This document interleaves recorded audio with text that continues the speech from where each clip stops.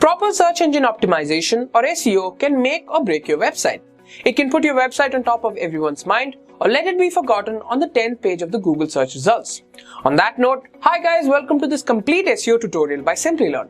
In this video, we'll be covering some of the most important concepts related to search engine optimization.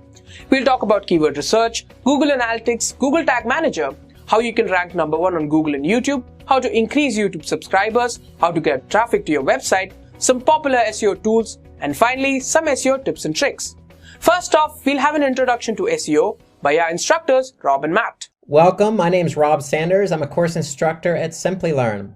Today we're going to talk about why you would want to rank using SEO, and SEO is search engine optimization, also known as organic search. You also may hear us say organic listings. But we're going to talk a little bit about why you'd want to rank your website in organic search. Okay, what is search engine optimization? Then we're going to follow that up with how does Google rank websites? So why does it rank one website over another? And how do we get our website to rank number 1?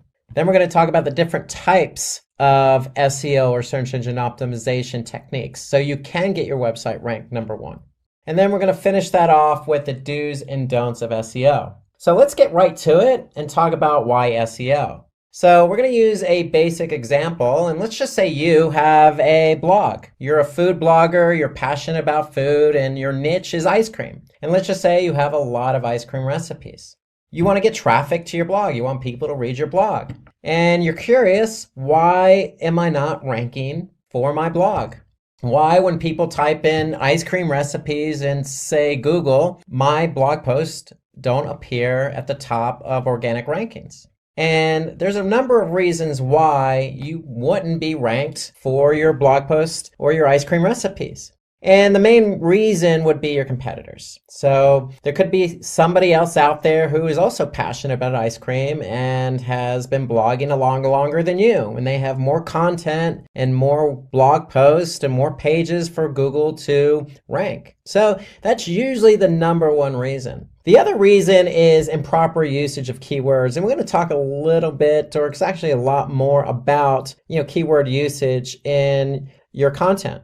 So what kind of keywords do you want to rank for? That's really what we're talking about when we talk about usage of keywords. What keywords do you want to rank for, and how do we work those keywords into the content? Another reason is poor link building practices. And really that means are other blog posts or other websites linking to you? Also, are you linking to other pages on your website? And so it's all about link building. And with link building, it's internal linking. So are we linking from one blog post to another? And it's external linking. Are other websites of high quality linking to us? And so that's what we talk about when we talk about link building. And then another reason is web page load time. So you could be running your blog post on, say, WordPress, for example, and your blog post isn't loading fast enough. Well, if you look at it this way, think about it. If you're Google, would you really want to rank a website or blog post in this example number 1 on Google rankings if that particular page loaded very slow?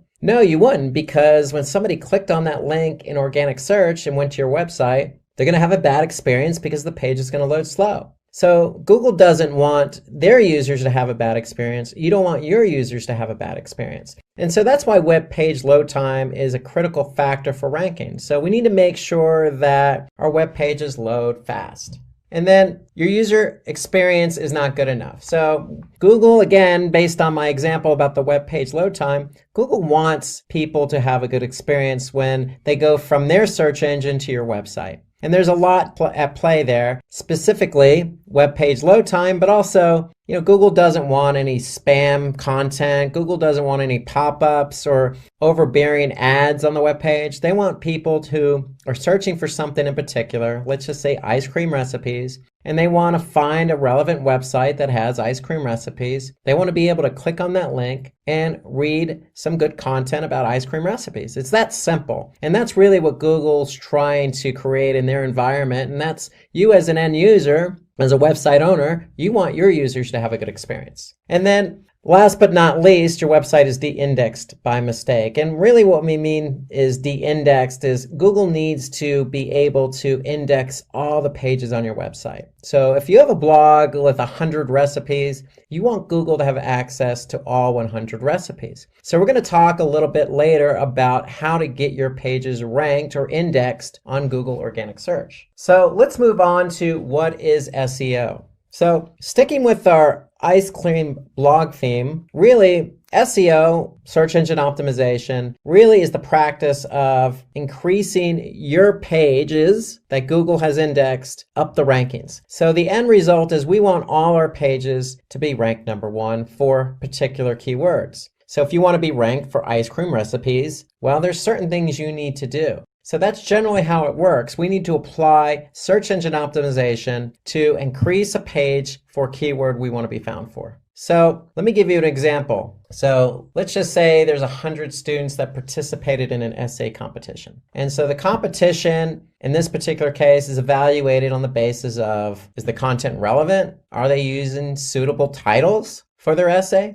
Do they have structure when they're participating in this essay or talking about the essay? And do they have a suitable synopsis? And is the content neat and readable? These seem all logical for an essay competition. Well, guess what? They seem logical for SEO because that's exactly how SEO works. It's exactly all those points I just mentioned about structure, logic, readability, organization, title. All those things are what's important in SEO. And so we need relevant content. We need titles for our pages. Google needs to be able to see structure. We need to have synopsis of what the page is about, and that's called a meta description. And then again, the content needs to be readable, and that's important. And so in order to be readable, again, we're going to talk more about site speed because site speed's important. Okay. And when we talk about responsive design, when I say responsive design, that means your site, your page needs to load both on desktop and also on mobile. And so all these things are important. Just like an essay competition, Google is the judge and they need to be able to determine what page is best to rank #1,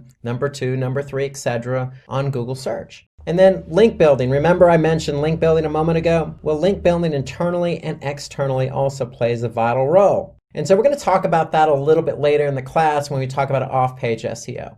How does Google rank website? And basically, Google follows 3 basic steps to rank a website. They need to crawl your website. They need to take what they crawl back to their servers. And when they take it back to their servers, your web pages, they need to have them available for indexing. So when somebody actually types in a keyword into google.com, it'll be available to be found on organic search. So that's what indexing is all about. And then Google's job when somebody does type in a search query is to basically rank those pages that they've indexed from #1 to infinity, depending on how many pages are relevant to that search query. So really it's about crawling, indexing, and ranking. So crawling is simply a process done by which Google has bots. And what these bots do is they go to your web server and they're going to crawl every page that they can find. And how do they find these pages? Well, they basically follow links. You might have heard the term spidering, but that's what they call search engine spidering. So basically what Google's doing is they're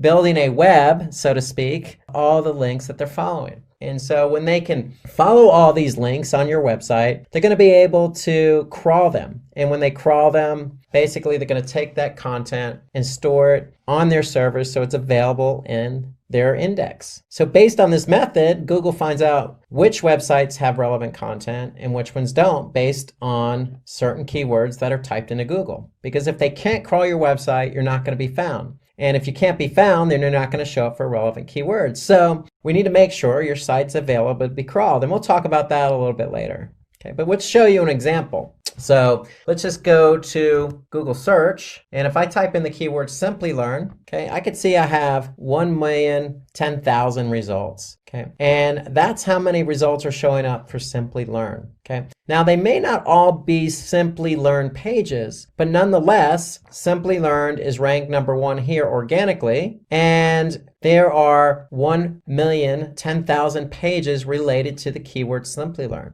Now, when it comes to organic search, we don't want to get it confused with paid search. So anytime you see paid search, you're going to see something that says ad next to it. Okay, so we could see that there are paid ads here, but when it comes to organic search, those are generally below paid ads. And so that's where Google counts the 1,010,000 results. And so that's the whole idea behind crawling and indexing. Google's able to crawl Simplilearn's website, and based on all the pages that they gather, they're going to make those pages available in organic search. So if you type in a keyword and your web page is not available for indexing, then you're never going to show up for that keyword. So that's why it's important to make sure your website is available for crawling and indexing. And so when a user types a query on Google search, the most relevant websites that are in Google's index are going to appear in the search results. So in the example I gave with Simplilearn, well, Simplilearn is the brand name of the company Simplilearn. So there's a lot of relevancy there. So that's why you see Simplilearn show up here organically, number one. Like we mentioned about what is SEO and why SEO, we talked about that user experience. So there's a lot of factors that go into ranking, relevancy being one of them. So in the Simplilearn example, Simplilearn is relevant to a lot of the Simplilearn pages because that's who they are, Simplilearn. However, Simplilearn also needs to make sure that, for their pages, the page load time is fast, meaning these pages load very fast for the end user. And Google also takes into account other factors, like how long someone is staying on a website. Or are they bouncing, meaning are they going to one page that they land on and then leaving the website? Okay, and so the user experience is very, very important. There are other factors also like language and location. And so, for example, location, if you do a search, say in India, the results are going to be a little bit different than, say, the results in the United States. Why? Because Google is indexing as many web pages as they can find. So if somebody's doing a search in India, their results may be a little bit different than the results show up in the US because Google has different bots. And these bots are crawling different pages at different times.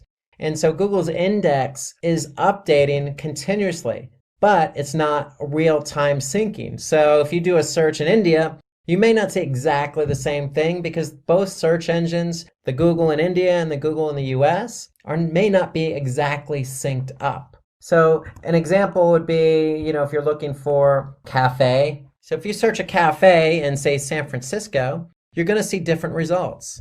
Now, if you do a search for cafes in Mumbai, you're going to see different results. There's going to be local search here at the top. There may be some paid search, but again, you may see different results because one, location, but two, Google search engines in India and United States, google.com, aren't exactly synced up exactly at the same exact time you do that search. So location is important, language is important, and relevancy is important, along with user experience. So all those are important factors in how Google ranks websites. Okay, so we're going to talk about the types of SEO now. So if we want to rank for a particular keyword on Google, we're going to have to apply search engine optimization. And so there's two strategies to search engine optimization: on-page SEO and off-page SEO. So first, we're going to talk about on-page SEO. So on-page SEO is nothing more than optimizing your own website. And so when we say optimizing your own website, there's certain elements on your website and on your web pages that we need to take into account. And so some of those elements are headers, meta descriptions, title tags, linking. So all of those elements are something we can control as an end user who wants to rank our web page and our website on Google. And before we do anything with our website, the first thing we need to do is understand what keywords we want to rank for. In order to understand what keywords we want to rank for, we need to do keyword research. And if you do anything in SEO, keyword research is the most important activity. That's the most important thing you can do for SEO. And why do I say it's the most important? Because you need to understand, if you choose a keyword that you want to rank for, you need to understand how much traffic you're going to get from that keyword. If you're ranked organically, say #1 on Google, so how much traffic will you get if you're ranked #1 on Google? So you need to understand what the volume is.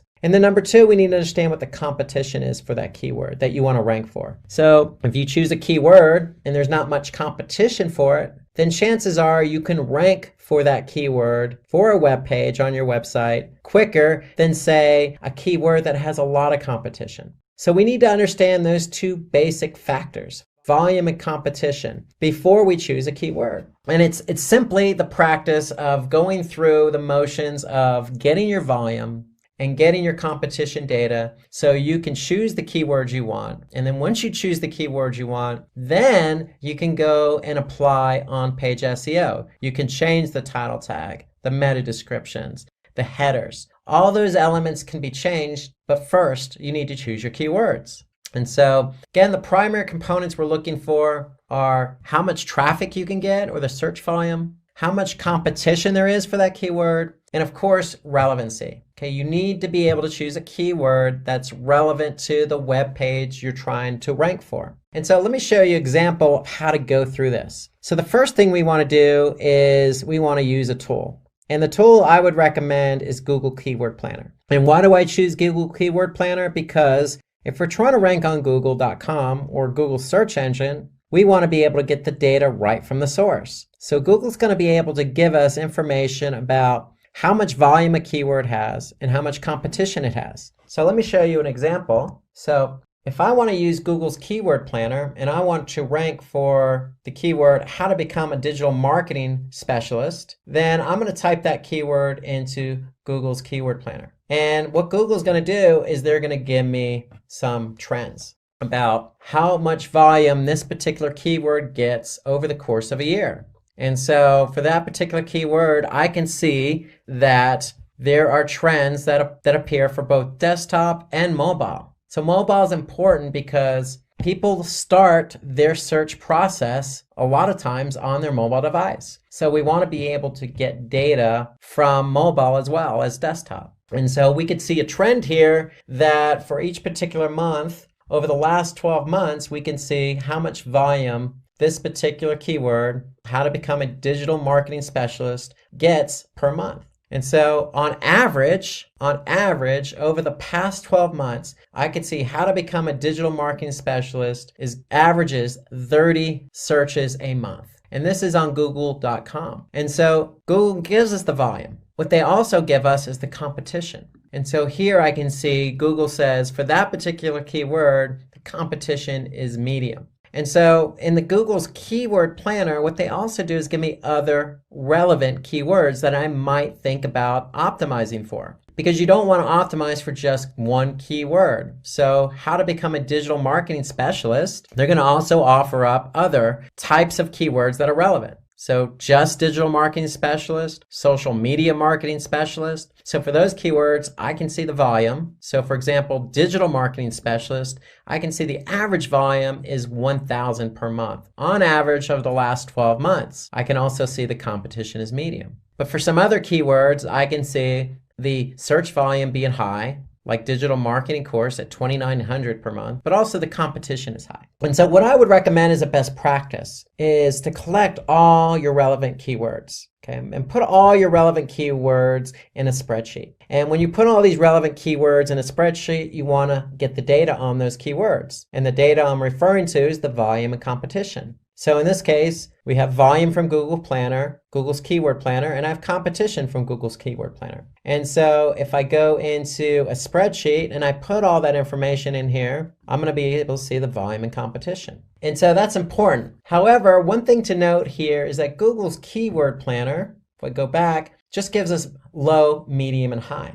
And if I want to compare numbers to numbers, maybe I want to be able to get exactly the competition number for the keyword, how to become a digital marketing specialist. What I can do is go into Google and I can type in that keyword. So if I type in the keyword, how to become a digital marketing specialist, I can see there's 76 million results. So I could see 76 million results, 76.1 actually, and for the keyword, how to become a digital marketing specialist. Now that's a whole lot of results for this particular keyword, especially when the volume is only 30 per month on average. And so what I want to do is get a more clear picture of the competition. And so what you could actually do is type in the syntax all in title and then colon and then your keyword, how to become a digital marketing specialist. And when I do that, I get a different result. Here I can see only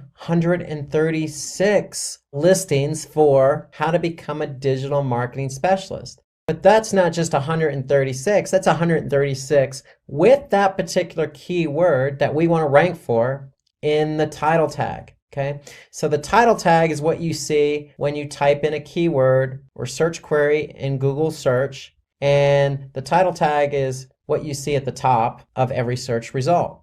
And so now I can see I typed in how to become a digital marketing specialist with the all in title syntax. And now I can see every listing, every one of these 136 results have that particular keyword in it. So I could see every one of them, how to become a digital marketing specialist. And why is that important? Because now that tells me I only need to climb over 136 listings to rank for that keyword, how to become a digital marketing specialist. And so the idea here is you want to get your volume from Google's keyword planner, but you want to get your competition from Google search. And again, that's simply typing in the syntax, all in title, and then your keyword. In this example, how to become a digital marketing specialist. Once you get those two numbers, you're going to plug them into your spreadsheet. And then once you do that for a number of different keyword queries, and these keyword queries, again, have to be relevant. Once you do that, then you can go in and pick the keywords you want to optimize for. And that's important because, again, if you're not sure about a keyword, then you want to do the keyword research so you can be sure of how much traffic you can get and how much competition there is. Those are three important factors in starting the process for on-page SEO. So again, you want to create content for, say, a keyword like digital marketing. But digital marketing may seem a little bit broad. So you want to probably stay away from broader keywords because broader keywords tend to have a lot of volume, which is great, but they may also tend to have a lot of competition. But that's the whole point of doing the keyword research. Maybe it doesn't. Maybe there's more volume than competition. That's what you need to find out when you do the keyword research. You need to find those keywords that are relevant to your content, that have a lot of volume and low competition. And then once we identify those keywords, then we are free to go in and start optimizing our web pages for those keywords. And the first place we want to start is the title tag. So if you remember my example, going back here to our search, how to become a digital marketing specialist, we saw that every one of these listings had that keyword in the title tag. And the title tag is important because that's what users who use Google search see first when they type in a query and get results. So they're going to see the title tag. So the title tag is the most important element for on-page SEO. It's the most important factor because that's what people see. And so ideally when we choose our keyword, we want to make sure that keyword is in the title tag because that's what shows up in Google search. And that's what makes that particular web page relevant for that keyword query.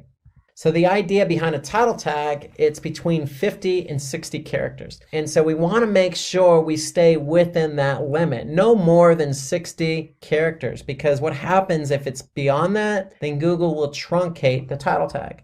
So if I go back to my search, you can see here on this particular title tag, Google truncated it, meaning they added the ellipses after the title tag because it exceeded the 60 character limit. So you want to stay within those character counts. And so the title tag is the first place you should start when optimizing your website. Because when we have the right keyword in the title tag and somebody types in that keyword, then chances are it's going to be relevant, they're going to see it, and they're going to click through to your website.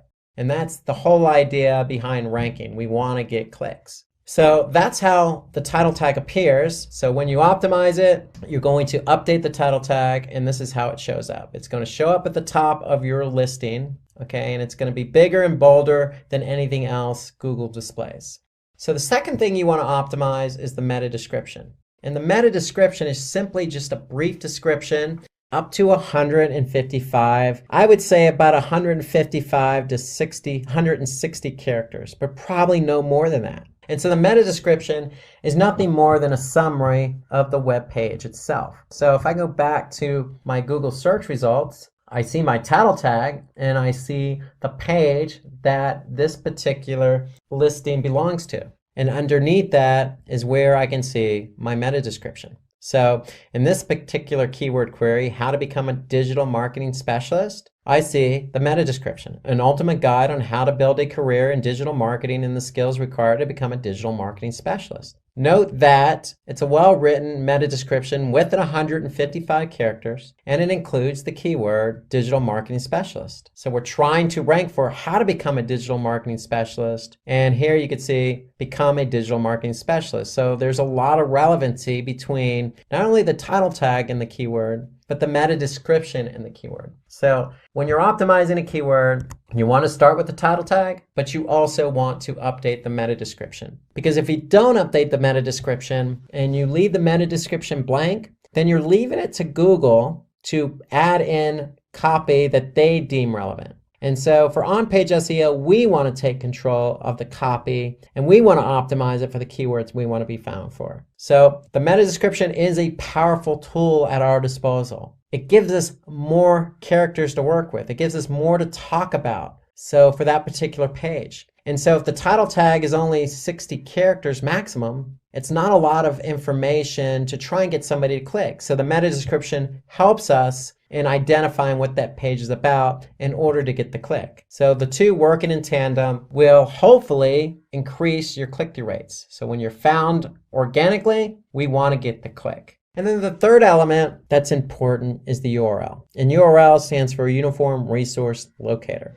And why is the URL so important? Because that's what people see. So if I go back to my search result, how to become a digital marketing specialist, notice that the URL also includes how to become a digital marketing specialist article. Okay, so it's very relevant. The URL is very relevant. One, we can see it in the search results. But two, it's relevant to the keyword query. And that's important for the end user and Google. Google wants to know, hey, is this the page that's relevant to the user's query? And if it is, then this user's likely going to have a good user experience after they click on the listing. So the URL is an element that helps not only with the click-through rate, but with ranking. And having a poor URL structure doesn't help at all, because not only does Google not recognize the URL as being relevant, but the end user may not want to click on that page given the way the URL looks. So you want to try and avoid a poor URL structure. So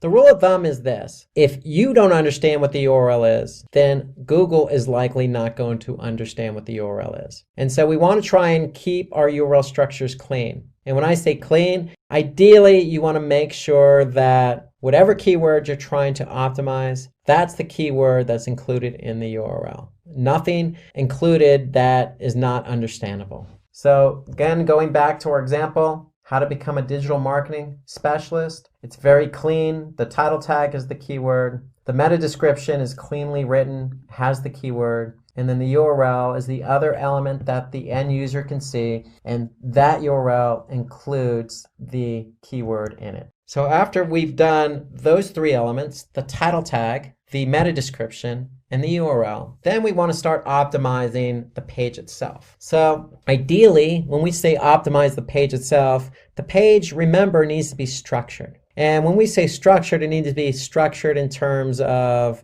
headers and subheaders, and organized in a manner in which the end user can read the article, read the content clearly and concisely without being confused. And so that's the job of headers. They add basically an organizational structure to the content. And with headers, there's a hierarchy. So you have anywhere from H1, which is the top of the hierarchy, to an H6. And so you're free to use any one of those headers when building out a page in order to organize the content. But ideally, you probably want to stick with an H1 or an H2 because those are at the top of the hierarchy. And what those do is they actually stress to Google that, hey, this header with this particular keyword in it is important. So if you use an H6 with the keyword in it, it's telling Google, hey, this is an H6, but it's not as important. So an H1 and an H2 tag show importance. And so let's look at an example of what that is. So here you can see an H1 is going to be at the top of the hierarchy, so that means it's going to be bigger and bolder. Then you have an H2, which is going to be bigger and bolder than an H3, but not as big and bold as an H2. So with headers, not only are you organizing the content accordingly, but you're also signaling to Google how important that particular header is. And of course, the header needs to include the keyword we're trying to rank for. So let's take a look again at that example. So if we go to how to become a digital marketing specialist, if I click on that page, I can look at the content and I can see that there are headers in here. So the headers are there to organize the content. And that's what we want. We want to be able to organize the content. And if you look at the other example I'm showing here, how to become a digital marketing specialist, learning paths explored, you can see that's an H1, but below it's a subheader, the growing digital marketing job market. So that's an H2. And so we're not stressing to Google that that's more important than an H1, but nonetheless, we're stressing to Google that it's important nonetheless. So we want to be able to use headers. We want to be able to use keywords in our headers in order to stress to Google what's important, and also to organize the content because Google likes content organized. Okay, the next element we want to focus on is internal linking.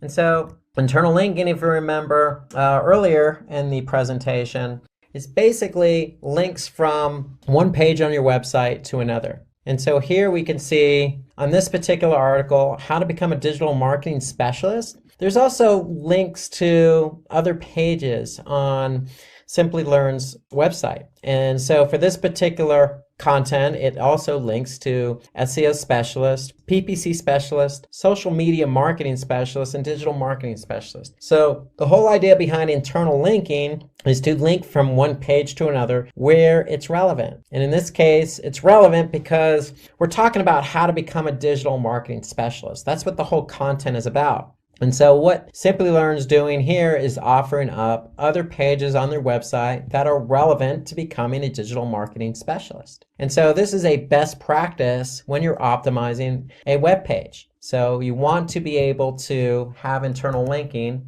on your site. And the whole idea behind internal linking is it also allows users to navigate through the site naturally. So when I say naturally, they don't always have to refer back to the top navigation. They can naturally and seamlessly go from one relevant article or page to another. And so that's the whole idea behind link building and internal link building. It allows Google to identify, pages that they want to crawl and index because they're linked to one another. But it also helps the end user because it allows the end user to go from one page to another. And it's signaling to Google, hey, this particular page is linked to this page. So we're going to also index that page. And so that's the whole important part of internal linking. It's about the end user experience, and it's about allowing Google to find the pages on your website so they can crawl them and index them so you can be ranked for them. And so also, in addition to internal linking, we want to be able to use natural language. And so what do I mean by natural language or natural language processing? So what Google does is, in terms of natural language processing, they're looking for the content and the keyword.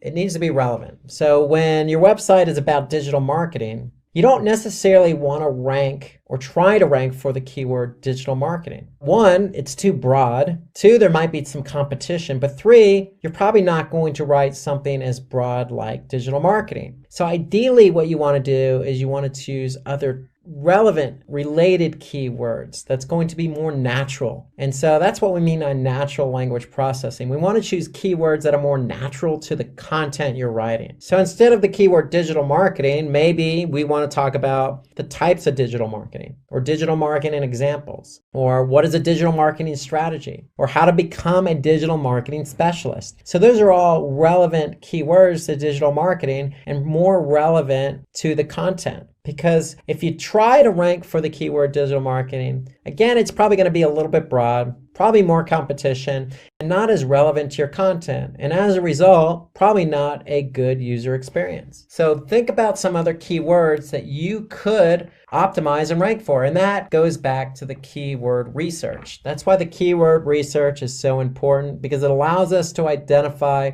other keywords in the natural language process. What keywords are more relevant for the content? And then another element to on-page SEO is the sitemap. And so with the sitemap, it's basically a list of all the pages on your website. And the whole idea of listing all the pages on your website in one document is it helps both users and search engines understand the structure of your website. So there are two types of sitemaps. One's an HTML sitemap, and that's designed for humans. So if you have a website with a lot of content, at the footer or the bottom of your web page, you probably want to have a link to sitemap. So if somebody clicks on that sitemap, they're going to be able to see all the pages on your website, structured in an organized manner. Well, an XML sitemap, and XML is just a different format.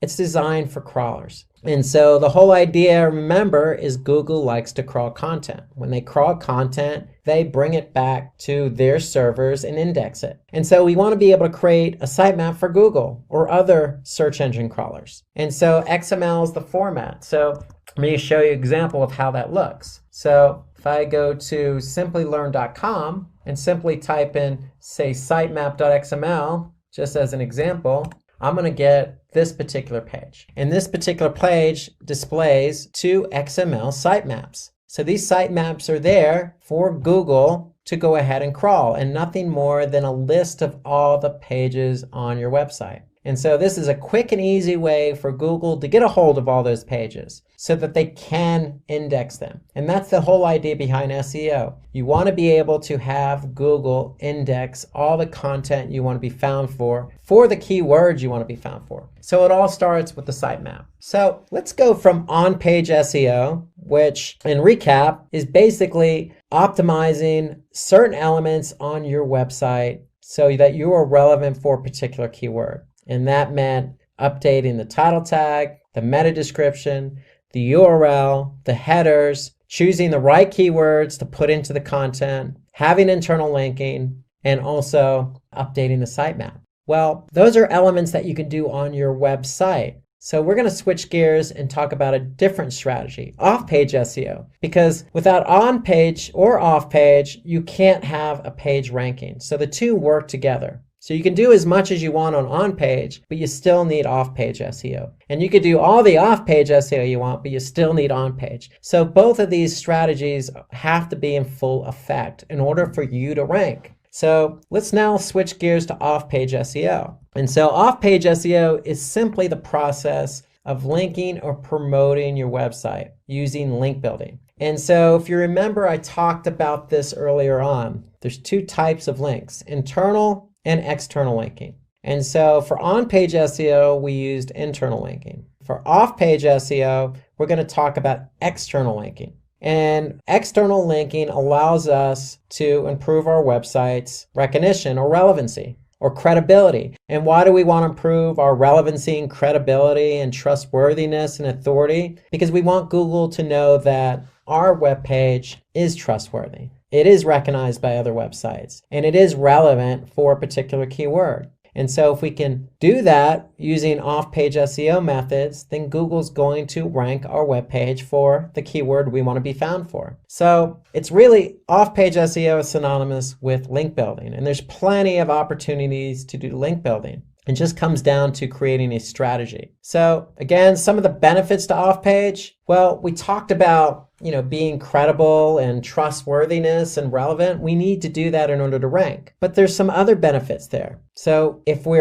have a link on another credible website, then it's likely going to increase the traffic to our own website. It also creates high domain authority. And so what I mean by high domain authority is if we have basically links to other web pages pointing back to us, then basically our domain authority is going to improve. And when our domain authority improves, other websites are going to want to link to us. So the higher authoritative we are for our website, then other web pages are going to want to link to us. And so the more external linking we have, the higher the domain authority. So it all starts with linking to other high domain authority websites. So linking to a high domain authority website, for example, having a link on Wikipedia that points back to our web page creates high domain authority for us, and it helps drive traffic. So some of the other benefits of off-page SEO are credibility. So if we're linking from Wikipedia to our webpage, it does create credibility for us. It also helps us increase our page rank. So remember that external linking helps build domain authority, helps build credibility,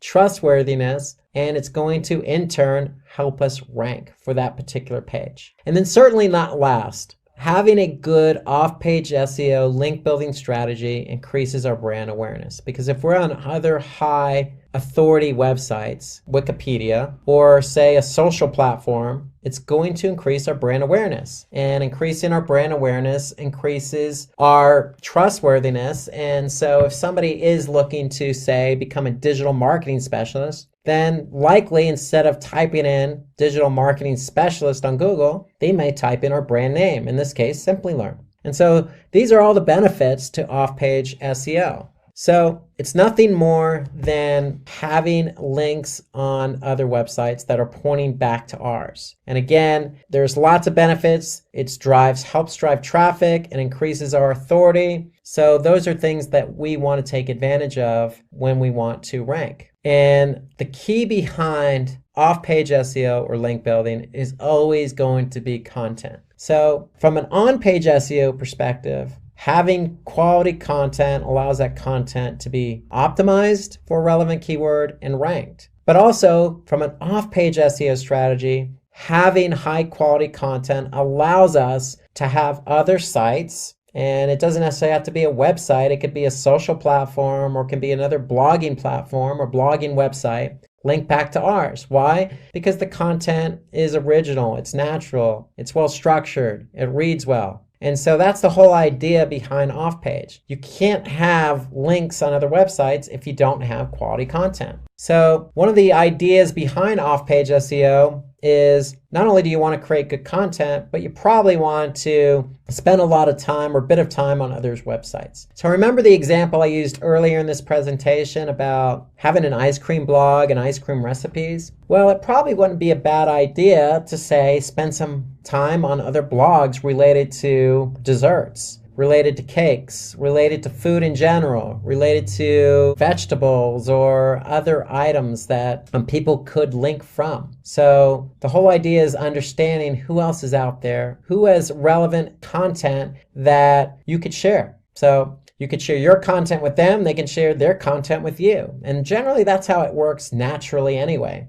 In the web sphere, if somebody likes your content, they're going to link to it. They don't necessarily have to wait for you to ask them. But it might not be a bad idea to understand who else is out there that has content similar to yours so that you can, get a link on that particular website or blog post. And so some other ideas behind having external links pointing back to your website is social media. So social media is not just Facebook or Twitter, but it expands beyond that. There's Quora, there's Medium, there's all sorts of content generated websites like Reddit. So the list goes on and on. You just need to find what's relevant for your content. If it's relevant for your content, then it's worth putting or trying to get the external link on that social media platform. And then again, going back to my ice cream blog recipes blog post, if you find a particular blog that you want to have an external link on, there's nothing wrong with reaching out to that particular blogger.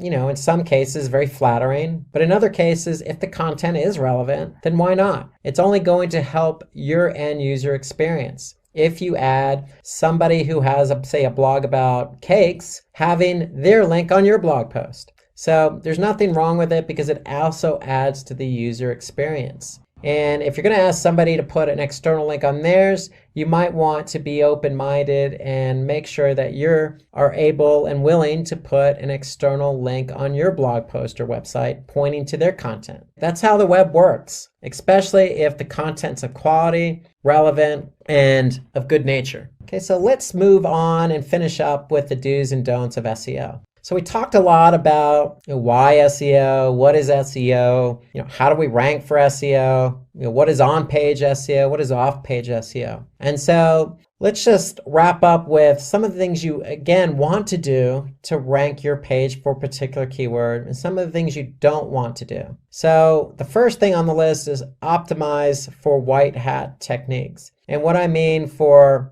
opting in for white hat techniques is basically everything I just mentioned today. You want to do keyword research. You want to choose a natural language processing format so you could choose keywords that are going to be relevant, natural to the content. And you don't want to opt for black hat techniques. And black hat techniques are probably not even worth going into detail, but one example is choosing a keyword arbitrarily, like say digital marketing, and just stuffing that keyword into the content. So that's probably not something you want to do because, again, it's not going to be good for the end user. So stay away from black hat and focus on some of the techniques we talked about in today's presentation. The other do we want to do is get backlinks from relevant sites. So that's off-page SEO. Again, it's what I mentioned earlier. It's about linking your quality content to another person's website that also has quality content. We don't want to have a backlink from an irrelevant site. Why? Because it's not going to be relevant, and it's also going to hurt our authority. Because if it's on a site that's not of good quality, then Google's going to look at us and say, well,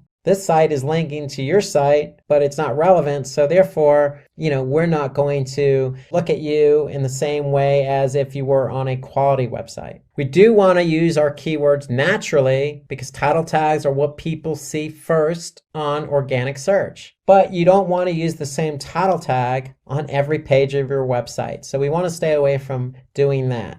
So you want to have a unique title tag for every web page on your website. And ideally, what does that mean? That means using our keyword research to choose 1 to 2 keywords per page and optimizing your web page for those 1 to 2 keywords. So ideally, what you want to do is have 1 to 2 different keywords for every page on your website. We definitely want to write engaging content. So the content should be engaging. Remember, user experience. We want users to stay on our website. We want them to enjoy the content that they're reading. And we want them to go from one page to another naturally. We definitely don't want to leverage or plagiarize or just copy content from others' websites because it's not, one, probably going to be relevant to what you're writing about. 2, it's duplicate content and it's somebody else's. So that's a black hat technique we want to stay away from. I can't emphasize this enough. We need to do keyword research first before you do anything else. You need to find relevant keywords. And not only that, you need to understand the volume and the competition for each of those keywords. Okay, you don't want to choose a keyword that has low volume, high competition. You want to choose a keyword that has high volume, low competition. But above all, you want to choose keywords that are relevant to your content. We want to avoid keyword stuffing, so don't take a keyword and just stuff it everywhere on the page. It's not going to be natural, and Google's going to be able to pick up on that. So we want to maintain some level of quality with our content and quality with the keywords that we choose. So reminder, when you have quality content, it's always going to link internally to another page on your website with quality content. But it's got to be natural. And don't just build site-wide backlinks, meaning don't just have an internal link to the homepage, or don't have every page on your website linking to just one page. So internal linking should be natural, naturally linking from one page to another. Not only does it help Google understand and crawl all the web pages on your website, but it's good for the end user. It's good user experience. And certainly last, but something I didn't talk about, it does take time to rank your content. So remember the process. You're going to write your content. You're going to choose keywords. You're going to change the elements on that page for those keywords. And all the while, you're going to make sure Google can crawl that content. And when they crawl it, they're going to index it. The process takes time, especially if you choose a keyword that's competitive. So just be patient. If you have quality content and you've optimized for on-page SEO and off-page SEO, then you will rank for that keyword. And then make sure your website's user-friendly and mobile-friendly. So we talked about responsive content earlier. So remember, most users today start the process of search on mobile. So we want to make sure your websites are mobile-friendly. Well, to get this conversation started, here's a preview of what Matt will be talking about today. Keyword research and search trends, SEO-friendly copywriting, content optimization, website and landing page optimization, content trends, analytics, and of course, we'll be answering your questions throughout, so feel free to chime in.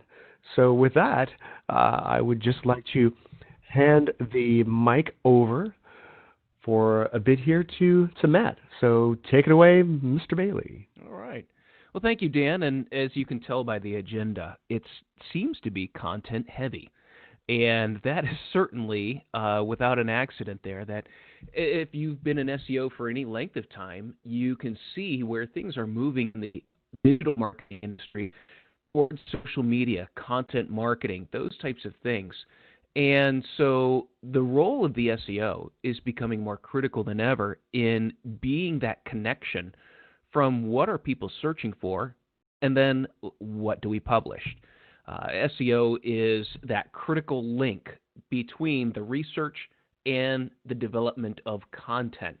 And that is only going to increase more and more over the next few years. So that's why there's a little bit more emphasis on that content side that you'll see there.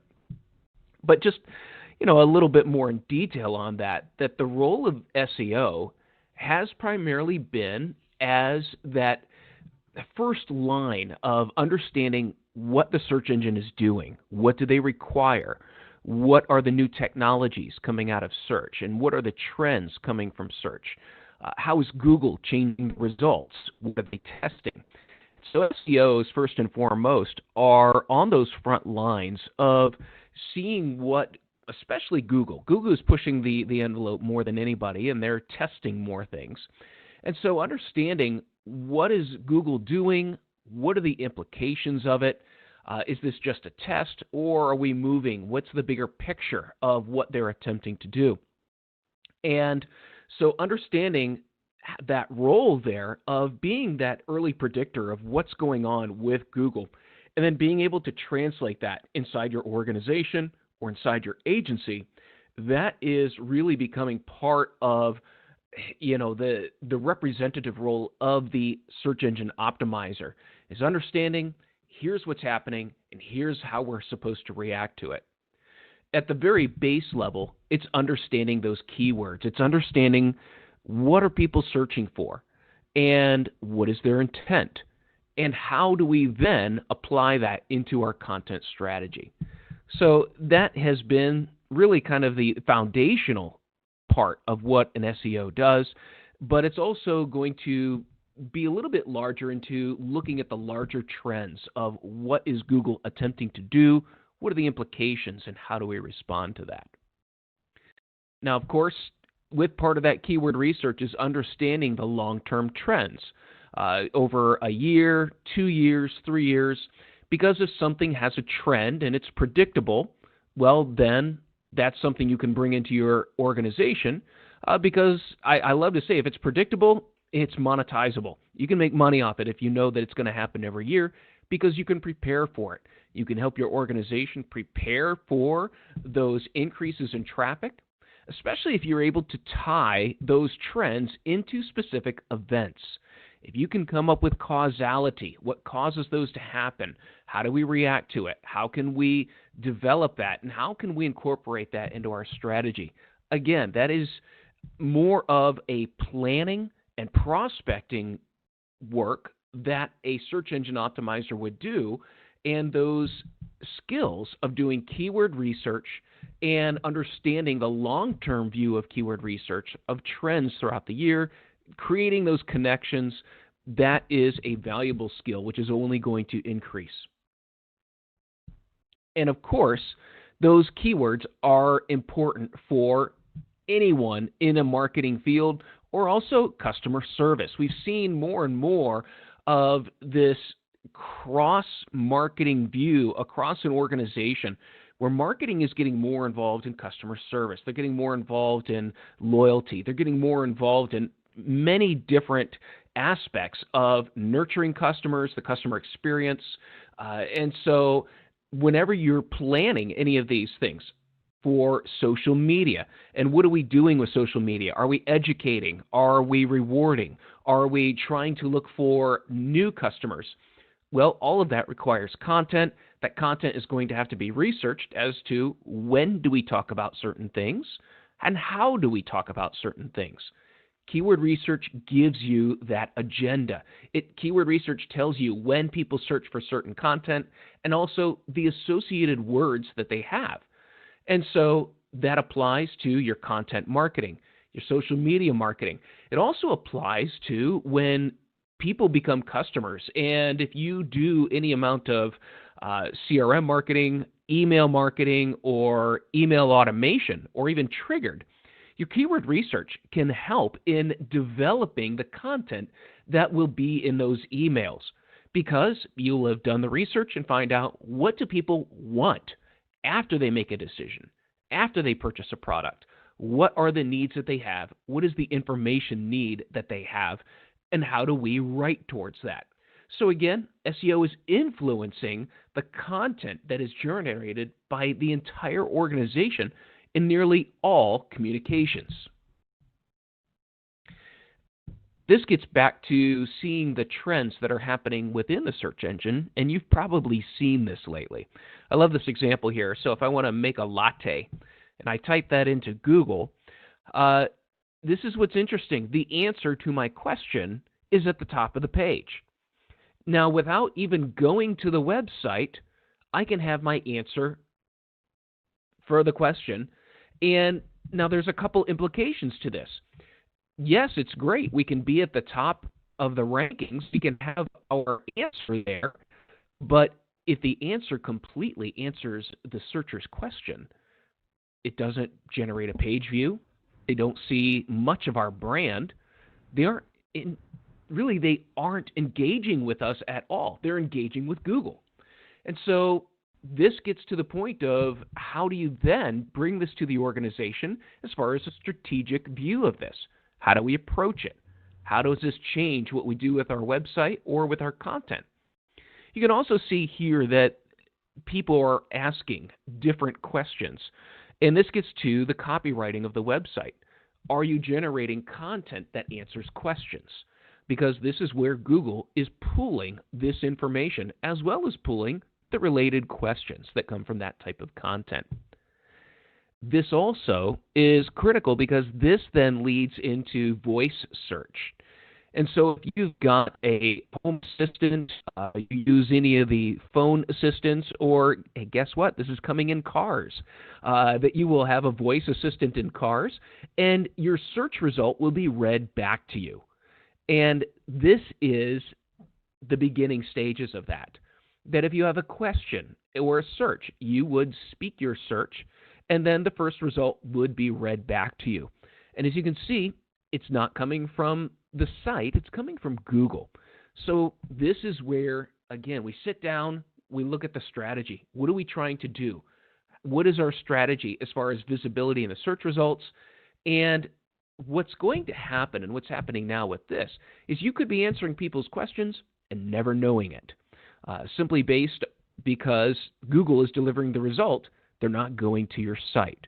Now, the possibility of them going to your site exists, but as more voice searches are being generated, Google is going to deliver a result that doesn't require a click-through because it's all happening through audio. So hopefully this doesn't, all the changes in SEO, I would say over the past 15 years, have been largely external, driven by Google, as Google has taken away keywords, taken away keywords in analytics, done numerous things here that have caused SEOs to have to react. And again, this is one of those changes that causes us to sit and figure out how are we going to deal with this change. We have some questions already, one of which is Sure. Google's not spending so much time focusing on keywords specifically, even though they're still important. Where do you suggest that marketers look for keywords? Oh, I think the typical keyword research tools are still very viable. In fact, you'll probably get better information out of keyword tools than you will Google's keyword tool. Google has been combining keyword concepts under a single keyword. So, for example, a great one that we've seen in the keyword research, pool table and pool tables, plural and singular. Google puts that all under pool table, whereas anyone who does any amount of e-commerce can tell you there is a world of difference between people that search for plural and singular. Before the changes in keywords, I could tell you with numerous sites that we had that if people searched with the singular version, they were about 3 to 5 times more likely to purchase than if they searched for the plural version. The plural version meant that they were shopping. The singular version pointed to they were ready to make a decision. So Google won't show you the data, however, between the plural and singular for pool tables. Other keyword research tools, however, will show you that. So even though even though it's getting more difficult with the keywords, from a marketing standpoint, absolutely still do your keyword research right as if you would. You're going to have to do additional research, maybe, customer research, face-to-face, asking them to describe how they would search or what they were looking for or what problem you solved, because you're going to need a wider variety of input for keywords. Yeah, and if you have any way to look into your competitors, I know there are some tools that let you do that. You can see what your competitors are, or at least in their SEM, you can learn a lot. Yes. Because you can tell a lot by what's a valuable keyword by learning what your competitors are paying for, and also check your analytics to see how people are actually finding you. What's interesting is how is I know that RankBrain is one of the most influential parts of Google now, and I know that's basically lumping, instead of creating separate pages for plurals and other iterations of words, RankBrain is just sort of including all of that and looking for those words in general content. How is RankBrain affecting search terms and SEO with just keywords? It's really trying to learn more of what exactly do people want from an intentional standpoint. Mm-hmm. So trying to put together unfamiliar searches or unfamiliar phrasings, or I think I read the other day, I'm trying to think whose name it was, but it was, Matthew McConaughey. His name in 1 week had like 8,000 misspelled variations. Mm-hmm. So somehow, a search engine has to figure out over 8,000 misspellings. Who did you mean? Who are you trying to figure out? So it's trying to figure out the intent and deliver the right result. And I think part of this is, yes, they don't want SEOs to be focusing on individual words. And by taking away all that data, in a way they have accomplished that. So what RankBrain is attempting to do is trying to tie those things together of how do we figure out. Now, they're looking at the minutia of the differences of words, but they do not want to show it to us. Right. So it's not a whole lot you can do. It's just, it's from their standpoint. The best thing you can do is just continue to write great content that people want. Mm-hmm. that answers their questions using a variety of words that explain.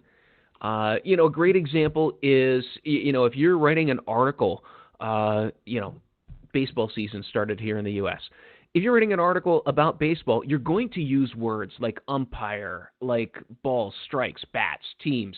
Those are all words that build context. And so they're going to count just as much as the primary term baseball. And in fact, Google's going to look for all those other terms that build that context. Mm-hmm. And so it's not so much that single word anymore. It's that variety of, I would call those second-tier words that support the context of what you're writing about. Right. Those are coming more into play. Yeah. And of course, putting that in a more natural language type of phraseology in your content rather than the old days of keywords. How many keywords can we stuff in the first paragraph? What's the optimum number of words in the meta tag? Blah blah blah. I mean, because now it really, if it looks like Google's been penalizing people for doing stuff like that for years, but now, especially with RankBrain, the more you can do to write like a conversation that people are actually thinking and asking about, I'm sure is a better way. They've always wanted that. I mean, that has always been Google's goal. From the beginning, they have told us to write for humans. But the problem has been, there are a lot of SEOs there that would rather take the formulaic approach. And, why should I write for humans? I'm just trying to get people to my site. They're going to buy. And so they, try to reverse engineer everything to come up with this formula of use this keyword this many times in this part of the page. And, whereas Google has always said, write for humans first. And so by taking away some of those other options or taking away the keywords, it's really guided the industry to do what they wanted to do. And honestly, I think it's a good thing because the quality of content has to increase. It has to get better. And that is one way that they've enforced that. Exactly what they've imposed their will on people who desire to have better rankings. Right. I just have one more question. A lot of people are asking if you have any specific recommendations for keyword research tools before we dive on to the next thing. There are a lot of them. So if you've got like Raven or I'm trying to think what are some of the others. Raven SEO tools. There's one right on the edge of my tongue. Word Tracker still? Word Tracker, yeah. I've got a list of them somewhere here. You could yeah, we could put that out. Yeah, just Google out and look at some of the keyword research tools. There are a lot of them. Many of them offer free trials. And so, yeah, just get in, do the free trial, take a look at what's there. Some come with full service site management. You may not want all that. You may want that. Others are more standalone, independent. They just do keyword research. Never choose a keyword research tool that doesn't show up at least on page 10 of the SERPs. Would be my. But yeah, and honestly, the more you do keyword research, I have always felt this way, and it's the more you do keyword research, the better equipped you are to do your job. And by that, it's dissecting the keywords. What are people looking for? What are the trends? What do they associate? What are the people, places, and things? So as you're looking at the keywords, you're not so much looking to see the volume that someone searched for, buy a pink car. That's a great, that's good. But they talked about cars, they talked about buying, and they talked about color. That's more of what we're looking for is let's start slicing and dicing this down. What words are they associating? What colors? What features? And by understanding the breadth of how people search and the questions they have, it helps you write better content because now you understand I'm not just optimizing for one word. People have questions across an entire breadth of type, style, color, place, city, all these types of things. And so that's really what I challenge people to get out of keyword research, is understanding the full breadth of what people want rather than just a single word or a single phrase. This gets into copywriting. You see, like I said, when you get into, are people looking for colors? Are the people looking for locations, sizes? I want to understand the breadth of what they're talking about, and that helps me become a better copywriter. I can understand intent. If I know the questions that they have, then we can write answers. And so, I want to see how people are searching. A great example is now we've seen searches increasing for people searching for, the best or the top rated or reviews. Me, I think is a big thing too. Oh yeah, for me. People are actually typing in, what is the best car for me? Yeah. And I think what they're doing essentially is directly asking Google, based on the 2 million things you know about me, what would be the best car for me? So people are looking for more personalized information. So what you can do is get into the how-to, the why, what it means, all these different cues that people are giving in their key phrases. Develop your content to answer those questions. Yeah, I'd actually seen a statistic that 82% of smartphone users use, and this is for businesses, looking for businesses, use specifically the term near me after their search.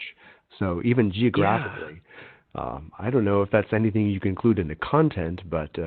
Well, no, it blows my mind because if they're on their smartphone, they're automatically going to get results near them. That's kind of interesting. So it's more of a cue for Google than it is for a website, because to use that phrase in any of your optimization really wouldn't make a lot of sense because you don't know who's near you. And if anything, especially on a mobile search, Google is pretty much going to ignore that near me because you're going to get the results near where you are anyway. Yeah. Getting into the search data, people search for what they need. They figure out what they're looking for. But now here is where the role of the SEO is going to come in organizationally, is that when you have people writing content, generating content for content marketing, for social media, especially if you're working with, like a publisher who is constantly developing content, now you need to help them come up with ways to measure success and also to motivate them to implement SEO tactics in their writing. So rather than developing catchy headlines that may have a double meaning that may not play well in search, you need to help copywriters understand that, well, your headline, while that might look great on print, in search, it's actually going to cause a problem. And so you turn into an educator for your content developers. You're teaching them what works well, what's going to click well, what's going to look well in the search engines versus what might be confusing. Also, it's also helping them to understand, a great example of this, before I move on, someone gave me a great example as they were writing an article about holiday time travel. And that was the title of the article that they put out there. And they couldn't figure out why this article was consistently getting hundreds or thousands of visits a month, well after it was published. And when we went back and started looking at some of the rankings and some of the keywords and things like that, we found out that the article was ranking really well for time travel, even though the headline was holiday time travel. So it's helping your writers understand, what makes a good title. But then also, one thing that I worked with one publisher, and one of the things we did to motivate the writers was to develop like a leaderboard of whose content is generating the most visits. And not only that, whose content is generating the most new visits to the website. And then you can carry that through to, for different writers, how many visits or views have you generated in a month? Or over the past 6 months, how much has your content performed compared to other content. And you can carry this all the way out to, which writers had the highest amount of ad clicks in their articles, which articles led to people to subscribe again, or even get into customer lifetime value. There's so many things that you could implement. So from an SEO standpoint, you understand already how to look at the success of gaining rankings and what it generates in terms of page views, click-throughs, time on site, click depth, all those types of things that you can then develop into helping others in the organization who publish content start to measure the impact of their writing organizationally, and then especially if you're able to tie that to a financial implication that shows that this is what it's contributing towards the business in terms of revenue, then you become the all-around hero because you're able to help others tie revenue to activity. That's great. We have someone asking, can this backfire on you? For example, if you're starting every headline with one weird trick, ... If you find that you have a lot of, if your bounce rate immediately starts going up, because if you're rating for time travel or Star Wars or something that everyone's going to be looking for, then could that actually negatively affect how Google sees you? If you have all these bounce rates, they might see you as no longer being relevant. Absolutely. And it's not just Google with the bounce rate. It damages your brand. It damages your credibility. It's clickbait. And, it doesn't take long for people to realize clickbait is clickbait.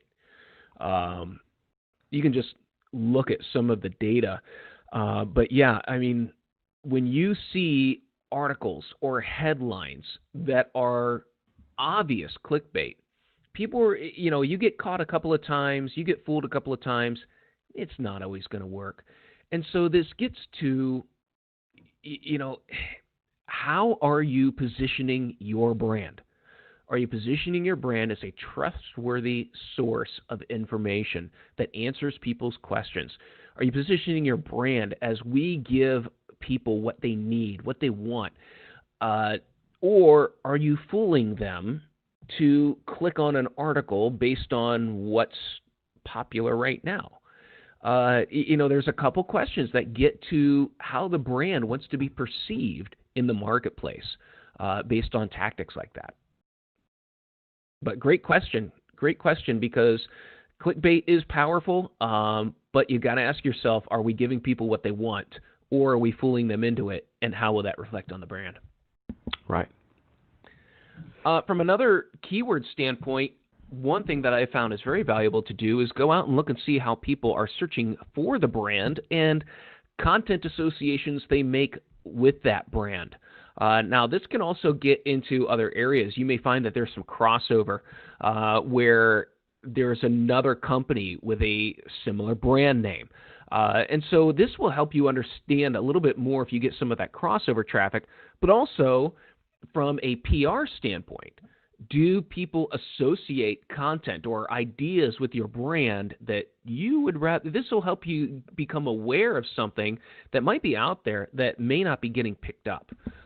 So I enjoy doing these kinds of searches because I want to know what other words, associations are people making with the brand that you may need to deal with. Yeah, and also look at your analytics and what is linked in your CRM to see how people have actually converted, because if you have some long tail keywords in there that would be good to generate content on that your best customers are finding you through, that can be super valuable and at least compensate for having some super clickbaity words in there that just slipped in there accidentally. And what's interesting is that a few people are really wanting to hone in on this backtrack a bit here to ways to capitalize on certain things that I know people are looking for quick answers to rank high on Google, but the question keeps coming up about, for example, are there any ways why you could restructure your content to capitalize on things like near me? Like, should you put in your opening paragraph? If you're looking for a near, that's almost I personally would shrink from doing that, because I know Yeah. that that's something that seems that Google. I don't want to put words in your mouth. It seems like Google is already doing that automatically based on if you're Yep. searching mobile, but two, if pretty soon they're going to catch up to people putting best and near me, and because that's the other question. Like, should I use terms that are when I see the results of most commonly searched terms in mobile, should I put those in my copy? What do you say about that? Like, are there ways that you can legitimately, without being penalized, Well, capitalize on yeah. near me and best? Well, okay. If you're legitimately publishing an article that is well researched comparing different products, and you title it Best Pet Food Products or something like that, that's a legitimate case. I have no problem with that. Do your homework and create something of value, and it will do well if it's good content that people like. Now, the near me is a bit more sketchy, because even though you may put on your website something about near you or near me, not everyone who visits your website. Remember, this is more of a mobile phenomenon. These are people on their phone looking for something near them, a drugstore, a car wash, something like that, a restaurant. And that's being computed based on distance, based on, past preferences, things like that. So it has nothing to do with the content of your website.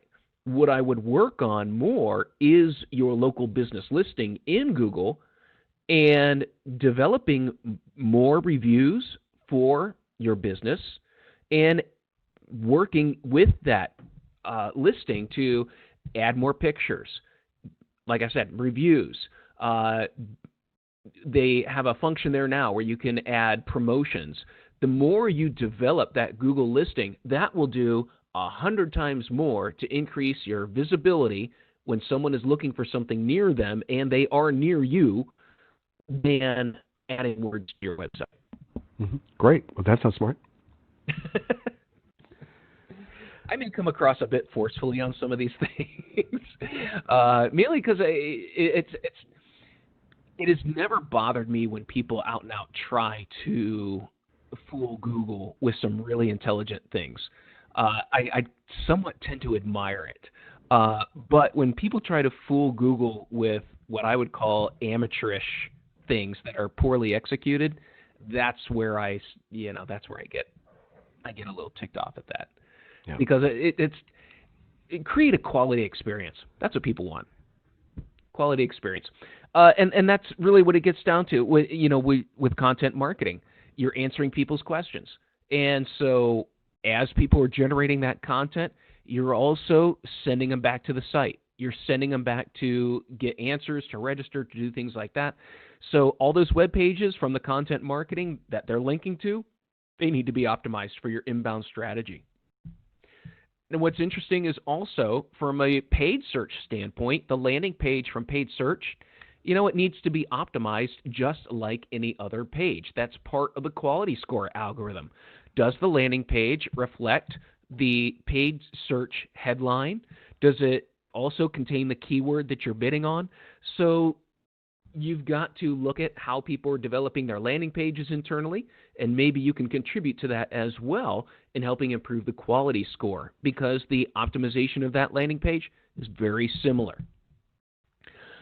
Where I see employment and industry trends. Now, this is interesting because talking with the director of OMCP and some of the surveys he's been doing of hiring managers, HR managers, and technology or in marketing across the globe here, one of the things that he has seen is there is becoming more demand of people who can manage the entire tech marketing stack, not the single channel specialists, because more and more automation is handling that. More and more, and this is where we're going to see the entrance of AI and machine learning, is adjusting your paid search campaign with those minute methods of increasing your click-through rate, it's going to be managing those bids. So eventually you're just going to focus more on the content, and eventually AI is going to take over the content.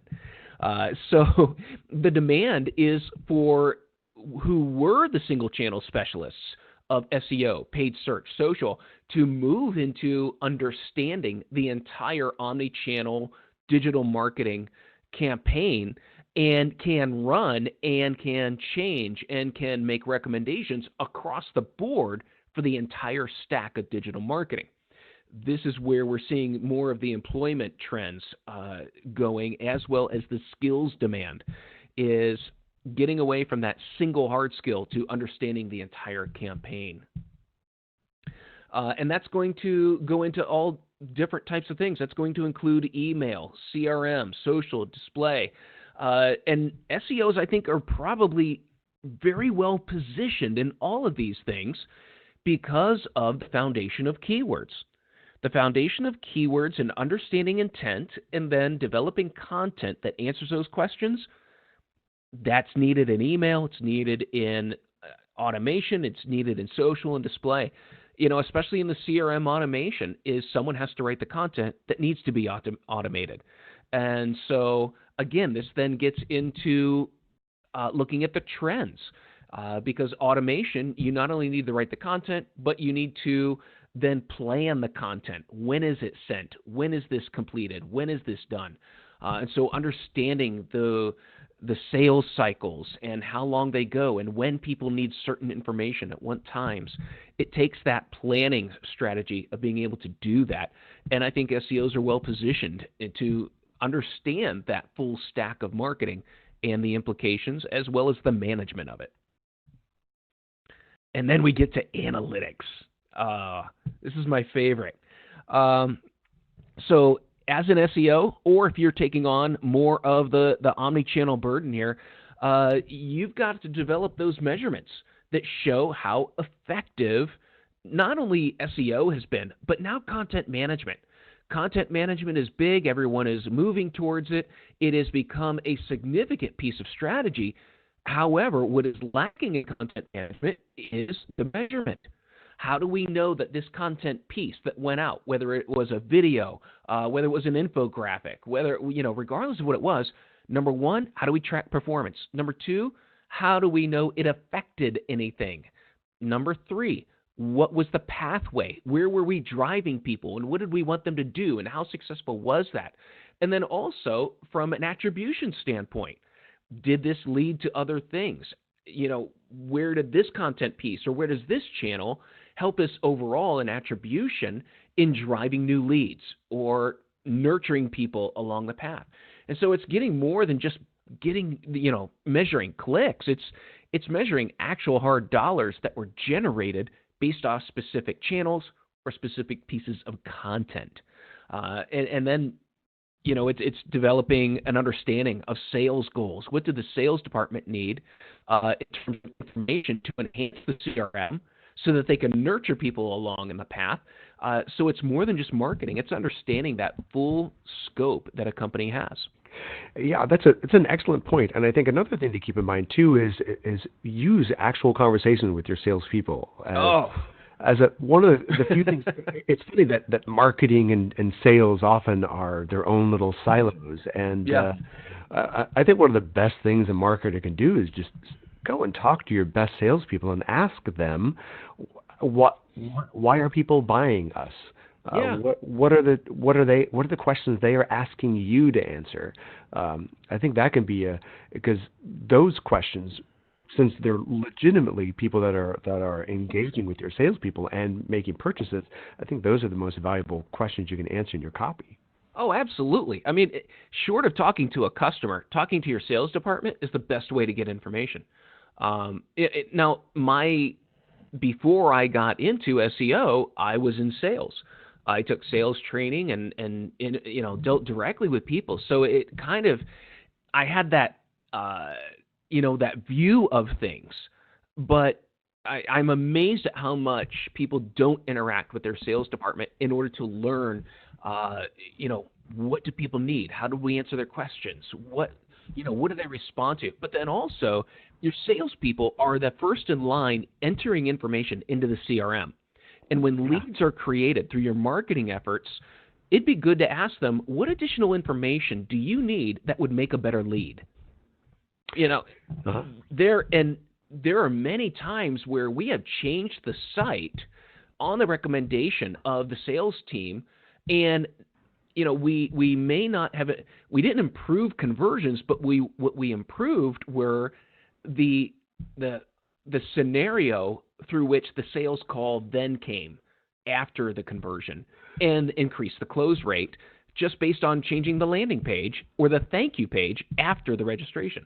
Right. And it's a good conversation to start having with your sales field too, so that they know what kind of questions to listen to. Because a lot of times they're just not paying attention. You ask a salesperson, they'll think, oh, they made the sale because I was a great sales guy.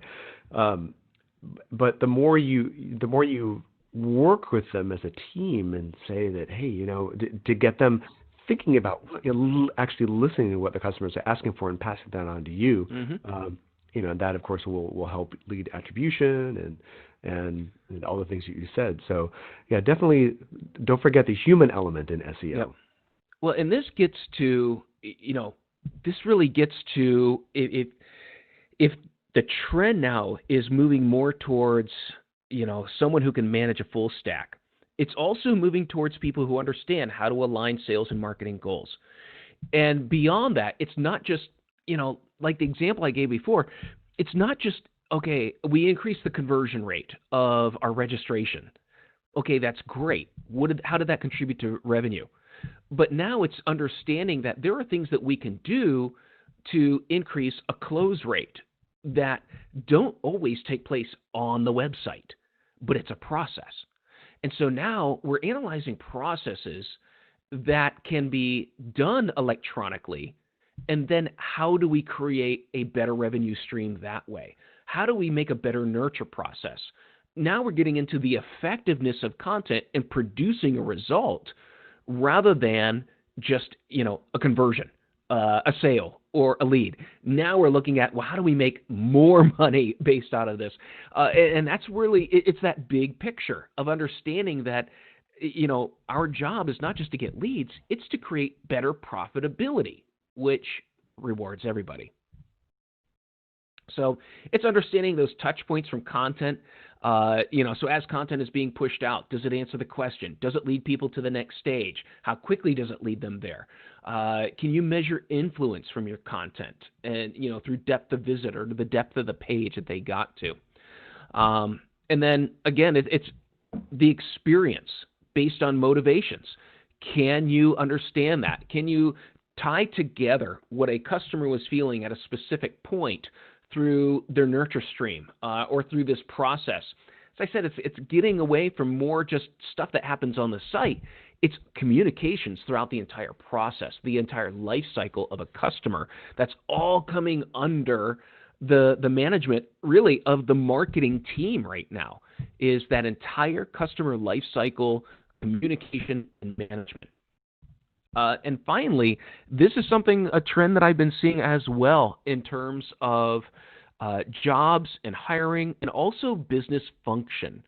OMCP did a survey at the beginning of the year asking people where they spent the most amount of their time, and specifically in SEO and SEO managers and anyone who dealt with SEO, nearly 40% of their time was spent presenting their research, presenting strategy, as well as explaining the reasoning for that strategy. And so SEOs, you need to become a lot more comfortable in front of people, presenting your findings, making recommendations, presenting opportunities, trends, and presenting it in a persuasive format that shows not a bunch of data charts, but shows how smart you are in creating new revenue opportunities for the company. And that is really where we see a lot of things going, are the presentation skills are becoming part of the demand for companies when they're dealing with tech.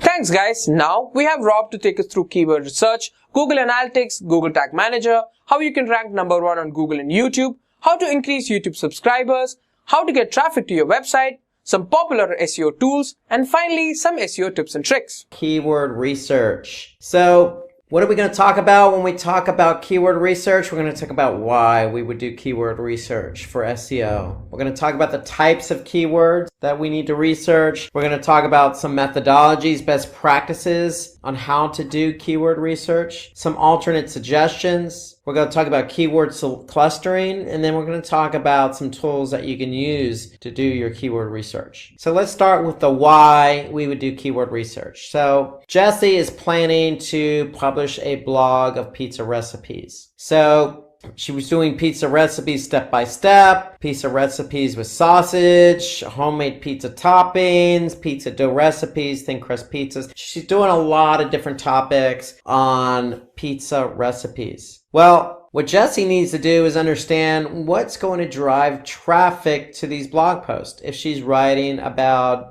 different topics around pizza recipes. So she's unsure how these blogs are going to drive traffic. So she really needs to understand that, hey, you need to choose the right keywords to drive traffic. So the question is, if you're writing a blog post about recipes with sausages, is pizza recipes with sausages or recipes for free the best keywords to use? Maybe, maybe not. So you need to take care in choosing the keywords to align with your content. So that's really the idea of why we would do keyword research, because some of the issues with keywords that are poorly chosen are they could have low search volume. For example, you may choose a keyword that just a lot of people aren't using to search for, or they can be highly competitive. So if you choose a keyword that's very broad or popular, it can be very competitive and take you a long time to be found for that keyword. Or you could just make the mistake of choosing a keyword that isn't aligned with your content. Or you can choose keywords but use them incorrectly with your content. So these are some of the issues that you can encounter if you just go about choosing keywords randomly without due diligence, without the proper research. So low search volume will lead to less traffic. High competition, you may not even rank at all. Okay, if somebody finds you for a keyword that's not relevant to the topic, they're just going to leave the page. And if you're not using the right keywords, or if you are using the right keywords and not using them correctly in the content, then your pages may not even be found in organic search. So you really have to take care in choosing the keywords. To me, that's the most important step with SEO is keyword research. So we're going to talk about the types of keyword research then. So we have short tail keywords and we have long tail keywords. So if you write a blog post about pizza recipes, well, what are you going to choose, a short tail or long tail? So let's talk about short tail keywords first. So short tail keywords are keywords that are usually 3 keywords in a phrase or shorter. In some cases, it may be 2 keywords in a phrase or shorter. So short tail keywords usually have high search volume, which likely means higher competition. But what it also means, it could be lower conversions, because short tail keywords like, for example, pizza recipes could be considered a short tail keyword, but maybe somebody's looking for homemade pizza recipes or pizza recipes from their favorite Italian restaurant. So short tail keywords may not be as relevant. So if we compare it with long tail keywords, chances are you're going to have lower competition. That's one of the benefits, but you're also going to have lower search volume. But with longer tail keywords, the keyword is probably going to be more relevant with the content you're writing about. So therefore, the conversion rate's likely going to be higher. So that's really the difference between short tail keywords and long tail keywords. If you want to look at simplistically, short tail keywords are broad in nature. It's going to capture a lot of eyeballs, but those eyeballs may look at your content as not relevant, versus long tail keywords that may be very relevant, but not as many eyeballs on them. So short tail keywords, the characteristics, they're not as specific. Usually they're less than 3 words. They have high search volume and high competition. So if you just choose pizza recipes, it could take you a while to rank for that keyword. But when you rank, you're going to get the traffic. But again, it may not convert because the keyword is broad in nature. So pizza recipes is a short tail keyword that may not be exactly what you're writing about in your blog post. So it may draw a lot of traffic, but the traffic may not do anything. So the longer tail keywords are very specific. They consist of more than 3 words in the search query. They have relatively low search volume competition. So the chance of you ranking higher, faster for that long tail keyword is probably going to be greater because not many other websites are trying to rank for that same keyword. And so the benefit of that is if you have, let's just say, homemade pizza recipes with mushrooms, that's a long tail keyword. But if somebody's looking for that type of pizza recipe, then you know you're going to track the right traffic, and chances are that traffic is going to engage or convert based on the type of conversion you have in place. So an example would be homemade pizza dough recipes. That'd be another example. More than 3 keywords in the phrase, very specific. We're talking about homemade pizza dough recipes. So we're not talking about just pizza recipes. So it's a little bit more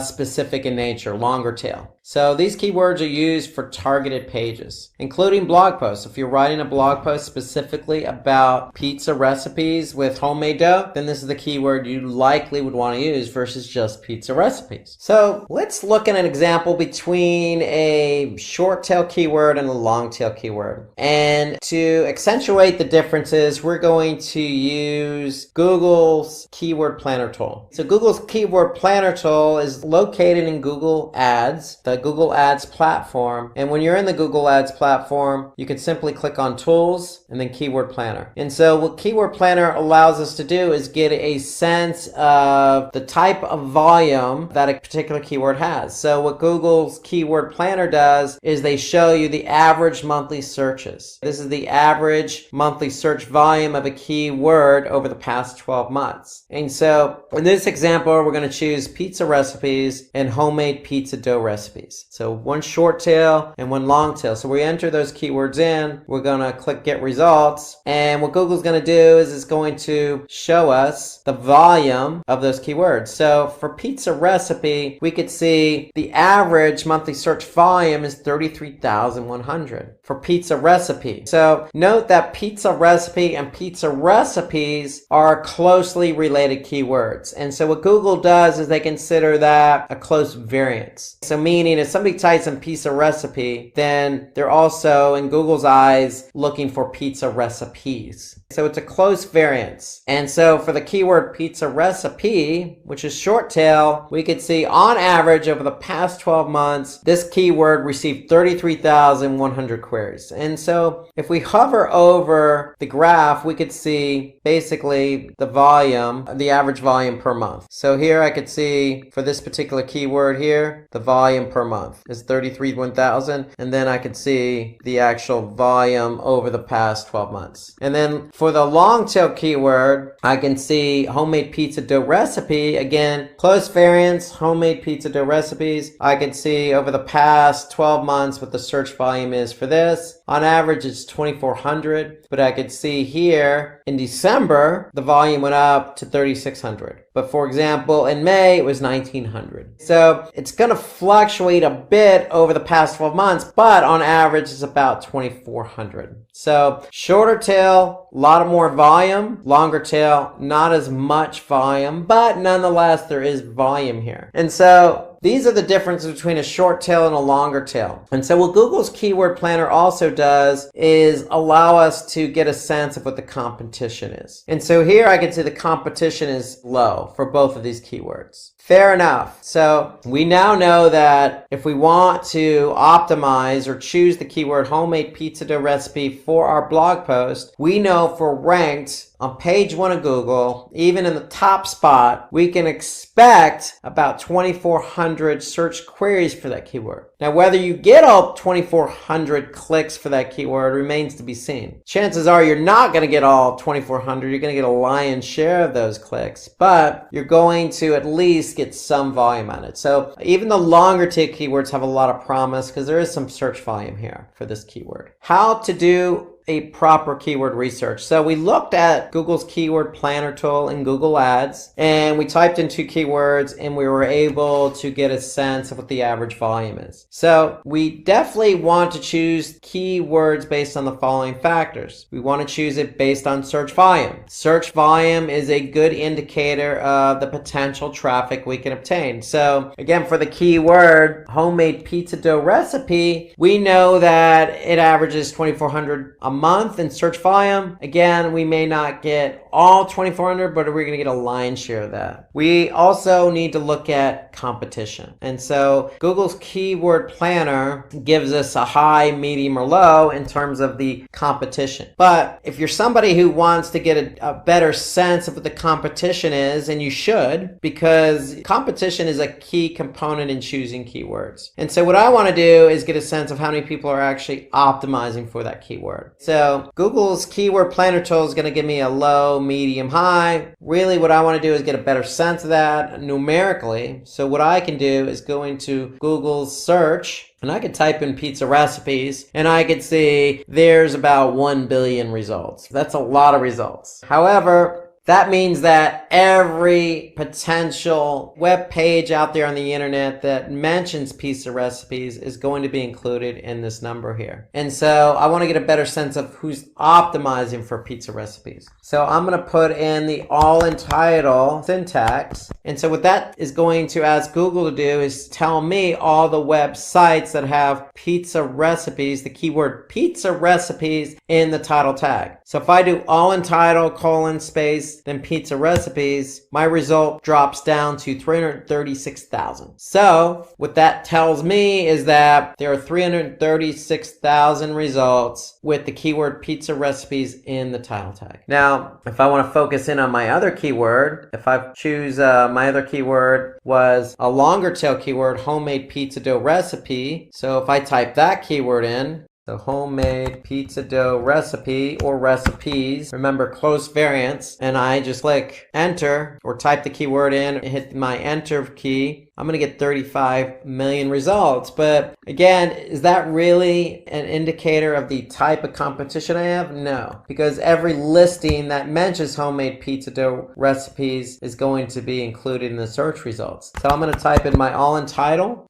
:space, and then I'm going to get a better sense of how many websites have the keyword homemade pizza dough recipes in the title tag. And I get 2,160 different results. So here I can see the first result in the title tag, homemade pizza dough recipe. Second one, homemade pizza dough recipe. So these are sites or web pages that have that keyword in the title tag. So now I have a numerical number to work with. And so the thing you have to understand about SEO, specifically about keyword research, is you need to do research on a few different keywords, not just one or two. So what we want to do is have a spreadsheet. The spreadsheet is going to contain keywords that we can potentially want to optimize for, choose as keywords to optimize for SEO. And so my recommendation is you come up with a theme first. So the theme for us in this exercise is pizza recipes. And so that's our theme. So we chose the keyword pizza recipes. So the close variance here is pizza recipe. What was the volume? Well, we know the volume was 33,100 for pizza recipe. So what are we going to do? We're going to put that number in our volume column. What was the competition? Well, if we go back and type in pizza recipes, it was 683,000. So I'm going to type in 683,000. What was our next keyword? Well, it was pizza or homemade pizza dough recipes.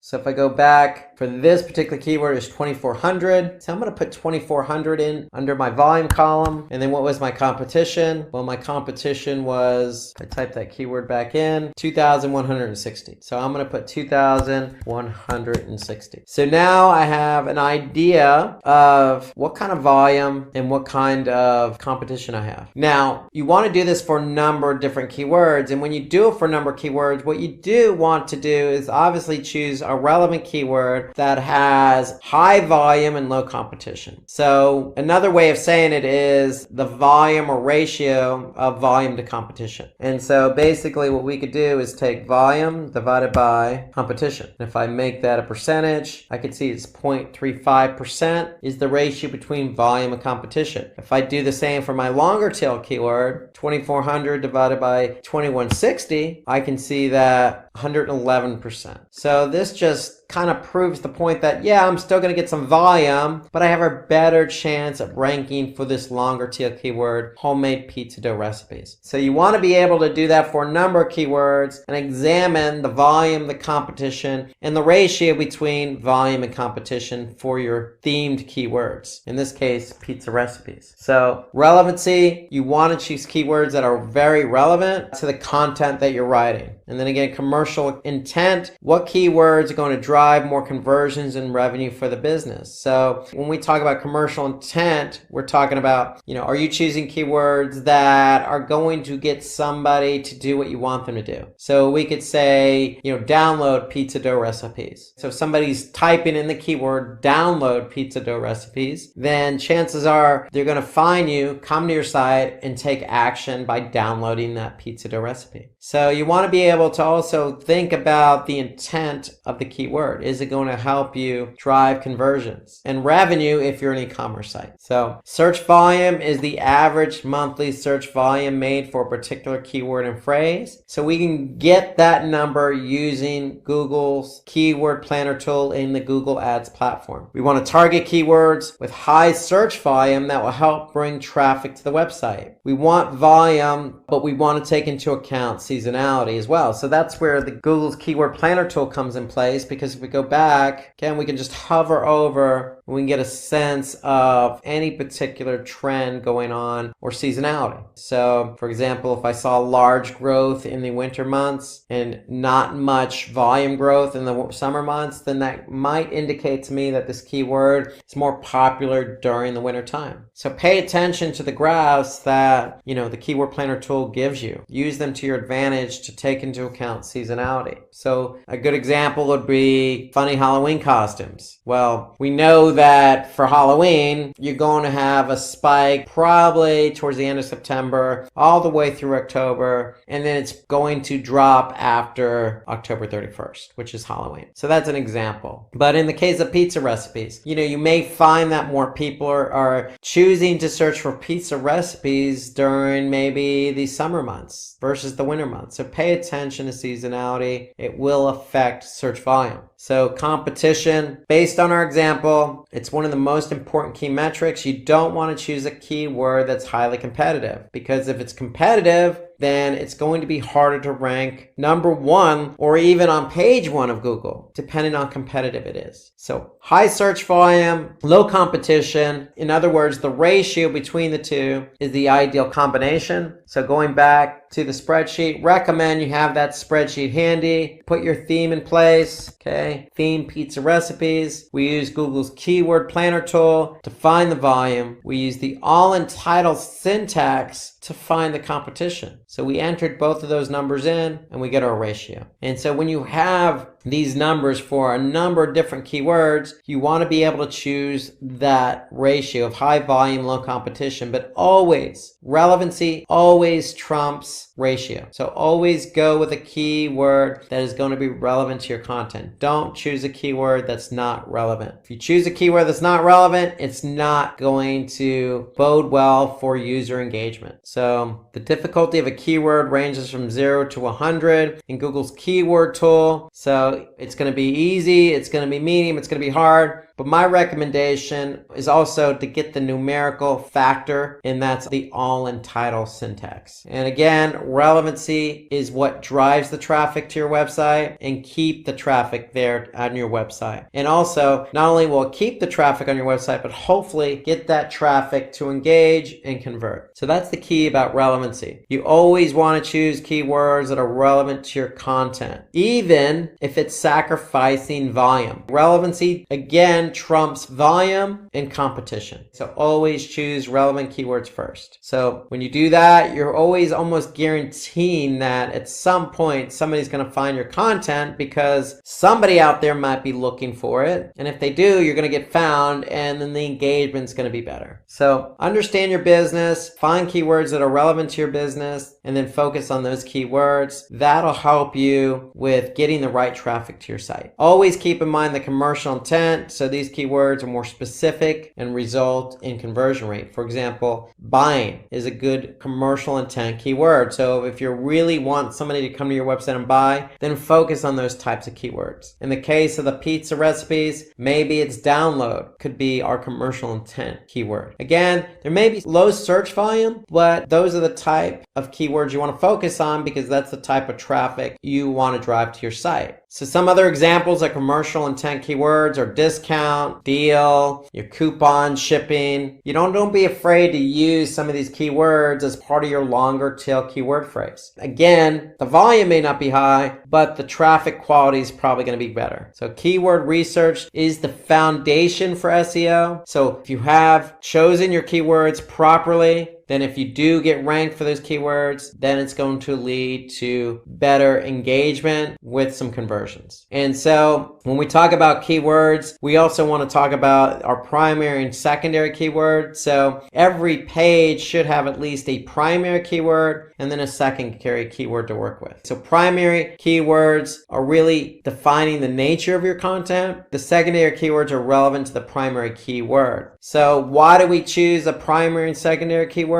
Because you may choose a keyword as a primary keyword that is relevant to the content, but may not necessarily rank very high or have a lot of volume. That secondary keyword is also relevant to the primary keyword, but also relevant to the content. And you may rank for that secondary keyword. So you always want to go with two keywords versus just one keyword. You want to give yourself a chance to rank for at least two different types of keywords of relevant nature. So for a web page, there can be several secondary keywords, but only one primary keyword. So your primary keyword is always going to be relevant to your content. Secondary keywords can be relevant to the keyword, and you may have multiple secondary keywords, but it's also going to be related to the content, and it gives you a better opportunity to be found between both the primary and secondary in search. Okay, so let's take a look at another example of how to use primary keywords and secondary keywords when choosing keywords. So if our primary keyword is healthy diet plan, remember healthy diet plan is directly related to the content, so that's what we're talking about. But these secondary keywords are also related to content and play off the primary keyword. And so what we want to do is go to Google's Keyword Planner tool and get an idea of the volume for healthy diet plan, and then also the volume and competition for some of these secondary keywords like healthy diet for weight loss, healthy diet food, low carb diet, healthy meal plans, and diet plan weight loss. So if I go in to Google's Keyword Planner and type those keywords in, I'm going to choose get results. And now here I could see healthy diet plan keyword I'm focusing on as my primary keyword has an average monthly search volume of 9,900. And then some of my secondary keywords, healthy diet foods, diet plan weight loss, low carb diet. Google will give me a number of different keywords to work with. So I'm going to look at the search volume of those as well. And so ideally what I want to do is be able to then look at the volume and then look at the competition. So healthy diet plan, I go into my keyword analysis here. That's my theme. So that's my keyword. What's my volume for healthy diet plan? 9,900. What's my competition? So my competition is 74,700. And that's going to give me a ratio of volume to competition of 13%. So that's what my content's about. That's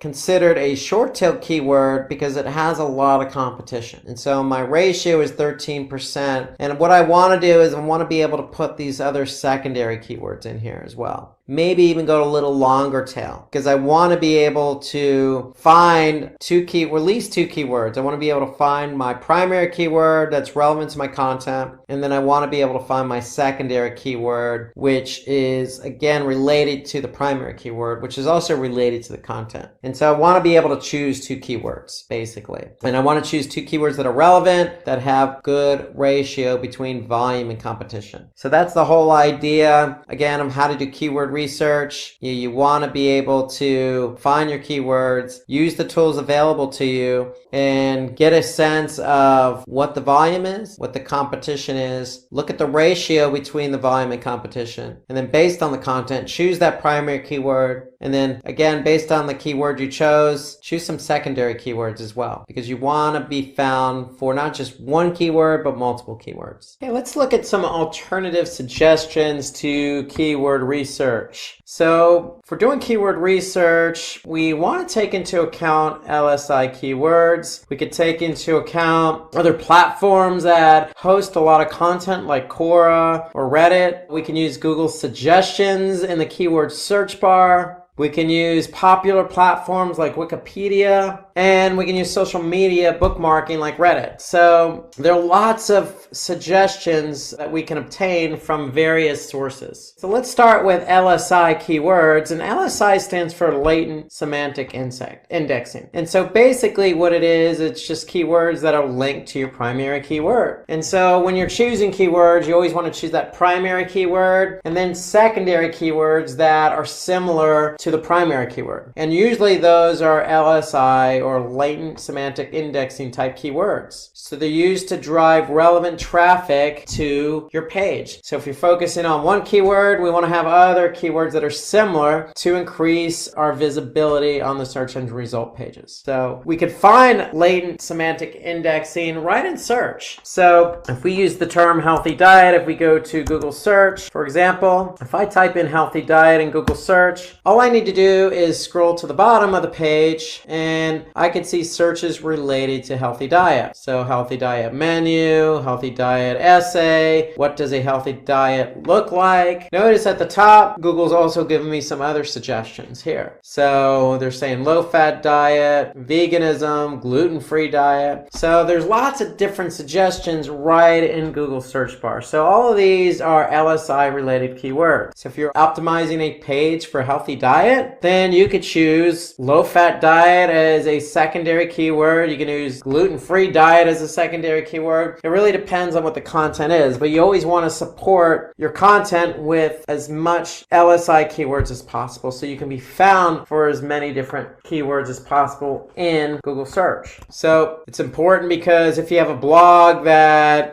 talks about Python, so how do the search engines know if the website Python is about the programming language or the snake? So Google, for example, uses LSI keywords to understand what the page is specifically focusing on. So if you're just focusing on Python in your content, you want to support that with LSI keywords. And so that will allow your web page to better communicate with Google, also to have the visibility to show up on search. So they can certainly improve your search positioning and featured snippets as well. So if you have a keyword that answers a question, you can certainly be found for a featured snippet. For example, maybe, healthy diet recipes. If I type that in, you can see here, there's a featured snippet. So if I'm talking about recipes, that's a keyword I may want to use. And if I use that, then Google has an opportunity to see what my content's about and place my information at the top in this featured snippet. You can also, again, see what some of the questions are being asked, what meals are good for weight loss, what is a good healthy diet plan. All of these could be keyword phrases that you can use. So the answers are right here in Google. So Quora is a great platform because Quora is a platform that people go and ask questions and a community responds with answers or responses. to that particular question or topic. And so the great thing about Quora is it's a good place for you to go to get some ideas about a specific topic. So if we're talking about healthy dieting, so we can find keywords with high search volume right in Quora. So the whole idea is you can look at, the top 5 questions for a specific topic, like healthy dieting, and find relevant keywords to healthy dieting. So if you just type in that particular keyword in Quora, you're going to probably get some responses to questions or responses to somebody else's question. And so if we take a look at Quora, for example, so if I just type in healthy dieting, what I'm going to do is I'm going to get some responses to the topic healthy dieting. So what's the best diet for healthy living? What are the top 5 tips for a healthy diet habit? So all of these could be keyword phrases that you could take away with for your own content. And so the benefit here is you're getting kind of an idea of what's trending, what people are talking about. And if you use tips for a healthy diet habit, for example, and you optimize for that, well, again, that could turn around and bode well for you because you could be featured in Google as a featured snippet at the top here. You can also turn around and use LSI related keywords for healthy diet habits. And you can simply just look for those LSI keywords right in Google. Remember, at the bottom or at the top. If I scroll down, I could see some related LSI keywords at the bottom. So right in Google as well, you could see in the Google search bar that Google provides some LSI related keywords to your query. So if I go back here and type in healthy diet recipes, I can see here Google suggesting some other related keywords. Healthy diet menu, healthy diet for men, healthy diet foods, healthy diet for women. So these are all LSI related keywords that you can use to support your primary keyword and the content you're writing about. So we've talked about LSI keywords, where to find them. So they're found right here. They can be found at the top of Google, and they can be found at the bottom. You can also then go to Quora as well and get some ideas for the types of questions that are being asked. So if you ask a question and use that as your keyword phrase, then again, you have an opportunity of showing up for a featured snippet in Google just by doing some additional research within Google itself or on Quora. So according to Google, the autocomplete predictions are automatically generated by Google's algorithm without any human intervention. It's based on a number of factors, but the primary factor is how often past users have searched for a term. So Google collects all the keyword queries that somebody types in, and they're suggesting some of the most popular terms that people have typed in. So if I go back to Google, again, if I start to type in recipes, I could see some of the other queries that somebody else has typed in, or some of the most popular queries related to that topic. So if you enter the keyword healthy diet, Google's going to suggest multiple keyword suggestions that users have asked in the past. And you could certainly get the search volume of those keywords just by looking in Google itself. I could see for healthy diet recipes, billions of pages related to healthy diet recipes. I can also get the search volume by going into Google's keyword planner. So if I type in healthy diet, I'm going to be able to see what my search volume is for that keyword. And in addition, I can see the seasonality of that particular keyword. And in addition to that, Google's going to provide some other related keywords to my search query. So if I'm looking for healthy diet, Google's going to suggest, hey, maybe you should choose healthy food or healthy eating or how to lose weight. So those are all LSI related keywords that Google provides in the keyword plan, which is built into the Google Ads platform. Another option for you is Wikipedia. So Wikipedia is a vast platform of content. So we could turn Wikipedia into our own asset and use it to our own advantage by finding relevant keywords in an easy fashion. So with Wikipedia, we can identify a list of keywords in the meta description itself. We could choose keywords from the first paragraph of Wikipedia that has many relevant keywords, or we could take a look at keywords from the Wikipedia content section. So we can also see additional pages like the See Also section that gives relevant keywords that you're looking for. We can also look at the references section as they contain relevant keywords. So if we go to Wikipedia as an example, and I type in healthy diet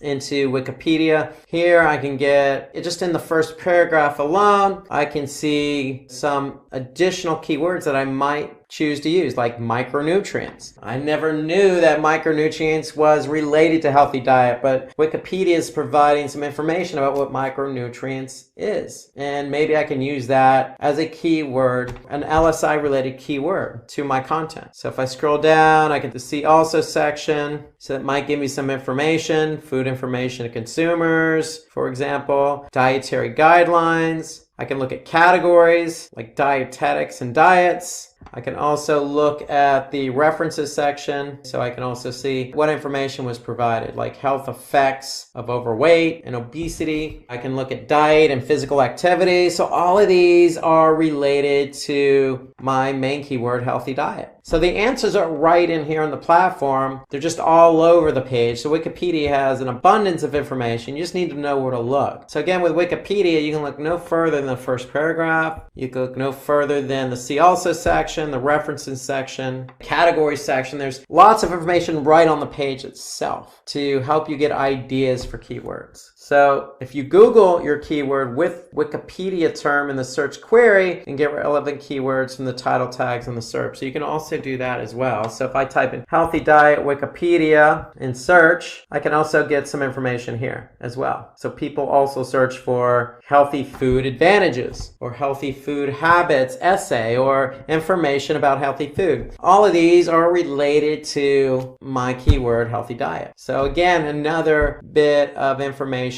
for you to choose or look to choose some additional keywords for. So Reddit, it's a popular community where people post content and discuss a variety of topics. So that's what Reddit is. So with the help of subreddits, an individual can find relevant keywords with high search volume. So in Reddit, there's an easy way to find out keywords. They have a keyword tool called Keywordit. So Keywordit gives the average monthly searches for a particular keyword. So if we type a word in Keywordit and choose keywords from the auto-generated list, this tool will extract the keywords and give us those relevant terms with search volume. So if we go to the Keywordit and show an example of that, for example, healthy food, if I get keywords, I can see what keywords are relevant and the search volume of that keyword. So if I just type in healthy food, Keywordit tool is going to tell me some relevant keywords and what the volume is. So if you don't have the keyword planner tool in Google Ads available to you, this is a good alternative solution to finding keywords. So it's free. You just need to go to keywordit.com, type in your keyword, click Get Keywords, and what it's going to do is give you some relevant keywords related to your primary keyword with the search volume. Let's talk about keyword clustering now. So the whole idea about keyword clustering is to really take advantage of the keywords that we're optimizing for to gain higher ranking. So if we can cluster keywords together in a theme, and that theme of keywords is relevant to a specific page of a website, then we have a better opportunity to rank. So in other words, why do we have to target just one keyword when we can target many? So keep in mind, LSI keywords, we want to group a bunch of keywords together that are similar for content. So for example, after some keyword research, you can thematically group keywords into a core topic. So for example, we can cluster these group of keywords together. Like for example, what is SEO? How does SEO work? Intro to SEO. What are the basics of SEO? All of those are related to the core theme. What is SEO? Another cluster of keywords, for example, could be SEO techniques, SEO best practices, tips and tricks, website optimization, on-page SEO techniques, etc. So those are clusters of keywords, okay, that we can group together in themes. And if we group keywords together in themes, we can apply that to a particular content on our website. So the whole idea behind clustering keywords, it's going to provide more diversity, more of an opportunity for us to be found. So that's the whole idea behind clustering. So some additional steps. Remember, stay up to date on industry news. So brainstorm your ideas first and identify a list of keywords, i.e. a theme of keywords that you can cluster together.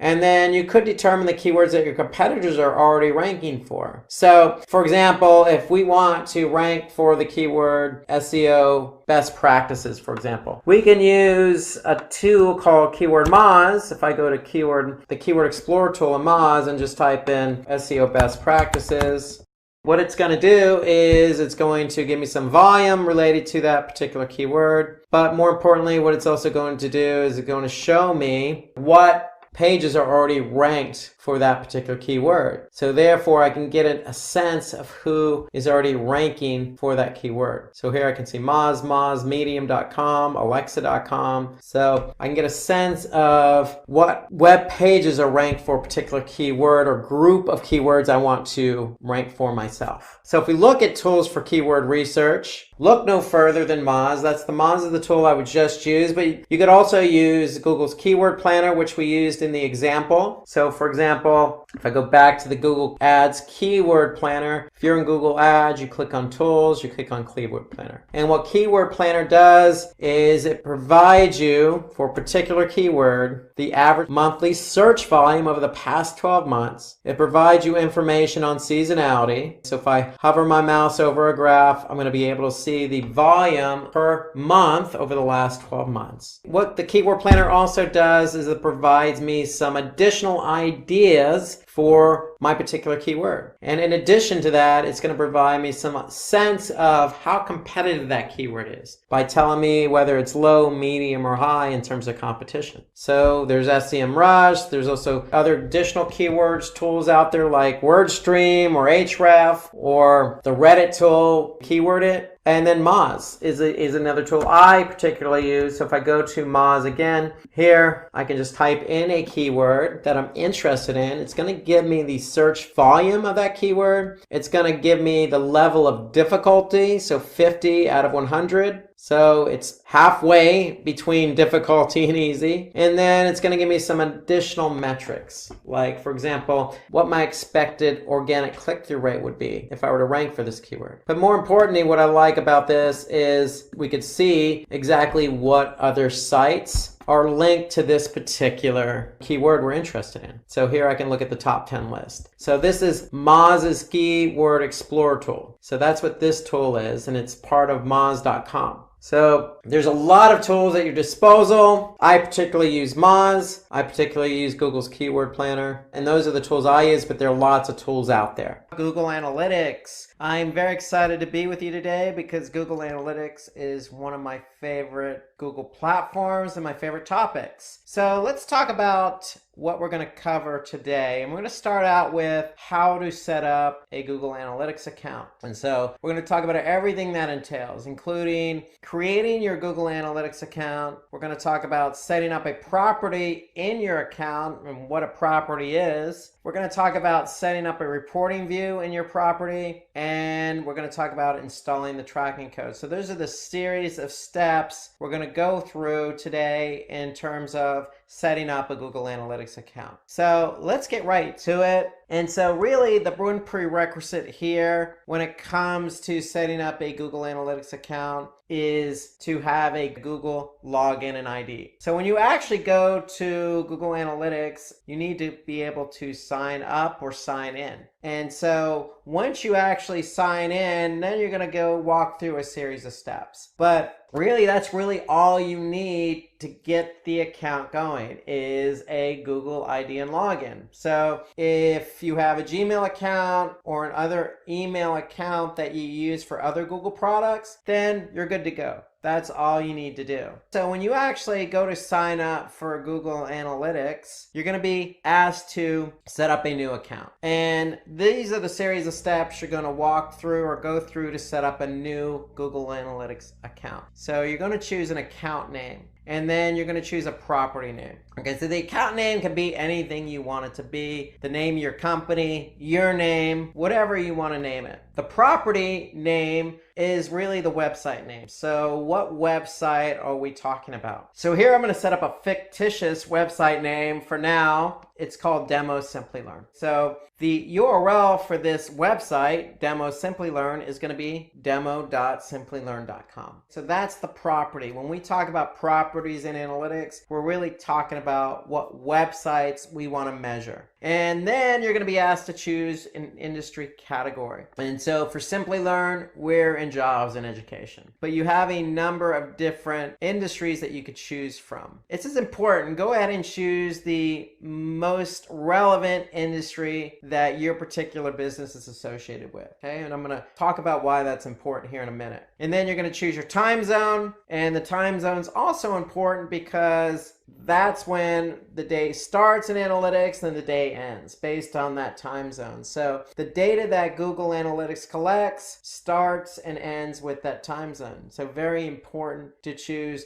the time zone your business is located in. Okay, and then you have some additional options here. Okay, so you have some settings. And so the first setting is to allow Google products and services. So if you opt into this, then basically what Google's going to do is share some products and services with you via email. I would go ahead and opt into that. That's of course recommended by Google. It doesn't hurt to hear from Google on related products and services that may enhance your business. The second is benchmarking. So benchmarking to me is something you should opt into. So going back to that industry and category, we chose jobs and education. So by opting into benchmarking, basically what Google's going to do is share your data that it collects on your website, in this case demo.simplilearn.com. It's going to share that data anonymously with others in the industry, in this case jobs and education. And because you've opted in, it's going to do the same exact thing for you. It's going to share anonymous data on other websites in the same industry. And the benefit of that is we get to see what other websites or how other websites are performing compared to ours. What's the benchmark in our industry? And so the benchmarking to me is important, and I'm going to go over that in a few minutes when we go over the different reports. But to me, I would always opt into benchmarking because this is the only report Google provides in analytics about how others in your industry is performing versus your website. Okay, so it's a way to compare your website performance against others in the same industry. The other options here, technical support and account specialist, I would also recommend you opt into those because then it allows you to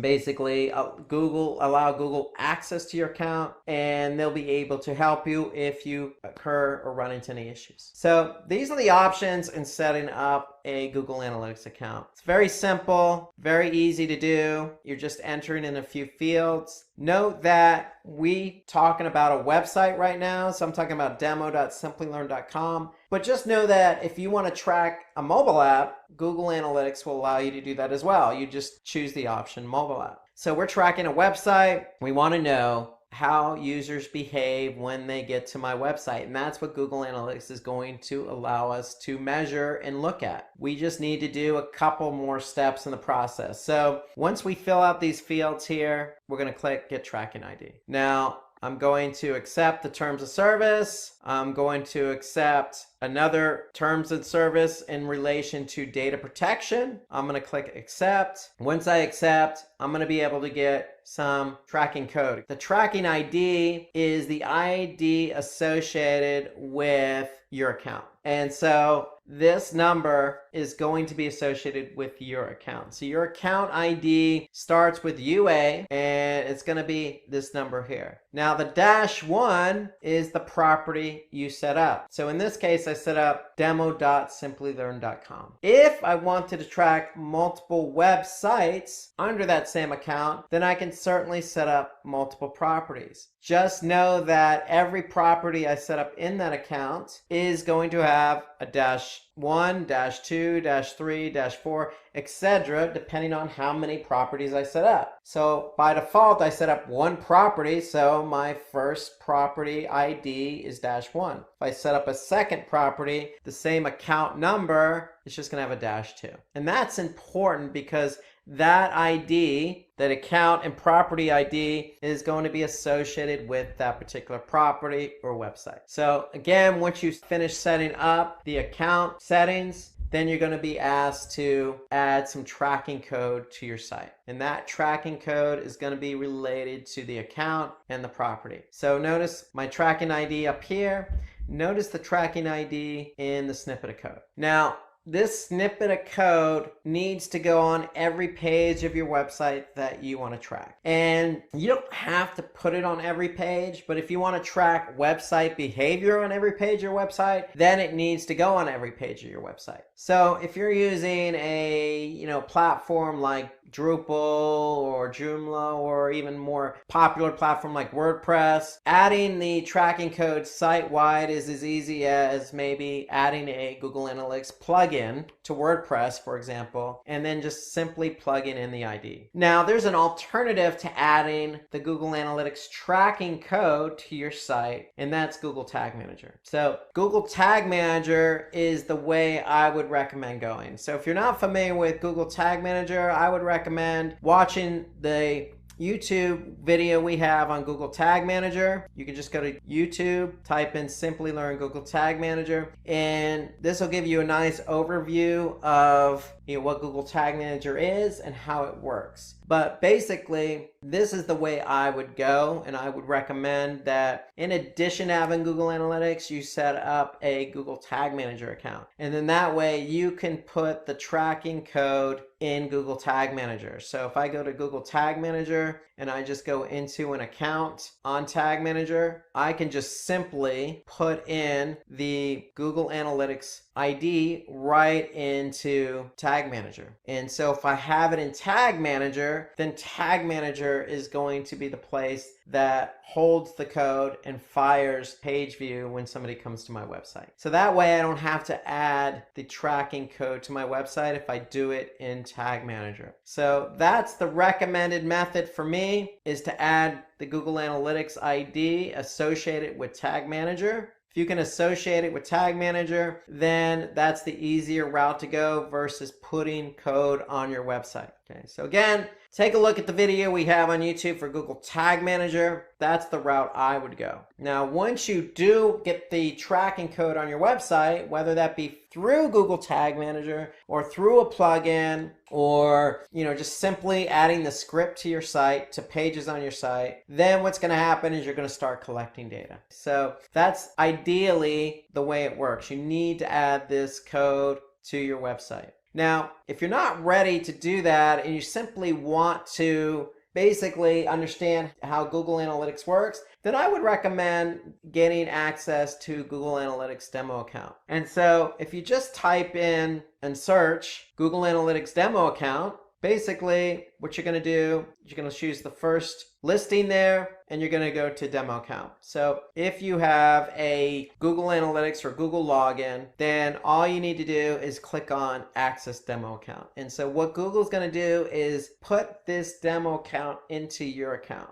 And so it's going to look something like this. So if I click on demo account here, it's going to add to my Google Analytics account. So I'm going to have then access to the demo account from Google in Google Analytics. So I would recommend going this route here if you're not familiar, you're not sure what you're getting yourself into. So think of the demo account as kind of a test drive. You're test driving Google Analytics before you even add any code to your website. So again, all you need is a Google account. And if you have a Google account and you add the demo account to your Google Analytics account, you're going to be able to see how analytics works. Okay. And so that's what I would also recommend. So if you're not ready to start adding code to your website, then what you can do is just simply add the demo account. And then once you add the demo account, you're free to peruse around Google Analytics to see the different types of reports it has to offer. Now, when you do actually set up a Google Analytics account,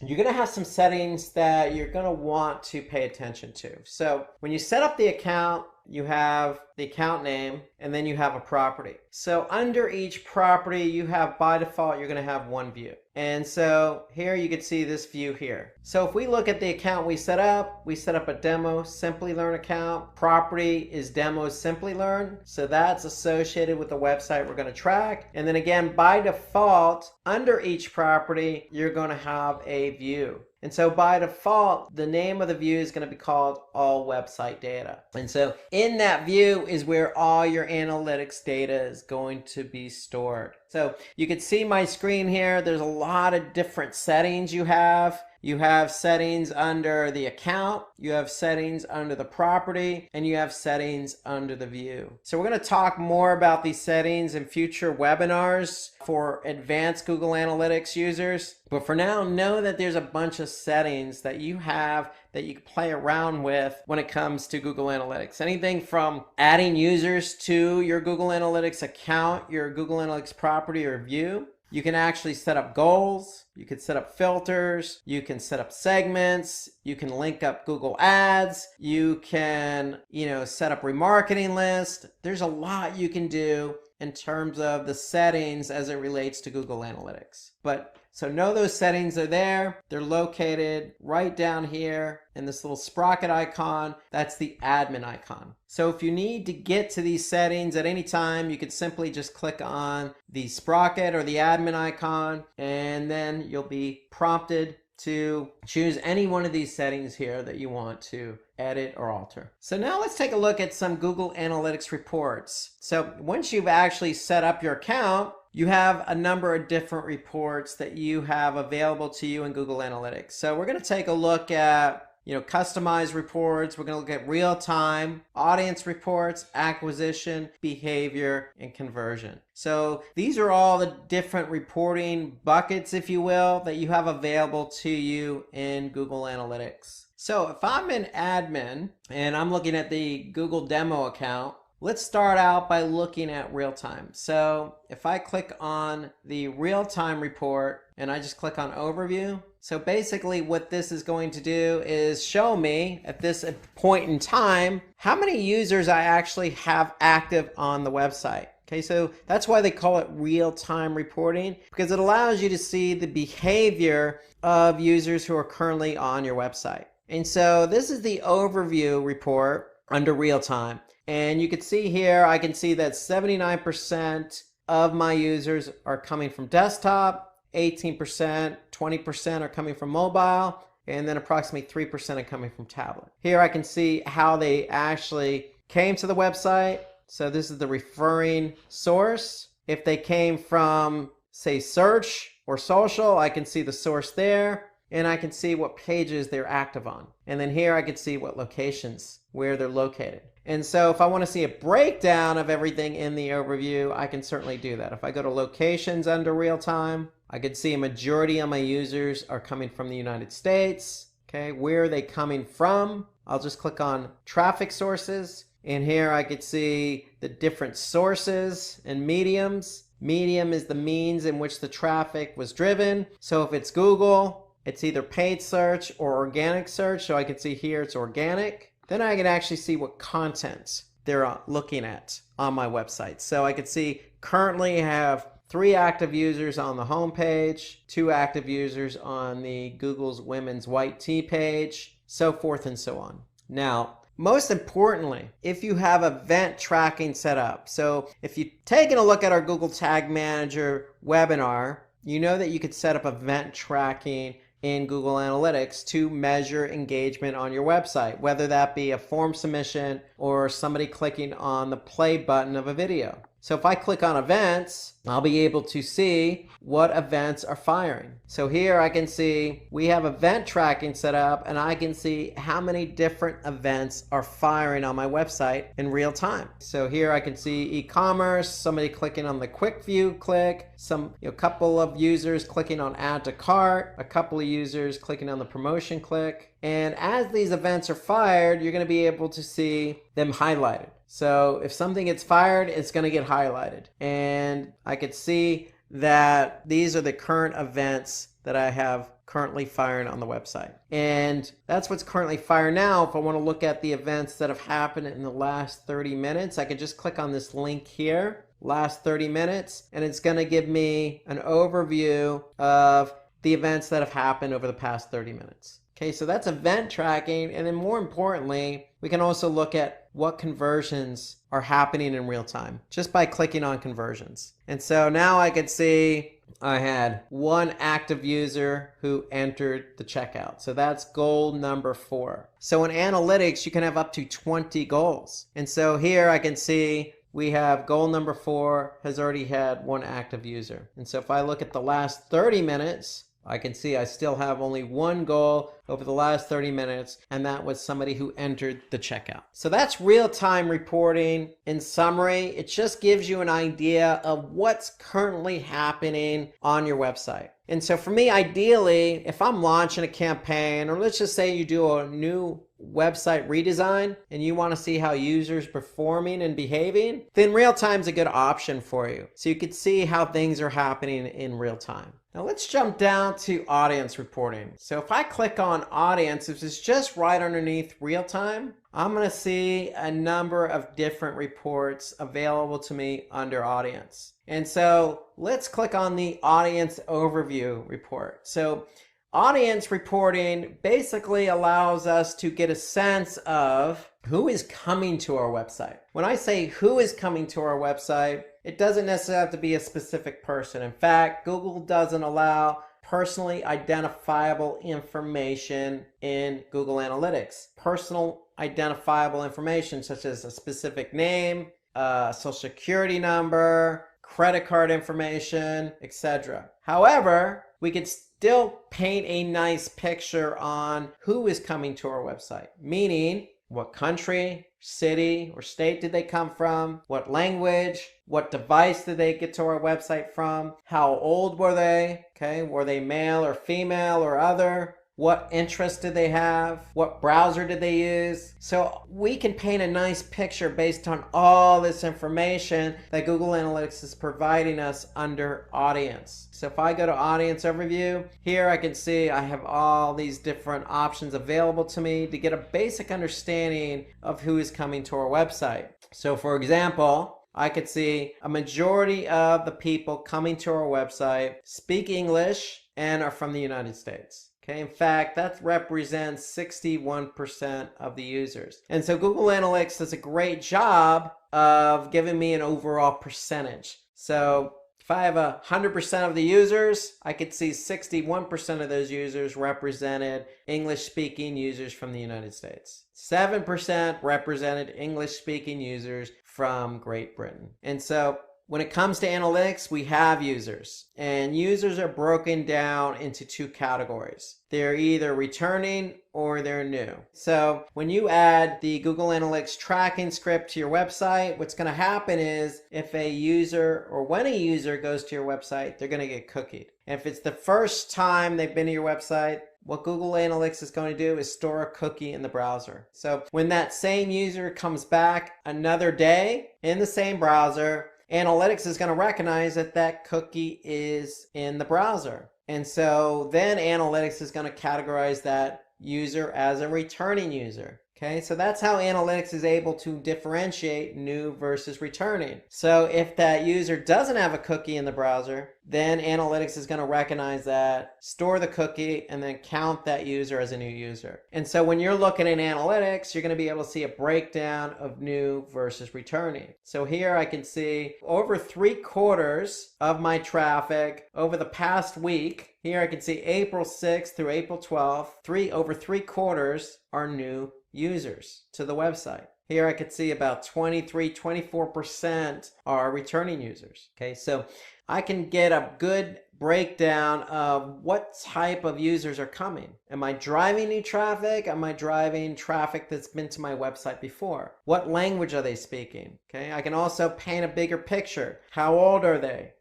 What gender are they? Do they come from mobile? So let's take a look at some of these different reports under audience. And so if I skip down now to demographics, I can click on overview, and when that report loads, I can see now under demographics overview, I can see the breakout of age ranges. And so here I can see the majority of the traffic coming to my site again over the past week. Now, if I want to change this date range, I could simply do that. I can change the date range just by clicking on the date range and then maybe going, say, the last 30 days. And I can even compare it to the previous period or the previous year. I'm going to choose the last 30 days. I'm going to click apply. Now I'm looking at data over the last 30 days. And again, you can change the date range to any range you want. You can only go back as far as when you actually created the Google Analytics account. You can't go prior to that. So here I'm looking at the last 30 days and I can see almost 47% of my users were in their age range of 25 to 34. Now, when it comes to gender,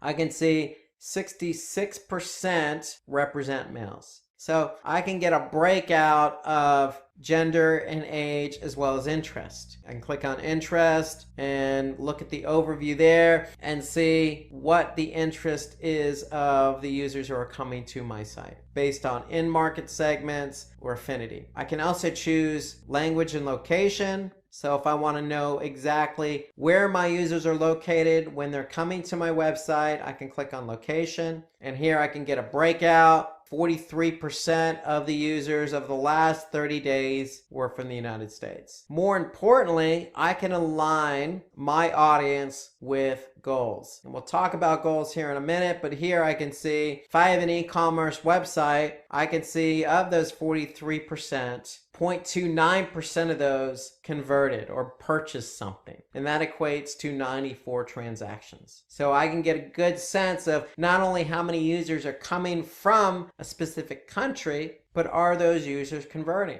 If I click on mobile, and mobile to me is one of those reports I tend to spend a bit of time on because I want to know what devices users are coming to my website. And so for my website here, or this is the Google demo website, I can see mobile represents approximately 27% of the traffic. So desktop still represents a majority of the traffic. So for you, you want to keep an eye on mobile because mobile is definitely a majority of what people use nowadays. That's how people start their day. That's how they transact via mobile, whether that's purchasing something, communicating, or searching. It all starts with mobile. So you want to keep an eye on mobile, and more importantly, you want to keep an eye on behavior. So Google Analytics is telling me that, yes, I have approximately 27% of my traffic of the last 30 days came from mobile. How are they interacting with my website? So if I look across this report, I'm going to be able to see different metrics. So if I'm measuring specific metrics against my dimension, in this case, the dimension is what we're measuring. And in this example, we're measuring mobile. I can see that the bounce rate is approximately 48%. And bounce rate means that if a user, in this case for mobile, landed on a page,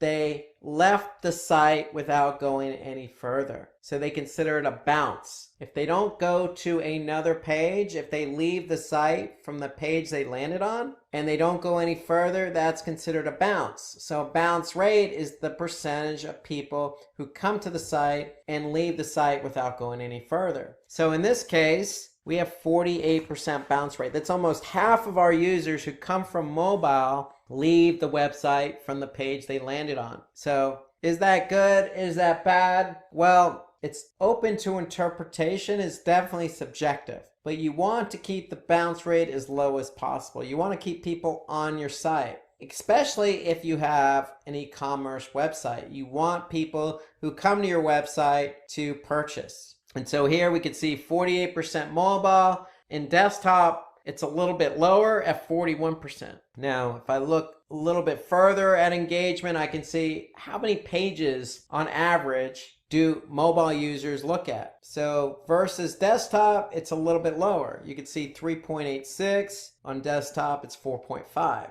Now, if I look a little bit further in engagement, I want to be able to measure how long somebody from mobile stays on the website. If they're bouncing at 48%, but they're also looking at 3.8 pages, 3.9, almost 4 pages per session, then that means in this report, analytics is telling me they're spending about 2 minutes on the site. And interestingly enough, I can see that mobile over the last 30 days had more transactions. So 51 transactions versus 34 transactions from desktop. And interestingly enough, the e-commerce conversion rate is at 0.29%. That's higher than desktop at 0.07. It's lower than tablet, but it's higher than desktop. And mobile has the most transactions. And since they have the most transactions, they have the most revenue at 2,380. So Yes, the engagement isn't exactly as great as it is as desktop, but we can see that people are still purchasing with their mobile devices. So it's something to keep an eye on, and mobile is something I definitely look at. In fact, since it's such an important report, one thing you can do in analytics is if you actually like a report and you think you're going to look at that report multiple times, then you can simply just go ahead and click save at the top here. So if I click save, I'm going to enter a name for this report. I'm just going to call it mobile report and click OK. And then what's going to happen is it's going to be located under Save Reports. And Save Reports is located under Customization. Customization is located above Real Time. Okay, so if I close that up, you can see Audience, Real Time, Customization.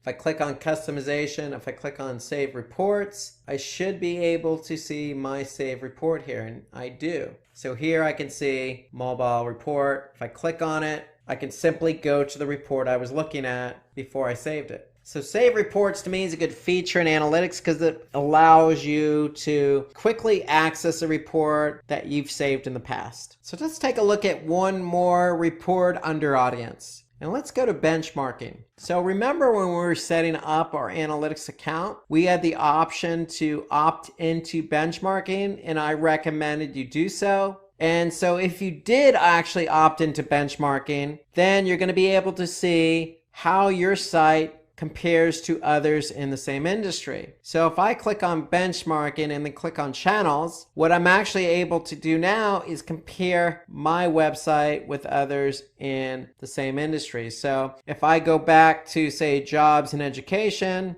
and I choose education, all education as my industry vertical, I should be able to see websites that are in the same particular industry and how I compare with those websites. So I'm choosing all countries. I can narrow that down if I wanted to. I can just search for the United States. I can choose a specific state, and then I can choose a particular site size. So here I'm choosing sites by daily session. So these are sites that have an average of 5,000 to almost 10,000 sessions a day. And so in this vertical education in the United States, sites that have 5,000 to 9,999 sessions per day, that means that there are approximately 310 web properties contributing to this report, okay, based on this criteria I chose. Now, if my site is similar, meaning if I'm in the United States, if I'm in education, and I'm receiving 5,000 to 9,999 sessions per day, then I'm able to compare my site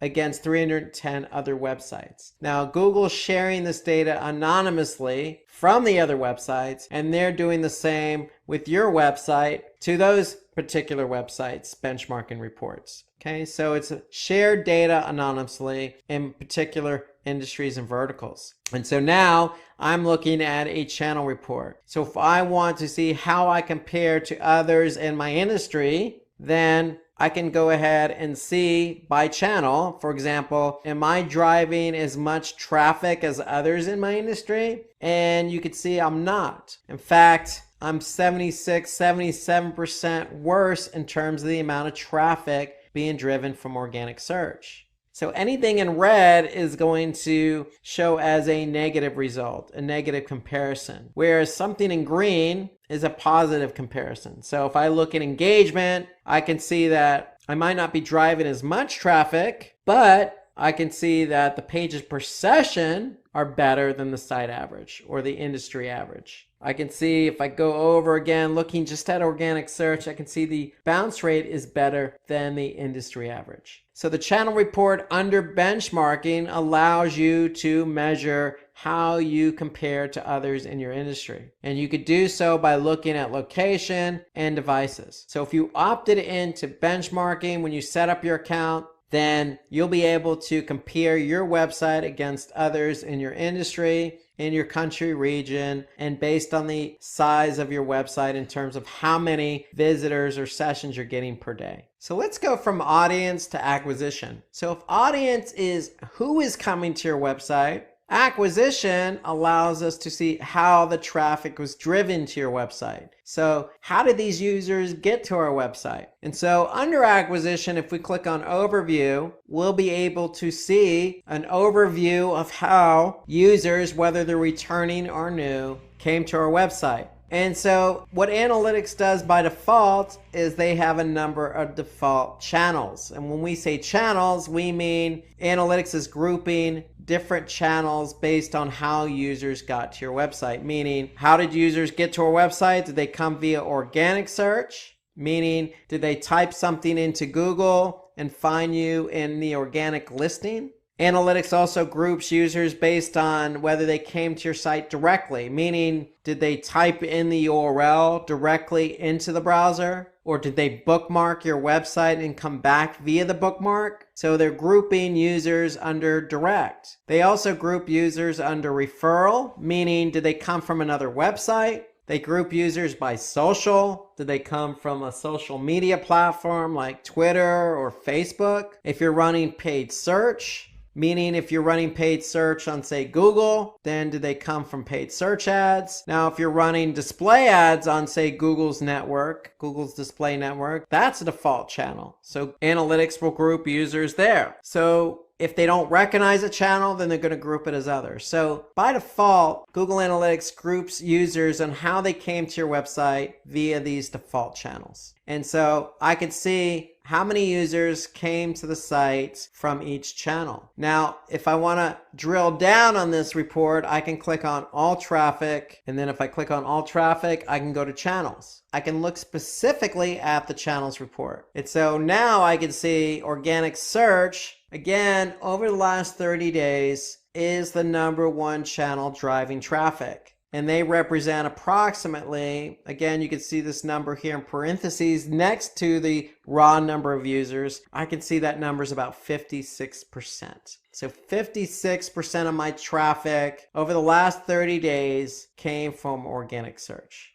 And so those are the number of users. Again, as a metric, you're also going to have sessions. And you'll see sessions a lot as a metric. So users are broken down between new and returning. So every time a new or returning user comes to the website, basically what they're doing is initiating a session. So you can have a user who can come back multiple times. Every time they come back to the website, it's a session. So session is simply the start of somebody coming to your website, and the session ends when they leave the website. And so just like we looked at with the audience reports when it came to mobile, we can also look at engagement by channel. So just like mobile, we looked at bounce rate, pages per session, average session duration. We can do the same thing here with our channel report. More importantly, in addition to behavior, we can see conversions. And since we're running an e-commerce platform, we could see what the conversion rate is by channel. So organic search did drive the most traffic, and they did have the most transactions over the last 30 days. And the conversion rate in this case is 0.17. Okay, so how Google determines the conversion rate? They basically take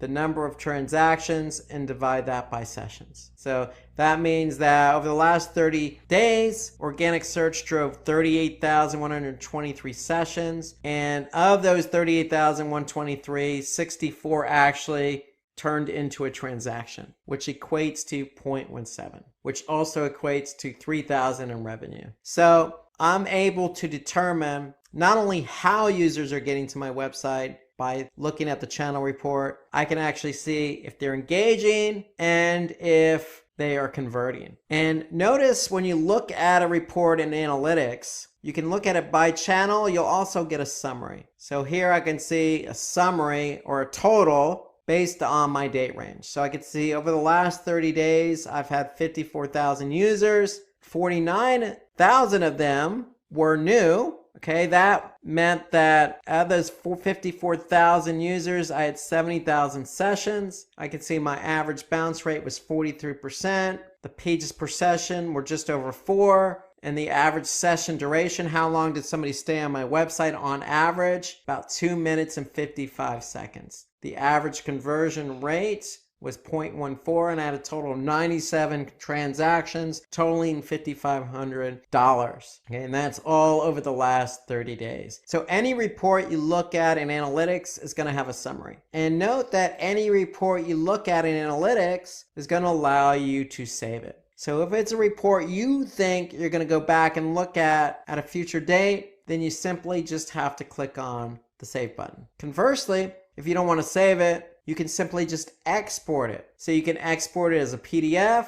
If I click on PDF, it's going to allow me to export that as a PDF. Now you have other options available to you as well. You can do a Google Sheet. You can export it as an Excel, or you can export it as a comma delimited file. So here you can see I can save it as a PDF if I want to. And if I click OK, it's going to save to my desktop or location of my choosing. And then I can go back and look at it in that format at a later time. So that's the export feature available to you in analytics. Again, if you could save it as well, or you can export it. Okay, some other reports under acquisition. If you're running Google Ads, note that you can connect Google Ads to analytics. And this is key because now I can see how many people are coming from Google Ads to my website, and are they converting? Now this is important because with Google Ads, I'm actually paying for the click. So you can see here, I'm running a report based on campaign data. So I could see what campaigns are driving traffic, how much I'm paying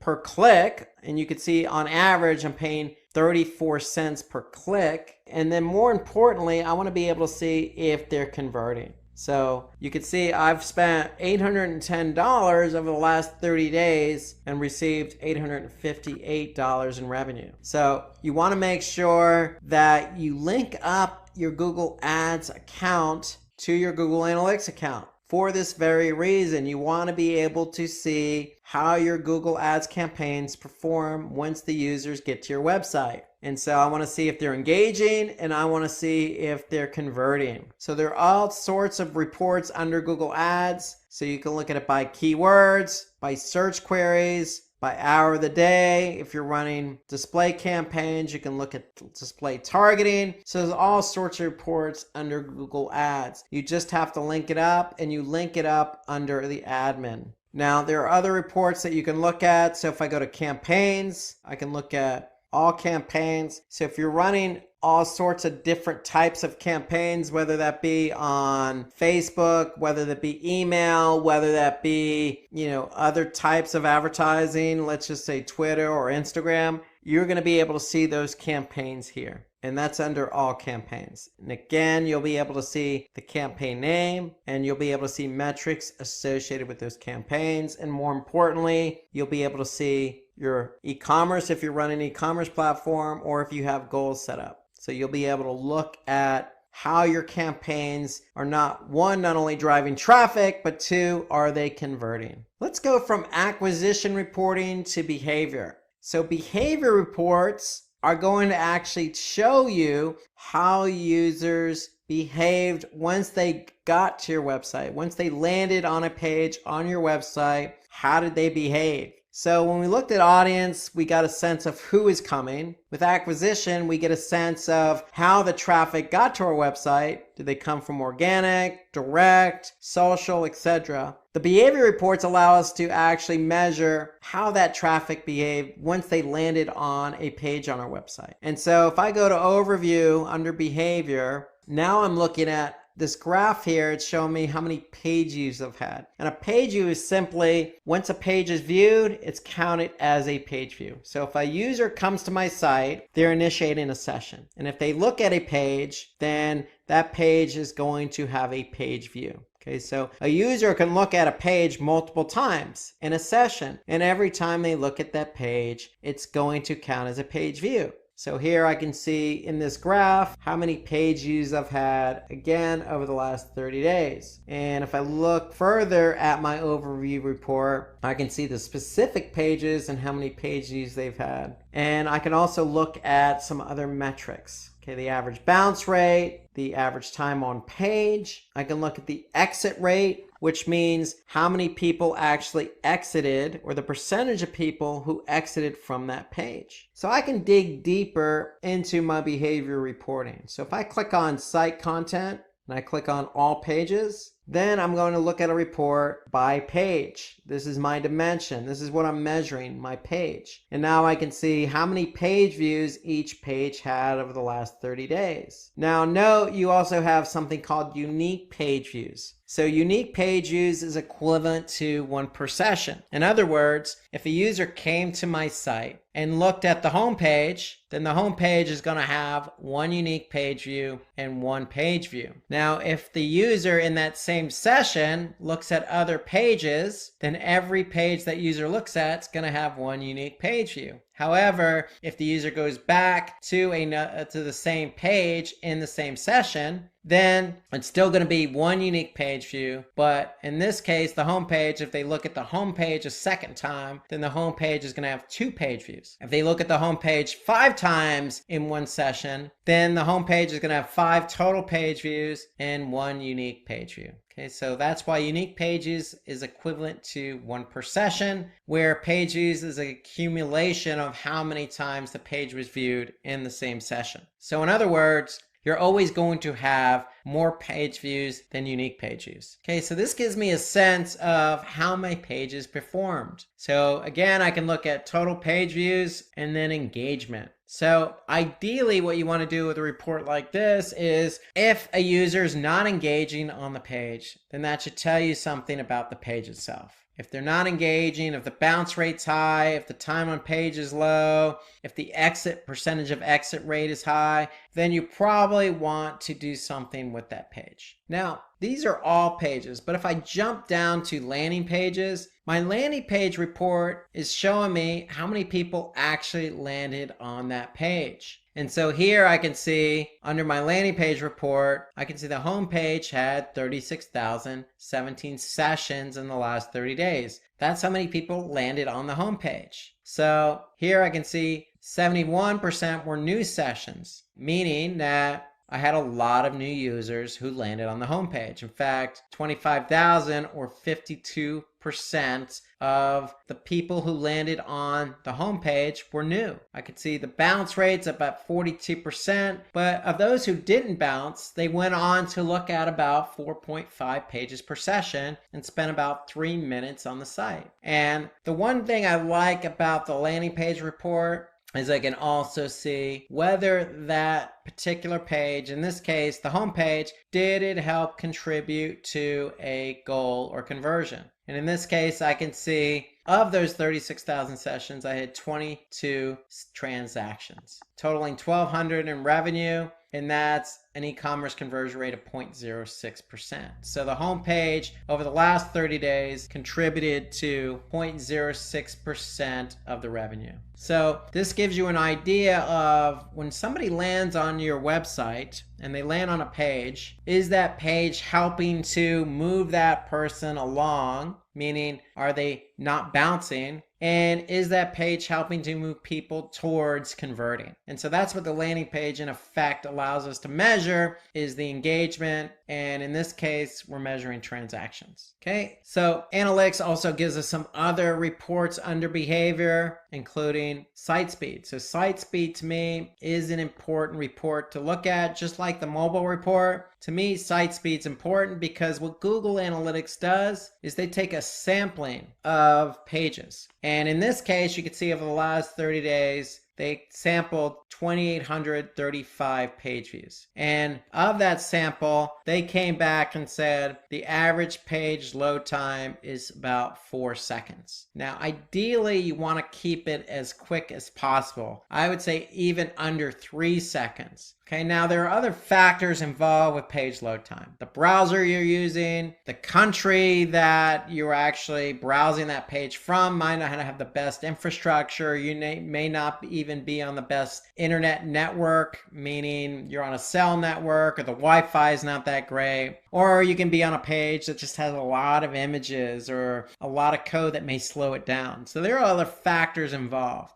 And so what Google Analytics does is show you what those factors are. So here I can see by browser what the average load time is. If I want to look at country, I could see what country is contributing to the load time. Now, the great thing about the site speed report is if I go to speed suggestions, okay, what speed suggestions is going to do is it's going to show me the page load time by page, and then it's actually going to provide a link where I can actually click on to get suggestions on increasing the page load time. So for example, I can look at this particular page here, this Google redesign shop by brand / YouTube page, line number 5. If I look at line number 5, I can see the average load time of this page is 8 seconds, almost 9 seconds. Okay, that's an eternity to some people. Now, notice this link next to it. So Google's recommending 7 total suggestions. So if I click on 7 total, what it's actually going to do, it's going to open up a new window, and it's going to open up another Google report called PageSpeed Insights. And PageSpeed Insights is going to give me some information about what I can do to correct the page load of that particular page. So look at the site speed report. It's important because there is a correlation between site speed or page load time and user behavior of that page. And there's also a correlation between page load time and a page ranking organically on search. So page load time is very important. It's so important that I'm even going to save it. So I'm going to click save and click on site speed suggestions as my name and click OK. And now that report is going to be saved under customization under save reports. Let's jump from behavior to conversions. Now, conversion reporting is arguably the most important section in Google Analytics, because what the conversions reporting allows us to do is see how people are converting, or if they're not converting, on our website. And so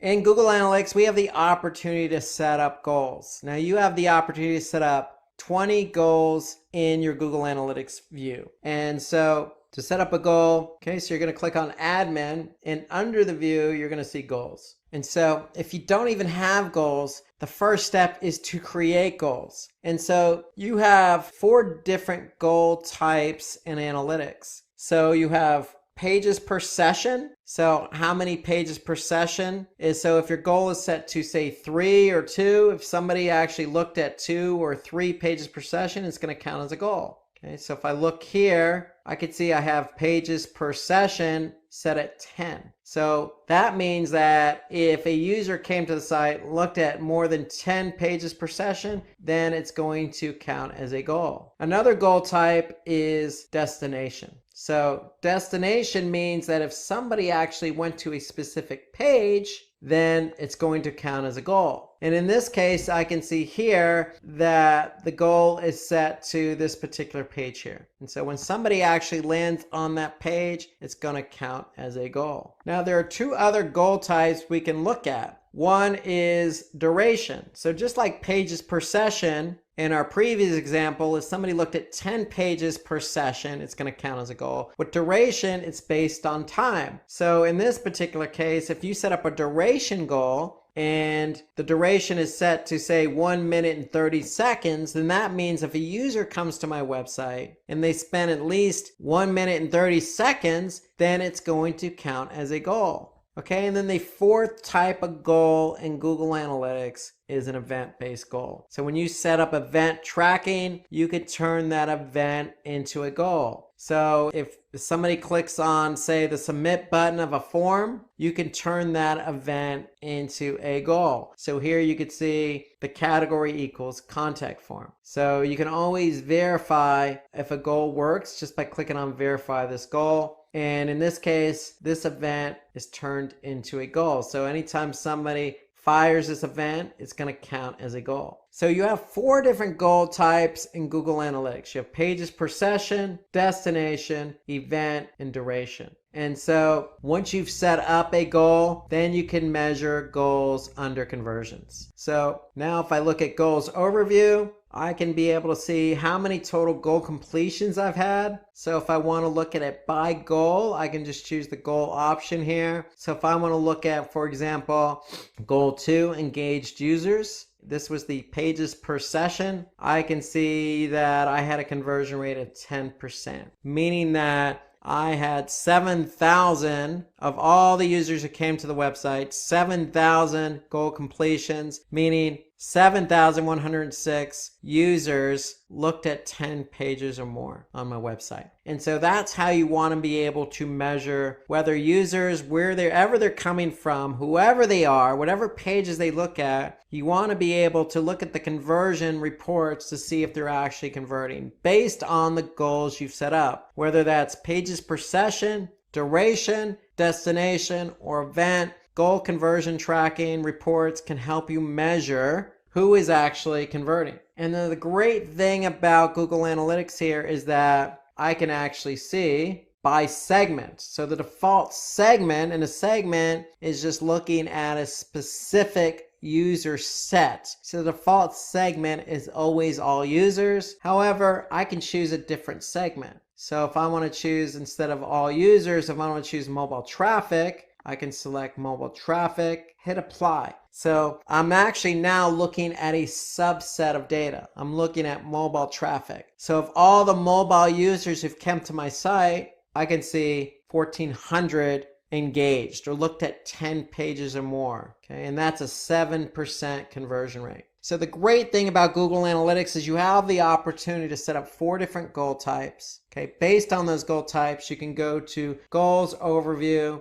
and look at the conversion rate of each goal, but you can also change the segment of that particular goal to see who exactly converted. Okay, another report I like under conversions is the multi-channel funnel report. So if I click on multi-channel funnel, basically what this allows me to do is see how different channels work together to convert. So remember the channel reporting we looked at under acquisition? Here I can see now how different channels work together to drive the conversion. So if I look at 3 channels, direct, organic, and referral, I can see all 3 together drive 2% of the conversions. If I look at direct and referral, 12.5%. If I look at direct and organic, 12.24%. So I can see how different channels work together. And so if I look at top conversion paths as an example, I can actually see how channels work together to drive the conversion. So in this example, I can see over the last 30 days that my top channel grouping was direct times 2, meaning that somebody came to the website directly, meaning they typed in the URL in the browser, or they bookmarked it and came to the site. Okay, they came the first time but didn't convert. But then they came back a second time via direct and then converted. So that combination is my top conversion combination of the last 30 days. My second best conversion grouping is organic search and direct, meaning that a user came to the website via organic search first, did not convert, and then came back via direct the second time and converted. So basically what analytics does is give credit to the last referral, meaning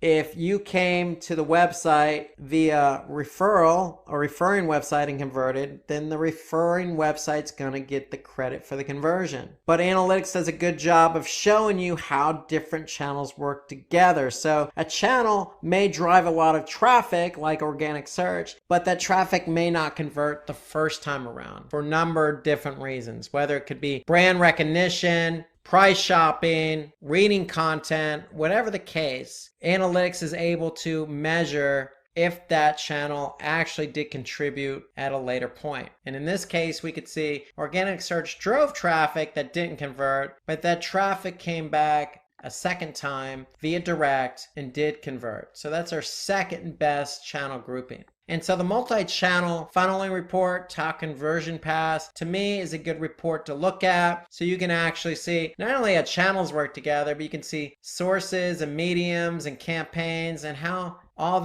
those different campaigns and different sources work together to convert. So that's just a good report to look at. There are so many different reports available in analytics There's so many that we haven't even gotten to yet. So my advice, if you look at the demo report, you can get a feel for each of these reports under each section, whether that be audience, acquisition, behavior, or conversions. Take a look at these reports, see what makes sense to you, see what you can use to improve your website performance. Now, if you have any comments or questions about any of the reports we covered, feel free to comment underneath this video. We're definitely going to have more webinars in the future about specific analytics settings that we didn't get to today and other types of analytics reports and features that we didn't get to today. Google Tag Manager. Thanks for joining, and let's get started with this Simplilearn webinar. So let's start out with why GTM. So let's just say you're Sam and you have your own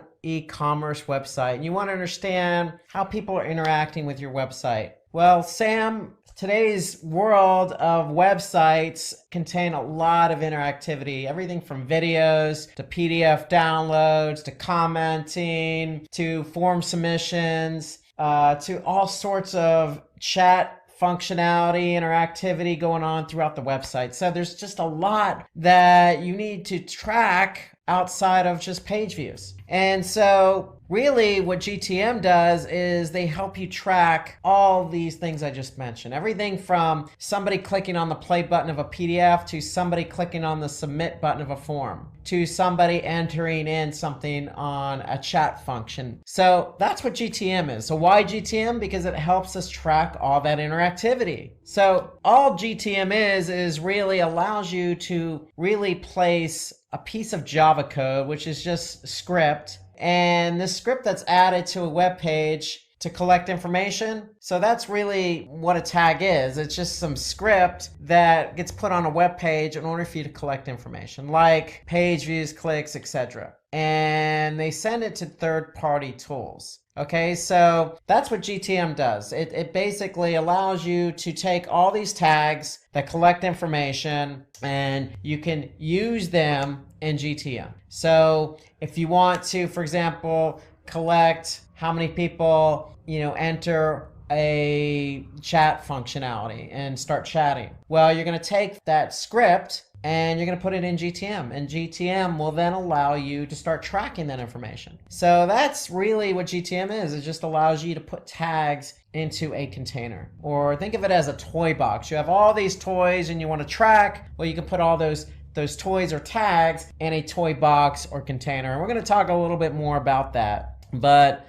before we get into GTM, let's just say, you're communicating with your developer and there's a new user request on your webpage and you want to update the tag. Well, your developer, considering it's probably a small update to your website, is probably gonna not hesitate and is going to go ahead and turn around and do it normally. And so normally what happens is the developer is going to go to the website and update the tag. Well, what if you have a few things that you want to track? All those things I mentioned before, from downloads to clicks to, somebody checking out to watching a video. Well, your webmaster, your web developer is going to go, well, hold on a second. Now, all these requests are going to take time. I need to put them into the work queue, so to speak. Well, what happens is when they go into a work queue, usually it's going to take some time. And in some cases, you as a marketer need to launch a campaign. And you want to get that tracking added to the website in time for the campaign launch. So you want to go ahead and quickly turn around the tracking for that particular campaign. Let's just say you're launching a campaign and you're sending people to a landing page that has a form submission. And you want to be able to track how many people click on the submit button of that form submission. Well, if you need to turn that around, your developer's like, well, I need to put that in a work queue. The timing isn't going to always work out between you and your developer, is my point. And so that's where GTM comes in, because there is a solution to update your tags faster. And that's Google Tag Manager. So when we say GTM, that's what GTM stands for, Google Tag Manager. It's a place for you to add tags quickly and easily. So tags, remember, are just snippets of code that allow you to track things on your website interactively. And basically, when you have GTM, you can bypass the webmaster and do it quickly and easily. So that's what GTM is all about. So why GTM? Because we just identified 2 benefits. 1, you could track all the interactivity on your website, and 2, you can bypass your web developer or webmaster. And so that's the benefit of GTM. So the benefit, you get those tags updated very quickly via Google Tag Manager. Okay, so that's what Tag Manager is. So what we're going to talk about today is specifically what Tag Manager is and what it does. We're going to list some of the benefits of Tag Manager. We're going to show you how it works, and then we're going to show you how to get started with Tag Manager. Tag Manager, if you're not familiar with working with webmasters and dealing with JavaScript and tags and all this jargon is just new to you today, okay, well, don't fret, sit back. We're going to take it slow. This is an introduction into Google Tag Manager. Again, let's start out with what is Tag Manager. So we've already introduced it to some degree because we already introduced it as a tool where you can put all your tags into a toolbox, toy box, or container, so to speak, right? And we already mentioned that, hey, you can bypass your webmaster. So you're probably thinking, well, if you're not familiar with Tag Manager, how can I bypass my webmaster? Well, first of all, it's a free tool, and it's a Google tool, hence the name Google Tag Manager. And it helps you really, that's the main point, is deploy and track tags on your website, bypassing your webmaster. So that's Tag Manager. And so examples of tags that can be deployed via Google Tag Manager are numerous. These are just some examples like Google Analytics, Facebook's pixel tracking, or Google Ads. There's no limit into the number of tags you can track in Tag Manager. There is no limit. You can add any number of tracking tags in Tag Manager. Okay, so some of the benefits, well, again, we just listed 2. You can put any tag into Tag Manager and track that onto your website. And we know you can bypass your web developer or webmaster. And what it also does is it also allows you to test and deploy your JavaScript codes quicker. So remember, these JavaScript codes or snippets of codes are just there to track certain things on your website, whether that be a page view or somebody clicking on a play button or tracking somebody who converts or even just goes to your website. So the biggest benefit is you can take that snippet of code, let's just say Facebook. Let's just say you're doing Facebook marketing and you want to put that Facebook pixel on your website so that you could track people who come from Facebook and convert. Well, you don't need to put that Facebook pixel on your website. You can go right to Tag Manager and you can put that snippet of code right in Tag Manager really quickly. And the other benefit here is all tags are managed in one place. And that to me is really a good benefit, because when you start adding tags on your website and you have some tags in Tag Manager, it just gets very confusing. So ideally, all the tracking code you have on your website needs to be in Tag Manager. Think about that. All the tracking. So if you're doing Bing or you're doing Facebook or you're doing Twitter or you're doing LinkedIn and you're doing Google, you're doing all this type of marketing on all these different platforms, you're going to have tracking code for all these different platforms. And instead of putting all that code on your website, return going to slow down the load time of your web page and website. You want to put them all in Tag Manager so they can be organized and you know exactly what you're trying to track. And the other great benefit of Tag Manager is there's a versioning control. So let's just say you have added tags to your website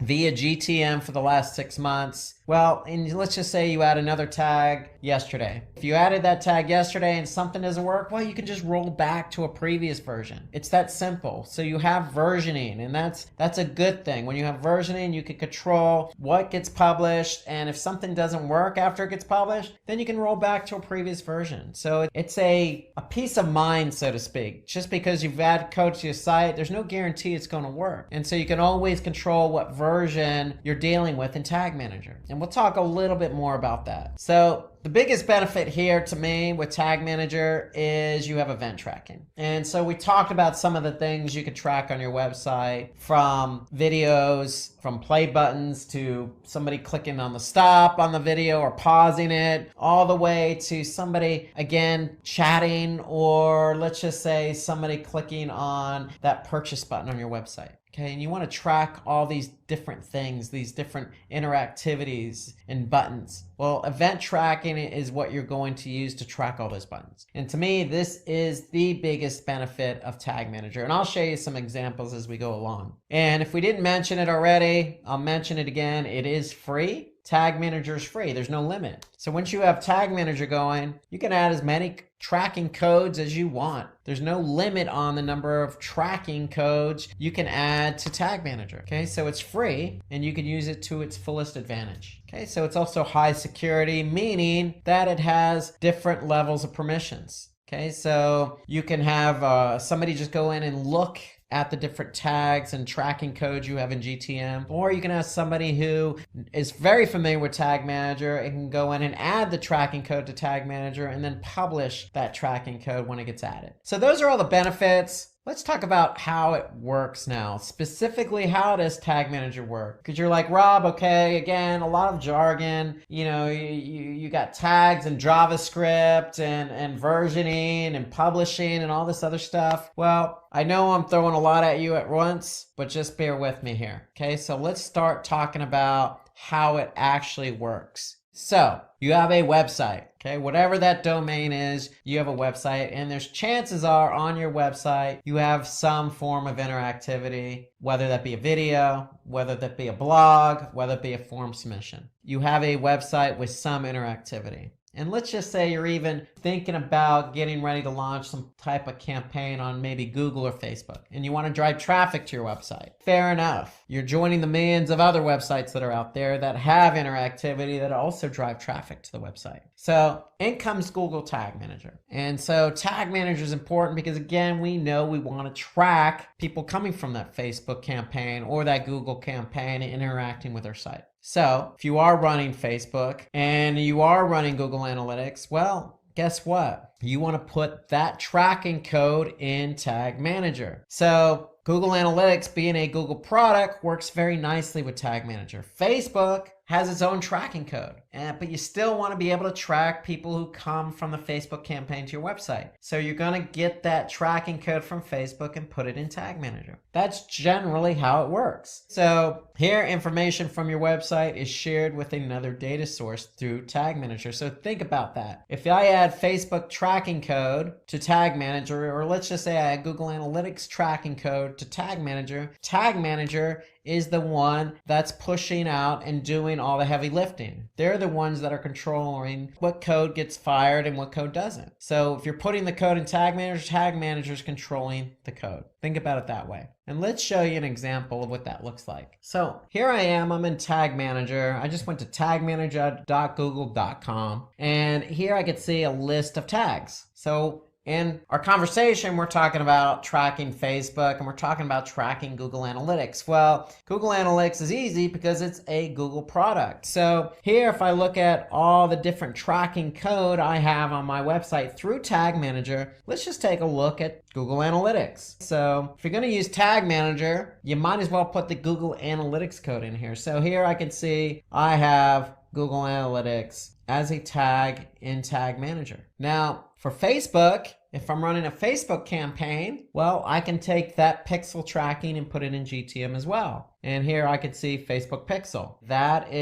code is added to GTM. I just basically took what Facebook gave me and put it into Google Tag Manager. So you can see I can add Facebook and Google Analytics. And again, I can't stress it enough, any tracking code from any platform I can add to Google Tag Manager in order to track the behavior from those sources. So let's take a little bit deeper dive into how Tag Manager works. So I just showed you an example of how you could take Facebook and Google Analytics code and put it into Tag Manager. But if you're not familiar with Tag Manager, then how do I do that? Well, let's talk about the structure and how Tag Manager works. So when you have a Tag Manager account, you have a container. Remember, I mentioned toy box earlier. You have a bunch of toys. If they're code and you're tracking different bits of code from different platforms like Facebook, think of those as toys, and you have a toy box. Okay, well, that's what this code is, and that's what a container is. The code is the code, and that's going to go into the toy box or container. And so the way Tag Manager works is you have tags, triggers, and variables. So if I take my Facebook tracking code and put it into a container, I need to set up a tag and a trigger. Okay, so let's take a look at what that is. So first, if I go back to Tag Manager, I'm going to have an account. And if I have an account, I'm going to have a container. So here I'm just going to click on an account with a container. And a container is nothing more than what website you're adding the tracking code to. Okay, that's all the container is. We're just letting Tag Manager know this is the website we're adding all this code to. So you have tags, triggers, and variables. That's the structure of Tag Manager. So tags are just what it says, tags. What are we trying to quote unquote tag? Well, if it's Google Analytics, that's easy. Here I could see I have Google Analytics added. So if I click on Google Analytics, here's my tag. And if I take a little bit of a deeper dive there, since Google Analytics is a Google product, it integrates already with Tag Managers. It's pretty easy. I can just choose Google Analytics, then I'm going to check page view,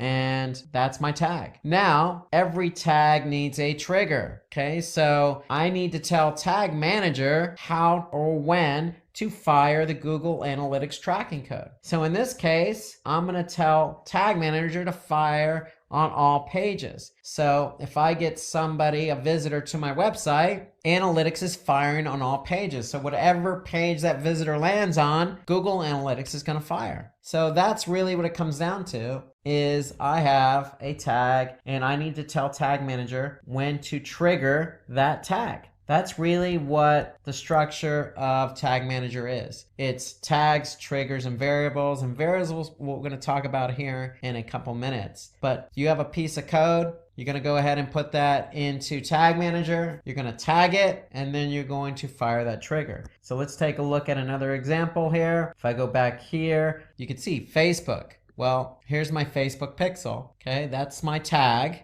So when is it going to fire? Well, it's going to fire on a specific domain or subdomain. That's basically what we're doing. We're trying to tell GTM when to fire that particular tag. So those are the three main components: a tag, okay, which is going to contain the JavaScript code that you get from, say, Facebook, the trigger. So you're going to go into Tag Manager and tell Tag Manager when to fire that code. That's the trigger. And then you have variables. And so variables are basically just additional information that Tag Manager may need for your tag and trigger to work. So that's what a variable is. It's there to get the tag and trigger to fire. So variables are divided into built-in and user-defined variables. So common used variables include, say, page path or page URL or host name or click class. Again, they're there, and these examples I just gave you are there to get your tag and trigger to work. Think about it that way. That's a component. And if I go into Tag Manager here, and here on the left side, I can see variables. So remember, I have built-in and user-defined. So built-in means that Tag Manager already built these for me. So in case I need to get my trigger to work with my tag, I can use a variable. So those are built in, and then I have user defined. So these are what I define. These are what I created. And again, the variables are there to get the tag and trigger to work. Okay, so that's the job of the variable. The job of the tag is to host that JavaScript code. Okay, in the case of Facebook or Analytics, that's where we're putting our code. So here, if I click on AdWords Remarketing, again, it's a Google product, so I don't really need to even deal with code. I'm just going to select Google AdWords Remarketing. Okay, so you could see GTM integrates nicely with some of the other Google products. But let's just say you have a Facebook pixel tracking code. You're going to choose custom, and you're going to put the code here. So that's part of the tag. And then the trigger, again, is there to get the tag to fire. So you're telling GTM when to fire the tag. And the variable is there to help you make sure that that trigger and that tag work together. So that's how all three kind of work together. You need the tag to put the code. You need the trigger to tell GTM when to fire the tag and code, and the variables there to help you define when that tag and trigger should work or how it should work. So again, review, tags they're just small codes of JavaScript or tracking pixels on your website. And so tags are allowed to manage events like scroll tracking, remarketing, clicks, downloads, files, play buttons, you name it. Even clicks on external links. For example, let's just say you have a click or a Facebook icon on your site, and when somebody clicks on it, they go to Facebook. You want to maybe track that. You're going to create a tag. Okay? The trigger is there because you need to tell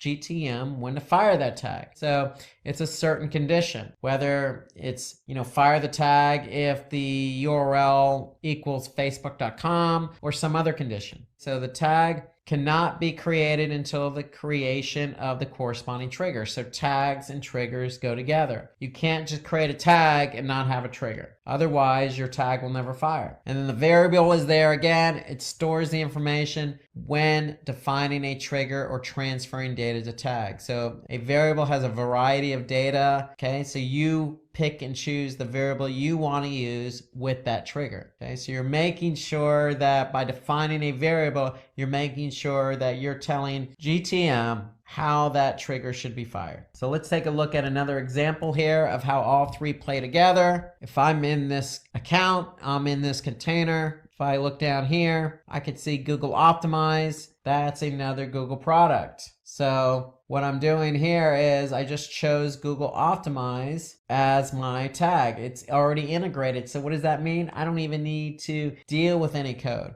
I'm just going to select Optimize. Well, we have the tag Google Optimize, but we need to tell GTM how to fire that. And so here we're going to tell GTM to fire it on all pages. So that's basically a very simple example because we're firing it on all pages. So if I want to look at something specific again, Facebook, here's my tag, here's my code. What's my trigger? Well, my trigger is it's going to fire on specific pages. How do I know that? Well, if I look at the trigger, here I could see the trigger is a page view, but I'm telling it to fire on this particular hostname. So the tag and trigger go hand in hand.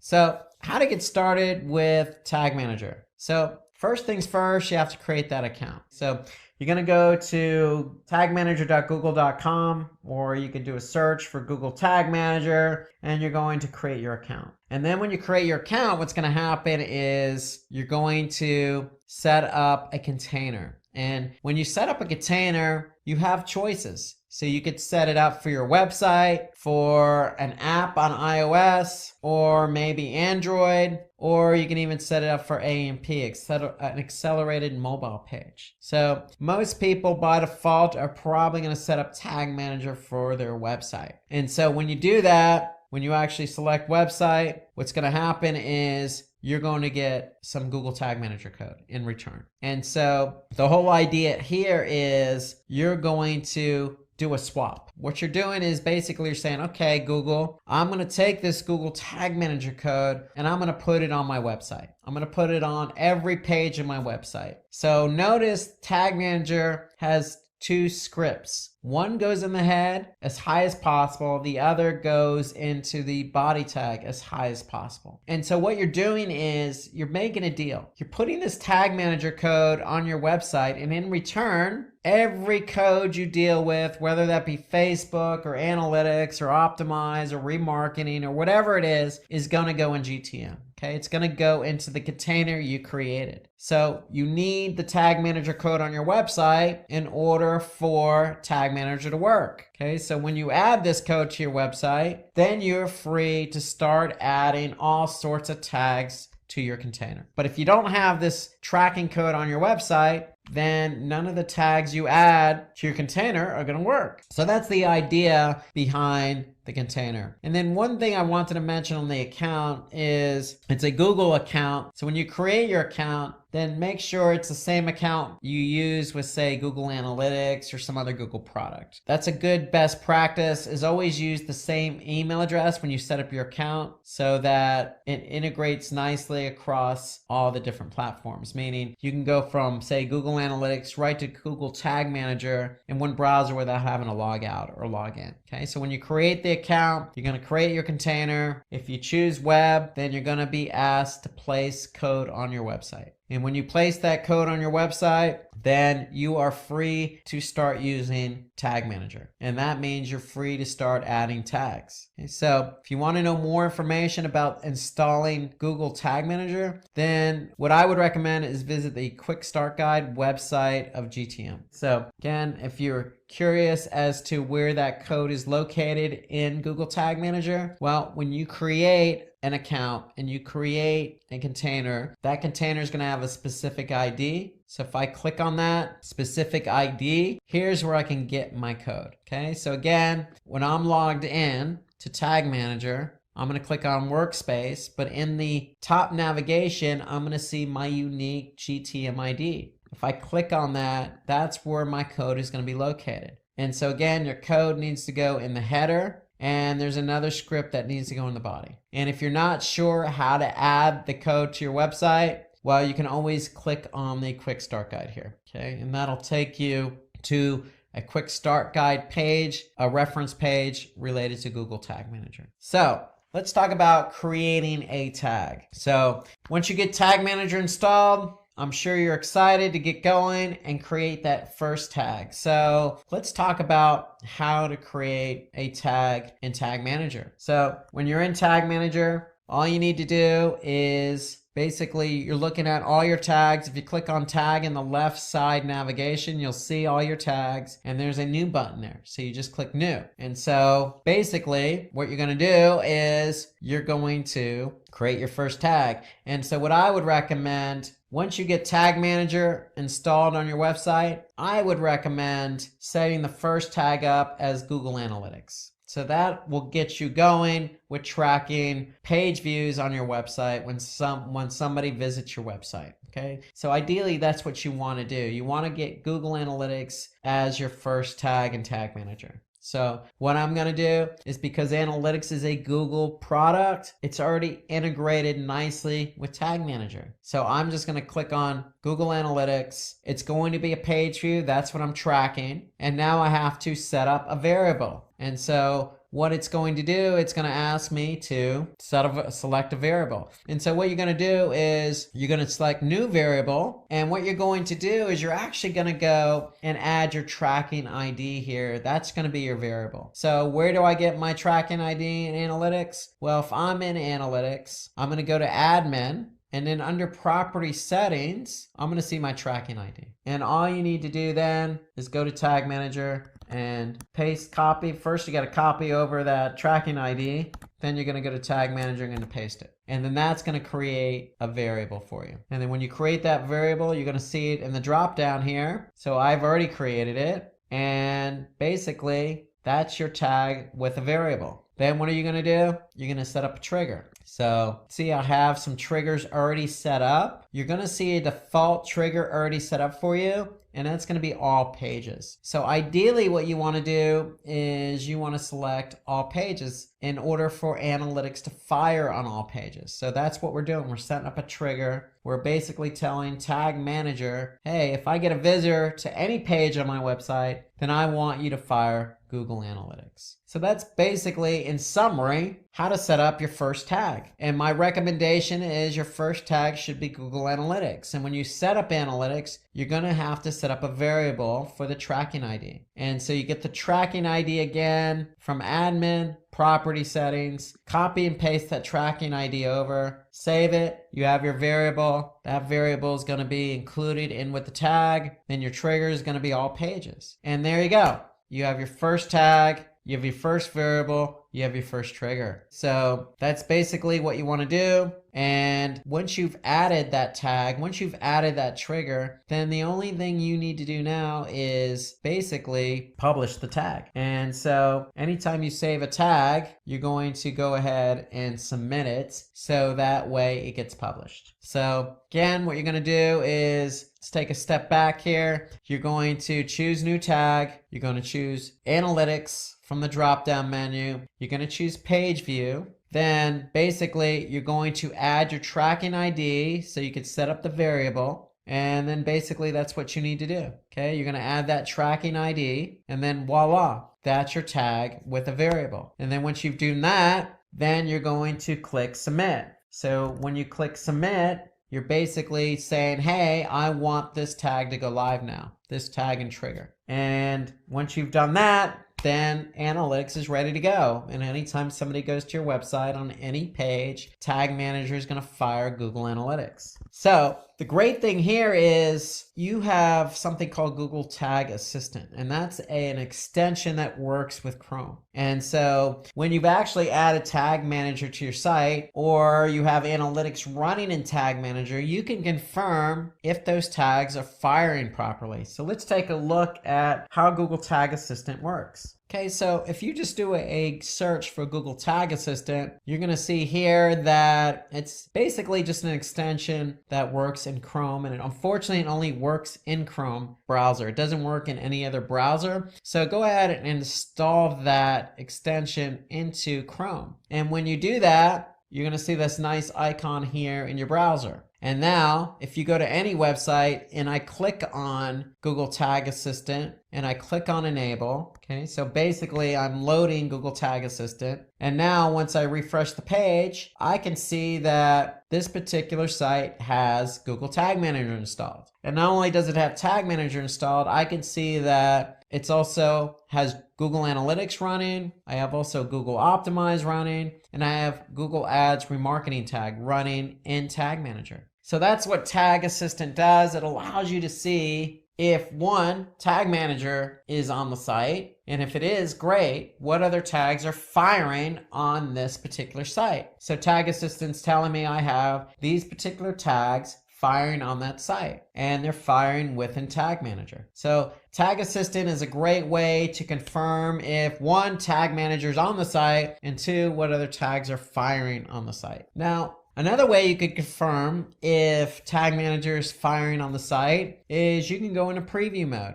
So even before you submit and publish your tag and trigger, you can click on the preview mode. So if I click preview in Tag Manager, so basically that's going to put me in preview mode. And so what does that mean? Well, that means that now I'm free to go to my website and see if those tags are firing. And so let's take a look at what that looks like. So if I go to the website and just click refresh, then what's going to happen is Tag Manager is going to load in preview mode, just as you see here. Okay, so that's going to take a couple seconds to load up. And now what can I see in preview mode? I could see that I have GTM firing, but I also have some other tags firing on this page. Remarketing, I have Google Analytics, I have Google Optimize. I have some other tags firing as well. And so the preview mode shows me what tags are firing on any given page. And I can also see what tags did not fire. Okay, so here I have a number of tags already in GTM, but they didn't fire on this particular page. So let's just say I clicked on the Donate Now button. I'm still in preview mode,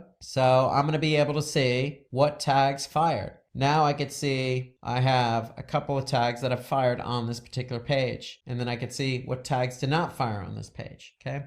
So that's the preview mode. You can use the preview mode before you even submit a tag and trigger to see if it fires. And that's the great benefit of Tag Manager. So if you're not sure if something's going to fire or not, then you can always go into preview mode. And if you are sure it's going to fire, then you can go ahead and submit it. So you can leave preview mode and just go ahead and submit that particular tag and trigger. So here I'm going to leave preview mode, and now once I'm done and I'm sure the tag is going to fire, and go ahead and submit all my changes that I've worked on in terms of setting up tags and triggers. So that's really GTM in a nutshell. So I have my tags, okay? My tags are just snippets of code that I'm going to put in, whether that be Facebook or event tracking or any other Google product like Optimize or Page View. Then I have my triggers. My triggers are there to tell GTM when to fire that tag.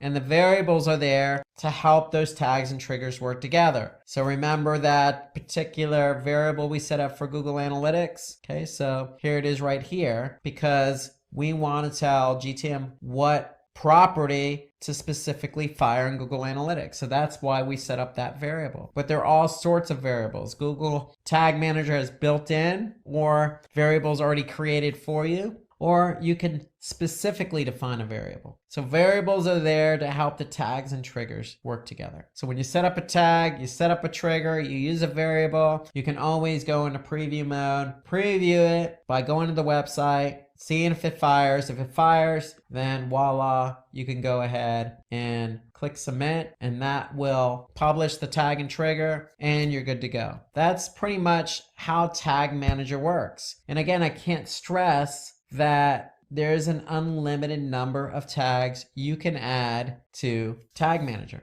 There's no limit. So you got anything from Google to non-Google to event tracking, okay? To Facebook, to anything that you want to track, you want to be able to put into Tag Manager. And again, there's versioning. That's one of the great benefits of Tag Manager. So if I want to go back to an older version, I can simply do that. So here you can see I'm on version 32. That's how Tag Manager works. And I can't stress that, Tag Manager is there to help you track interactivity on the site. Because if you have a site that's interactive, that has a video, that has a download button, let's just say, you have all sorts of newsletter signups, Facebook, YouTube buttons on your website, just like this website does, and you want to be able to track how many people click on that particular button, well, you're going to need Tag Manager. And when you have Tag Manager, you're going to be able to track all of these button clicks and interactivity on your website. Today, we're going to talk about how to rank #1 on Google. So let's get started, and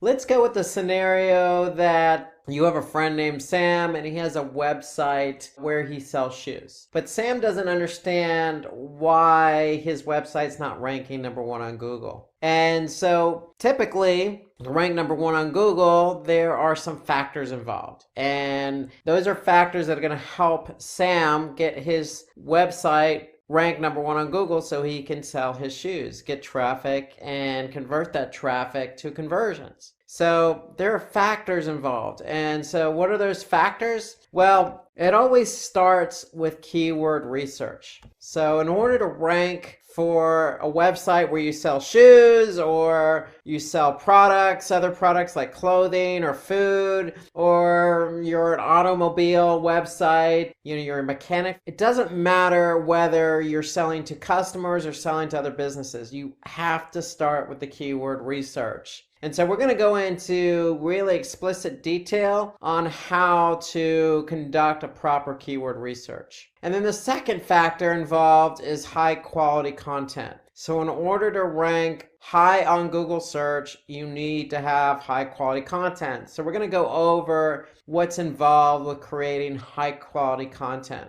Then we're going to take that content, we're going to optimize it using on-page elements and website level factors. So we're going to take into account what's involved with your website and what's involved with specific pages on your website in order to rank #1 on Google. Then we're going to get into the off-site engagement. So when it comes to ranking on Google, you need to optimize your website and you need to do some elements off your website. You need to be engaging off your website, meaning on other websites. And so we're going to talk about what's involved with off-site engagement. So SEO being a major channel for most companies and websites where the opportunity to drive a lot of traffic is there. But you have to earn that reward. The reward is a lot of traffic, but you have to earn the reward, and there's a lot of work involved. And so ideally, what we want to do is follow what we call the 80-20 rule when it comes to search engine optimization and ranking on Google. And what do we mean by the 80-20 rule? Well,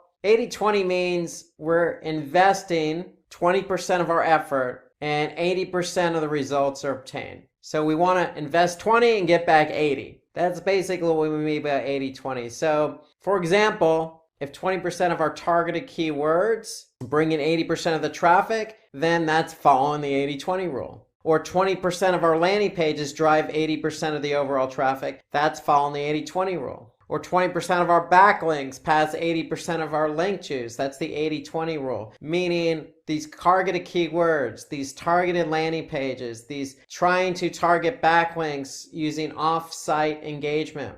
We want to put in 20% of our effort on those keywords, landing pages, and backlinks in return for 80% of the results. So without further ado, let's get started with the keyword research. Let's talk about that keyword research for a website with shoes. And it doesn't really matter what particular product you have. If you need to rank number one on Google, it all starts with the keywords, as I mentioned before. And so in this example, if you have a website where you sell shoes for kids, you're going to want to be found for certain keywords. So the obvious keyword here would be shoes for kids. Well, every keyword that you target has search volume associated with it. So that means when we talk about search volume, we're talking about how many people on average type in that keyword or related keyword on Google.com or Google search. And there's always an average number of searches associated with every keyword, and we call that search volume. How much search volume? So obviously if we're going to target a keyword, we want to have as much volume as possible. However, there's always going to be competition for those keywords, meaning there's always going to be other websites who want to rank number one on Google for the same keywords. And we call that competition or difficulty. So for every keyword, you're going to have volume and you're going to have competition or difficulty.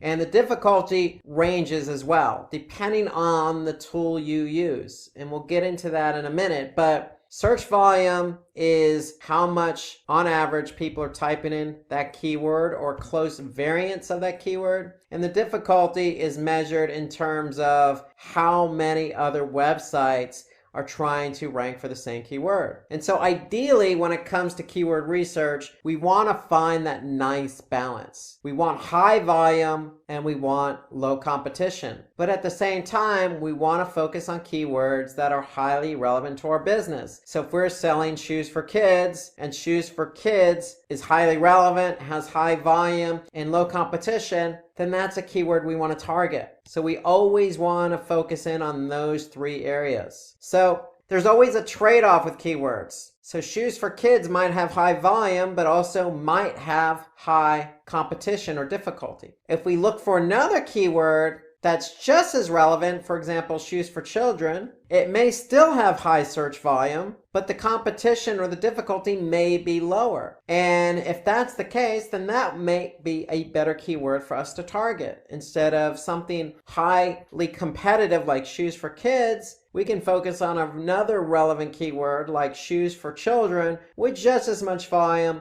and lower competition. And the reason why we want lower competition is because we want to be able to rank for that keyword. So the higher the competition, the harder it is for us to rank number one on Google for that keyword. And so the whole idea behind keyword research is analyzing and choosing the best keywords. So we want to identify a list of keywords that are always relevant. We want to choose the keyword that your competitors are ranking for. And we want to use third-party tools to choose keywords to identify which keywords have low competition and what keywords have high search volume. So one thing to take into consideration when you're doing keyword research is that the longer the keyword phrase, or in other words, long tail keywords or keywords with 3 keywords in the phrase or more, you're going to always have less competition. But there's always a trade-off. With long tail keywords, meaning the longer the keyword phrase, there's going to be less volume, but the trade-off is less competition. And so what we want to do is we want to brainstorm some ideas and find those relevant keywords. So let's look at an example here. So if we go to Google Ads, so Google Ads has a tool called Keyword Planner. And let's just say I have a website where I'm selling dried dried figs. And if I'm selling dried figs, I want people to buy these dried figs. However, in order to attract them, I want to be able to show them that, hey, we have a bunch of recipes. And if I show you a bunch of recipes where you can use dried figs, maybe you'll buy these dried figs to use in these recipes. And so we're going to look for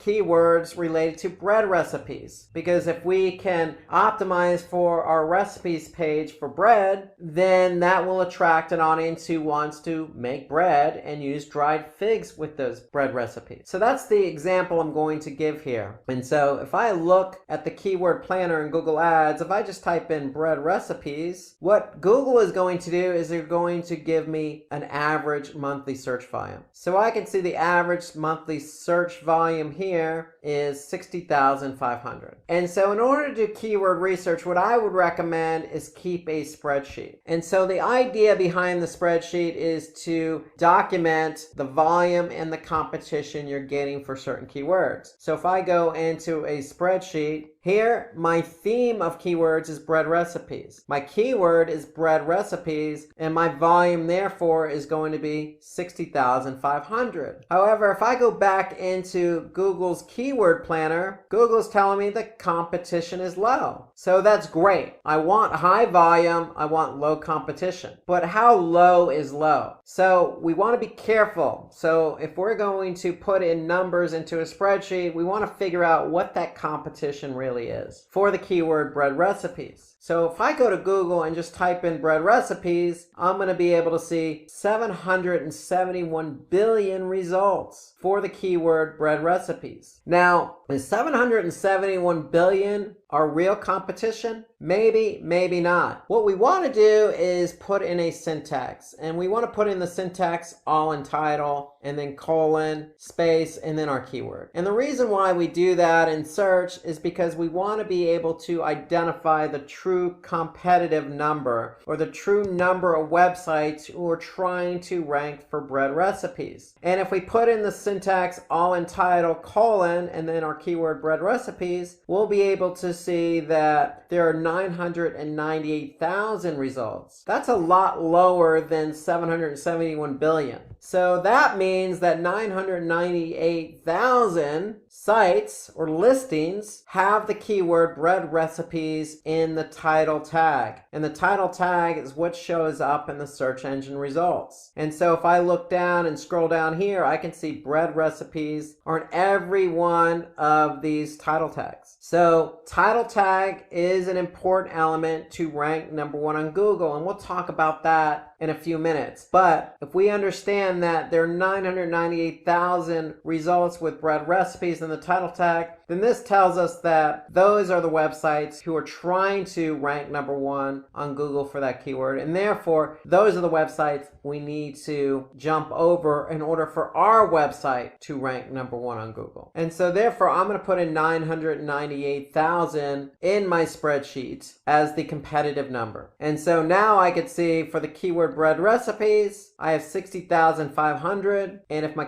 competition is 998,000, then my KEI, or Keyword Effectiveness Index, or in other words, the ratio of volume to competition, is 6%. So that's nothing more than volume divided by competition. So that tells me that my KEI, or my ratio between volume and competition, is 6%. So remember, we want more volume than we want competition. So anytime you do a keyword research, you're going to find a number of different relevant keywords. So if I go back into Google's keyword planner, if I typed in bread recipes, you could see that Google is going to give me a number of different keywords related to bread recipes. Let's just say I have another keyword that I want to think about optimizing for, being ranked on Google for, and that's banana bread recipe. Very similar keyword as bread recipes, except it's a little longer tail. Now, if I type in banana bread recipe in Google's keyword planner, now I can see the average monthly search volume has actually gone up. It's 368,000.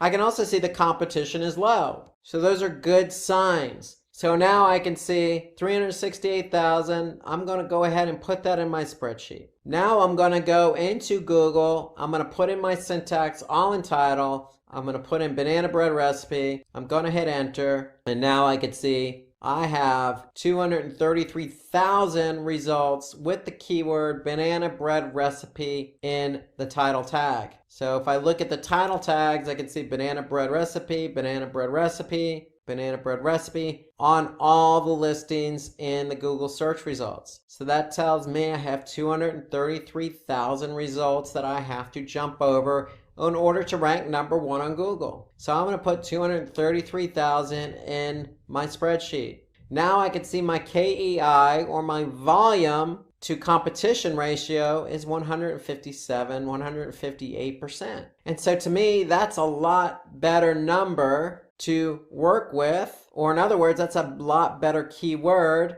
because it's just as relevant and it has a higher ratio of volume to competition. So therefore, banana bread recipe is going to be a better keyword to optimize for in order to rank number 1 on Google. So that's the whole idea behind keyword research. You want to brainstorm ideas. There are plenty of tools out there. So the tool I recommend is Google Ads Keyword Planner. Google's going to give you how much search volume. They're going to tell you the competition, but then you're going to go into Google search. You're going to use the syntax all in title to get a more accurate read on the actual competitive number. And so to find out how keywords that your competitors are ranking for, you can use those keyword tools that I mentioned. Another tool that I use is Moz. So Moz, if you go to moz.com, they have a tool called Keyword Explorer. So if we just type in the keyword, for example, bread recipes, it's going to be able to tell us how much volume and the difficulty. So you can use other tools at your disposal, figure out the volume and the difficulty. There are plenty of tools out there. But the one thing I would just make sure is you use everything at your disposal. So you can use social media to find the most shared article for a particular topic or keyword, like bread recipes. You could check other platforms that have a lot of shared content, like Reddit and Quora, where you can ask people about certain topics using keywords to figure out how much competition or volume there might be. You could stay up to date on industry news to get an idea of what types of keywords are trending. But when it comes to keywords and keyword research, remember, for every web page, we want to be able to pick 2 keywords. We want a primary and secondary keyword. So when we do keyword research and we enter all our keywords into our spreadsheet, we want to be able to have a number of different keywords. In this case, we're focusing on the theme bread recipes. We want to have different keywords because we want to be able to choose a primary keyword and a secondary keyword, because we want to be able to focus on multiple keywords for each page, because we don't want to put necessarily all our eggs in one basket, meaning we won't want to put all our emphasis just on one keyword to rank for. We want multiple keywords to try and rank for. So the primary keyword can define the nature of our business. The secondary keyword could be just highly relevant to our keyword. At the end of the day, we want to choose multiple keywords to try and rank on Google for that page. So for example, we have a blog and we're using ice cream recipes and we're blogging about ice cream recipes, we can have a primary keyword that is about ice cream recipes or homemade ice cream recipes. We're going to always want to find out what the volume and the competition is. Our secondary keyword could be built around other similar keywords like low-fat ice cream recipes or fat-free ice cream recipes or low-fat homemade ice cream recipes. Those are complementary keywords, just like our bread recipes and banana bread recipe. So one thing we want to do when we do keyword research is we want to be able to target one keyword per content when you can target many. We want to be able to target multiple keywords, not necessarily target one keyword. And so we want to be able to cluster keywords. So we don't want to target just one, we want to target multiple keywords per page. And when we talk about clustering, if we go back to our keyword research, what we're doing is we're clustering a bunch of keywords under the theme bread recipes. And so by looking at the volume, looking at the competition, looking at the KEI, we can choose different keywords for our page. And that's what we mean by clustering. We want to cluster keywords into a content theme. So why target only one keyword per content when we can target many? Because we don't want to put all our eggs in one basket. We don't want to target just one keyword. We want to target many. And so that means clustering your keywords into a theme and choosing multiple keywords for that particular page. And when we do that, we have a better opportunity to rank high on Google search. And the whole idea behind ranking high on Google search is we can get the volume.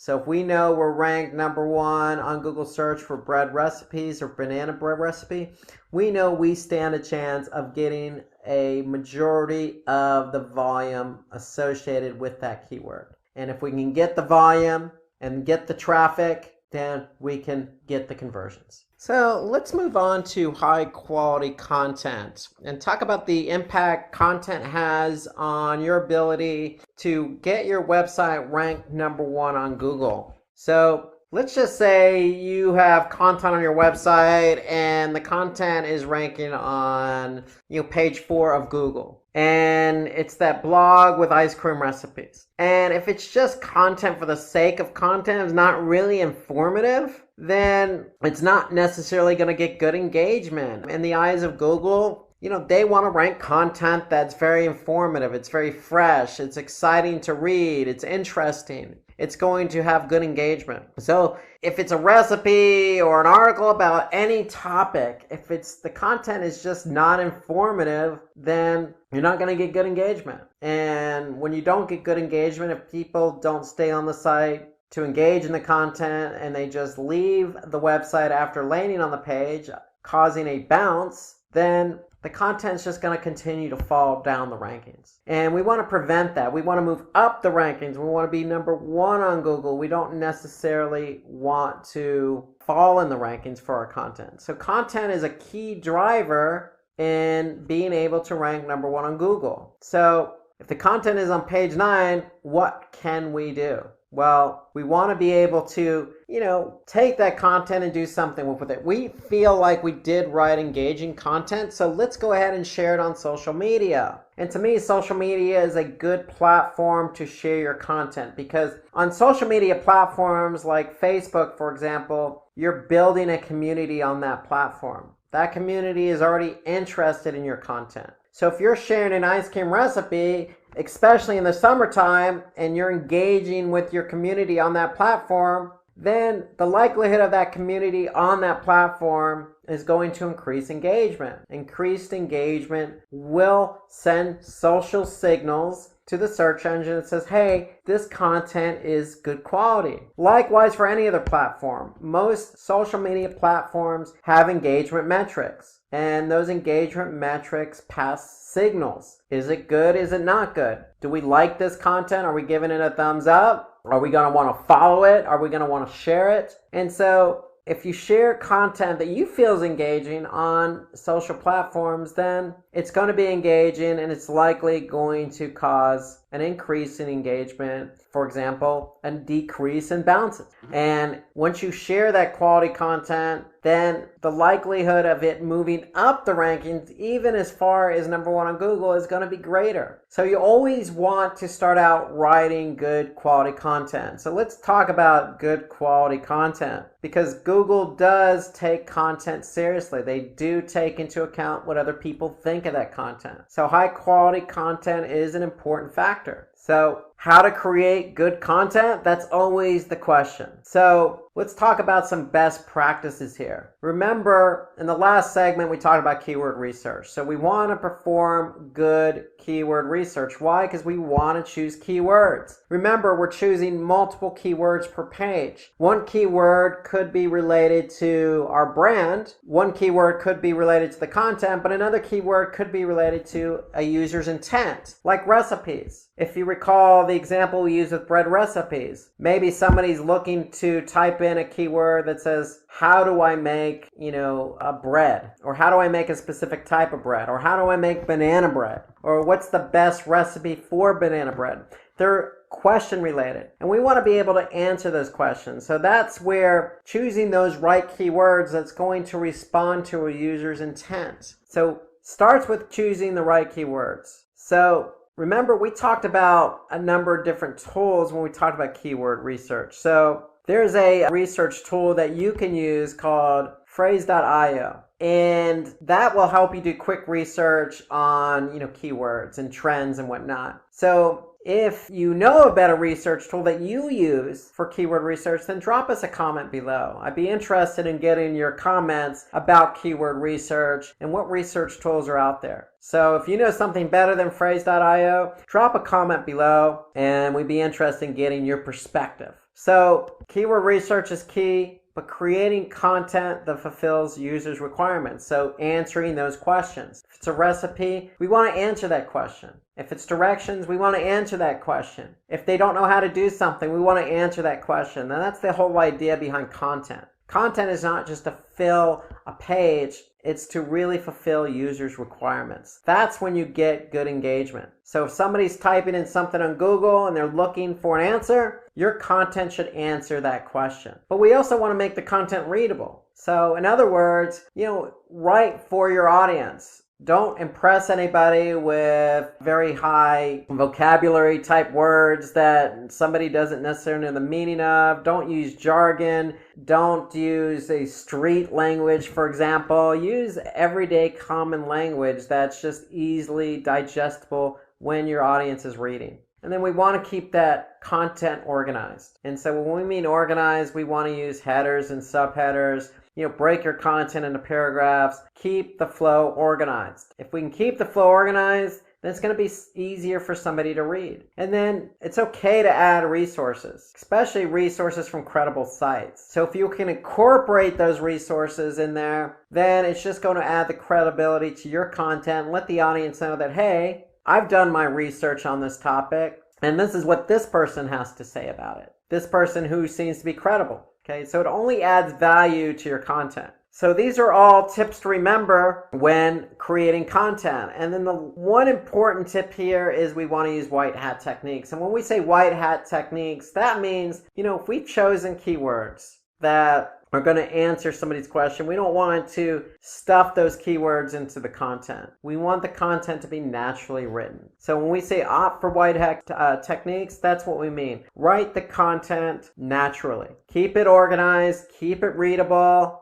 include third-party sources, and make sure it answers a question. So there are different types of content. So there's content where you just write words. It's all text-based. You could also use an infographic. An infographic is simply just a graphic that visualizes exactly what you're trying to explain. For example, if we want to write an article about how to write good, engaging content, we don't necessarily have to write all that out as a text. We can create an infographic. So for example, here's an infographic on 20 effective ways to basically not bore your readers, but write engaging content. So you could see this is an infographic. It's all graphically laid out. So infographics tend to be easier to understand because they're visual. They're easy for the end user to comprehend because there's generally no jargon. It's usually images that are portraying the point of what you're trying to get across. And so it tends to break it up, the monotony of just text. It's more visually appealing and it's laid out and organized. So you can see this infographic has 20 different steps or rules, and they lay those out all here in this infographic. And the great thing I like about infographics is you could share them on social media, you can re-engage them as a post, you could save them on really any social platform. So infographics tend to tell a better story versus, say, just writing text. You can use video and images, so you don't necessarily have to lay it all out in an infographic. You can certainly insert a video or an image into your content, especially if it's a blog post. If it's a blog post, then sometimes video and images on its own tell the story.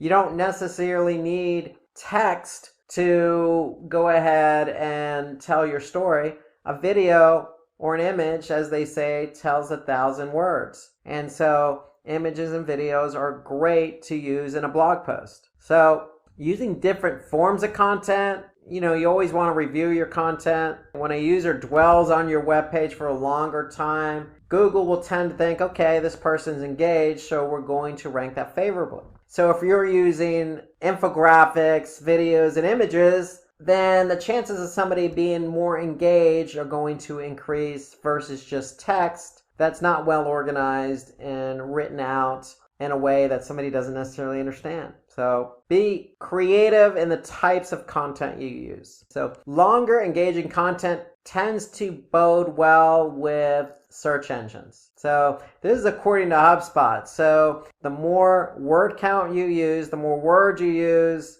the chances of you ranking higher are going to be better. Just take into account best practices. You want to maybe break up the content with an image, organize it, make it engaging, use headers. So it's not necessarily just words, it's the words and how those words are written, how they're structured, the types of keywords you're using, how you're engaging with your audience. There's a lot of factors, again, those best practices we just went over. But the key is, if you have longer, more engaging content, then it's going to bode better for you on search engines. So a couple of steps to create high quality content. So you want to begin with a comprehensive introduction. So always introduce your content. Remember, the content should be relevant to the keyword. So if you're choosing keywords in your keyword research, think about answering that question. If somebody's typing in bread recipes, maybe they're looking for banana bread recipes. How to make the best banana bread, or how to make banana bread using dried figs. We want to be able to align our content with that keyword naturally. You want to create a title that's worthy, that's click-worthy. So remember, if you're in Google search and you're doing search for something simple like bread recipes, we want to make something that's going to be engaging for somebody to click on, like easy perfect yeast bread or easy crusty French bread, or something that's going to be engaging. The best bread recipes, or how to make the best homemade bread. Something that's going to draw somebody's attention to the title of that blog post. So we want to include LSI keywords. So what I mean by LSI keywords in your content, we mean, long tail keywords. Make it natural. Headings and subheadings should consist of keywords and variants. So if you're writing headers and subheaders, include the keyword in there. And that way, the content always stays relevant to the audience. Okay, shorten your sentences and paragraphs, so don't write long paragraphs. Remember, we want to break this up. We want to make it easy for the end user to read. And we want to always put internal links on our blog post. Why? Because if we have internal links, then if we have a link from one blog post to another blog post, or say our blog post to an internal page on our website, we want to make sure that it's relevant content. That way, if somebody's reading something and you have an internal link, let's just say from a bread recipes page to a banana bread recipes page, then they may find it interesting, click on that link and go to the banana bread recipes page. So it's keeping somebody engaged on your website. So putting in internal linking will help keep the end user engaged, because you're offering up links that's relevant to the content. You always want to break up that content with images. Okay, we want to use alt tags, meaning we want to pen the image with text, so that way if the image doesn't load, then at least the alt text will load. So we can incorporate call out boxes, and more importantly, we want to update our content regularly. So we always want to get the best recipe out there if it's banana bread, or different ways to create banana bread, or always just coming up with ways to update the content. So we want to keep our content, our blog post fresh. And then we want to include a CTA, call to action. If we include a call to action, then that's going to keep somebody engaged and have them act on your content. So these are steps to creating high quality content. And so let's look at an example here. And this is a 3-month-old post on BuzzFeed. And it's 21 pictures that restore your faith in humanity. So it has a lot of likes, a lot of tweaks, and that means it's engaged. People are engaged when reading that. And so if we go and look at it as an example, we could see it on BuzzFeed here, 21 pictures that will restore your faith in humanity. So this was written back in 2012. Again, a lot of engagement. But if we look at it we can see immediately that it's taking into account third-party sources. It's got some content, it's got images, it's being broken up by images. We could see there's call to actions on there in the form of social, so people can go ahead and share it if they like it. Okay. It includes videos, it includes images, third-party sources. So it's a good post because, listen, it's engaging content. It's probably answering somebody's question about humanity.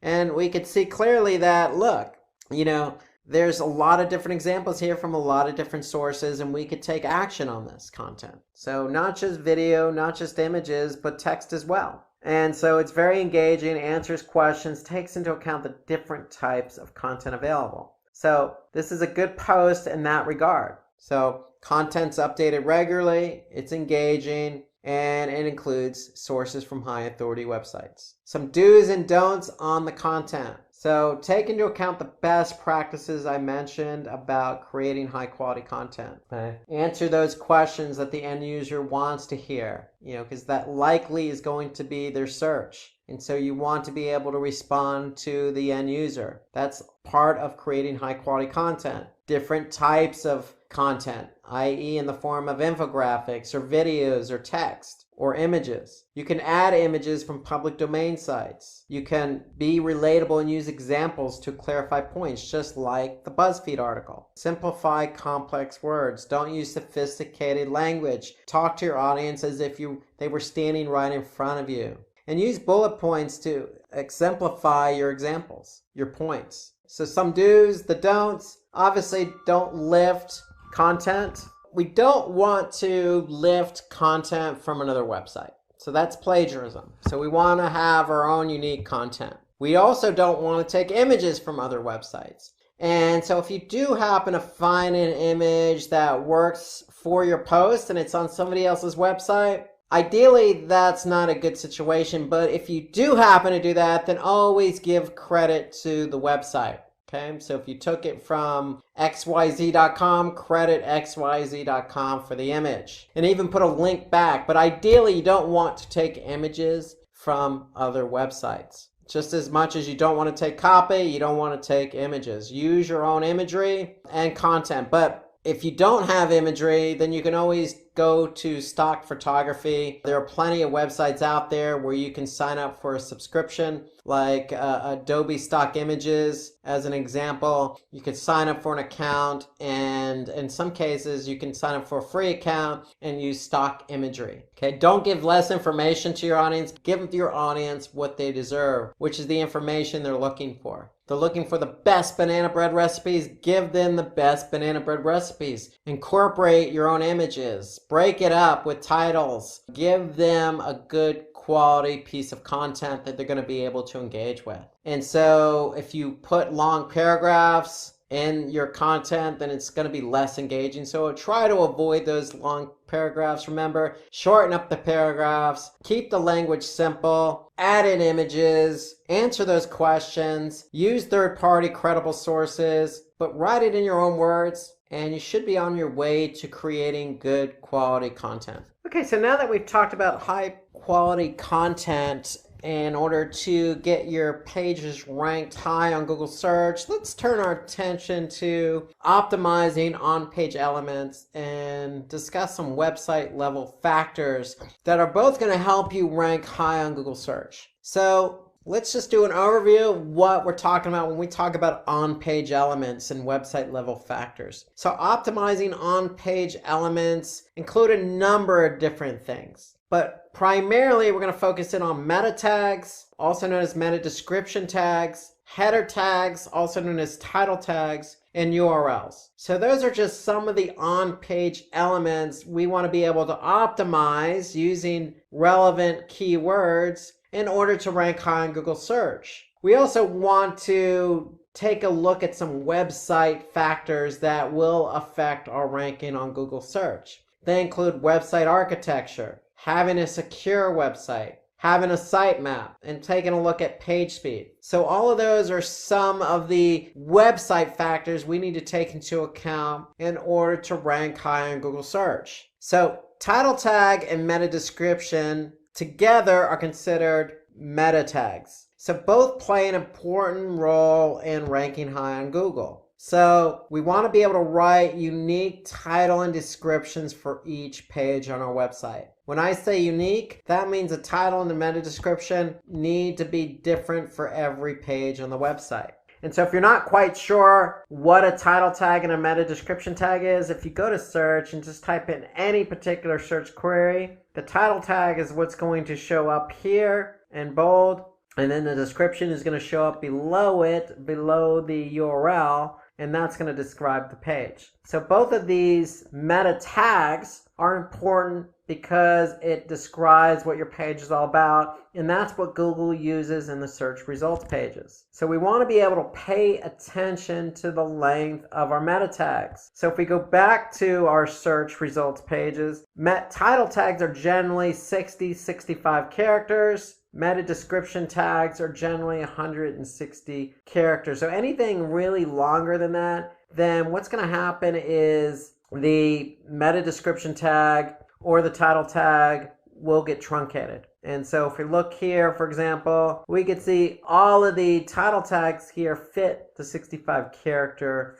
limit. But if you run over the character count on meta description, then Google is going to truncate the copy. So you want to stay within your parameters in order to avoid getting your content truncated. And so the other thing when we're writing title meta description tags, we want to minimize keyword repetition. So if we're optimizing for keyword, we don't want to necessarily just plug that keyword into the title tag and meta description multiple times. We want to make sure our title tags and meta descriptions are naturally written. So if somebody's typing for banana bread recipe with dried figs, we want to have a nice title tag and a description that is going to get somebody to respond based on their need. And so we definitely want to avoid keyword repetition, but we want to be able to use that keyword in the title tag. Because if you remember from the earlier segment, when we did the all-in title syntax to find out exactly how many competitors were using that particular keyword, well, we obviously want to use that keyword in the title tag because, again, the title tag is an important factor when it comes to search engine results. So we want to use the keyword, but we want to avoid stuffing or using it repetitively in our title tag and our meta description. We want the title tag and the meta description to describe the page, sound natural, but also be engaging, because the point is we want people to click on our link and go to our website from search engines. So title tags with numbers tend to result in higher click-through rates. This is according to Moz. So for example, if you just put in a title tag that says learn digital marketing, well, that may work, but if you put a number in there like 5 easy ways to learn digital marketing, that might get somebody to click on your link and go to your website. So having questions in your meta tags can also increase your click-through rate. For example, if you just put learn the importance of first page rankings, not too bad, but again, generic. But if you put it into the form of a question, how to rank number 1 on Google, it's more action oriented. It's going to get somebody to resonate with the question that they have. And that may be their query, how to rank number 1 on Google. And so these techniques will help you get higher click-through rates. And so according to Backlinko, title tag with a keyword can improve site ranking. So remember, we want to include that keyword in the title tag. Even though we only have 65 characters, we want to include that keyword, but we want to avoid stuffing the keyword in there. We want to, again, make the title tag action-oriented, maybe with a number, maybe as a question, with the keyword in there once, naturally. Not easy to do, but that's the beauty of SEO. If you can follow these best practices and write a good title tag, then the chances of you improving in your search results are going to be greater. So having only one H1 tag in your post is going to be good. So remember, when somebody clicks on a link, so let's just say they do find a title tag engaging and they click on this link here and they go to that website, you want to start out with having that particular H1 tag, because the H1 tag, especially with the keyword in it, is going to signal to Google, hey, We're organizing our page, and because it's an H1 tag, it's important. We're structuring the page according to best practices. So having only one H1 tag in your post is definitely helpful. Having multiple tags, H tags in your post, help organize the page a lot better. So we want to add that targeted keyword in that tag, and your header tags should be relevant to the content. So if we go back to our example of the using dried figs with banana breads, well, the title says California Fig Banana Bread. And remember the last segment when we were talking about high quality content? Well, look no further than including a video into our content.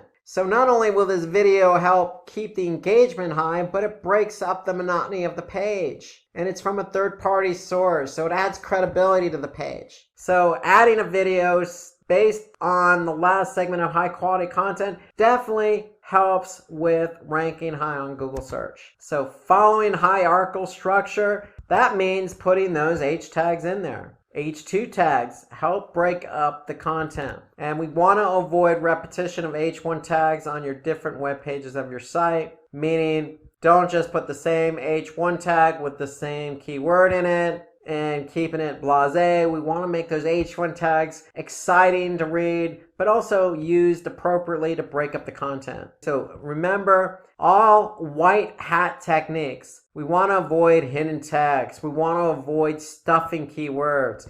We want things to be natural. We don't want things to be forced. And your H1 tag should be 20 to 70 characters. Don't make long H1 tags. So if we go back to our page example, a short, sweet tag here, California Fig Banana Bread. It's relevant to the content. It's short, sweet, and breaks up the monotony of the content. And more importantly, and again, any content you have on the page should always answer the user's intent. Remember, people are using search to answer questions, find information. Our content should be able to answer that for them. So, according to John Mueller, Senior Webmaster Trends Analyst at Google, header tags would definitely help Google for rankings in the search results. So we want to use header tags. So when it comes to URLs, we want to use hyphens and avoid underscores. So if we look at this URL here, this uses hyphens, fig and banana bread. So it's all broken up with hyphens. That's a best practice. Remember, canonical URLs. A canonical URL signals to Google this is the original content. So we want to use original content. And if you have multiple sources of content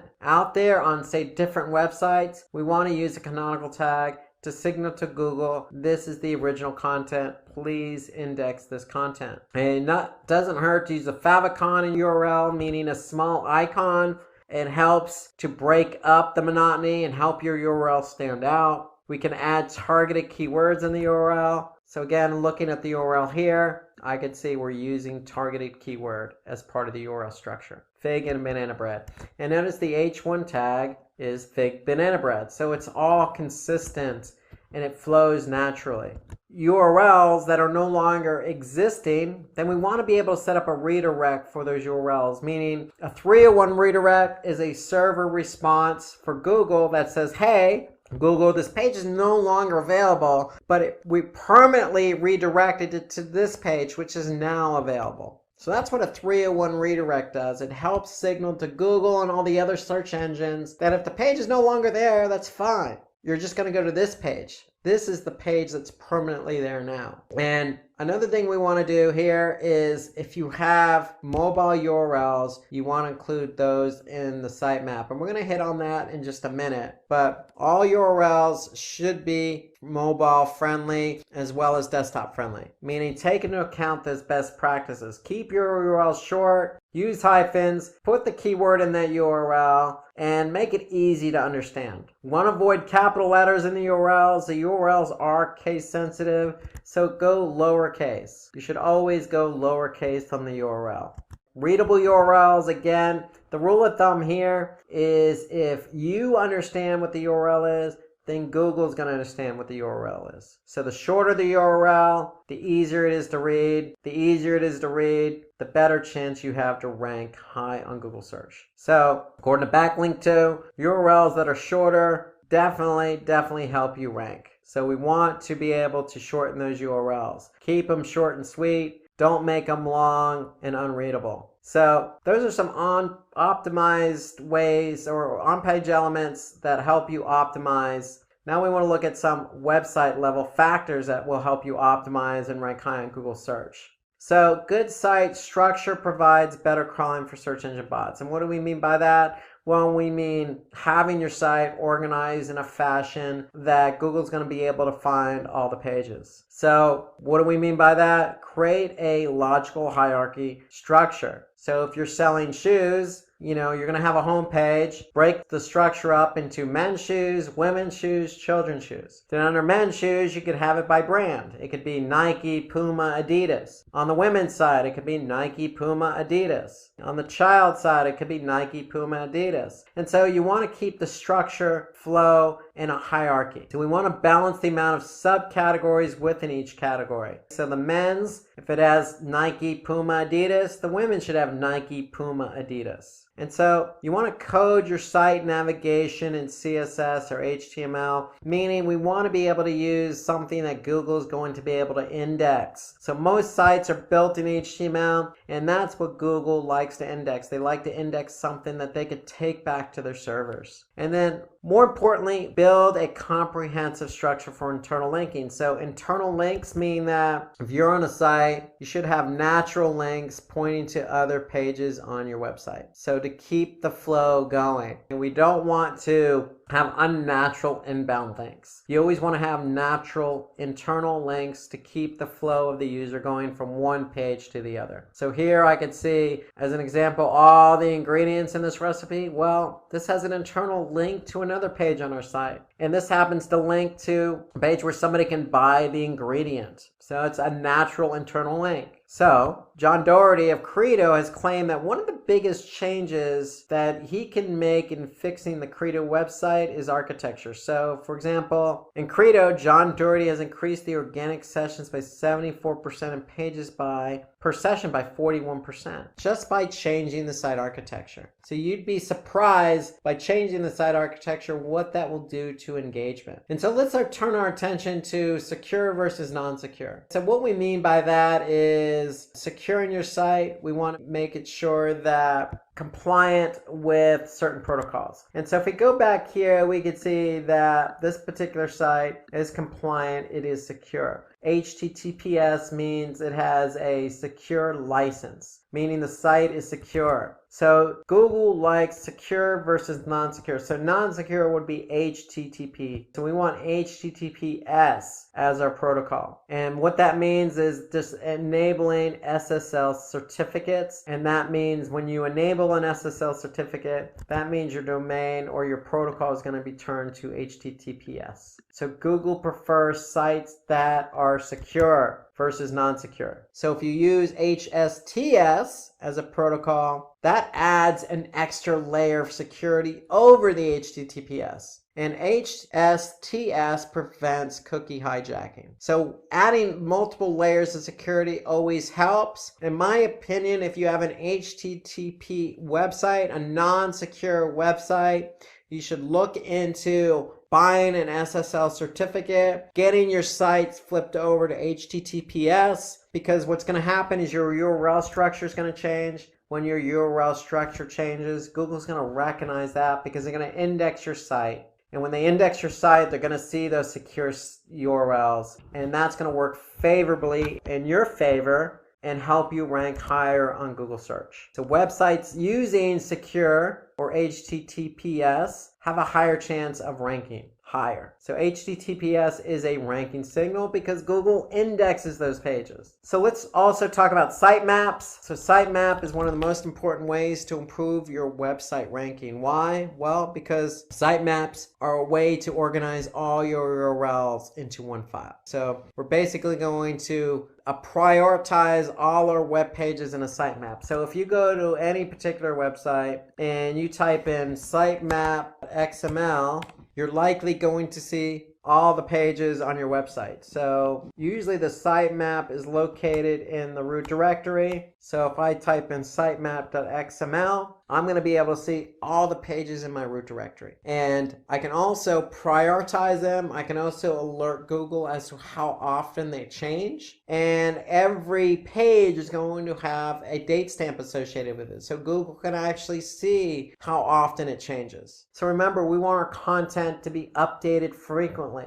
So if content's not updated frequently or it's not fresh, then Google's going to see that that date stamp, that last modification date. So we want to be able to make sure our content's updated frequently. We want to let Google know that we changed it frequently. And we want to be able to prioritize our pages, let Google know, hey, these pages are important to us. So all that can be set up in a sitemap. We want to be able to add canonical versions of URLs in the sitemap. So we want to be able to add all our original URLs in our sitemap. And so we always want to build dynamic URL sitemaps for larger websites. And what I mean by dynamic URLs, that means that if I look at this sitemap and we're always adding content, let's just say in the form of a blog, well, guess what? We want those pages to be added to the sitemap as they're published. So as we add pages to the blog or to the site, then they should automatically be added to the sitemap. And so in effect, what's going to happen is we're going to be able to see the sitemap grow with more URLs. When the sitemap grows with more URLs, then that means then Google's going to index more pages. They're going to index more fresh pages. So they're going to be able to get those pages that are just published quicker. So that's the whole idea behind dynamic sitemaps, is we want to be able to capture all the URLs just as they're published. And we want to be able to maintain our sitemaps. And so I would always recommend a dynamic sitemap, but you can always create your own sitemap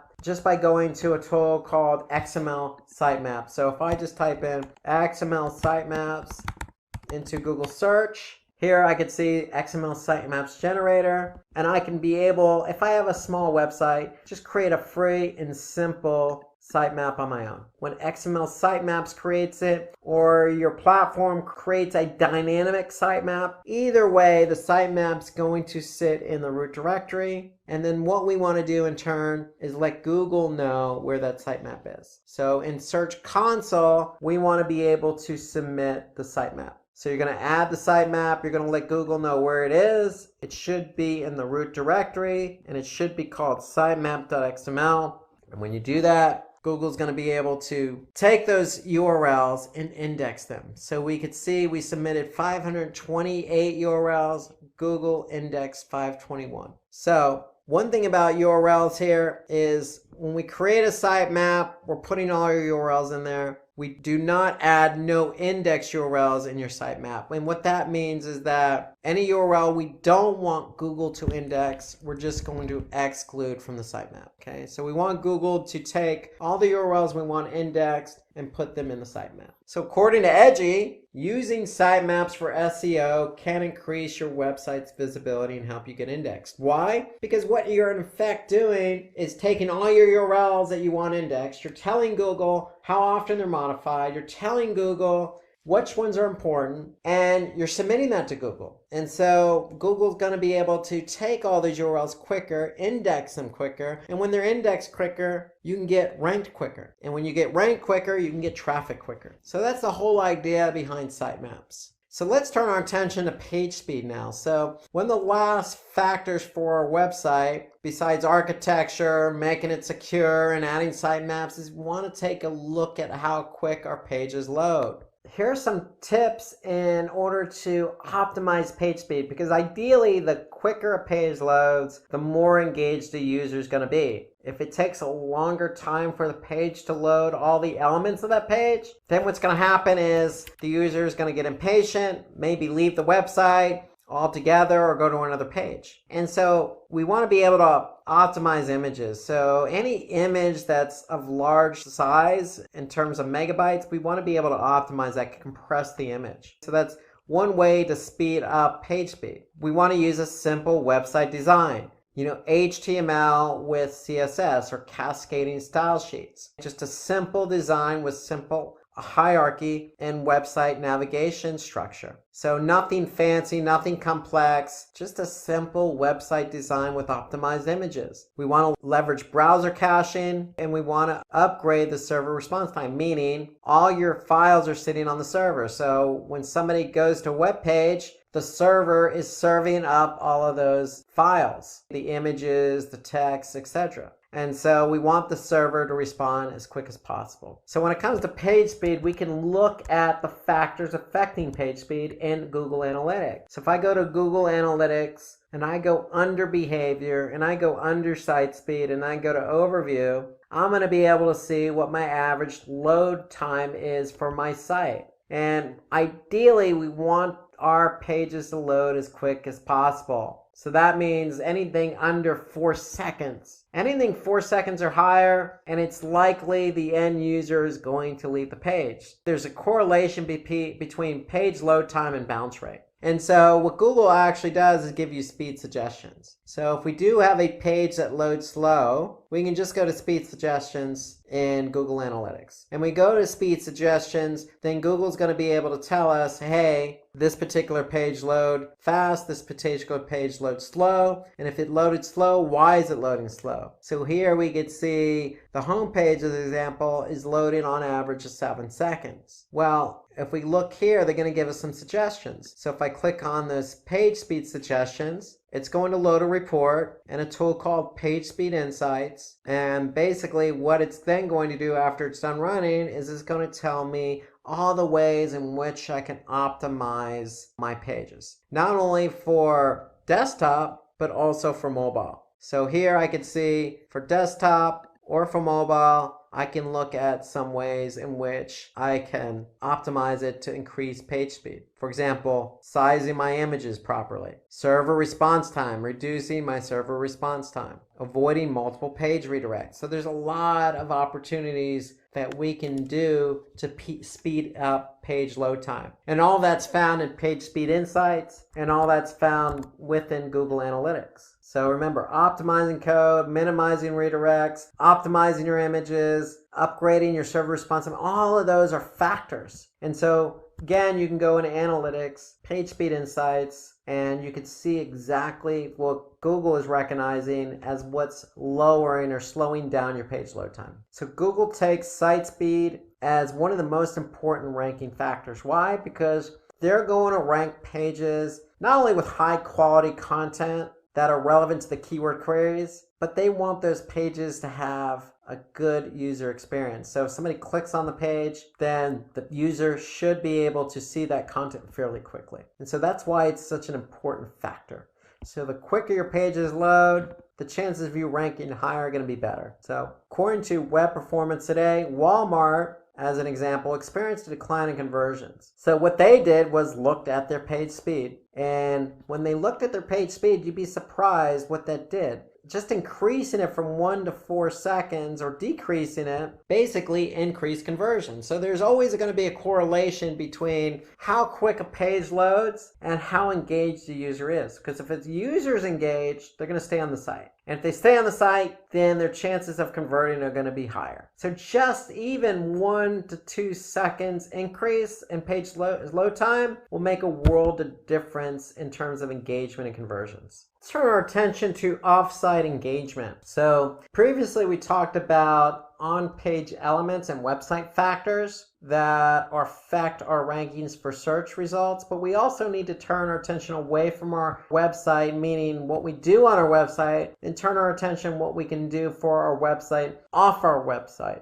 and onto other websites. So that's off-site engagement. And so let's look at an example. So that ice cream recipes blog. And I'm going to talk about how to rank YouTube videos today. So at Simplilearn, we take our videos on YouTube very seriously, meaning that when we create videos, we want people to see them because we know we make good videos and we know we have good content and we know that our audience is going to enjoy it. And so we want our audience to see the videos that we're creating. And so we're going to give you some tips and tricks tricks and methodology and ideas on how to get your videos to rank on YouTube. So at Simplilearn, if I go to YouTube and I just type in machine learning, you can see we're right here is the first organic video on YouTube for machine learning. If I jump over to Google and I type in machine learning basics, you can see we're number one for machine learning basics under videos. If I click on all, we're also ranked here as well under the videos section on organic search results. Another example, data science for beginners.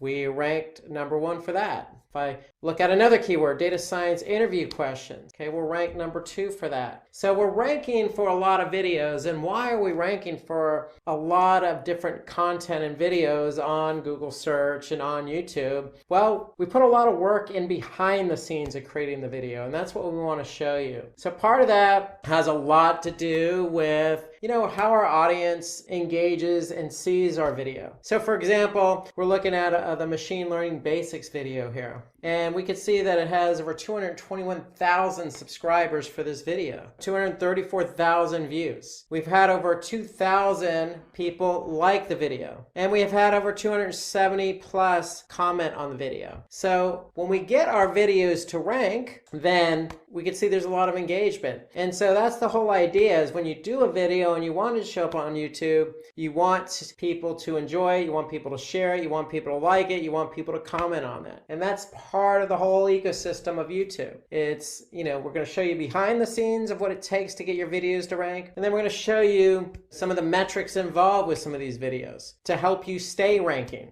So without further ado, let's go into how to get your videos to rank on YouTube. So we're going to talk about keyword research for YouTube. We're going to talk about some ways to create high quality videos. So the importance of user engagement, just as I showed you with the machine learning basics video, all the shares, all the commenting, all the views and subscriptions. Then we're going to get into how to promote your content. And then we're going to just review a little checklist for you and sum it all up. So let's get started with keyword research. So basically what we want to do is center our keywords, just like our website. We want to center our keywords around, or our content around, good keywords. So the videos on YouTube are no different than the web pages on our website. So if we have somebody who states YouTube is the world's second most well-known engine, well, it is, because it's right behind Google. It's not a search engine per se, it's a video platform, but if it was a search engine, it'd probably be second right behind Google. So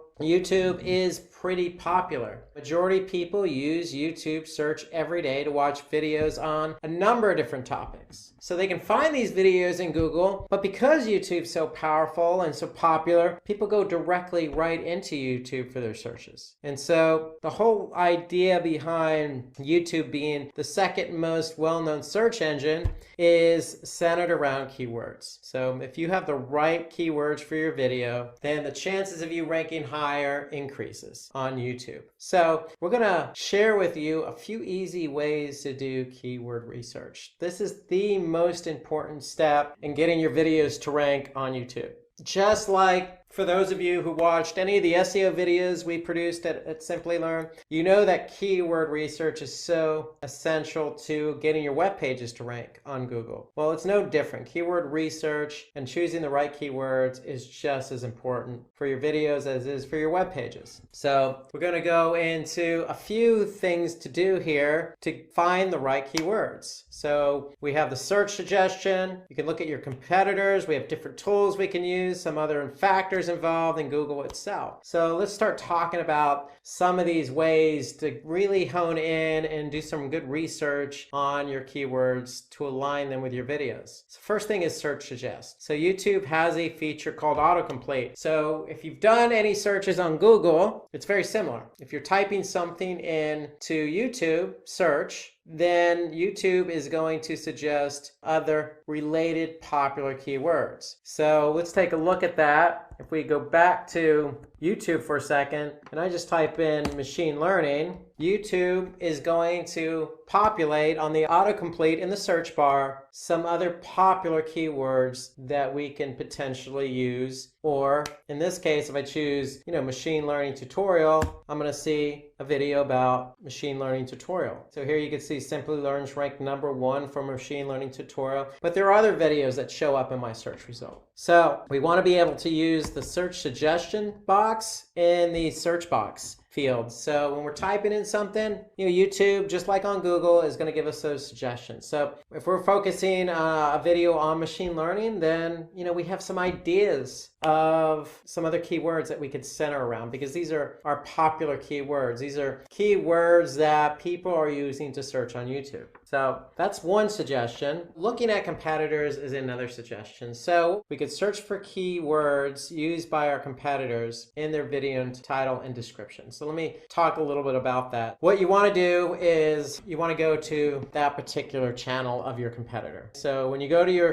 particular competitor's YouTube channel, you want to be able to click on the videos tab. When you click on the videos tab, then you're going to sort by most popular, and then what you could do is see a list of videos, and then when you look at a list of videos, you're going to choose a video, and then what you're going to do then is take a look at the keywords used in the title and description. And then once you do that, you're going to have a list of keywords that you can use yourself for that video. So for example, let's go back to YouTube. So if I go to type in Simplilearn, here's their channel page just by clicking on Simplilearn. If I click on videos. Ever wonder if there's So now I can see all the videos. Ever wonder if there's an easier way? Go back. So here I can see all the videos, sort by most popular. Once I do that, then I could choose a video. This is the most popular video right now for Simplilearn. If I click on that video, it's automatically going to start playing. But what I could do is simply just look at, the content and description. So just by clicking show more, I can see all the content that align with this video. That's one way to do it, is simply by looking at your competitors. Now, what you could also do is look at the tags associated with the particular video. And so what you want to do is you want to look at the HTML. And so that means looking at the page source. So just like web pages, what YouTube does is they look at meta tags. So if you call from SEO,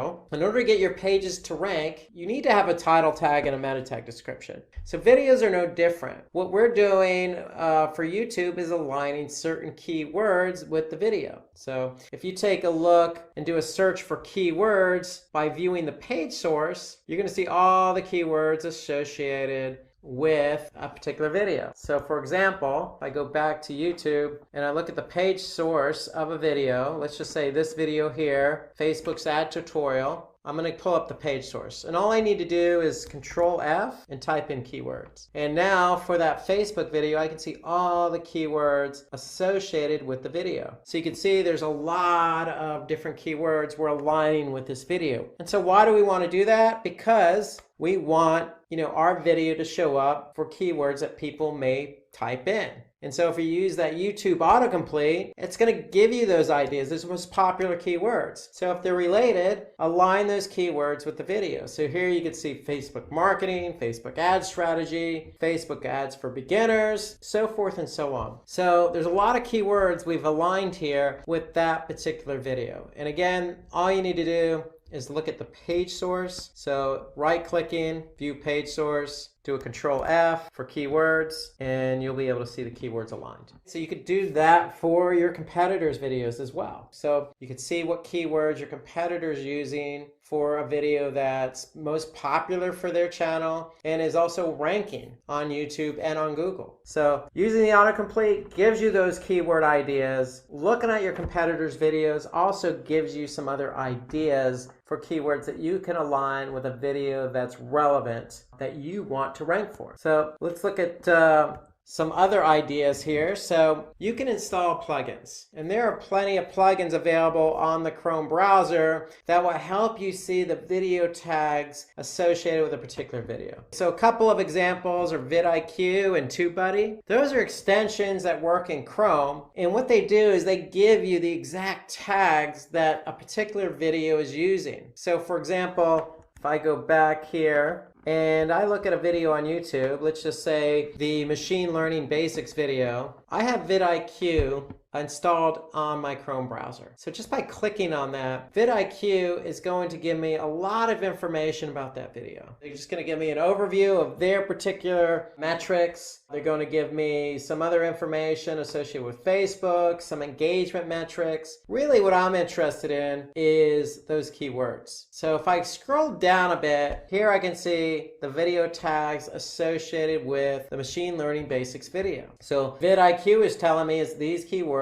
are associated with this video. And not only does it show me what keywords are associated, I can also see where they rank. So for machine learning basics, this particular video ranks number 1. If I go down, I could see what is machine learning and how does it work. I could see it's ranked number 2. Here I could see machine learning algorithms, it's ranked number 9. So I can get some ideas of the types of keywords that are being used as tags for that video. Further down, I can also see some channel tags. But really, this is the video tags are the idea place I want to be able to look to get an idea of the types of keywords that are associated with the video that are also ranking or not ranking. So that's another way for you to really get an understanding of what keywords to use with the particular video. So autocomplete, you can look at the page source of a competitor's video, or you can use a Chrome extension. In this case, I'm using vidIQ to give me some information about the video tags for a particular video. So according to an industry study, using keywords and video tags will help you rank well on YouTube. So you have to use keywords and video tags if you want your video to rank. There's been a lot of studies. YouTube is so popular and videos are so prominent in today's world where if you have videos and you're going to upload them to YouTube, then associate the right keywords with those videos. So some important factors when we look at keywords. What we want to do is look at search volume, we want to look at competition,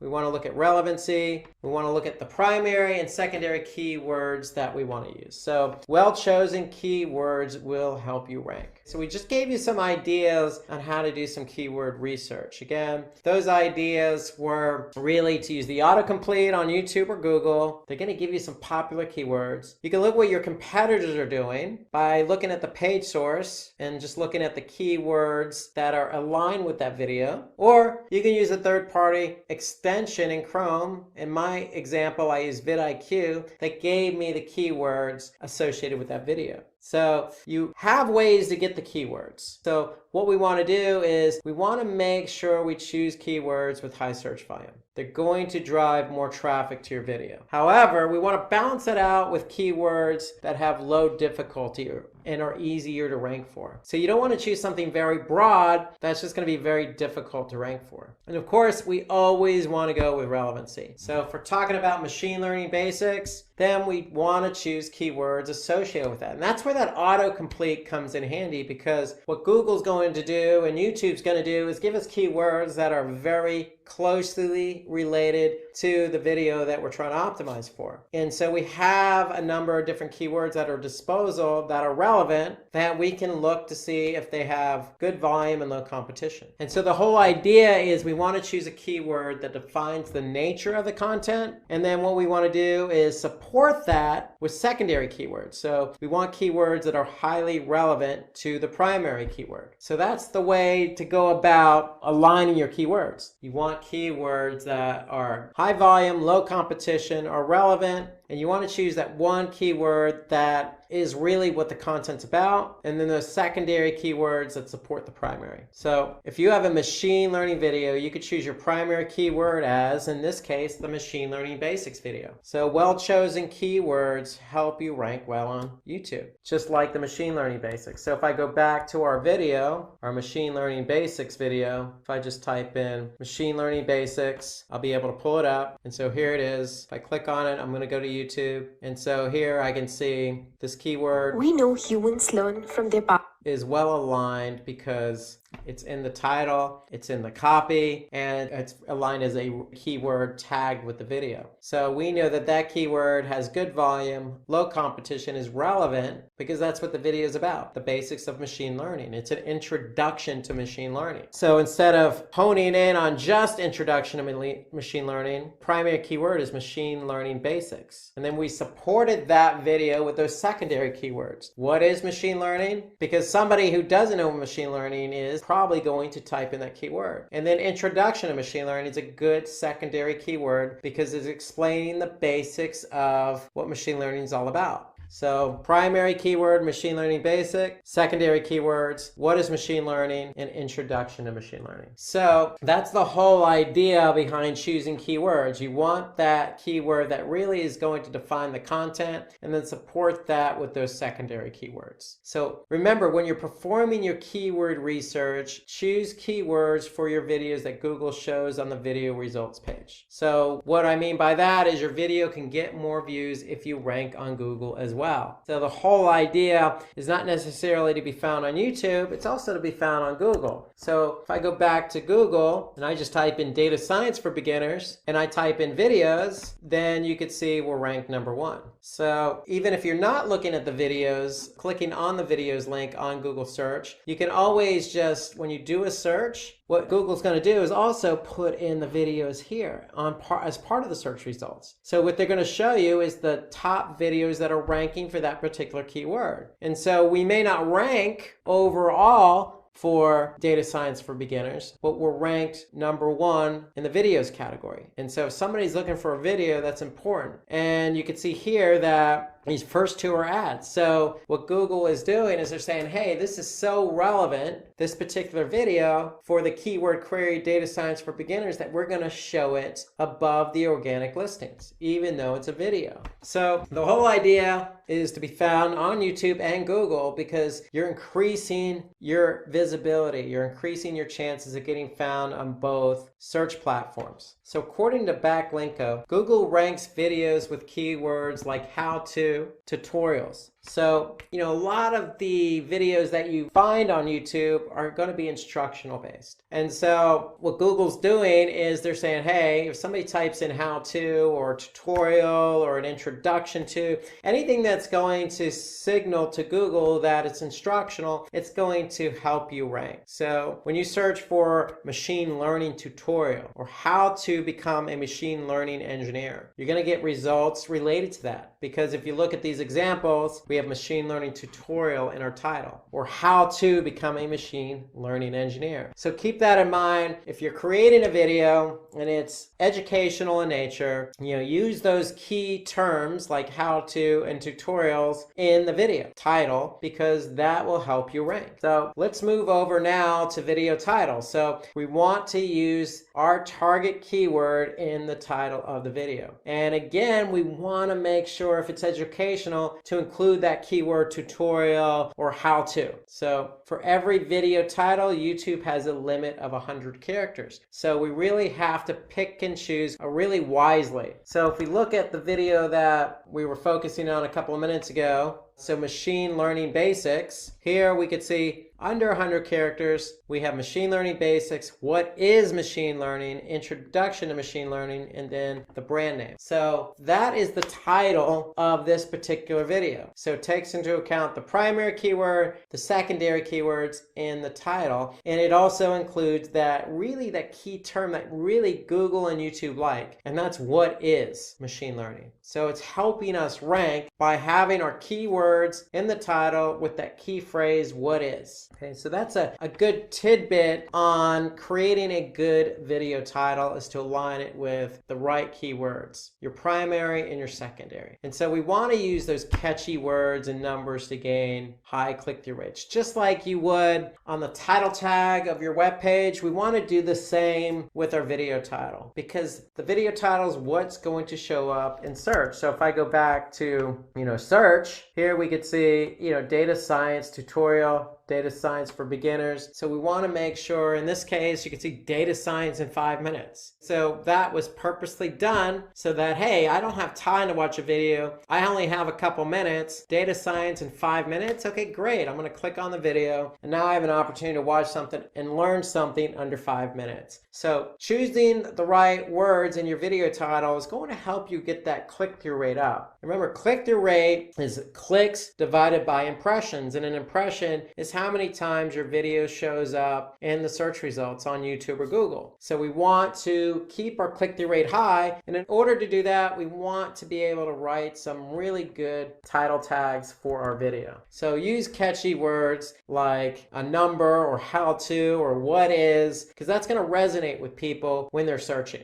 Now for the description, what we want to do is we want to use the target word at the beginning of the description, the title, and the tags itself. So if I go back to my video here, machine learning basics, we know it's in the video title. And right off the bat, if I look at the description of the video here, I can see this machine learning basics video will help you understand what is machine learning. So our primary keyword is in the first sentence, right in the introductory of the description. And so that's going to bode well for optimizing our video. The description length is 5,000 characters. So we have a lot of characters to work with. So if I go back to my video, I click show more, we have a lot of characters to really describe what the video is about. Okay, there's no shortage of including keywords into the content. So you have 5,000 characters. Go ahead and see if you can work in naturally your keywords. But one of the key tips here is just make sure that first sentence starts out with that keyword. That's a good tip. Of course, you always want to make it sound natural as possible. You don't want to stuff it with keywords. At the same time, work them in naturally. Work in your keywords naturally. And then include hashtags in your description to help the audience find your video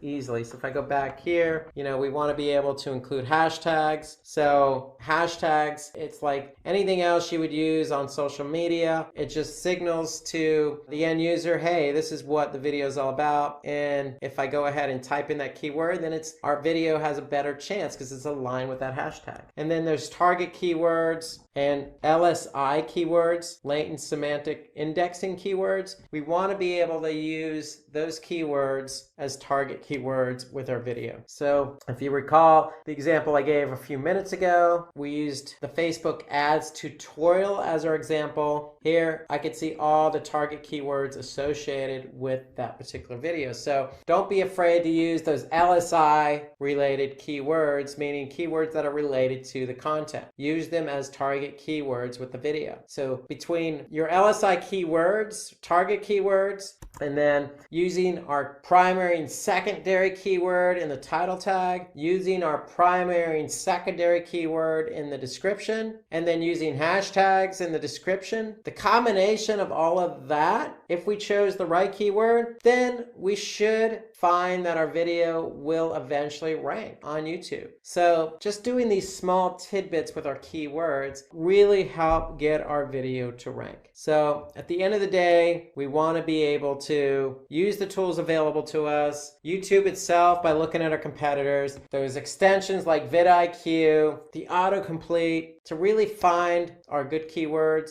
and then incorporating those keywords into, the title tag, the description as target keywords, hashtags. We should really be off and running with our video on YouTube. Let's turn our attention to creating high quality videos and some of the best practices around that. So along with everything we mentioned about choosing the right keywords, we always need to keep in mind that the videos we create need to be of high quality. So the content itself, in addition to the keywords, is a primary factor in ranking. So in order to have keywords, we need to have content. And in order to rank, we need to have good content. So let's talk a little bit about creating content and what's involved with that and what we really mean by high quality videos. So if you have a video content that is not informative or relevant to the topic, it won't rank. So that's just common sense. So you need to create content that's aligned with the topic, obviously, and then that way you have keywords that are aligned with the content.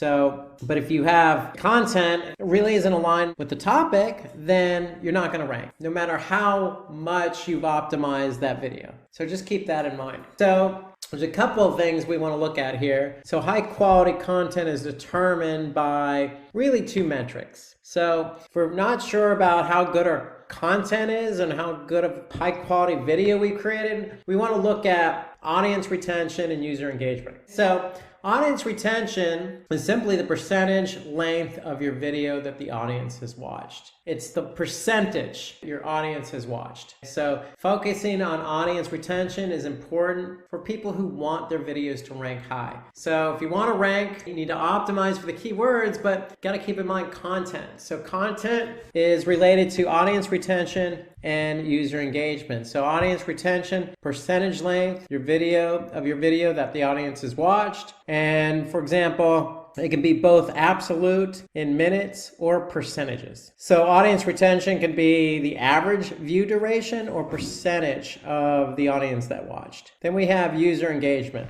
So user engagement are viewers who are engaged with your content. And so that means they're either sharing it, subscribing, commenting, or liking. So those are all forms of engagement. So the percentage of users who watched or how long they watched versus engagement or in combination with engagement are two factors for ranking. So let's talk about some tips for creating high quality videos. So we want to publish longer videos. And so what do we mean behind longer videos? So what's the reason for longer videos? Let's just suppose we have two videos, one shorter in length and one longer in length. First video is 15 minutes long. The second video is 7 minutes long. So on average, if viewers watch about 40% of both videos, then video X, which is 15 minutes long, will have more than twice the watch time of the video that's 7 minutes long. So remember, duration. We want, people to watch our videos longer. So if the video is longer in length, if it's 40%, then it's going to have a longer audience engagement, audience retention. So that's one of the reasons, from a metric standpoint. So even when viewers watch, both videos, the time is going to differ. So we want to take into account longer videos for primarily that reason, is because, it gives an end user an opportunity to watch the video longer, and then it's going to help us rank our videos longer. So when we talk about watch time, so if one video has higher watch time than the other, watch time is just the number of views times the average view duration. So another tip is we want to plan our video script. So we want to keep the content organized. My recommendation is, create an outline first. And once you create an outline of how the video is going to flow, then start populating with content. And so to me, that's how you can keep the flow organized, okay, is really with an outline, starting out with an outline. Videos are no different than, say, a presentation. If you've done a PowerPoint presentation, you always want to start out doing an outline. And then we want to upload high resolution videos. High resolution, we don't want to create videos that, are small resolution, like say, 400 by 400 resolution or something, something really small. We want to create something in very high res. So according to Linko, more than 50% of videos on the first page of YouTube are high definition. So high definition videos of higher quality are going to be shown on the first page of YouTube more often than not. So high resolution videos, organizing the content, publishing longer videos are examples of creating high quality videos. We also want to make sure that content is relevant to the title. So if we're talking about machine learning basics, obviously the content is going to be about, intro to machine learning or what is machine learning, and then the title should reflect that content. So aligning the title sets the expectation for the end user. So when they see a title, what is machine learning? Then when they watch the video, they're expecting to learn about machine learning and what it is. So if it meets expectations, then the chances are that person who's watching the video is going to watch it longer.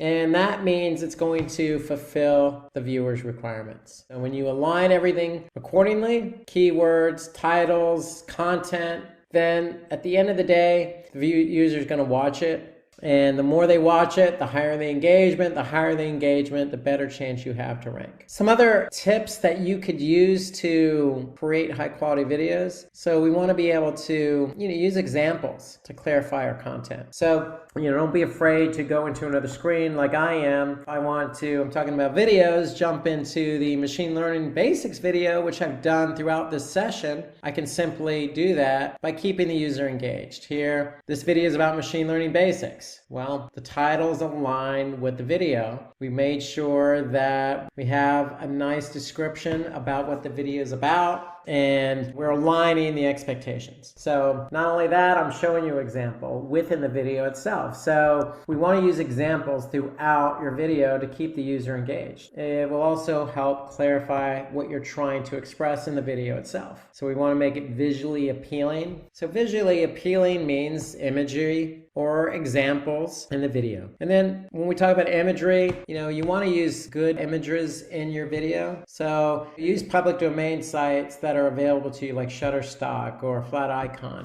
There are plenty of those sites out there. So feel free to use any one of those sites to use high quality images in your video. Give more information to your audience. Giving maximum relevant information can help gain more views. And so when we talk about more information, again, it goes back to, the examples you use. Should be no shortage of examples. Here, description, use all 5,000 characters at your disposal. Imagery, we want to build up as much information as you can in the video itself to keep the end user, the viewer, engaged. We also want to create original content. So always create original content. You could certainly get ideas from YouTube. If you want to create a video about machine learning, see what else has already been done.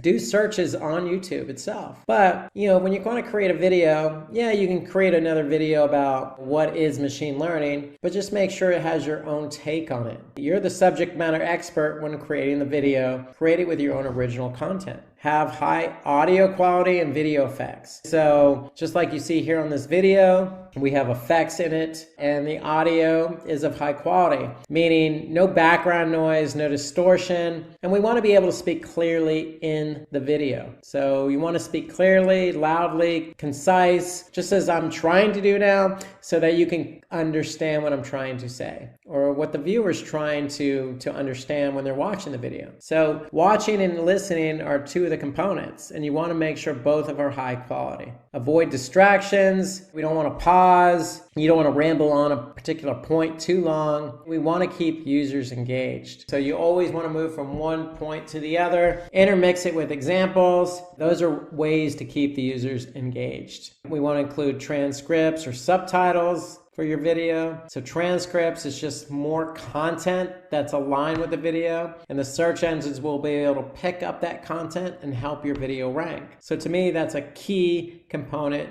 to creating a good video, is having the necessary content that go along with the video. That outline I referenced earlier in terms of organization, you always want to have a content outline. So what topics are you going to cover in the video? That's why you need the outline, to point that out, confirm that before you actually start creating the video. Focus on the initial 15 seconds. So that's key. Somebody's going to click the play button of your video, and if you don't catch them in the first 15 seconds, then they're likely going to pause the video or just go ahead and close it out altogether. So you want to be able to capture somebody's attention right off the bat. And even before they click on that play button, you want to make sure, again, you're exceeding expectations. That title is aligned with the content. So in your first 15 seconds, it basically needs to be catchy, but also setting the expectation of what the user's expecting. So in this example here, we want to pay close attention to the first 15 seconds. That's when viewers are most likely to drop off. So we can look at audience retention in YouTube. So use the options above the graph to view absolute audience retention or relative audience retention. So audience retention is basically how many views a video received and the percentage of the total number of video views. And that includes every moment of the video as a percentage. So we'll show you an example example of what that looks like. So here, if we go to the machine learning basics video, we can look at the audience retention report. And this is, since it's been uploaded, the lifetime audience retention. So here we can see a nice graph, the percentage of people who viewed it and how long they viewed it. So in percentage. So here, for example, I can see, 43, 44% watch the video for at least 2 minutes. Here I can see 28.6% watched it for 6 minutes plus. So that's the audience retention. It gives us an idea in terms of percentage, how many people or percentage of people watch the video at what length. So that's audience retention. So we want to keep that number high at the very initial stage of the video. And we want to keep it high throughout. And that's why you always want to create high quality content, using those examples, using imagery, making it organized content, not pausing, going from one point to the other. Those are all best practices to keep the viewer engaged. And then we want to add resources from well-known sites. So throughout this video, we've used Backlinko. There are other sources we've used. So if you have a source, go ahead and put it in your video to add credibility. And then we want to use cards to your video. So this cards is basically a feature that recommends relevant videos to your audience. So in addition to machine learning basics, there could be other videos about machine learning that we can recommend, or YouTube can recommend to the audience. To set up end screens, you want to make sure that with end screens, you can use relevant videos to your audience towards the end of your video. So you can recommend relevant videos towards the end of your video. You can also create playlists. So this is a feature that keeps your audience engaged with relevant content by auto playing the next video. So if you enable this feature, it's going to go from one video to another. Pattern interrupts keep the audience engaged. So basically, it allows your audience to stay within one video without having any interruptions involved. And so going back to the Did You Know, audience retention report helps you analyze how well your videos are engaging to the audience. So what do we mean by that? Well, if I go back again to my audience retention report, how engaging was it? Well, I could see 42%, 43% watched it on average of 3 minutes and 21 seconds. So to me, that's pretty good. Of course, we always want 100% of the video. The video is 7 minutes long. If almost half of our audience saw over half of the video, then I would say that's pretty good. People were engaged. So audience retention just is a good report to start looking at to help you understand how engaging is my video. And if your video is not engaging, you can always go back and edit it or fix it or tweak it. So remember, the average view duration for all videos and top performing videos listed by all time, we can look at that information as well. In addition, we can look at demographics, so we can get an overview of the age, gender, and location. Okay, we can look at playback locations report, and what the playback locations report does is it helps us determine the platforms where our videos are being streamed from within YouTube. Look at the traffic sources, where did the viewers come from, devices, did they look on mobile or tablet? And so if there's any doubts, if you have any questions, please drop a comment below, but especially if you have any doubts on the metrics. So if we go back into YouTube, we can look at analytics. And if we're looking at analytics, we can see more. And then this is going to show us everything we need to see from device type. So if I click on more, I can see my playback location. So this will show me where the video was watched. It was on a watch page or a channel page. I could see the traffic sources. I could see the gender and age. So if I click on the viewer age report, I can see the percentage of views by age. So I can get a lot of information about my video and how it's performed, who's watched it, what they've done with it,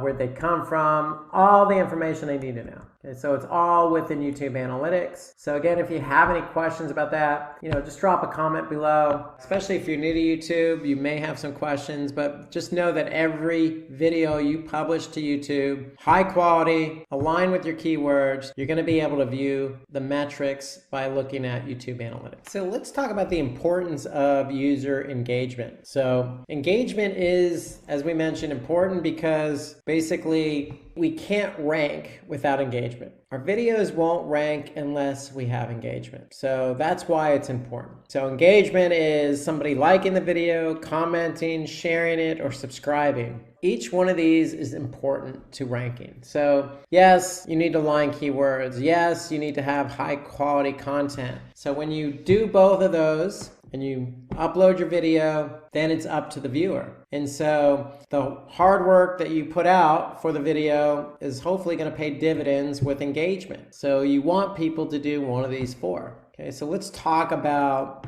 what that means. So how do I get engagement? So we already talked about creating engaging content. So there are a lot of tips to creating engaging content. And so according to WordStream, if your content is entertaining, then over 3/4 of the users are going to share it. So that's part of keeping users engaged, is keeping it entertaining, is part of getting a high quality video. So remember, on that high quality video, when we say entertaining, the audio portion has a lot to do with it. Examples has a lot to do with it. Quality of the video itself has a lot to do with it. So there's a lot of components. So all those components on a high quality video are going to lead to engagement. So parts of what you could do in your videos is conduct a quiz. So meaning the quiz itself is a way to keep people engaged in your video. So that'll also help you get some more comments. So according to Backlinku, video comments help in ranking your video higher. So just as I mentioned in the last segment about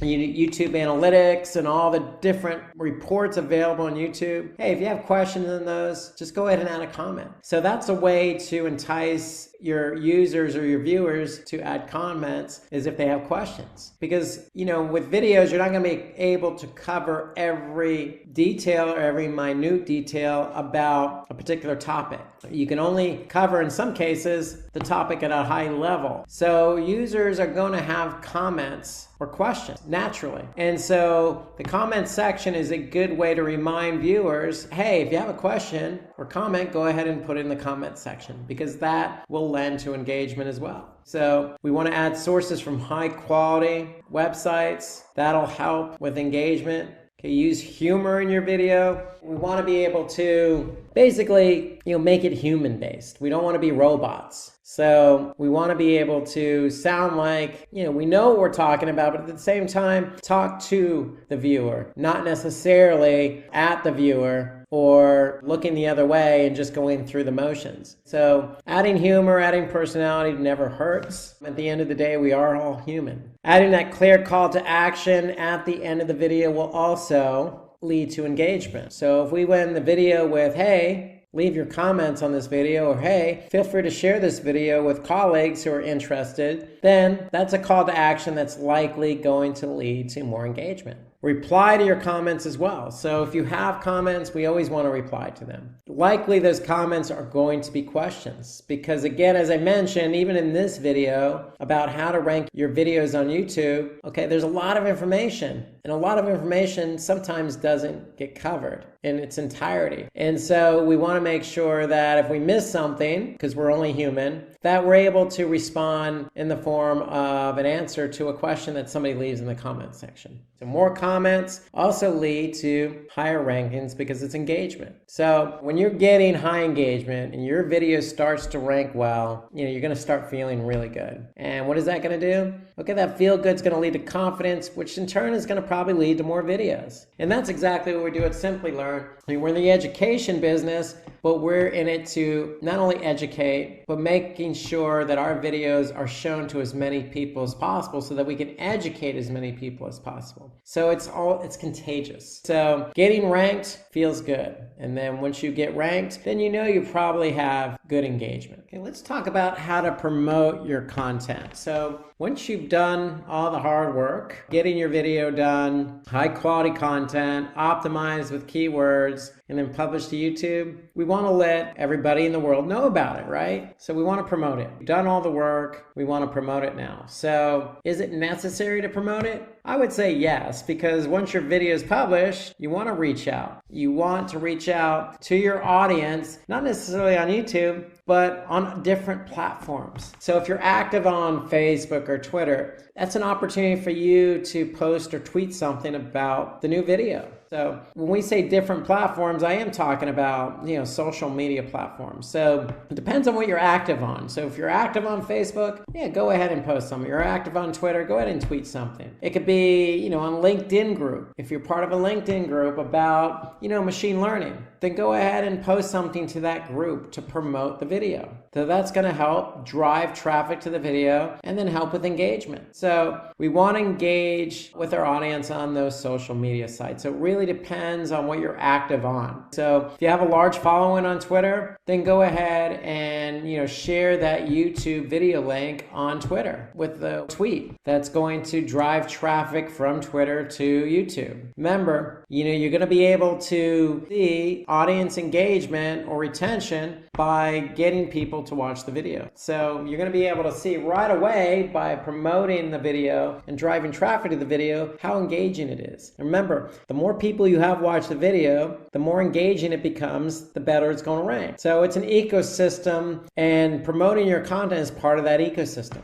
So it all starts with social media. If you're active on whatever platform that is, go ahead and promote it. So you can also look at, content-based social media sites or social media content-based platforms like Reddit or Flickr, for example. So you can participate in a forum discussion on Reddit. So in this example here, it's about machine learning. So we want to be able to post something about machine learning with the link to our video. So we can also go to content-based sites that are Q&A related, like Quora, for example. Quora is a really good site where, if you go there, post information about machine learning or the basics of machine learning with the link back to the video, it's going to help, because not only is it going to drive traffic, but it's going to signal to Google, hey, you get a lot of traffic coming from Quora. This is going to bode well for this video in terms of ranking. So here's an example. If you find a question that you can post on Quora, then you're going to get people to click on your video and respond accordingly on Quora. Or you can act as the person responding to a question that's already there. So if somebody already asked a question about what is machine learning, you can respond with your video as the answer. So you can just simply embed your video URL as part of your answer. That'll help drive traffic. So you can also create your own blog and embed your video. So in the case of machine learning, here we have an example. Machine learning, what is it and why it matters? So this goes nicely with the video. So here you can see the author of this blog went ahead and embedded the relevant video in the blog post. So they play off one another nicely. You can also opt in for influencer marketing, meaning, hey, you can reach out to somebody. In this example here, Katie Nuggets posted information about machine learning. So in this case, why choose machine learning as a career? Well, they got information, and then what did they do? They went ahead and embedded the video about machine learning basics. And so working with, influencers in a particular category or topic will help drive traffic to the video. You can also create a YouTube playlist. So playlists tend to rank high in YouTube searches. So if you find yourself doing a lot of videos, well, go ahead and go to your channel, and simply in your channel, you can go ahead and create playlists. So when you create playlists, basically what you're doing is you're organizing the content into different playlists. No different than, say, the music you have set up on your iPhone or iPad or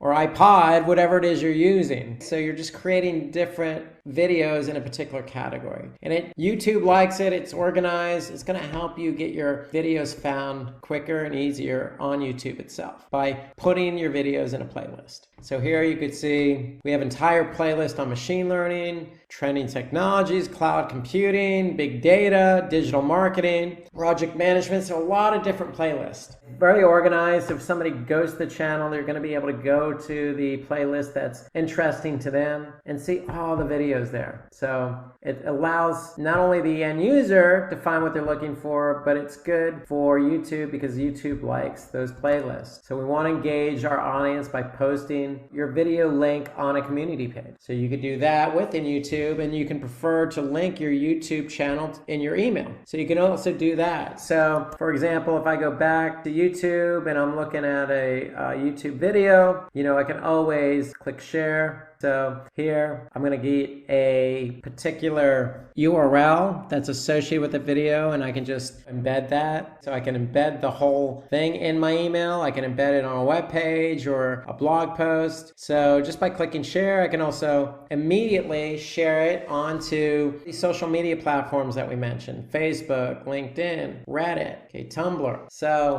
there's a lot of ways to embed the video, not just on a blog post or influencer blog post, but in our email and on social media as well. So here's an example of what we can do with a YouTube discussion. So we can also bookmark the video on a popular bookmarking site, like Stumbled Upon or Reddit, or, there's lots of other ones out there. So there's plenty of sites that you'll be able to go to and bookmark that content so that people can find it. And you can always opt for backlinks. So that means that, hey, if there's a blogger out there that blogs about machine learning, you can always ask that blogger to create a link back to the video, and you could reciprocate, do the same thing. So that helps increase the authority of the video. So there's a lot of things you could do to promote your video. So let's do a quick review on everything we talked about in terms of ranking your video on YouTube. It all starts with the keywords. So we want to identify a list of keywords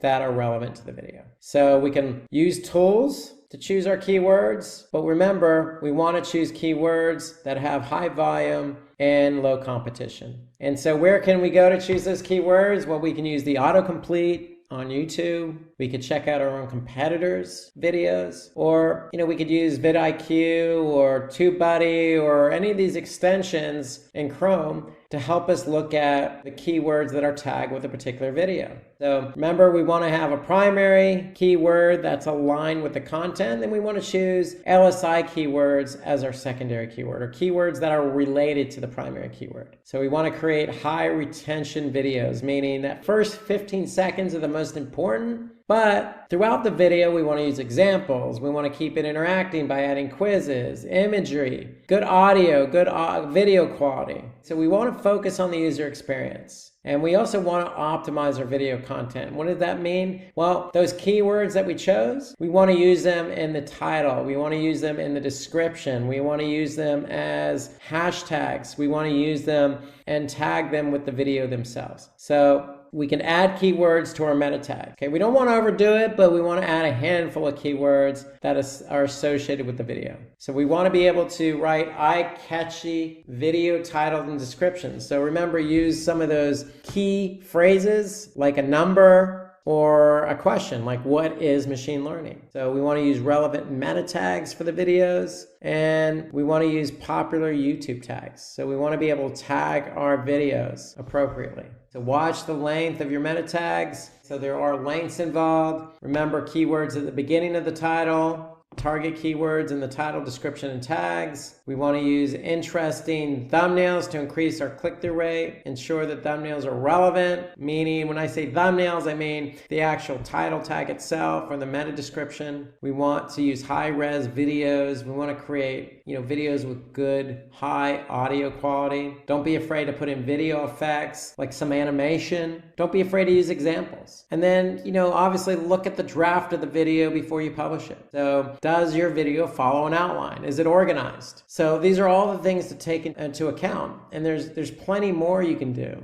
You remember, once you create and optimize that video, you want to promote it. You want to make sure that you're sharing it on social media. You create a complimentary blog, generate backlinks from, say, other blog posts. So there are lots of things you can do to promote your video. So before you promote it, you want to organize the content, create good quality content, align it with keywords. Once you publish it, keep organizing it by creating those playlists, and then reach out on social, reach out on different communities related to the topic. And all those things combined will help you to get your YouTube video ranked. And today we're going to talk about how to increase YouTube subscribers. So with YouTube, it's all about subscribers. The number of subscribers you have on YouTube, it's just one of the key metrics to measure success. So gaining more subscribers can help you achieve more view counts on your YouTube videos. So it's all about how to get subscribers. And today we're going to talk about how to get more subscribers. And before we begin, let's just show you what we did at Simplilearn. So if we look at the past 365 days on our YouTube channel, you can see we started here back in, if we look back at March 9, 2018, we had 208. And you can see just over the course of the year, it kept creeping up, creeping up, creeping up, and creeping up. We've gained, a significant number of subscribers over the last year. And what's our secret? Well, it's posting videos. So you can see we've posted a number of videos over the course of the year, and then our subscribers have gone basically 165% over the last year. So you can see it's part of it is about posting videos, because when you post videos, you have people who can watch those videos. When you have people watch those videos, you can have engagement. And then when you have engagement, you have shares and people who like it, and then other people who see it. So it's kind of a halo effect, so to speak. So getting subscribers, it takes a lot more than just posting videos. And today we're going to talk about some tips to help you increase those subscriptions. And so let's start out with some of those tips. We're going to start with creating engagement and informative content. So engaging in informative content, that's where we're going to start talking today about how to increase subscriptions. Then we're going to talk about publishing videos frequently. So with Simplilearn, you could see the past 365 days, we were consistent in publishing videos consistently throughout the month and the weeks. So another tip we're going to talk about is how to optimize your YouTube videos. So there's a lot that goes into optimization, but this is a key tip to pay attention to, because when it comes to publishing videos on YouTube, you need to align certain things like keywords and content and metadata. So optimize on our videos, we're going to talk a lot about that. Then we're going to talk about optimizing the YouTube channel. So there's some tips and tricks here you want to do to optimize your YouTube channel. Producing high quality videos, we're going to talk about that. Adding a subscriber watermark to your videos. Okay, that's another tip we're going to mention today. Engage with our audience. Okay, that's what we want to do. We want to engage with our audience. That's a really key tip. And we're saving the best for last. Promote your videos in different platforms. So all of these tips we're going to talk about today. So let's get started and talk about create engaging informative content. So that's the first place we want to start. Okay, so create engaging and informative content. So if we want to gain more subscribers on our channel, we have to create highly engaging and informative content. Why? Because if not, our audience is not going to pay attention, and they're not going to watch the video, and then the engagement's not going to be high, and they're not going to share the video, and they're not going to tell their friends or like it. And so this is where it all starts. You have to be able to plan your content, and not only planning your content, but you got to create it so it's engaging and informative. So how do you do that? Well, let's talk about that. So the first thing is you have to know your audience. Okay, so when you create a video, who you're creating the video for? I mean, that's where it all starts. So when you're creating your content, you're creating your content for your audience. You're not creating it for the entire world. Now, we know on YouTube there's a lot of cute videos about kittens and jokes and,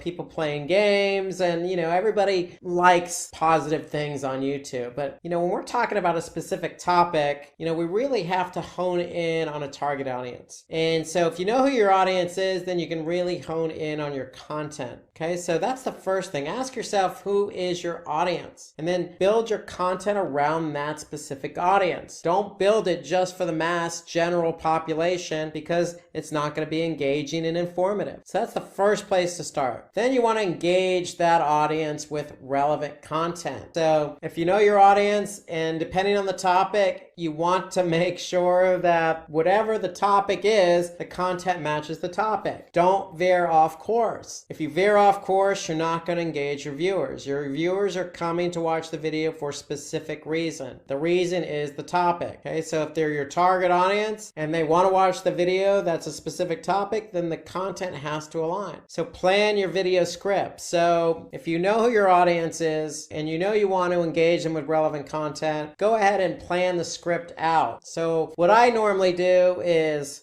have an outline. And then once I have the outline, then I go ahead and create my slides, if I will, or my topics, points I want to talk about. And then I write out those points. I want to make sure I get all my points in, and that's what you should be doing. You want to plan it ahead of time so that you can get all your relevant points across. That's what makes a video informative. Okay, you want to ensure to give maximum information to your audience. So the key here is maximum information. So you don't want to overload the audience, but then again, you don't want to cut out information. So you want to make sure that when you're planning your script and you're writing the outline, that you're making sure you include all your points that you want to get across. Once you include those points, then go ahead and, write your script and make sure all the information for all those points are in the script. That's how you're going to ensure you give maximum information. But you don't want to overdo it. So if you feel like it's too much information, it probably is too much information. Back off a little. Use the information to create another video. So it's all about knowing your audience. So all of these points play against one another. So be clear and use more examples in your content, just like we're doing here. Okay, just like at the beginning of this session, I showed you an example of Simplilearn subscribers over the past 365 days. And so that's what we want to do. We want to be clear, but use examples to punctuate the content or the point we're trying to get across. So we want to include sources from high quality sites. So if you're going to use examples, make sure they're from relevant high quality sites. And when I mean high quality, meaning does your audience know who that source is or that site? If it's really specific and your audience may not know, then it's probably not high quality. So just keep that in mind. Always play to your audience. So you want to start your video with an interesting hook. So again, I go back to this example. If you're still watching this, then the hook worked. We showed you our subscriptions. We showed you how we grew over the course of a year. You could see our growth, and part of it was posting a lot of videos with relevant and informative content. And so you see how we did it, so you're paying attention. You want to know how to do it. And so part of what we did is exactly what I'm telling you now. We know who our audience is. We plan out our scripts. We use good examples, and we start our videos with interesting hooks. Now, when we do our videos, we also create original content. So that goes back to planning your script. Okay, you always want to, come across as original and informative. When you do that, you're going to be engaging. But if you're leveraging somebody else's content, then the engaging part may not resonate because it's not your content to begin with. So always, always, always use original content. Okay, so keep the content flow organized. So again, that goes back to an outline.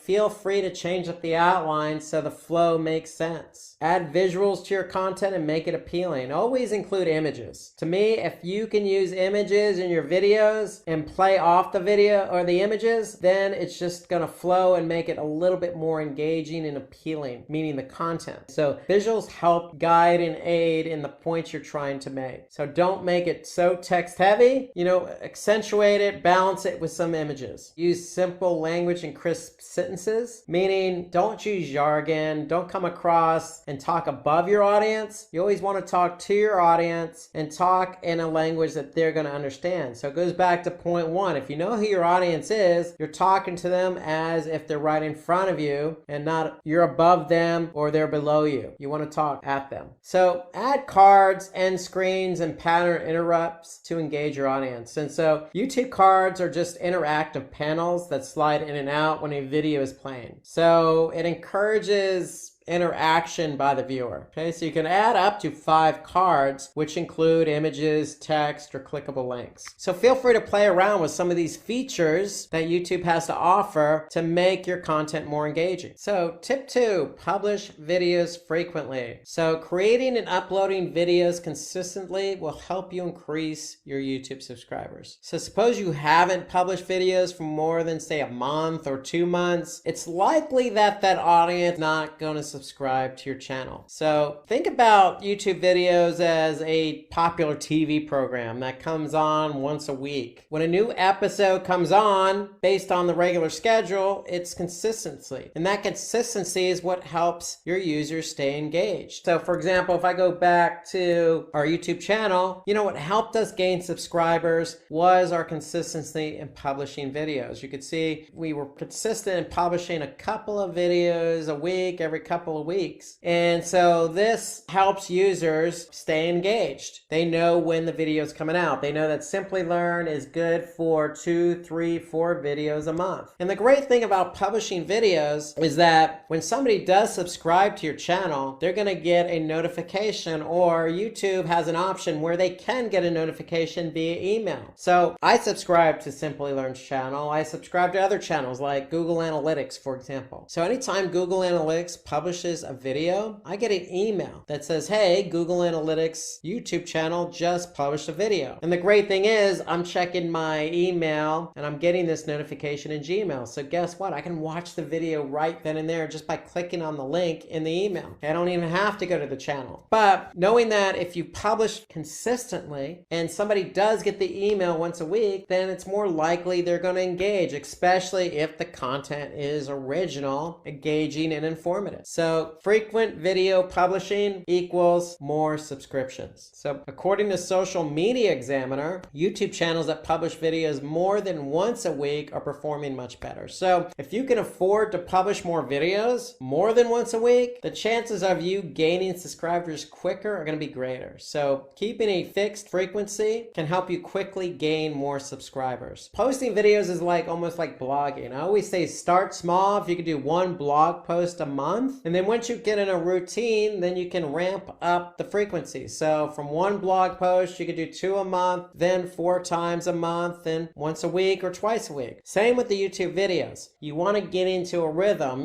start with once a month, then ramp it up. Okay, you'll find that the more you ramp it up, the more subscribers you're going to get. So tip 3, optimize your YouTube videos. So optimizing your videos will help your content rank higher on YouTube. So this is a must. It's not a given, it's a must. You must optimize your videos if you want people to see them. Of course, if you don't optimize, people aren't going to see them, then people aren't going to engage and then not subscribe. So it's just kind of a snowball effect. So this is an important tip. So I mentioned it at the beginning when we were going over all the items we're going to discuss. This is the one item that is a must and a given to some degree, because if you don't optimize your videos, they're just not going to be found. So you need that audience to watch your video. So audiences who tend to interact more with your content have more chance to subscribe to your channel, but they're not going to subscribe if they don't even watch your video. So there is a snowball effect in play here if we don't optimize your videos. So, okay, Rob, what are some of the tips to optimize your YouTube video? Well, let's go through some of those tips. So to ensure your videos reaches the relevant audience on YouTube, you need to optimize the title, description, and the video tag. Okay, Rob, what do you mean by title, description, and video tag? So let's take a look at that. So when you actually create your YouTube video, you're going to have an opportunity to put in a title. You're going to have an opportunity to put in a description, and you're going to have an opportunity to add tags. So those are the 3 key areas. Okay, so once you put in that, what it looks like on the front end is this. So if I go back to YouTube, and here you can see another video that we did about a month ago, you can see what is SEO. So if that's our topic, if that's our title or of the content of the video, then the title of the video is going to be what is SEO. And you can see we also added in some other content for the title. So what is SEO and how does it work? SEO tutorial for beginners, and then our brand name. So we have some content to work with for the title. Okay, and then the description, we have a lot of characters to work with description. So use as much as you can here to describe what the video is about. Here you can see we did that. And so it's always good to include this information. Okay, and then you can see we have tags up here: SEO, SEO tutorial for beginners, digital marketing. So we put in the necessary information here on this video to help us rank, because if we don't optimize it, we're not going to rank. And so you can see we just put a lot of relevant content around the description, around the title, and around those tags. By doing so, we're able to optimize this video and get found. So that's just an example. 3 of the things you can do to help optimize your YouTube video. So if you want to watch more on how to optimize meta tags, then I suggest maybe watching the other video we did on the subject, how to rank YouTube videos. So this goes into more detail about how to optimize the title, the meta description, and the meta tags. But those are 3 quick fields or areas that you can use to optimize your video. So just just something to keep in mind. Write a long description with keywords, timestamps, and links. So what I mean by timestamps, with timestamp, an audience can choose the section of the video that they want to look for, and then links, prefer to include relevant links of your other videos. So those are just some additional tips to help keep your content engaging. So remember, when your content is engaging, then people are going to like it, people are going to share it and watch it later. So upload a captivating thumbnail. Okay, so you want to include a thumbnail that's going to grab people's attention. You want to upload a transcript of the video. So that goes back to when you're creating your content, when you write your original content, you want to keep a transcript of the content of the video so that you can upload that as well. And then add a start screen and end screen to your YouTube videos. So that way, you know, when somebody plays the video, they're going to see it, what it looks like up front. And then when they finish it, they're going to see an end screen at the end. And so you just don't want to keep it dark and black and non-descriptive. So according to Backlinko, using an exact keyword in your video title can help you with rankings. So high ranking, more views, more subscribers. So that's what I've been saying all along. You need to get these videos optimized. So again, use an exact keyword in your video title. So let's go back again to that video I just showed you a couple minutes ago. What is SEO? So here we started out with a question, what is SEO? That's the name of the title. That's our exact title of the video. That's our exact keyword. Okay, so what is SEO and how does it work? And then SEO tutorial for beginners. So what is SEO is our exact keyword. And that's part of the video. That's the content of the video. That's in the title. And we use it throughout the description as well. So using that exact keyword in your video title can help with the ranking. So whatever your topic is, your title of the video or the topic of the video, include it in the title. So Backlinko also mentions that there is a moderate correlation between a channel's total subscribers and rankings. And so for some of you, this may be common sense. It's just like organic search. If you're not ranking, you're not going to get traffic. On YouTube, if you're not ranking, you're not going to get eyeballs on your videos and you're not going to get subscribers. So higher rankings can help you to get more subscribers, but you can't get those rankings unless you optimize. And so again, just for the sake of simplicity, going back, focus in on your title. Make sure your title matches the title of the video itself. When you're publishing your description, use all the amount of content available to you. So you can see it, this entire description has a lot of content. Maximize the content and then use tags. Using those three fields, those three areas can help you optimize your video and gain the necessary ranking you need to get viewers, which will turn into subscribers. So tip 4, optimize your YouTube channel. So we just talked about optimizing our videos. Now we're going to turn our attention to our YouTube channel. So one of the easiest ways to ask your viewers to subscribe to your channel is really by creating a great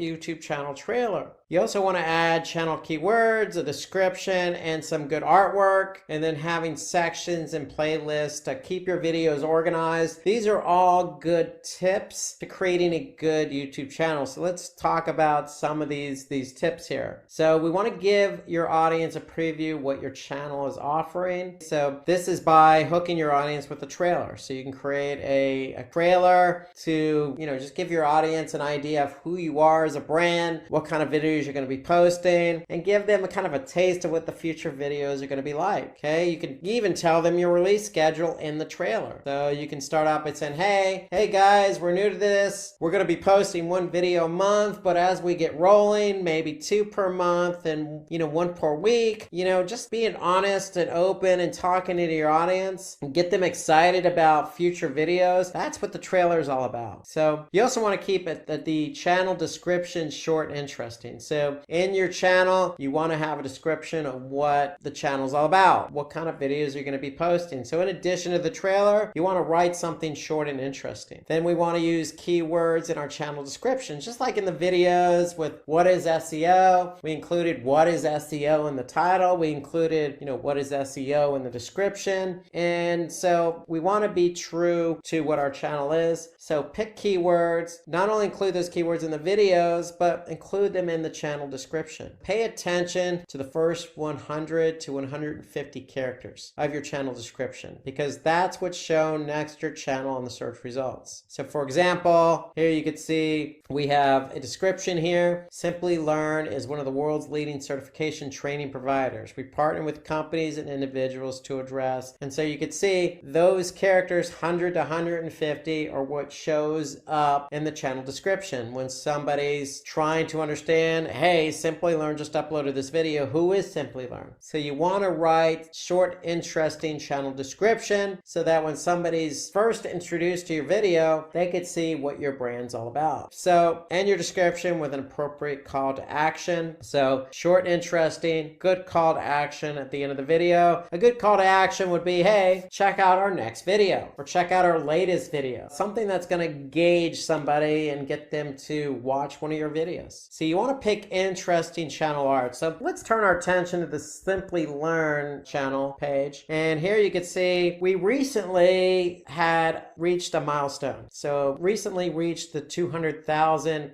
subscribers. So 200,000 subscribers is a big achievement for Simplilearn. We went ahead and updated our channel art. And I'm sure when we reach 500K, we'll update the artwork then too. But the point is, you want to keep your channel art kind of interesting, hip, and cool. And feel free to change it out every once in a while. So you have that option in YouTube to do. I mean, so it's very simple. So here you can see Simplilearn's channel. If we go home, we got all our videos listed here. We got the About Us, something very short and interesting about us. Here's our call to action. For more information, visit Simplilearn. So you want to make sure when you create your channel, get some good artwork in there, put your description in play, and create your first videos and get them posted up there and optimize them accordingly. Okay, so some other tips to go with that channel art and description is a profile picture relevant to your brand. So you always want to maybe put the company logo up there. Okay, so here you can see we have the company logo. Add accurate and relevant channel keywords. So if we go back to who we are, who are we? We're the world's leading certification training provider. Okay, that's who we are. Okay, we partner with companies and individuals. So we're all about training, and training is one of our keywords. So you can see at Simplilearn, we provide online training in machine learning, AWS, Amazon Web Services, DevOps, big data, digital marketing, project management, a lot of different topics. So make sure that's included in the channel description. Feature the playlist on your homepage. So if we go back to the homepage, we can see here we have our channels. So you can see we have AI, machine learning, trending technologies, cloud computing tutorials, DevOps tutorials, popular videos, big data. We have a lot of different channels. So you want to organize your videos into different playlists. So those playlists are going to feature on the homepage of your channel. So how you organize the playlist is totally up to you, but I would certainly create a playlist for different sections. So depending on your product, your services, think about how you want to organize. Don't just stick all your videos in one playlist. Then optimize the playlist titles and descriptions for search rankings. So just like the videos themselves, just like the channel description, you have an opportunity to optimize the playlist titles and descriptions. So be very keen on aligning the right keyword with the playlist title. So here you can see programming language tutorials, project management tutorials, digital marketing tutorials. So we're very clear on how we go about choosing our titles because we want to optimize those playlist titles. Okay, we can rearrange our videos in a playlist. So we want to rearrange the videos in a way that we're maybe putting the freshest, the most newest, the video that's been published last first. So almost in descending order, if you will. So we want our users to see what video has the latest in that particular playlist. So they're seeing the most recent first. But you can rearrange your videos any way you want. Feel free to play around with it. Of course, you can also take the video that's the most popular and put that up front so people could see that first. Vice versa, you could take a video that maybe hasn't gotten a lot of views or isn't ranked particularly high. Maybe put that video up so it can get some views and some shares and likes. So how you rearrange your videos is totally up to you. Just have some rationale behind that. So choose a playlist thumbnail from a top performing video. So for example, if I go back to our YouTube page, you can see the top performing videos here,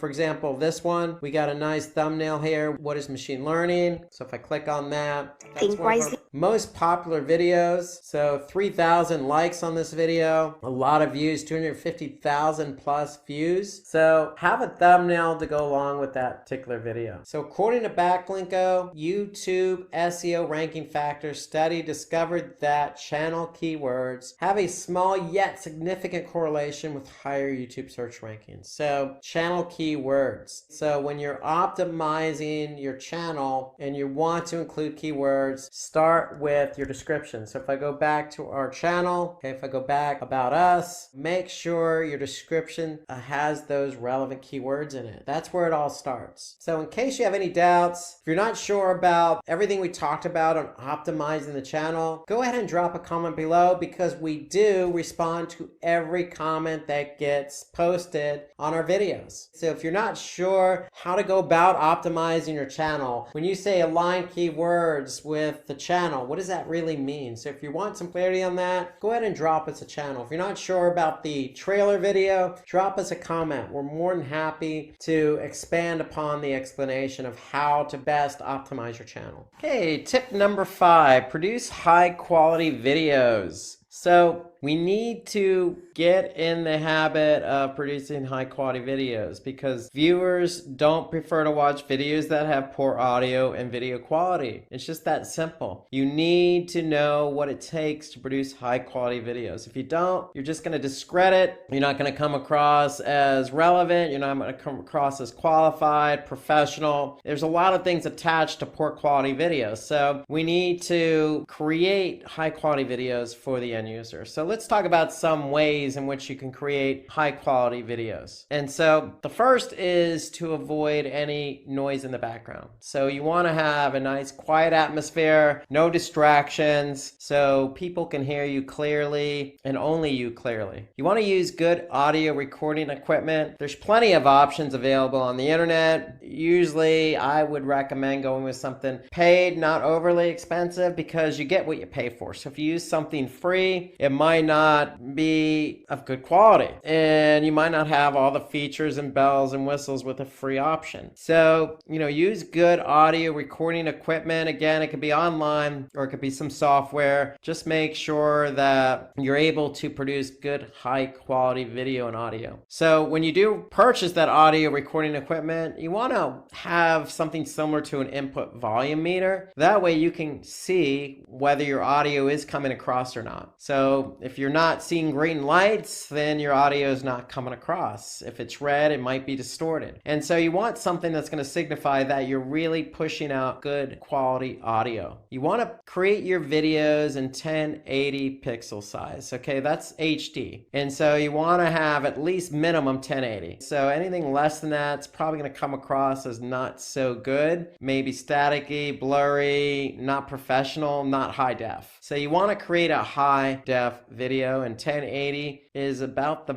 minimum you want to go. And then you want to plan your video script before filming. So it goes back to some of the other points I made earlier. You always want to have a video script available so you know what you're saying when you're recording your audio. That way you're not doing something on the fly. And then you want to use good lighting for video recording. So you don't want to be in a dark place. You want some nice lighting so your video comes across well lit. People could see you. They're not struggling to strain their eyes on what it is you're trying to show and appear because of poor lighting. Again, it just comes across as professional. So if you can, shoot a high def video with good audio, speaking clearly, having a professional script with some good lighting, then people are going to take you serious, and they're going to start to listen and engage and see the video as good quality and very relevant and informative, and share it. So use slow motion and jump cuts wisely. So there's some features you could do with your video. Using slow motion and jump cuts are some of the features you can use to accentuate your points. And then set up a green background for recording. Again, this is is for, making sure that the video part of it comes across in good quality. And then stabilize your video recordings with a tripod. That way you're not moving your video camera all around and again, it's coming across as shaky and poor quality. Shoot horizontal videos. You don't want to go vertical. It tends to cut the screen. So you want to stay horizontal so that people can see everything that should be included in the video. Okay, you want to capture a wider shot using a clip-on lens. Again, a good feature, a good tip to use. Use that wider shot. Okay, so you could do that using a clip-on lens. And then choose good video editing software. I can't state this enough because you're putting all this time and effort into a video. You need to be able to edit it, to cut out,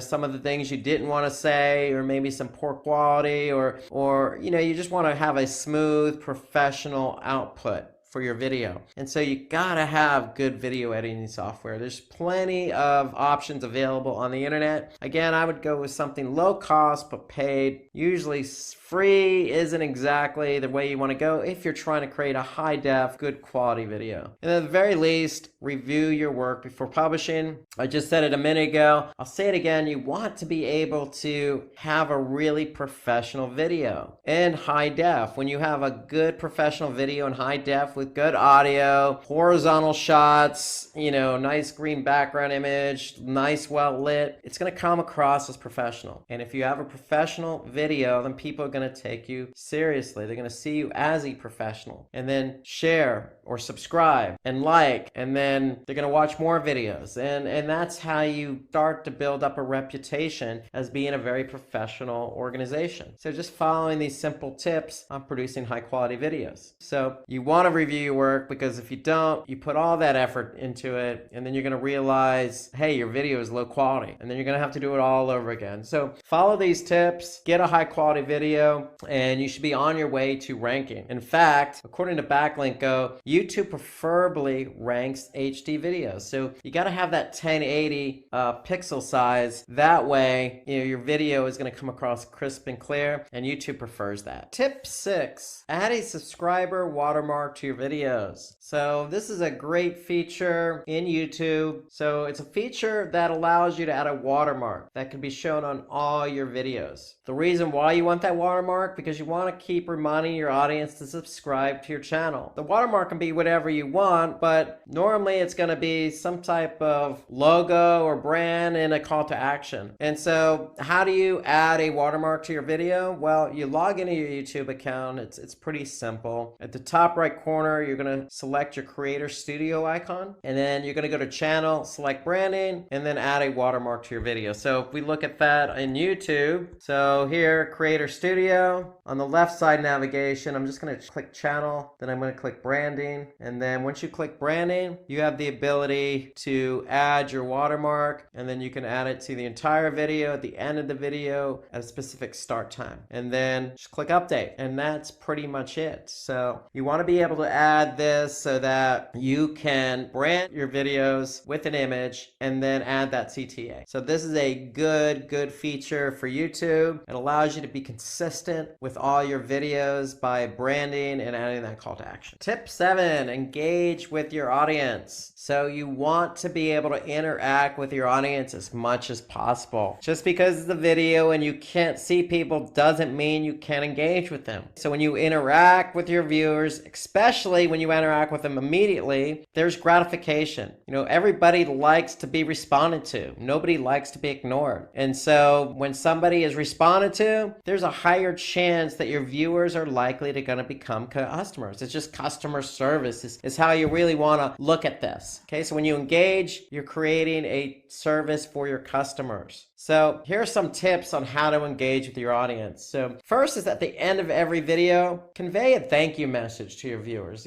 Thank you for spending the time out of your busy day to watch this video.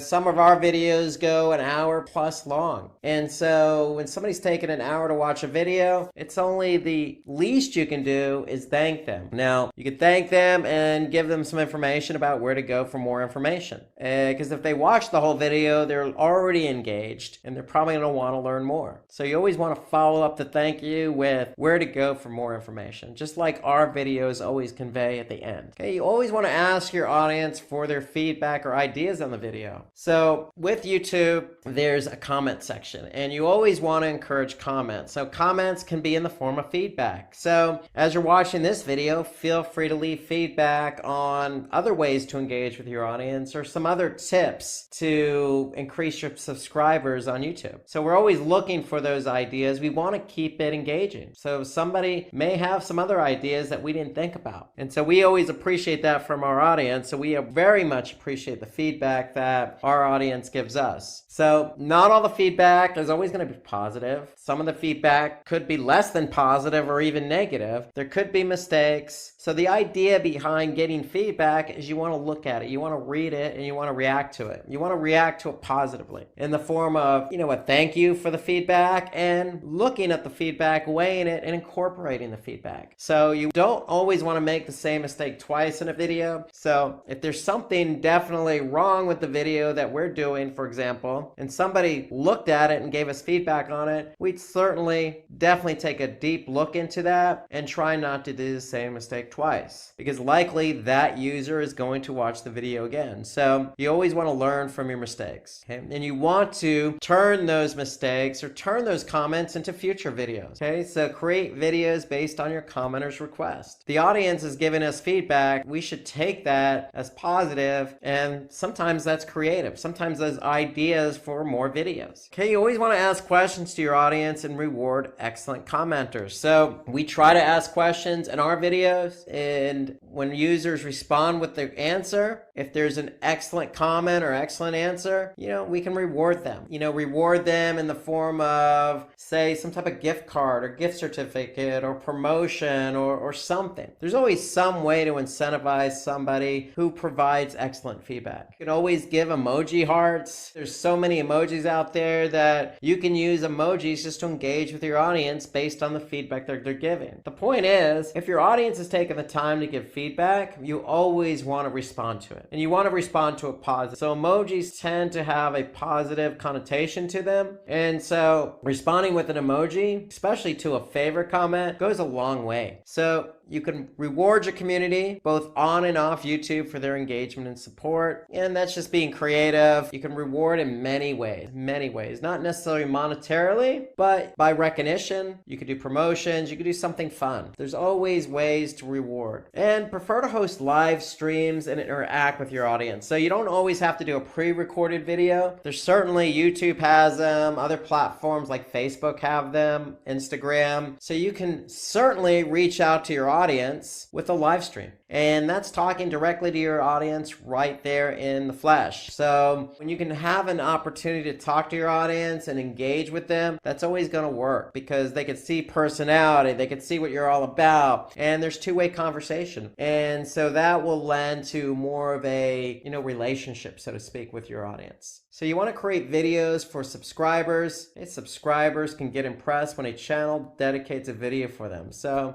take the time out to create a video just for your subscribers. Subscribers are the ones who are most likely going to engage with you. Okay, they're your loyal fan base. So if you create something for them, that's a form of a reward. So you can captivate your viewers by uploading interesting YouTube stories as well. You can also hear from your audience and get their videos and use their videos and upload them to your channel. So according to Backlinko, video comments have a very strong correlation with ranking. So as you create a video, feel free to talk to your audience and ask them, hey, if you have any comments, feel free to put them in the comment section right below this video. I see that a lot now with a lot of videos, and I'm going to ask my audience right now to do the same thing. If there's anything you see about rewarding the audience or engaging with the audience, feel free to comment. We'd love to get your suggestions, because if you can engage with the audience even more, then that's only going to net positive results, not only in rankings, but with your subscriber base. So comments are the way to go. Solicit comments, respond to the comments, reward the comments. Tip number 8, promote your videos on different platforms. So promoting your videos on different platforms has been around for many years. It's a good strategy. Once you create your video on YouTube, you want people to see it. You want to get it out there. So if you want to increase your YouTube subscribers, subscribers, this is a strategy you have to perform. So let's take a look at all the ways you can use and leverage different platforms to increase your subscribers. So before you do that, you want to research and discover how you can use different platforms. So the first thing you want to do is look at the platforms you're already using. If you're using Facebook and Instagram, that's probably a good place to start, but there's other platforms you can also leverage, and we're going to talk about those. So social media, most companies, most individuals are on in some form or fashion, amongst the most popular like Facebook and Instagram. So you can start there. So with Facebook, you can post something, include the link of your YouTube video. With Facebook, if you're a business, you have a business page, you're communicating with your community. And that's a great way to get started by promoting your YouTube video. You can also do the same on Twitter or Instagram or whatever platform you're on. Go ahead and post something or tweet something and include that link to YouTube. You can participate in forums and blog discussions. So there's plenty of forums and blogs out there where you can participate in a discussion and include a link to the YouTube video if it's relevant and natural. So for example, here, there's a blog about machine learning. You can include, if you have a video about machine learning, in the response to that conversation. In this example, we've done that on Reddit. Okay, you can list your video in relevant and reputable directories. There's plenty of directories out there. There's plenty of video directories, okay, that you can just go ahead and publish your video on. You can use testimonial link building, okay, so somebody can provide a testimonial, include the link of your video. You can opt for influencer marketing. So if there's somebody that is associated that likes your brand or product and has a large following, you can ask them to post the video on your behalf. It's a great way to reach an audience fairly quickly. Okay, you can earn backlinks from relevant and authoritative websites. So for example, if you look at this website here, Techgenics, okay, there's a article here about,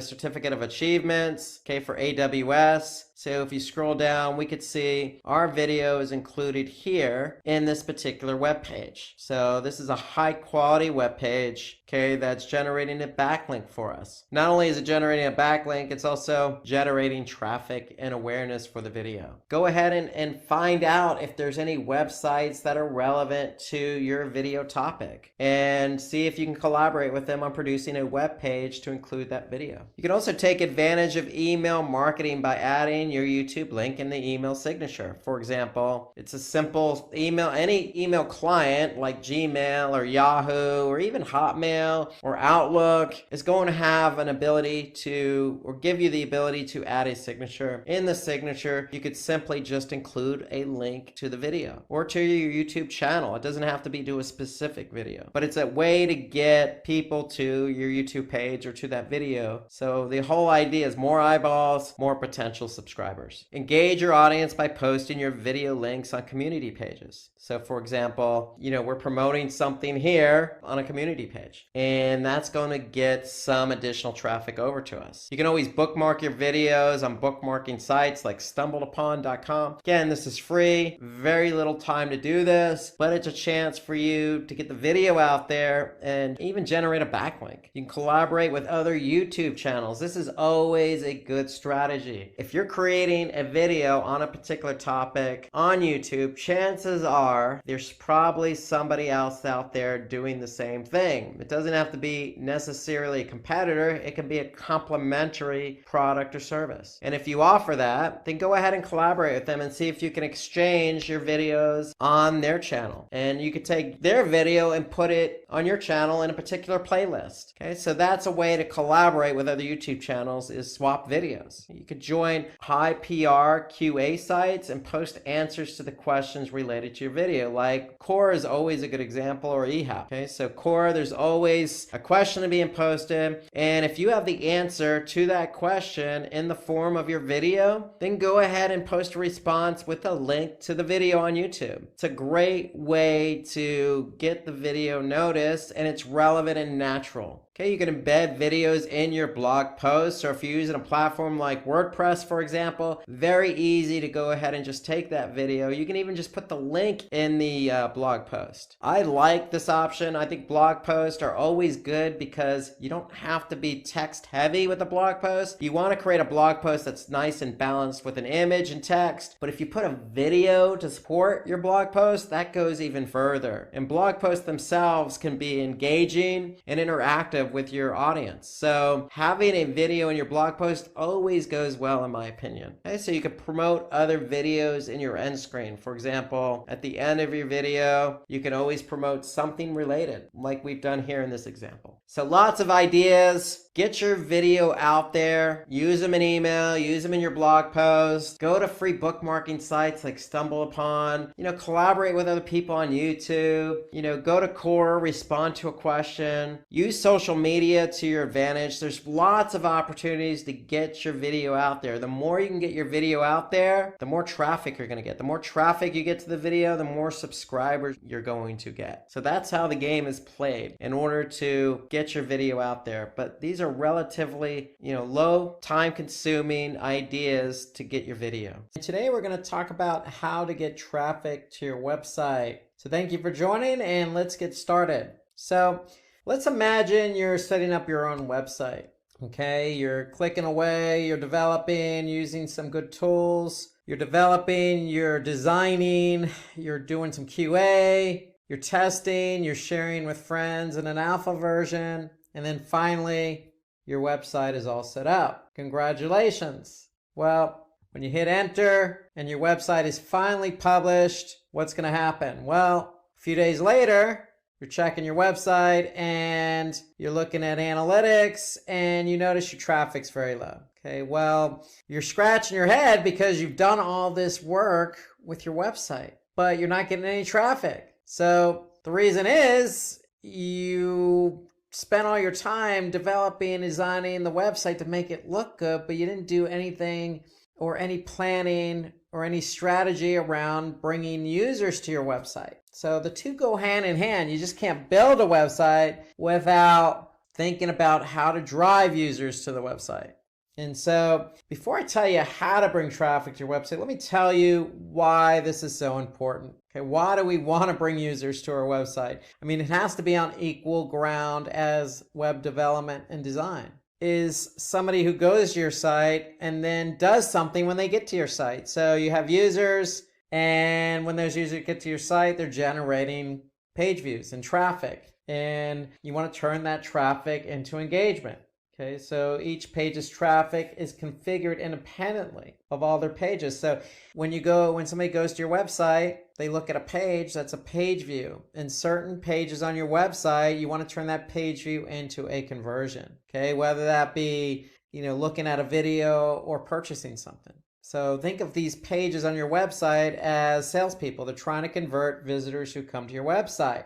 But first, we need to get the visitors to your website. So when you get visitors to your website, again, you can generate sales, which means revenue, or you can increase brand awareness, or you can earn revenue through sponsored posts and advertisements. So if you have, for example, a lot of content on your website, you can turn that into revenue by hosting ads on your website. So when somebody clicks on that ad, you're going to earn a percentage of that click, okay, what that click is worth. So having a website means a lot of good things for you, but first you got to get the traffic there. And so what we're going to do is we're going to tell you how to drive traffic to your website. So there's lots of different ways in which you can bring traffic to your website. Well, the first is paid advertising. So paying to advertise your products, services with ads is one of the easiest ways to drive traffic to your website. So some of the options available are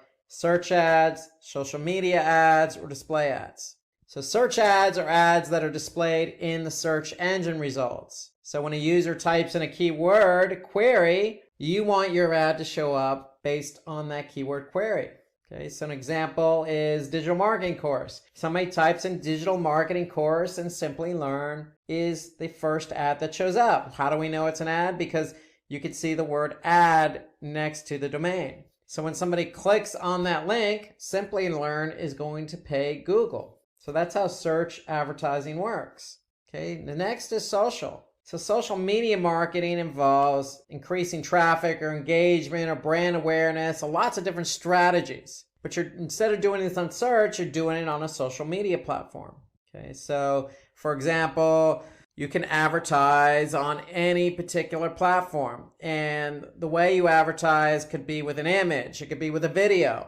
So in this case, you could see Copywriting is doing a sponsored ad here, how to succeed with Google Ads. And then another form of advertising is display. So display means creating ads that are placed on specific websites. So with display, unlike search, you have a choice in the ad format. With search, you only have text ads. But with display, you have text ads, image ads, rich media ads, video ads. So you have lots of different options in which you can advertise on other websites. So the idea here is to get your ad in front of the right audience. When they could see your display banner, your banner ad, then it's going to be more visual, more appealing, generate some brand interest, and hopefully you can get somebody to click on that ad and over to your website. So that's paid advertising, again, through search, through social, through display, but you can also promote your site on social media. So once your content has gone live,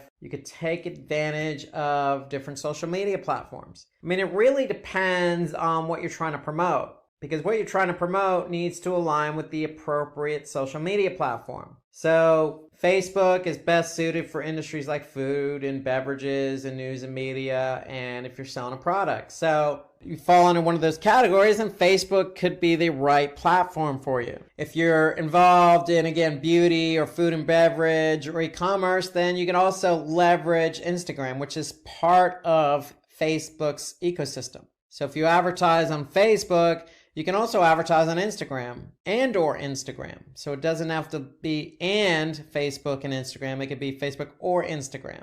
You also have LinkedIn as a platform. LinkedIn is great for B2B. So if you're trying to promote industry news or tips and best practices or job postings, then LinkedIn is the place for you. It's a B2B platform. It's great for targeting specific industries, targeting specific job levels or job descriptions. Okay, so LinkedIn is great if you're into B2B, focusing on the business side of it. So you also have YouTube. Now, YouTube is part of Google's ecosystem. YouTube is a video platform. Okay, so it's great if you're trying to promote gaming or entertainment, or if you're a vlogger. Okay, so YouTube's a great way to promote your site by getting your product out there in the form of a video. Okay, then you have Twitter. Twitter, to me, encompasses a lot of different industries: beauty and fitness, news and media, entertainment. Okay, you have limited number of characters, but a lot of people are active on Twitter. And it's a great way to generate some awareness and get some clicks over to your website. So these are just some of the most popular social media platforms. Of course, there are plenty more out there. The third way in which you can drive traffic to your site is guest blogging. So most of you already know what blogging is all about. Well, if you're blogging for your own site, you can jump on somebody else's site and blog on their behalf. So having the opportunity to guest post on another website can be very helpful, because one, that other blog could have lots of traffic and have a well-known brand. So if you're blogging on another blog, it's going to build your brand awareness and potentially increase traffic to your blog or website. So it exposes to you to targeted traffic. So if you're going to guest blog on a site that's very relevant to your business or industry. That way you're targeting the right audience. Okay, you can expand your personal network. So getting yourself out there, getting your brand out there in front of a different audience. And then obviously for SERPs, because it generates a backlink. So SERPs, search engine ranking pages, means that, hey, if you want to rank organically, you're going to have to generate some backlinks. So guest blogging is a way to generate some backlinks to your site. And in effect, that's going to help you get your pages ranked higher, because Google is going to recognize the relationship from one blog to your blog and build up your relevancy. So some other benefits here to guest blogging is you can grow your social media following, because you can then promote that on social media that you're guest blogging. Okay, again, you can improve your online authority. Okay, because when you're guest blogging and you have recognition on that guest blog, if it's a popular blog, then that's going to help your domain and page authority for SEO.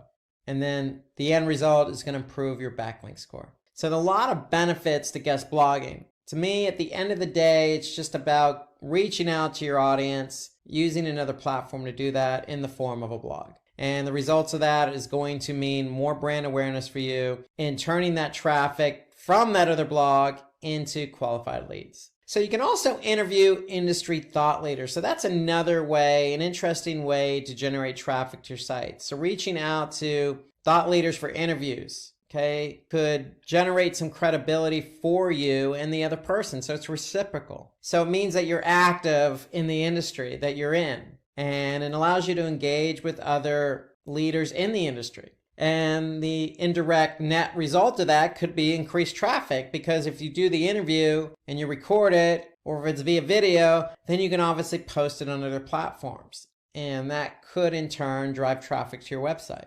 Obviously, just like guest blogging, it's going to increase your reach. So getting yourself out there. If nobody knows who your brand is, and they know who the thought leaders are, and they see you interviewing the thought leaders, then that's going to put you in front of these people. And so it's going to increase your reach. Another way to drive traffic to your website is just to make sure your website's responsive. And what do we mean by responsive? Well, we mean, does it work on multiple devices? Specifically mobile. So depending on the device, your website hides, shows, shrinks, enlarges, or moves content so that it conforms to the browser that that person's looking at on your for your website. So if somebody's looking on mobile at your website, you want to make sure that your website adjusts accordingly. So you want to be able to, test to make sure it's responsive. And so is content arranged based on importance? Okay, does it work across different browsers on different devices? And do the images, text, and everything else align just like it does on desktop? So there are plenty of tools out there on the web.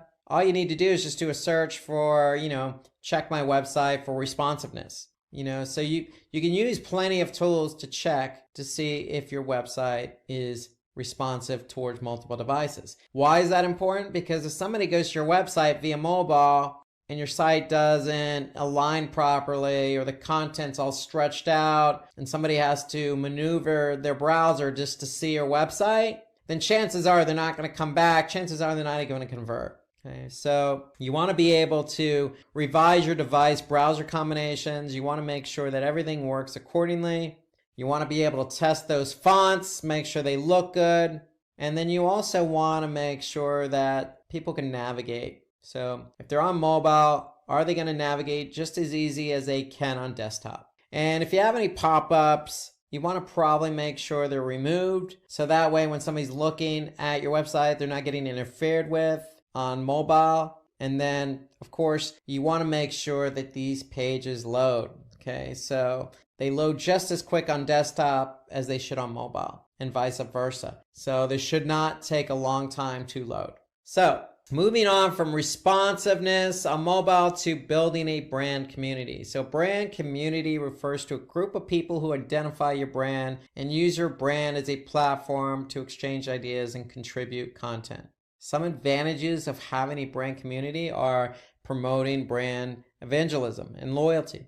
It can be a source of feedback, loyalty, and ideas. So build a community, build a brand community who, identify with you. Okay, so continue to, treat these people as loyal customers. Okay, maybe give them a promotion to use specifically just for them that they can use on your website, or talk directly to them because you know that they're followers, they're repeat customers, they purchase from you multiple times. So talk to them differently as well. You know who these people are. And that's what building a brand's all about. It's about identifying your brand with other people, okay? And identify people who identify with your brand, and messaging and talking to them as if they're part of your own community, your own family. So you can use user-generated content that provides future marketing strategies. So the feedback you get from your own community could be in turn used to promote or used in future marketing strategies. i.e. advertising, i.e. post on social. Okay, it can also provide PR opportunities. So it's a chance for you to, put out press releases based on the community that you build. So any brand, regardless of who it is, should be able to identify with their audience, their target audience, and that target audience eventually going to become part of a community. These are a group of people who identify with you, what you're trying to sell, what your cause is, what your mission statement is, what your service is. They identify with you. So leverage them and reciprocate. Identify them, talk to them separately, give them what they deserve, the respect and loyalty that they deserve as well, because they're communicating and they're following you as a brand.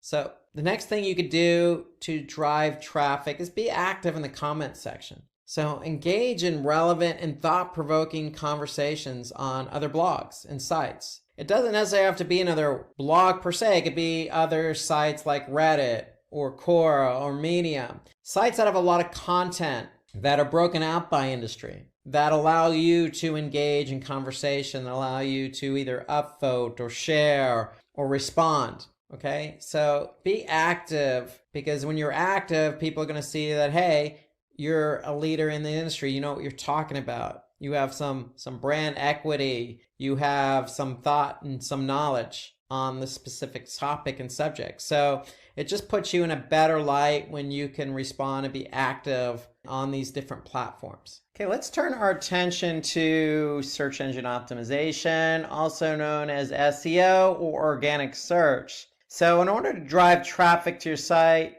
you're going to have to implement an SEO strategy. Why do you want to implement an SEO strategy? Because it can help you improve your overall searchability and visibility on search engines. And obviously that comes with advantages. One of those advantages is obviously more traffic to the site. Search is still king in terms of volumes of people using search on a daily basis. So you have a great opportunity to be found. It also builds trust and credibility, because still a majority of the people who do a search click on an organic search listing. And so if you're found organically and you're ranked number 1, then chances are somebody's going to click on your listing. And it provides increased engagement and traffic. And so what that means is more traffic, more engagement.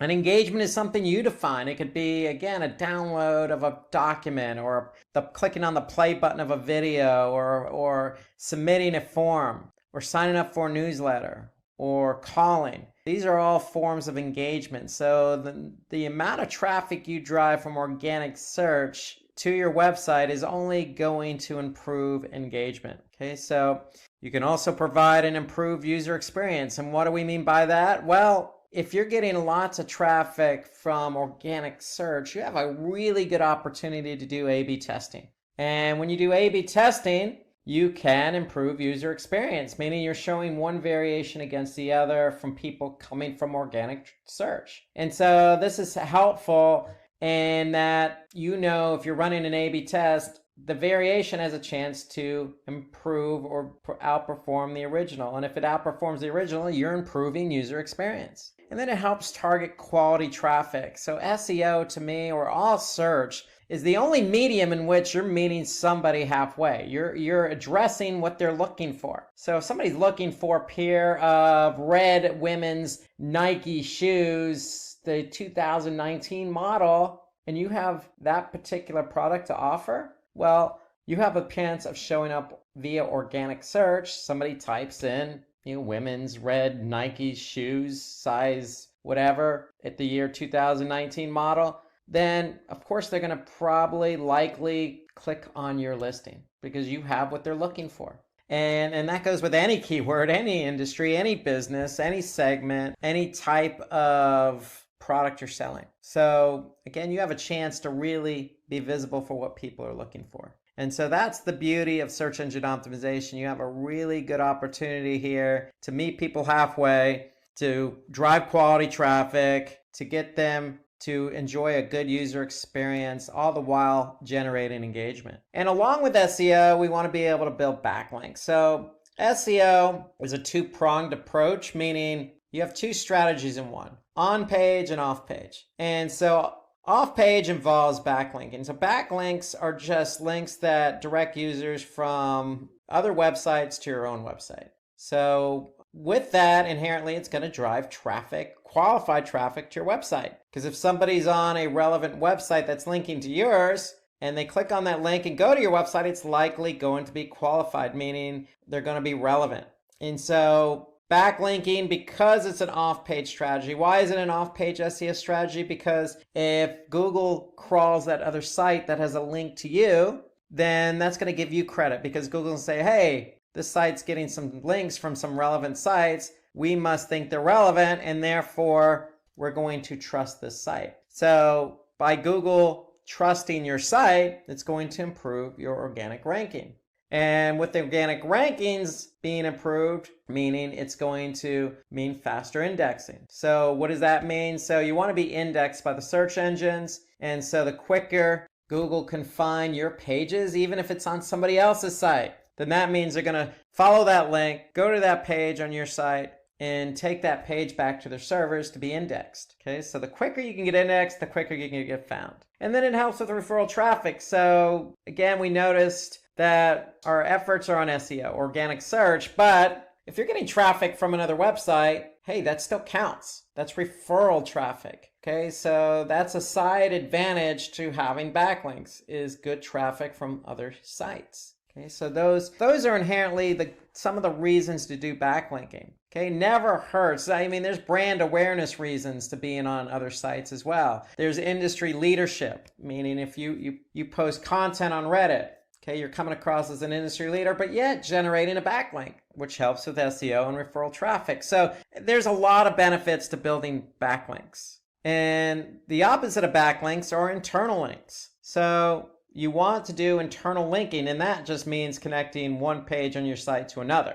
And why is that beneficial? Because it can help direct visitors to other pages they wouldn't normally otherwise find via your navigation. So if you're active on a blog, don't be afraid to include multiple internal links. You want to move people through your site. You want the flow of traffic to go from one page to another to another. And so when you do internal linking, just like with backlinks, it's going to improve the indexing of your website. Google's going to follow those links and index those pages. And Google does give credit from an SEO perspective, from an internal linking perspective. So if one page is linked to another and that page has really good relevance in the eyes of Google, then the other page is probably going to benefit from that. The other reason you want to do internal linking, again, you want to move people from your one page of your site to the other. And when you do that, it's going to reduce bounce rates. So bounce rate is simply the rate at which people land on a page and then leave. So if I have 100 people land on my home page and only one person went to another page and the other 99 left the site,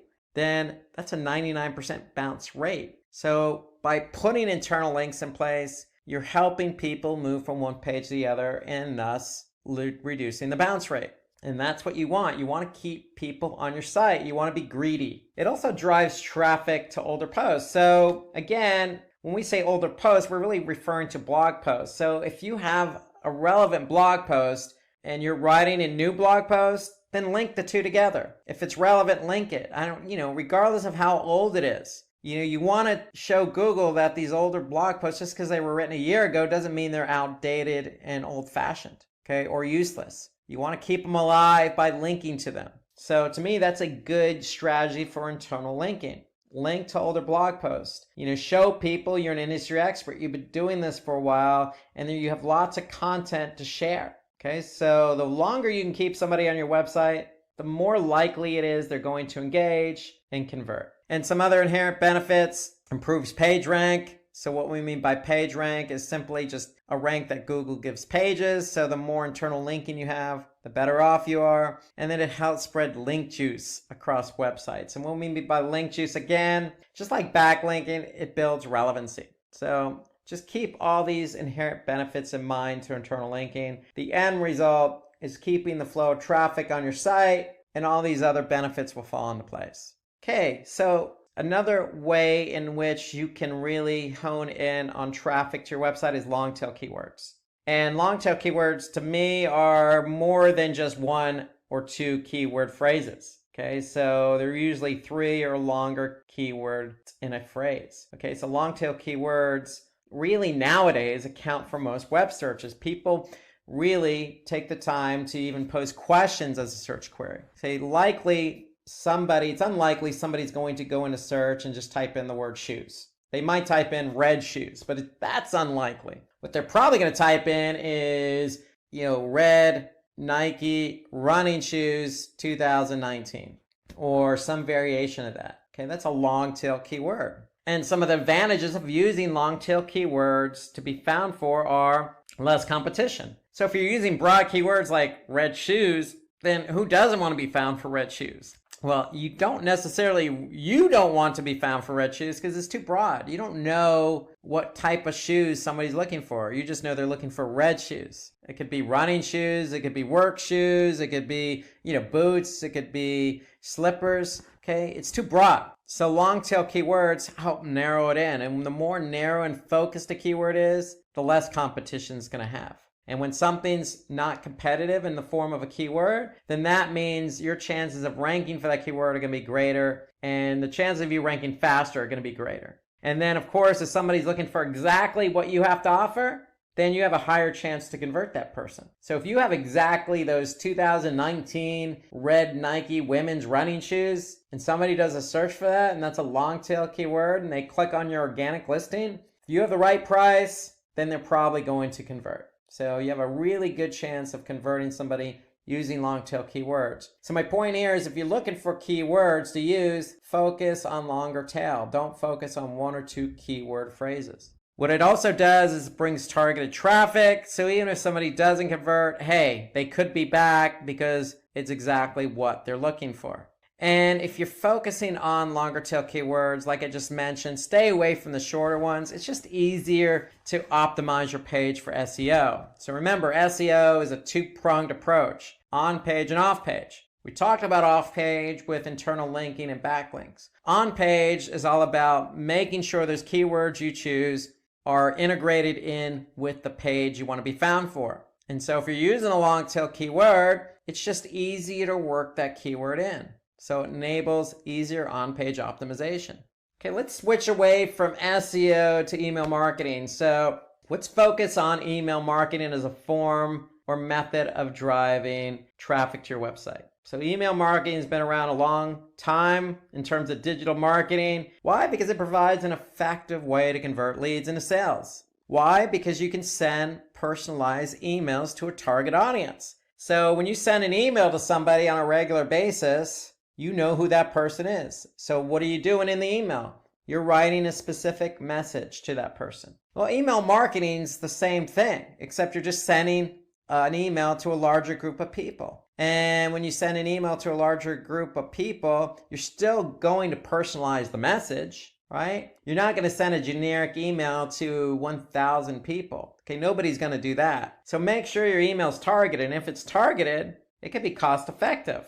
Why? Because sending large amounts of emails, or let's just say an email to a large amount of people or a large group of people, is going to be cost effective. It's not cost per click, it's not cost per open. Okay, so email usually, depending on the email provider you're using, really is a flat fee. So it just really depends on how many emails you're sending or how many people you're sending the email to as well. So, but email generally tends to be more cost effective than other forms of marketing. So look at the email content provider you're using and just get a sense of what they charge. But if you look at it and do a comparison, email generally is cheaper than, say, doing pay-per-click, because with pay-per-click, you're paying for each click. Okay, so that could be expensive depending on the keywords. So email marketing is also time saving, okay, meaning it's a one-time thing and done. So once you send the email, it's just a matter of, watching and looking at the metrics and learning what's going on so you don't make the same mistakes again. But it is time conducive, meaning you send out one email and that's it. With pay-per-click, you're constantly measuring and managing the campaigns. And it provides real-time marketing. So when you do send the email, more than likely a majority of the people on day one or the day you send the email are going to be able to view it, open it, click on some of the links, and convert. So that's normally what happens in email. Majority of the people open it on day one and it kind of tails off from there. So think about it as real time. So when you send that email, and if you have 1,000 people on your email recipient list, break it up. Send the first 500 first with a different subject line. And then you can see the data come in. And if you don't see the good results from the subject line or the body of the email or, the page you're going to, then make adjustments before you send the other email to the next 500. So that's a great thing about email is you can break up the email into 2 groups. The first group and then the second group with different subject lines. And you can probably send them a little bit of time apart. That way you can learn from the first email. Because with email, you are generally going to get results right away. Okay, within the first 24 hours. So that's a great thing about email. Okay, so the other thing about email, it's less intrusive. So normally people who are going to get the email are the ones who sign up for the email. So they're almost expecting your email. So when they get your email, again, as long as you're not sending an email on a daily basis, normally most companies send it monthly or bi-weekly. It's not going to be as intrusive. Okay, and then it also helps build credibility, increase visibility and brand awareness, meaning you're going to build your brand in that email. You're going to put content in that email that's going to show off your credibility. Meaning you could put some testimonials in the email, you could put some good affiliations, you can put a good article to an industry article you just wrote. So email is going to inherently continue to build brand awareness for you. Okay, and it's an easy way to track ROI. So if you're e-commerce, it's pretty clear. You send the email, somebody opens it, clicks on it, checks out and purchases something. It's easily trackable because you could track it right from that email. So one thing I want to say there is just if you do send an email, make sure you're tracking that campaign. And you want to be able to use an analytics program like Google Analytics. Okay, if you use Google Analytics, you're going to be able to track when you send the email, who clicks on it, and who converts. So you want to be able to measure an ROI for these emails, and you can. And that's the beauty of email marketing. Okay, let's move away from email marketing to webinars. So webinars, great method for effective social media promotion. It's a great way to bring traffic to your website. So why do we recommend webinars? Well, because it provides direct contact within your target group. What do we mean by contact with your target group? Well, you're going to host a webinar and you're going to invite this targeted group of people who are interested in your product or service. So if you have a Facebook community, you could do a Facebook Live event, or you could do a YouTube, or you can even set up a webinar on another platform but promote it on social media. And if you're promoting something on social media, you're probably promoting it to people who are already following you or like you. And so that's what we mean by direct contact with your target group. So you're going to be able to create a webinar and talk directly to that group. And that's going to help build brand awareness and credibility. And the great thing about webinars is you don't need some fancy software. I mean, I'm talking to you on a webinar right now. And so webinars are free. All you need is a video camera and a recorder. That's all. And that's all built in with software. So there's plenty of software out there that allows you just to do a webinar really quick and easy. There's lots of opportunities in software. So, and a lot of them are very cost effective. So if you want to create a webinar, you can do that by spending very little money. And webinars, again, allow you to talk to your targeted group, your community, maybe prospective clients. It helps build credibility and, in effect, drive traffic to your website. And when somebody does attend a webinar, they're likely going to be highly engaged because you're inviting them, they're going to opt into the webinar. And the great thing about webinars is even if they don't attend the webinar the day you have it, it's going to be recorded. So they can always go back and watch it. So whoever watches the webinar is going to be engaged because it's going to be a topic they're interested in. And then users are likely to become prospective customers. So having a webinar, talking about something inherently interesting to maybe a larger group of people, you can promote that on social media and potentially get prospective customers to sign up and watch the webinar. And if you do, they're going to be engaged and then take the next step. Oh, I like what this person has to say. They seem to be credible. I like their personality. I like their brand. I like their product.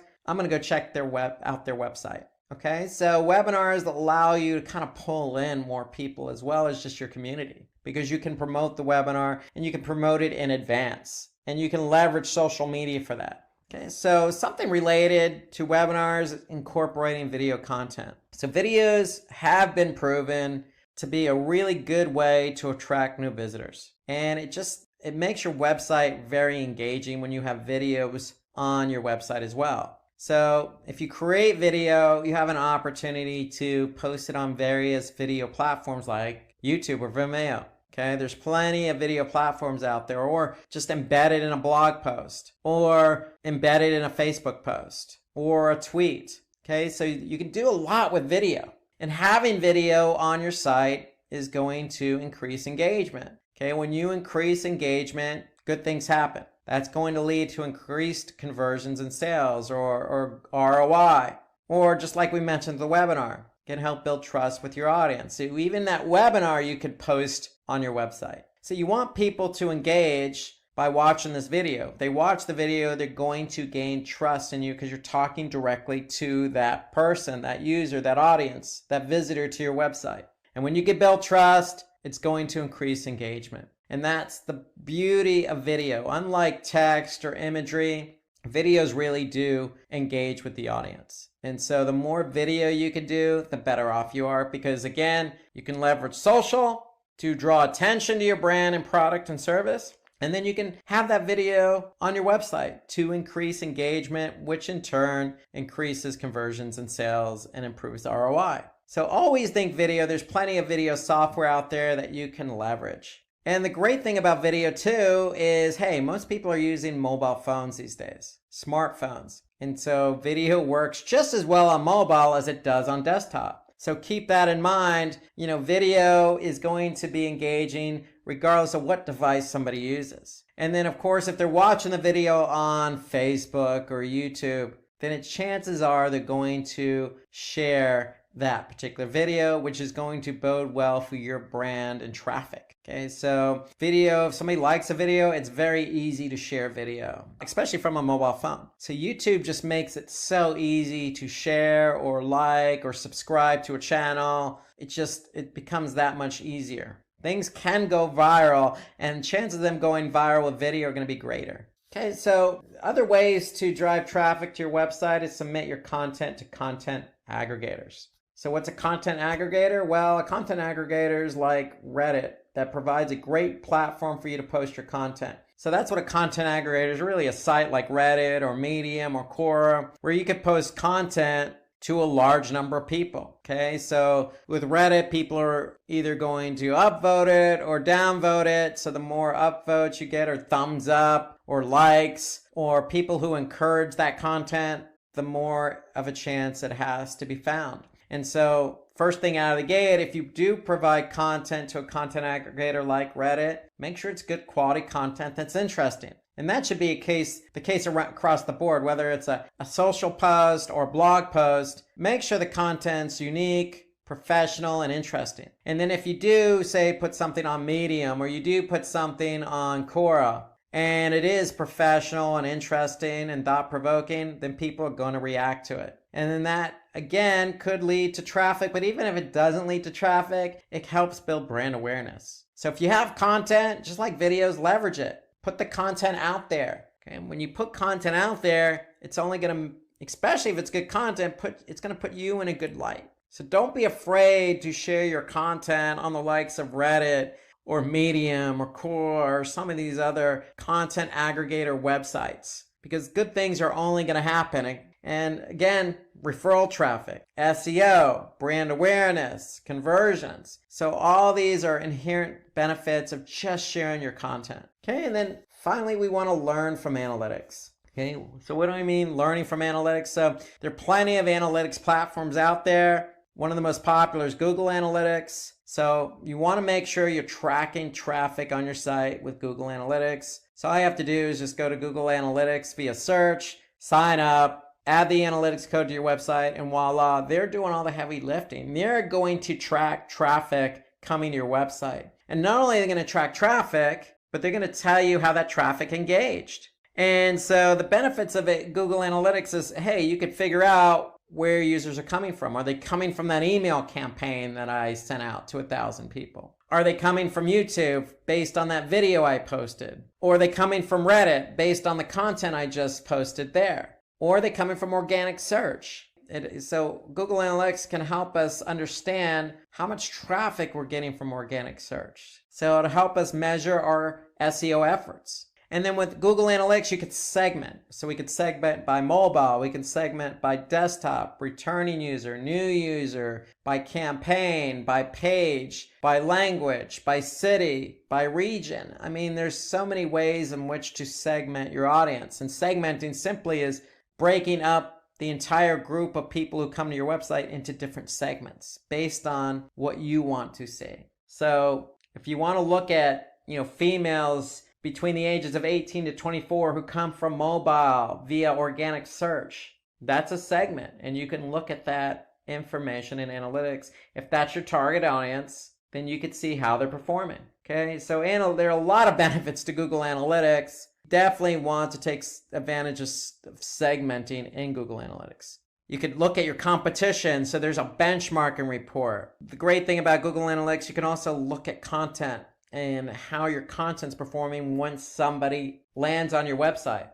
What page are they spending time on? What page are they engaging on the most? Okay, what pages have the highest bounce rate or the lowest time on page? So you can really determine what pages work best. And then, of course, the end result in analyzing all this data is you want to be able to fine-tune your website. So take advantage of the data that Google Analytics or any other analytics platform is giving you by learning. Once you learn what's going on with your website, you can make adjustments to your website to improve user experience.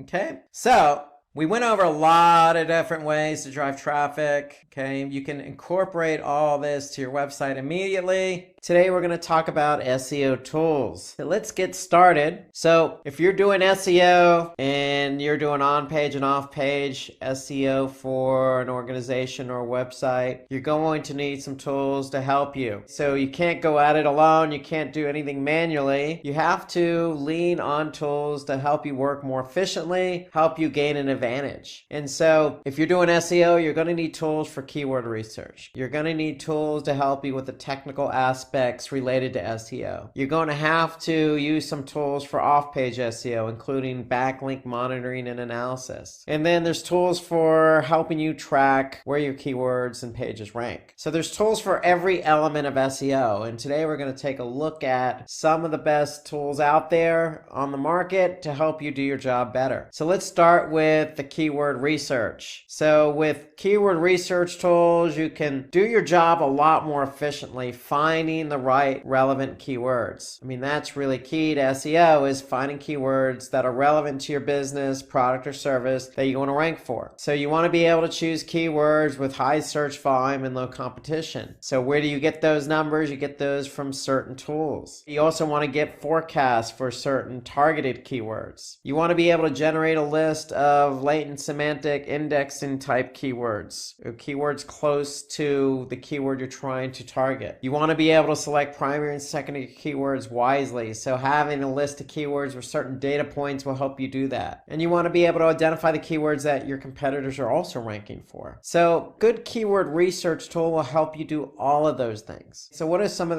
the tools out there? Well, look no further than some of the free ones that Google offers, like Google Trends. So Google Trends is a good tool that you can lean on. If we look at Google Trends, all you need to do is trends.google.com. You could type in a keyword. I can look at the volume or interest of that keyword over time. Here I'm looking at football versus American football, and I could see how it's trending. Then I could see, how it trends in specific regions of, say, the United States as my market. I can also look at other related queries similar to football or American football. And so Google Trends is a good tool, helps you look at the volume, helps you look at what specific regions, helps you look at other other keywords. If you want, you can simply just do a keyword search, or you can actually just see what's trending just by looking at the latest stories and insights. So we could see International Women's Day, started to pick up steam, it's picking up more steam, etc. So it's certain keywords that tend to trend well, and you could pick up on what those keywords are using Google Trends. Now, you could also use another Google tool called Google Keyword Planner. The only difference is this one's paid. You need a Google Ads account. So if we go into Google Ads, you'll need to go to Tools and you'll need to go to Keyword Planner. But when you're in Keyword Planner, you can find new keywords. So if I type in, for example, online marketing and click get started, what the keyword tool is going to do is give me the data that I need to do appropriate keyword research. It's going to give me my keyword and similar keywords. It's going to give me the average monthly volume. And the great thing here is I can actually see the trend for that keyword over time just by clicking on this little bar graph. So for digital marketing, I could see what the trend is over time. I could see what the competition is. I could see,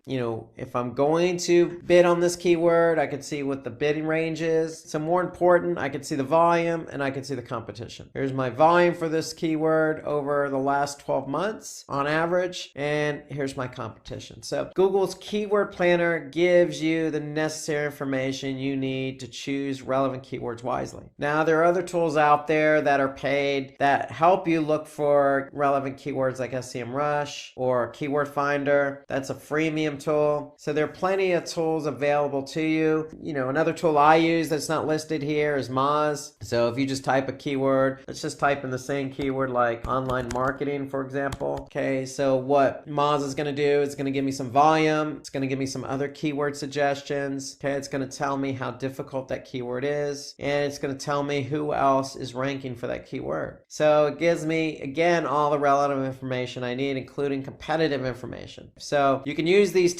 keyword tools. Moz is freemium, some are paid, some are free. There's plenty of tools out there, but these are the ones I would recommend for keyword research. Now let's turn our attention to technical SEO. So for technical SEO, you're going to need to use some tools. There's no getting around that because you want to be able to monitor how your website is performing. Is it loading slow, for example? Does it have a lot of issues with the website in terms of server-side rendering, for example, or server response time? What about 404s and redirects? So you want to be able to gather a lot of the technical information that could aid or prohibit your site from ranking. So you want to be able to also, look at what the bots are seeing and how they're viewing your website. So if Google goes to crawl your site, are they experiencing, a slow server response time? Or are they experiencing pages not found? You also want to see if you have a sitemap.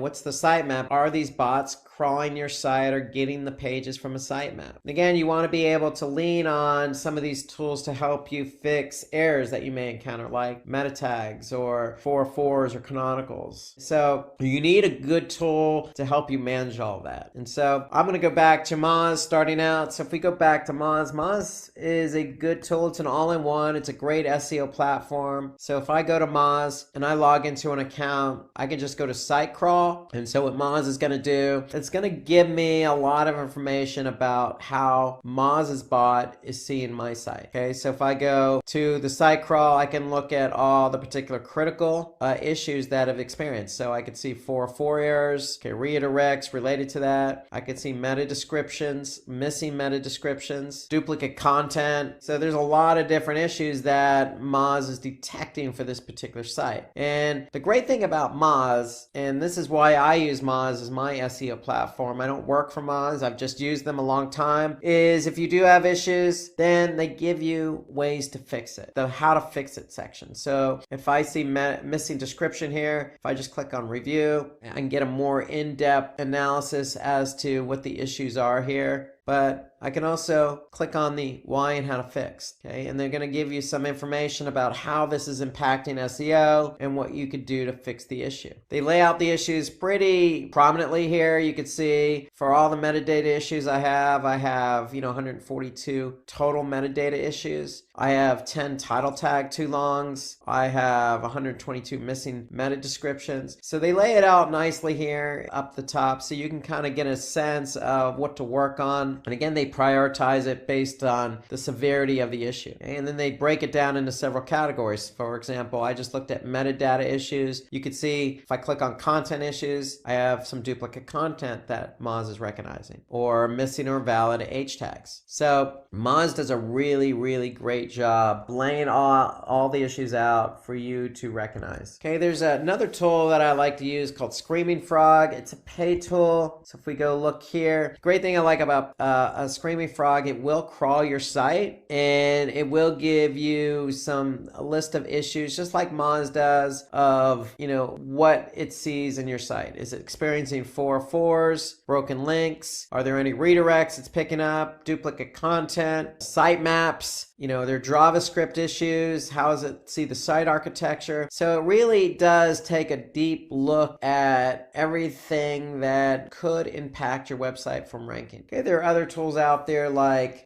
Deep Crawl or WooRank. They're both paid. And so paid tools are really great as well. It just depends on, your pricing structure, what your budget is. But really, when it comes to all these tools, they all more or less overlap and do the same thing. You just need to rely on one of them to make sure that you're able to see what the issues are. Now, there's nothing wrong with using two of them, just as a second reference point to see if both are picking up the same issue. And of course, I like to use Search Console. I always like to lean on Google Search Console because that is the source. So Search Console will also, give you some feedback on how Google's bot is crawling your site. So that's under the crawl error section here. So you can also, use Search Console to upload a sitemap. So that's a key to SEO. You want Google to be able to find your web pages quickly, so you can simply just signify to Google where your sitemap is located. So the Search Console does a lot more, gives you some HTML improvements, gives you some backlinking, and then the process of updating the Search Console user interface. So there's a new user interface that you can use with Google Search Console. The great thing is it's free and it has everything you need to know about your website and how it's affected by SEO, organic search. The only thing you have to do with Search Console is verify the site. But once you verify it, it has all the relevant information you need. So let's talk about backlink monitoring and analysis. Okay, so this is related to off-page SEO. So you're going to need a good tool to help you monitor your website backlinks. And backlinks are simply just links from external sites pointing to your site. And you need to keep an eye on what sites are linking to yours. Are they spammy related sites? Are they good or relevant sites, or anything in between? So you need to really be able to analyze what the good links are and what the bad links are pointing to your website. And you can also,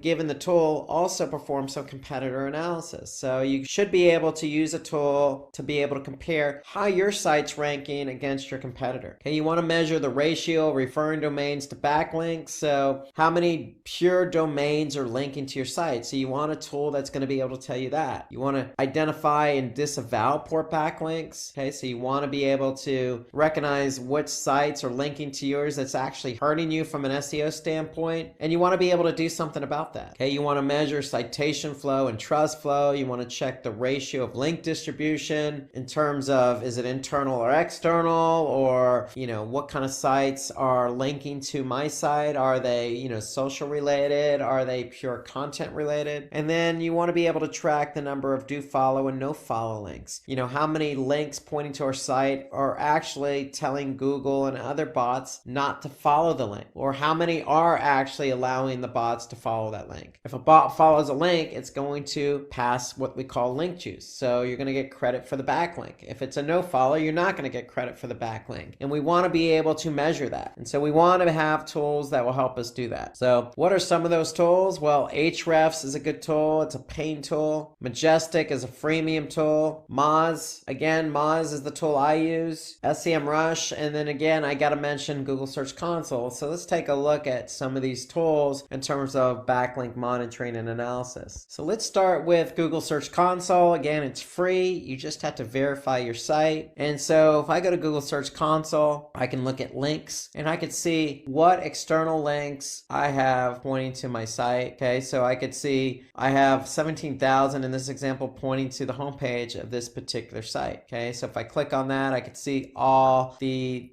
top sites pointing to to my homepage. Now, from an off-page SEO perspective, do you want every backlink or external link pointing to your homepage? No. So you want links pointing to internal pages. So you want to be able to measure that. So I could see what the top linking sites are, and I could also see what the anchor text is. So do I want my anchor text always to be my brand name? No. I want it to be, keyword we're trying to target. Search Console also gives you some internal links. Okay, what are the top link pages for internal links? So from an SEO perspective, you always want to have a nice balance of internal linking. So this report helps you understand what pages are getting links and are the links evenly spread. So this is Google Search Console. This is the links report. This is totally free. This is provided by Google. All you have to do is verify your site. Now, if we go over to Moz, we type in a domain, any domain. So I just typed in Simplilearn. Okay, Moz has some metrics that are important to off-page SEO, including domain authority. So the higher your domain authority, the better off you are. And so what helps a domain authority grow is how many quality links are pointing to that domain. And so here we could see over 7,500 linking domains to Simplilearn. So what's important is we just don't want any site, we want quality relevant sites pointing. Okay, so we could see how many total inbound links and then how many ranking keywords we have. Okay, so here Moz is going to give me kind of an idea of what my domain authority has been over time. They're going to tell me the top followed links to the site. So they're going to tell me, what are those links pointing to my site and what's the page authority of those sites. Okay, here I can get a nice graphical breakdown of the linking domains by domain authority. So you want pages with high domain authority pointing to your site. So here I could see 69 linking domains between 91 and 100. So that's really good. We want high relevant domains linking to our site. So just like Search Console, I could see the top anchor text being used. Okay, and I can see the top pages that have,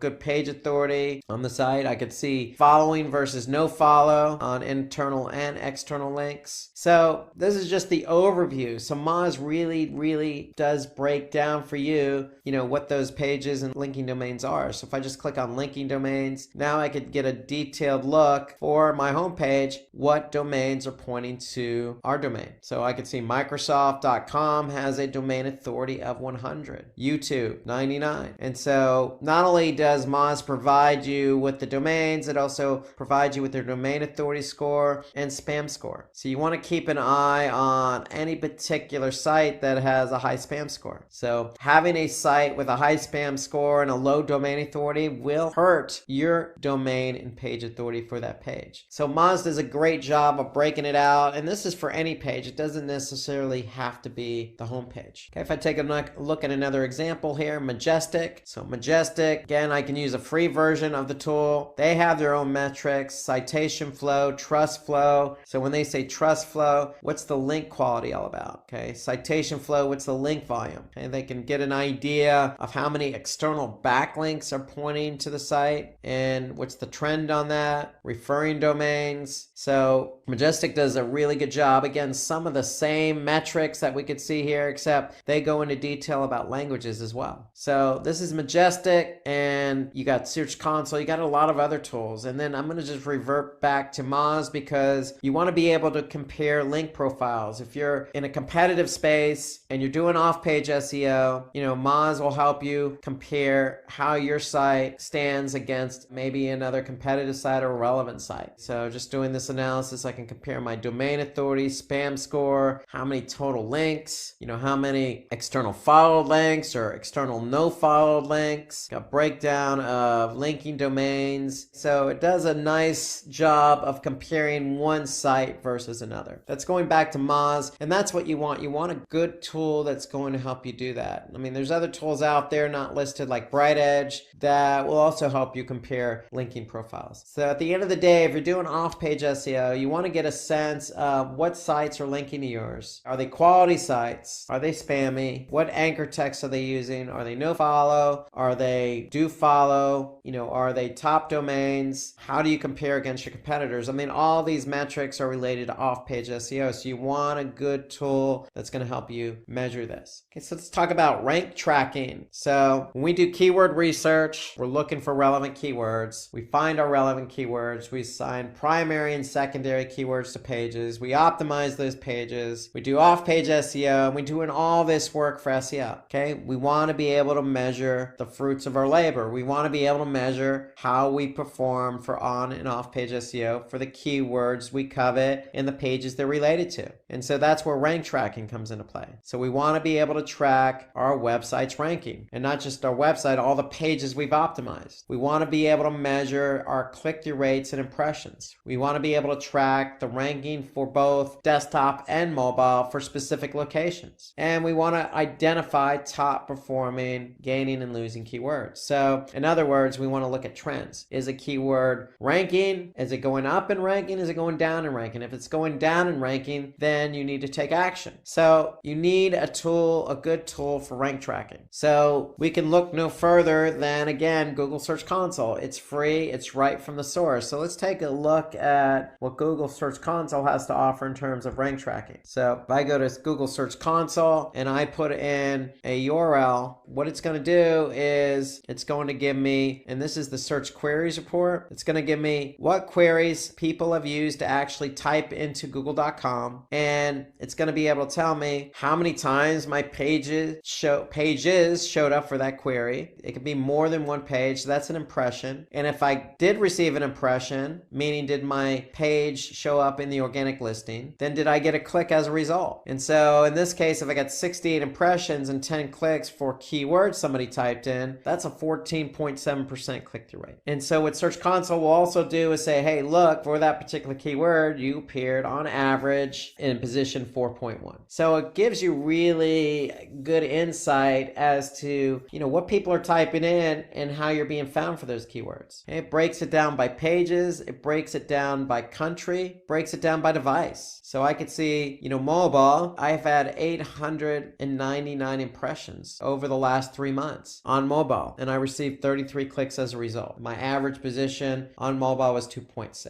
So Search Console does a really good job. Again, this is free information providing you the actual keywords somebody's using on Google search as a query, and how many impressions you're receiving for that keyword, how many clicks, click-through rate, and then average position. So in theory, the higher you are positioned on Google, the more clicks you're going to receive. So if I'm not positioned properly for a keyword, let's just say page 2, then I'm probably not going to receive as many clicks as I would like. So that's Search Console. There are other tools out there like Ahrefs, again, does a good job of tracking. AMZ Tracker. We look at Winsure. So there's some good tools out there. I'm just going to show you another one again. I'm going to go back to Moz, for example. So Moz has a tool called, so if I go back into the account, so Moz has a rankings tool that you can look at to see where your keywords are ranking. So if you've already chosen keywords and optimized pages for those keywords, then you want to be able to load those keywords into Moz. And so Moz allows you to do that. And so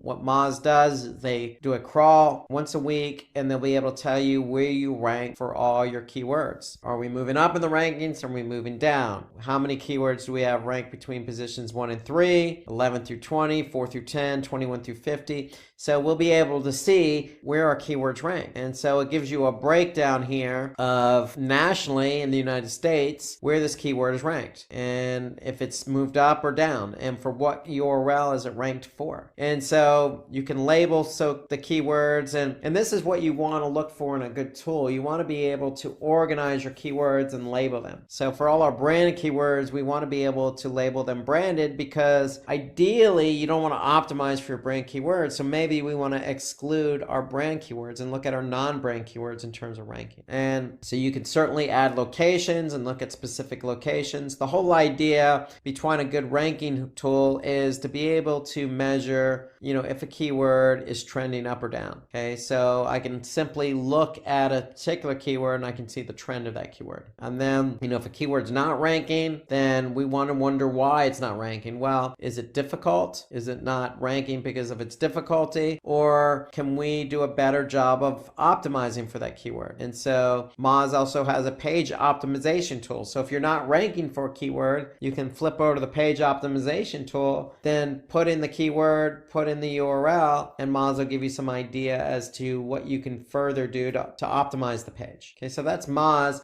This is Ahrefs. So you can see Ahrefs does the same thing. They provide you some visibility, average position, how much traffic, where you're ranking in terms of positions, 1 through 3, 4 through 10, 11 through 50. And so you want to be able to get a sense of where my track keywords are trending. Are they trending up? Are they trending down? And the whole idea, again, behind a ranking tool is if you're trending down, you want to be able to address why it's trending down. So you want to start with on-page SEO. Can we do a better job of optimizing? Or off-page? Does that page need more backlinks? So that's why you need a backlink tool to support your ranking. And Ahrefs does offer up some competitor information as well. So you can see how your competitors are performing. So these are some good examples of ranking tools that you can take advantage of. Now, there are also a few important SEO tools that can be helpful in different ways. For example, if you're doing video. So there are some tools to help you measure how you're performing via video. For example, vidIQ. So let's take a look at vidIQ. So if I load in, say, a video in YouTube, in this example, how to rank YouTube videos, I have a vidIQ extension loaded into my browser in Chrome. And so now I can get a good sense of how many views, the duration, the engagement rate, the like ratio, how many people shared it on Reddit. But further, I can look at how the video is optimized. So they're telling me the title's too long here, maybe shorten it up, but we have tags, we have descriptions, we have cards, we have end screens. It's been shared on Facebook. It hasn't been shared on Twitter. Okay, it is public. We do have pinned comments and we do have hearted comments. And so this gives me an idea of how we did in terms of optimizing this particular video. Okay, so if we wanted to tweak it, we could tweak the title tag, make it a little bit shorter to help it rank better on YouTube. So you want to be able to use a tool like this because if you have videos, then you want those videos to rank. And so you can certainly watch this video on how to rank your YouTube videos. And in that video, we do allude to vidIQ. So you want to be able to use a tool like this because, YouTube, it is a video portal, but it's the second largest search engine behind Google. So if you do have videos, you want to be able to rank for them, and you want a tool that's going to help you measure and help you understand if you are ranking, if you're not ranking, why are you not ranking? Now, for content optimization, there are tools you can use like SEO Site Checkup or Site Analyzer are some good tools. If you already have Moz as an example, just going back to Moz, as you already know, I use Moz a lot. So they have a page optimization so you could check the content and how you're optimized your content. So it's going to give me some good feedback on, is your page title, meta description, are they in line? Okay, so it's going to give you some good feedback on that. You also have, again, I have to allude to Search Console. You can always look at a particular page in Search Console to see if it has any errors as well. So is it duplicated meta description? Is it a duplicated title tag? Is it any pages missing title tags or meta descriptions? So when it comes to content, you can look at Search Console, you can lean on Moz, or you can lean on some of these other paid versions like Site Analyzer. When it comes to traffic and metrics, look no further than Google Analytics. There is a free version of Google Analytics as well as a paid version. So if I go into Google Analytics, it's going to tell me all of my website behavior. Okay, who's coming to my site, how they got to my site, how they behaved once they went to my site, and are they achieving the goals I set out for them to achieve via conversions. And so you want to look at first in Google Analytics how much traffic you're getting. So if I go to Google Analytics, if I go to acquisition, all traffic channels, I should be able to see how much traffic organic search is driving over a period of time. So I could see how many users, how many sessions. Then if I click on landing pages, I could see what landing page they went to. Today we're going to talk about SEO tips and tricks. So let's get started.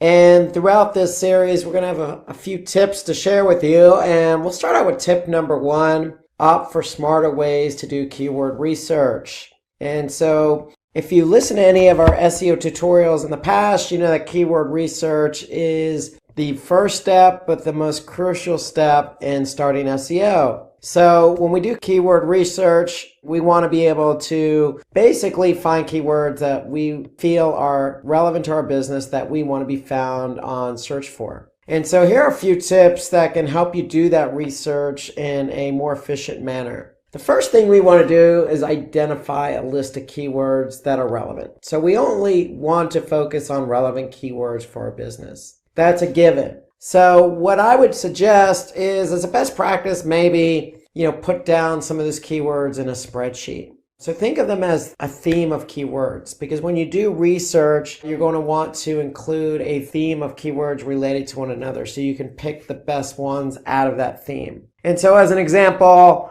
if we have a company that sells dried figs, in a spreadsheet, as an example, if I show you a spreadsheet, maybe we want to focus in on just dried fig, and maybe we want to focus in on dried fig recipes. So go ahead and put those in a column, some of these keywords that, you want to be found for. So that's really the first step. They need to be relevant, so put them in a spreadsheet so that you can build keywords around that list. Then we want to choose keywords. And when we choose keywords, we want to have some criteria around choosing them. And so we always want to choose keywords with a lot of volume. And what I mean by volume, I mean how many people on average type in that keyword or a related keyword per month. The second criteria is the keyword of product fit, meaning, is the keyword relevant? You always want to stay true to relevancy. The third is commercial intent. What is the intent of the keyword? Is it trying to get us a sale? Is it answering a question? So what is the intent of that keyword? And then last, it's difficulty. So we want to definitely take a look at how difficult a keyword is to rank for on organic search. So that's some of the criteria. You may have some additional criteria that you want to use, but this is the criteria basically for choosing keywords. So again, we want to prefer keywords with high volume. You want to be careful of seasonality. So remember seasonality. In this example, Christmas tree, you're only going to have a spike, during the winter, or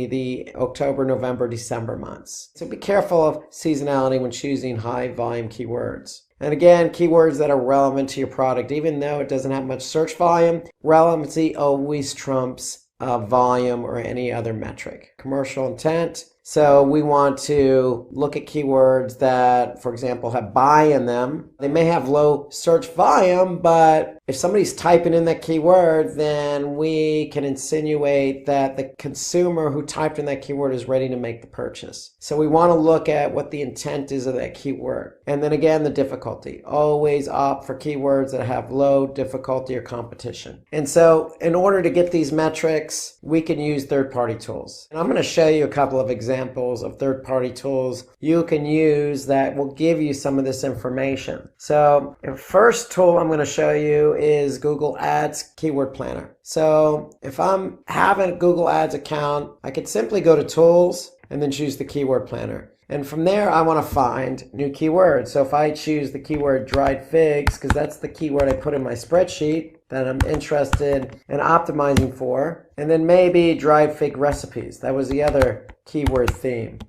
So if I enter those two keywords in, just to begin with, basically what Google is going to give me is the average search monthly volume. So here I can see dried figs. I have an average monthly search volume, 8,100. That means on average, over the last 12 months, that's how many people have typed in that keyword. Here I can see a little bit of a trend. I just hover my mouse over that graph. I could see, again, for seasonality impact, if there is any seasonality, what the volume is on average per month. Then I could see the competition is high. And because this is Google Ads, because it's paid search, they're going to give me a sense or an idea of what I should be bidding on that keyword. Now that's another topic for another day, but it's good information to have because if you're not ranking for a keyword, you could decide to bid on it for paid search. So don't discard the bidding information. Go ahead and put it in a spreadsheet for later use. But for now, we're focused in on keywords that are relevant, how much volume, how much competition, okay? So once I get this information here, I can simply go back to my spreadsheet and put that information in there. What's the volume for dried fig? What is the competition? Now for competition, notice that Google Ads gives us a high or low.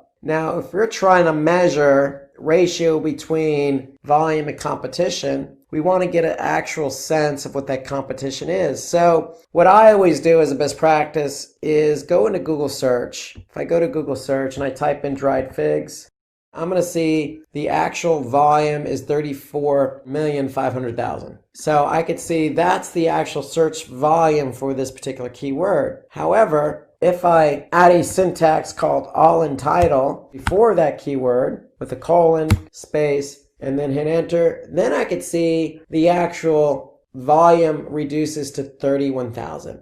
And basically what this tells me is that 31,000 listings or results have the keyword dried figs in the title tag. So if a web page has dried fig, our targeted keyword in the title tag, then ideally we can insinuate that that page is trying to rank for that keyword. So therefore, in order for us to rank number one on Google, we have to jump over 31,000 results. So we want to be able to include this information into our keyword analysis. So if I go into our keyword analysis here and I go ahead and enter in that information. So what's my keyword? My keyword is dried figs.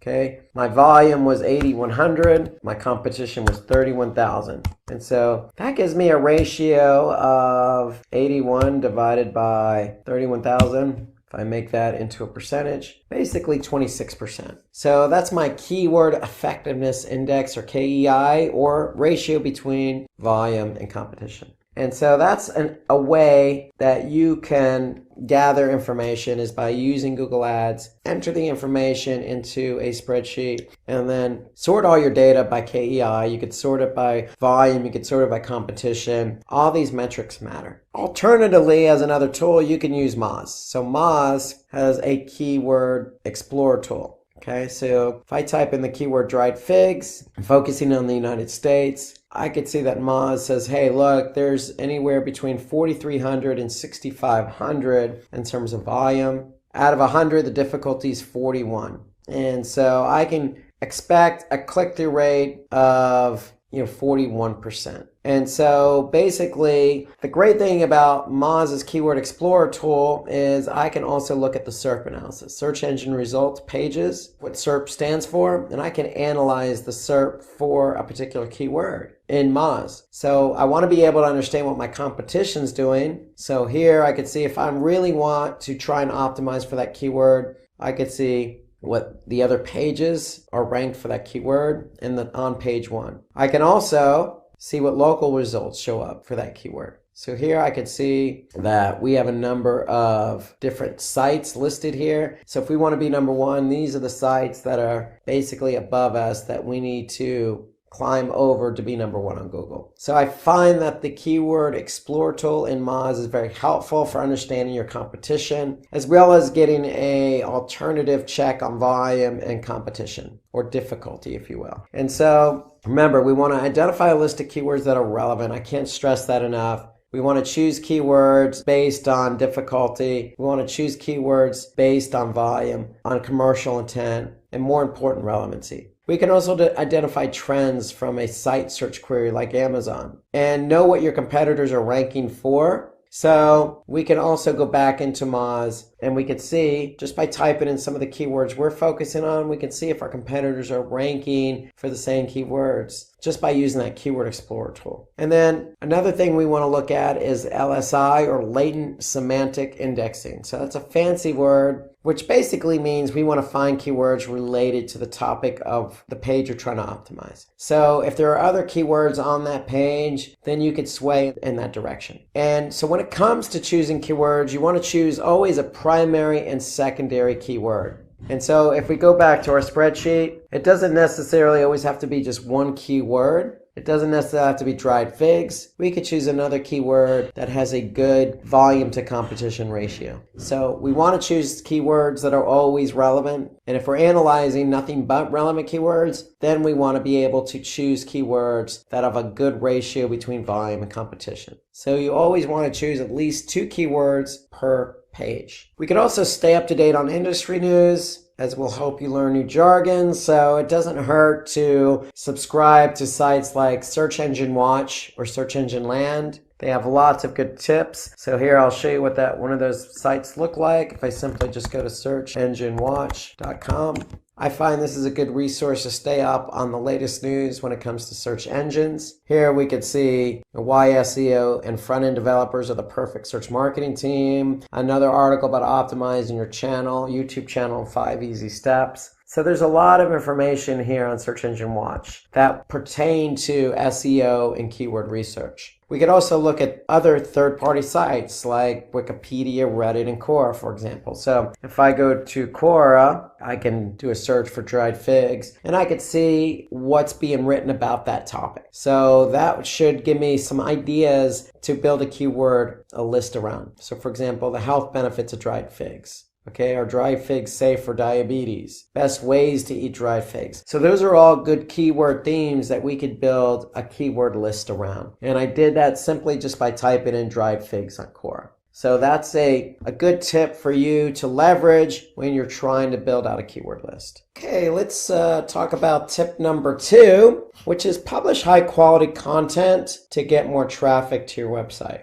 So it's all about content. So we've already done the keyword research. We still need to kind of merge the two. But when we talk about merging the two, it's not just building content around those keywords. It's much more than that when it comes to SEO. And so that's why we always talk about high quality content. So let's talk about some of the tips that can help you create high quality content. So first tip is we want to be able to publish longer and engaging content. Longer and engaging content tends to rank higher in Google. Why? Because you have more content to work with. And when you have more content to work with, you can optimize it, you can structure it, you can insert different assets like videos and images. And by keeping it long, you're going to likely keep it engaging. And so Google tends to lean in favor of content that is well organized, structured, and long because it is more likely to be engaging for the end user. We definitely want to include those target keywords. So you want to be able to, insert those keywords into those meta tag descriptions, into those title tags, into those alt tags. But you want to work them in naturally. You don't want to force anything. Content should be naturally written because if it's naturally written, it's going to be engaging. So we want to use LSI keywords in the content. So LSI, or basically latent semantic indexing, basically just means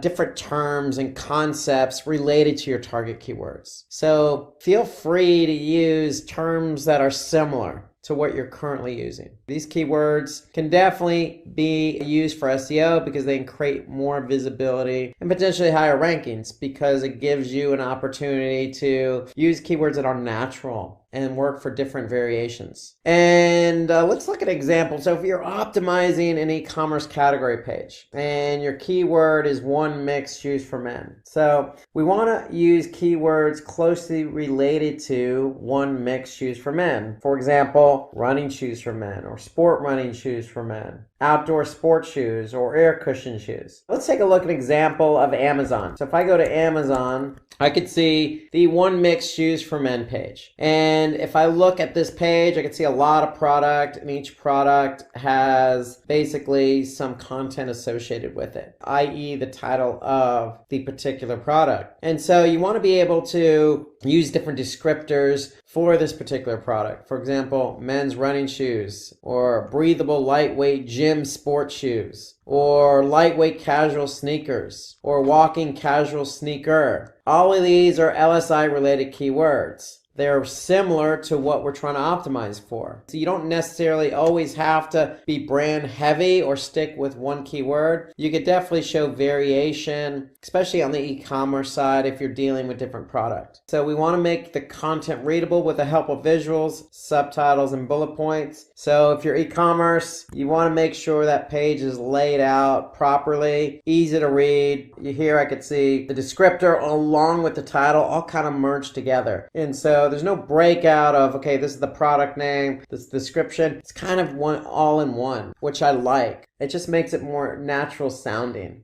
Okay, and you can see these are all broken out.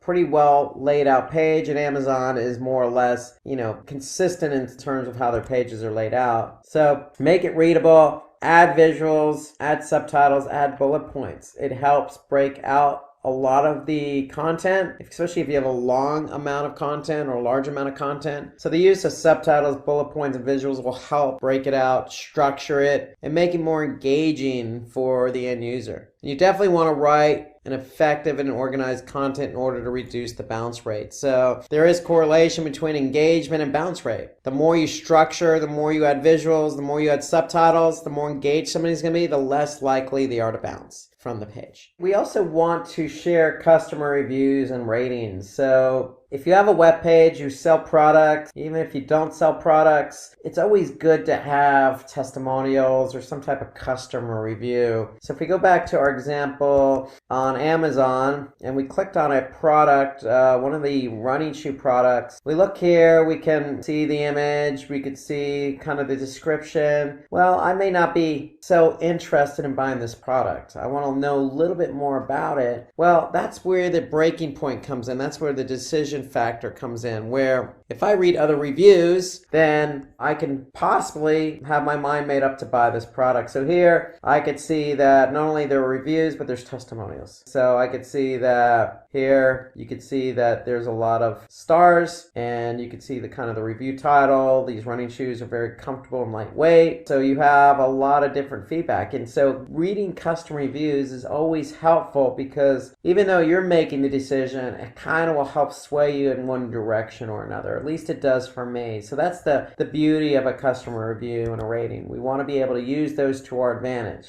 And then you want to be able to update your content on a regular basis. And that goes for testimonials and reviews. You want to make sure you're always getting reviews. Because if you're always getting reviews, then that's just adding to the particular product. And so if you're always updating your content on a regular basis as well, then Google's going to be able to see that. And Google likes fresh content. Okay, we also want to include the benefits of the product. So if you're selling a product, any product, you always want to include the benefits. You want to do as much as you can to make your product engaging to the end user, enticing so that they can buy it. So in addition to customer reviews or adding content about the product, you want to include benefits. So if we go back to Amazon here, we could see Amazon lists a lot of the benefits, or one mix in this case lists a lot of the benefits. So here you could see all the descriptors about the particular product. It's got rubber sole, it's got a breathable textile lining, you get free high quality socks with every shoe. So these are some of the features, and if we continue to scroll down, we could see some of the details about the fabric type, specifics about the fabric, and there's a lot of information on this product page, even a sizing chart. So a lot of different features that will help the end user make the decision. So don't hold back. Add as much information as you possibly can, as much information as you have available. It doesn't hurt, because in the end, what you're trying to do from a product perspective is sell the product. And you can't really sell it unless you have information that's going to convince the user that this product is what they want to buy. So include the warranty, size recommendation, return policy, and some offers. So it should all be listed on the page, easy for the end user to see. So can't stress it enough, provide as much product information as possible. I go back here. Here it has a sizing chart, what colors are available, again, some of the descriptors. If I scroll down, here I can see some more of the benefits, waffle rubber outsole, soft deodorant insole, again, fabric type, Okay, it's got all sorts of information. It's got images about the fabric itself, the shoe itself, how it's structured. So a lot of information about this, and it even does a comparison. And so there's a lot of information about this particular product. So don't hold back. Add as much as you can to convince the end user. So in the case of the One Mix on Amazon, they had a sizing chart. They had an FAQ. They had additional information. What other products that customers view from One Mix? And then testimonials. So these are some of the basic bits of information you want to add on your page. If you don't have customer reviews, it's okay. Add FAQ in its place. Again, the end result is to convince the customer to purchase the product. And then build a comprehensive internal linking structure of web pages. So every product page should link to similar products. So if I go back here I could see other products from One Mix. So you should always have a linking structure so that if the end user doesn't want to particularly buy that particular product, then you have links available so they can go to another page. And then add different varieties and related short videos of the product. So if we go back to our product page, they have different varieties that they're showcasing here. They have the size chart. They even have a size convertible chart. So if you're dealing with metrics, you can go over to US metrics, feet, vice versa. You can add a video. Show a video of, if you're selling running shoes, show a video of somebody working out. It doesn't have to be a full-blown commercial per se, but it could be a short 30-second video of what the shoe looks like on somebody else's feet, so that they could see somebody walking with those shoes on. So video doesn't have to be a big production. You can do it right from your phone. So review your content before you publish. This goes without saying. You want to do that. Just you make sure you include everything possible. Because when the content does get published, remember, Google's going to index that content. When they index it, it's going to show up in the search results. So we want to make sure we have all the information readily available, not only for the end user, but for Google as well. We want to be able to analyze our meta tags and URL to improve click-through rates. So this is important because the meta tags, i.e. the title tag and the meta description, and the URL is what shows up in Google search results. So if we have title tags, that's the first important element. That's what shows up in the search results. So what we want to do is we want to optimize the title tag. And when we optimize it, we want to use modifiers. And when I say modifiers, I mean, feel free to use the word best or cash back or free shipping or discount. So for example, if you're selling running shoes, 25 best sneakers, or up to 70% off, or free shipping, or buy shoes on discount, very action oriented. But, it includes these modifiers that are going to help somebody click on that link. So some tips for optimizing the title tag. In addition to the modifiers, we want to watch the title length, and we want to include those target keywords in the title tag. So remember, you're likely going to have 2 keywords to work with. You want to have at least one of those keywords in your title tag. So with the modifier, up to 60 to 65 characters in length with that targeted keyword should get you a good title tag that's going to get somebody to click on it. So let's look at an example. So if I type in the keyword best recipes for dried figs, here I could scroll down. Here's my title tag, stands out. My URL is right underneath that, and underneath the URL is the meta description. And so here I can see some modifiers: 188 best autumn dried fig recipes, or 25 fantastic fig recipes, or 10 best cooking dried fig recipes. So these are all modifiers that are going to help somebody get the click. Get them to click on your link and go to your website. So when you don't hit the 65 character limit, if you go over that, Google's going to cut off the title tag. So we want to avoid that at all possible. So the whole idea is, like 10 best cooking dried fig recipes by Yumly. That's a good enticing title tag. Okay, takes into account a modifier, includes the targeted keyword, and is under the 65 character count. Some additional tips for writing meta description. We always want to provide a unique description for each web page of the website. So no duplicate meta tag descriptions. Every page needs to be unique. Then we also want to be specific about what we're offering. So if you have, say, you're selling headphones and you have a particular set of headphones from a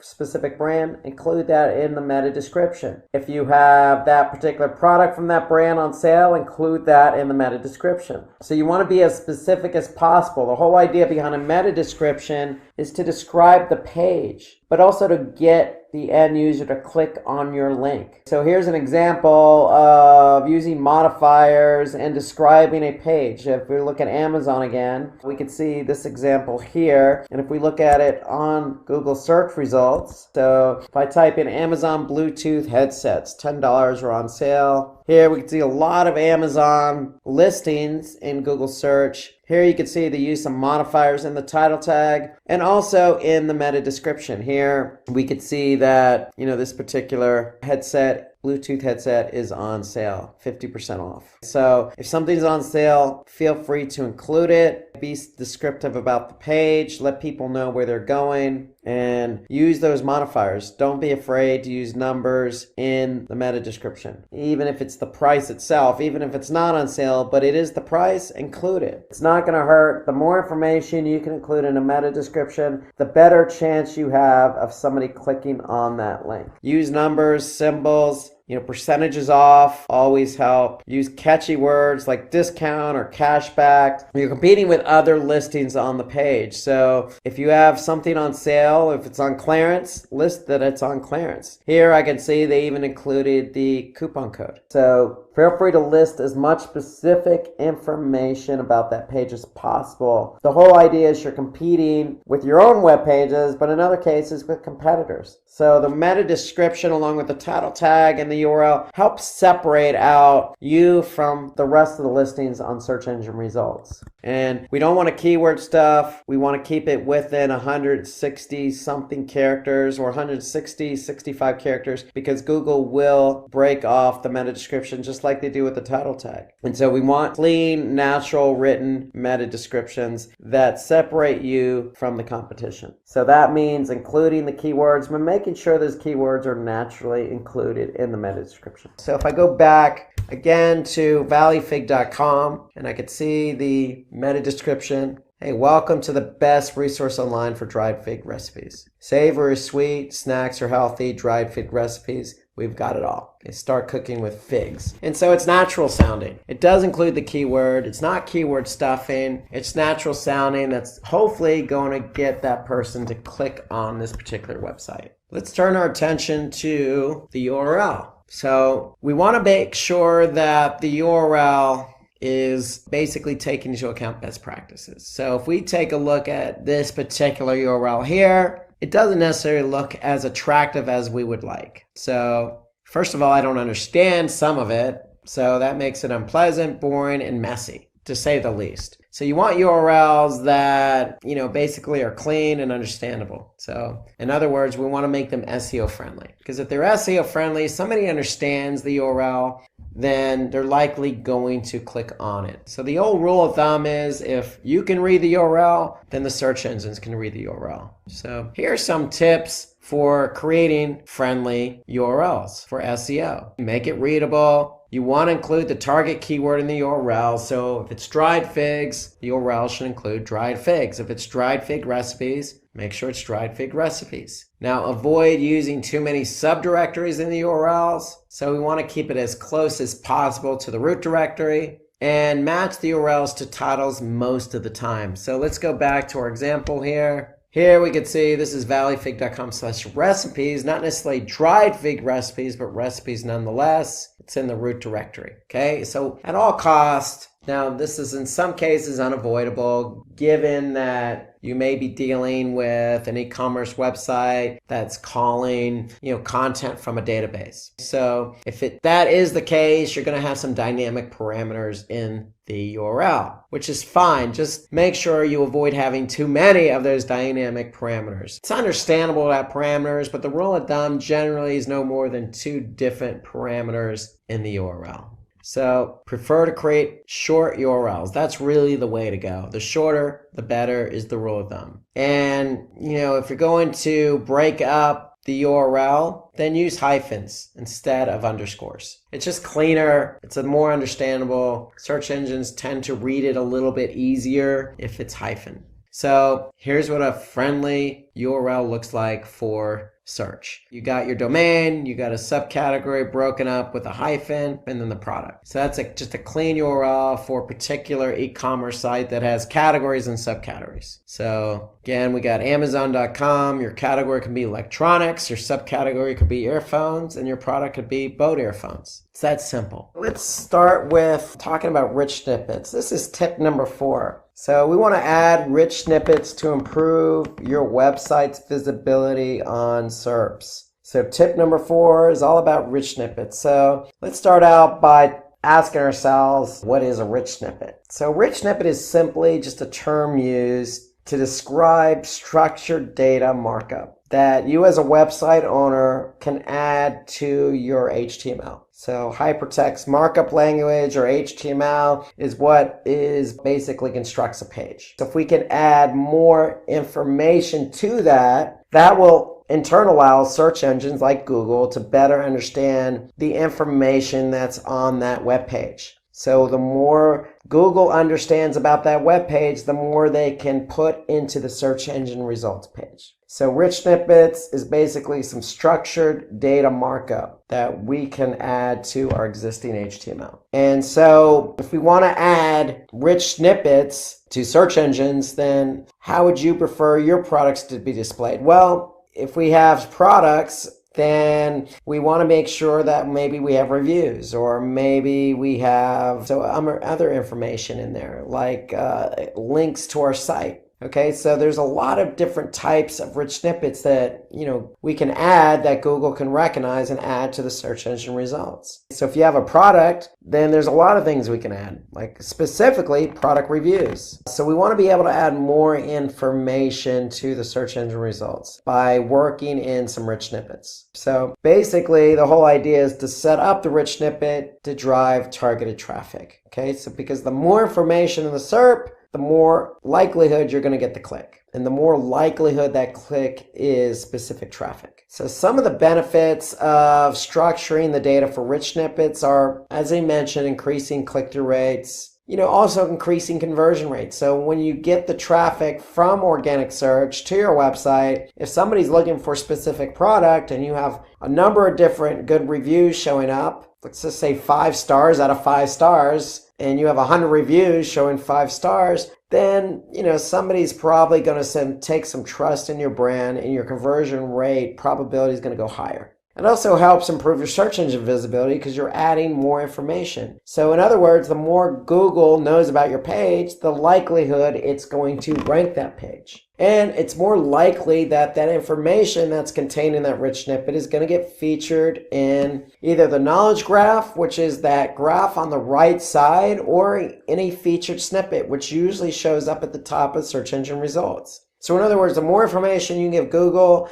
the more they can use that information on their search results page. And there's no disagreeing that the more information that you have in your search engine result, the likelihood of getting more traffic increases. So for rich snippets, you could always start with images. So some of the common properties that you can add to your product page, if you have a product page, just a page itself is an image. You can always start there. You can always add a description. You can always add in ratings, and you can always add in reviews. So these are some of the most common attributes you can add as a rich snippet. So if you add that, Google picks it up. It's going to include that information in the search results. Okay, some others are offers, prices, site links, links to your site, and product availability. So all that information can be conveyed to Google. Google understands what you're trying to pass along. It's going to include that in the search results. So did you know that according to Ahrefs,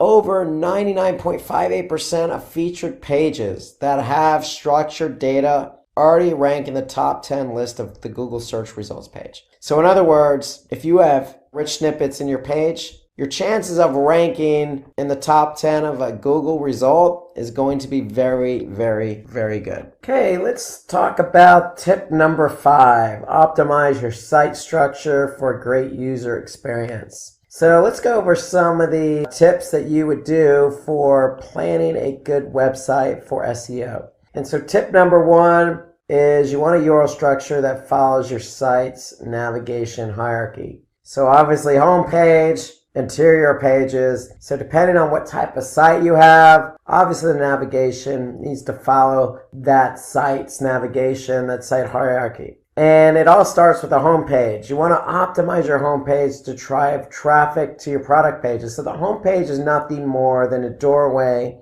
into your website. And so the site's navigation should link to all those different products. So if you have an e-commerce site with subcategories or categories, subcategories, then you want to be able to make sure your navigation reflects that. You want to build a comprehensive structure for internal linking as well, because when you're from the home page, obviously you want to be able to easily navigate to other pages. However, when you're on other pages, you want to be able to have a link pointing back to relevant pages and not necessarily on the home page. So this serves two purposes. One, for the end user. Obviously, you want the end user to navigate through your website seamlessly, right? Second, for the search engines. They're following links. They want to be able to understand how your website flows and links together. So you don't want a scenario where it's a one-way street from the home page to interior pages. You want basically home page to interior, interior to other relevant interior pages. And that could be a lateral, or that can be a situation where it's a hierarchy. For example, homepage, category, subcategory, subcategory, etc. You want to be able to make sure your site is constructed in a manner in which the search engine can read it. So CSS or cascading style sheets or hypertext markup language, HTML, are your two most common languages. That's basically what browsers load. That's what search engines like to index. It just makes it easy for them to understand what your page is all about. Remember, we talked about rich snippets in the previous tip. Rich snippets are nothing more than supplemental HTML to describe what the page is all about, so that the search engines can understand that page and include reviews or include site links in the search engine results. So this is all based on HTML. So the more you provide the search engines in a more structured manner via HTML, the more the search engines are going to understand the page. Adding breadcrumbs to your product pages is also a good practice. If you have an e-commerce site and you have a category, then a subcategory, then a subcategory, then a product page, well, it's probably not a bad idea to make sure you have a breadcrumb so that way somebody can easily go right back from the product page to, say, the category page or to the subcategory page directly without having to hit the back button or having to go through the navigation. Some good examples, I think Amazon does a good example of using breadcrumbs, given the amount of products they have on their site. So go check out Amazon if you want a good example for breadcrumbs. And then canonical tags. We want to make good use of canonical tags, and that's in order to avoid duplicate content. So a canonical tag is nothing more than a link element, basically, or an HTML element that basically prevents duplicate content issues. So in other words, if we have a canonical tag as a meta tag, basically we're telling the search engines, this is the preferred or canonical version of a web page. Okay, so use this web page. So it signals to the search engines which page they should basically index and pay attention to, and avoid all the other pages that have similar content. So that's the idea behind a canonical tag. So that's a good best practice. And then optimize your site for desktop and mobile. I can't stress the mobile part enough. Most users begin their journey on mobile. So if you're not sure about what the search engines like or don't like, you can always refer to Google Search Console for an example. So if you go to Google Search Console, they have a report called Mobile Usability. So if you click on Mobile Usability, you can see what pages they like, what pages they don't like from a mobile perspective. And if you have errors, they're going to tell you what those errors are. So if your website has text that's too small to read, they're going to tell you that these are the pages with this error. And so that allows you to go and address those errors, because from a Google perspective, if a page has a mobile usability error, then Google will not index that page. So leverage Google Search Console to get a sense of what type of errors your site has from a mobile perspective. You also want to prefer to keep your checkout page simple. So again, from an e-commerce perspective, you want to keep the checkout page as simple as possible for obvious reasons. You want the end user to have a good experience, and you obviously want the conversion. So when I say keep a checkout page simple, really now with today's technology, you can create a one-page checkout process. You want to optimize your sitemap. So when we talk about sitemaps, we want to make sure that it's a file, an XML file that basically includes all of our URLs. And we can then turn around and give that sitemap to the search engines. So if you have a sitemap in XML, make sure you go to Google Search Console. So if I go to Google Search Console and I click on sitemaps, I can just simply tell Google where my sitemap is located. And when they recognize that sitemap, they're going to be able to basically index the URLs from that sitemap. So we could see here how many URLs they discover and how many they index. So make sure you create the sitemap in an XML format, submit the sitemap via Google Search Console, and then you can go back and see how many pages they've indexed versus how many you've submitted.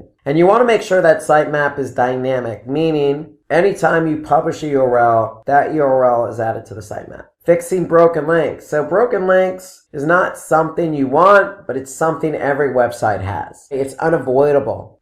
People publish pages all the time. There's test pages. There's all sorts of reasons why a site has broken links. You want to be able to address those. And again, going back to Google Search Console, we can basically see, just by looking at some reports, what pages have broken links and which ones don't. So we could certainly look at Search Console to get information about basically what pages are broken, which ones aren't. And then we want to prefer predictive searches and integrate product typographic errors on your search bar. So basically have a search bar that's a best practice, but anticipate knowing what people are typing in. So that means maybe going into Google Analytics and looking at the search terms report. So we can go into analytics and look at search terms to get a sense of what people are searching for. But, when we talk about integrating product typographic errors, we're talking also about fonts. So we want to make sure we're using the latest fonts so that we don't run into any issues on our website, people not being able to read